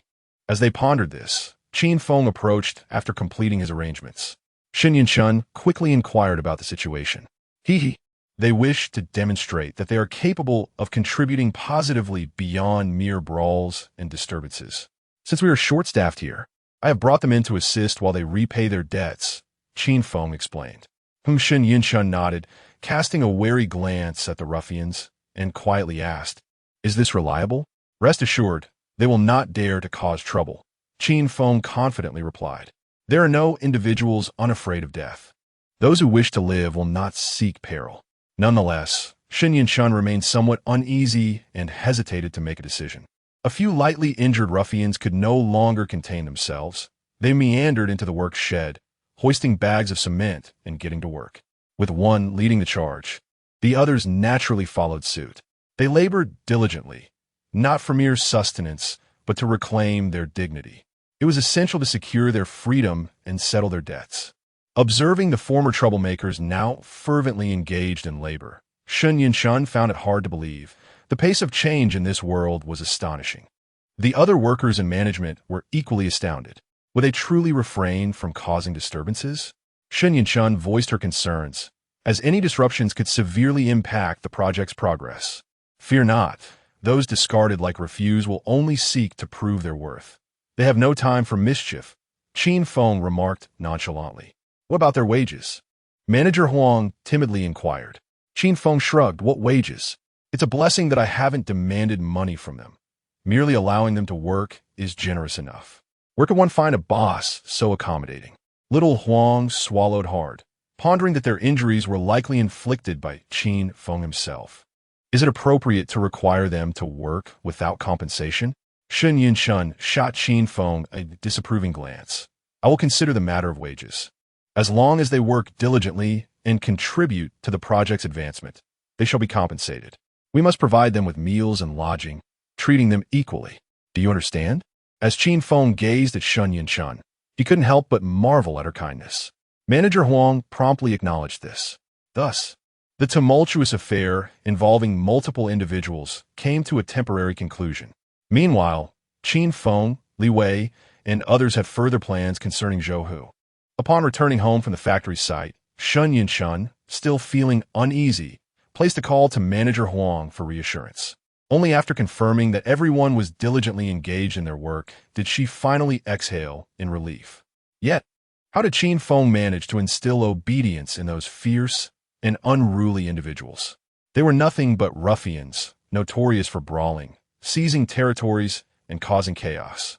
Shen Yinshun yearned to inquire about Qin Feng's methods, but upon seeing his composed demeanor as he watched television, her curiosity waned. There was little to be gleaned from such an inquiry. In any case, the outcome was favorable. Not only had the workforce been supplemented, but those ruffians had also taken on the responsibility of safeguarding the factory premises. One could trust that even if others attempted to create disturbances in the future, they would be more than capable of handling it.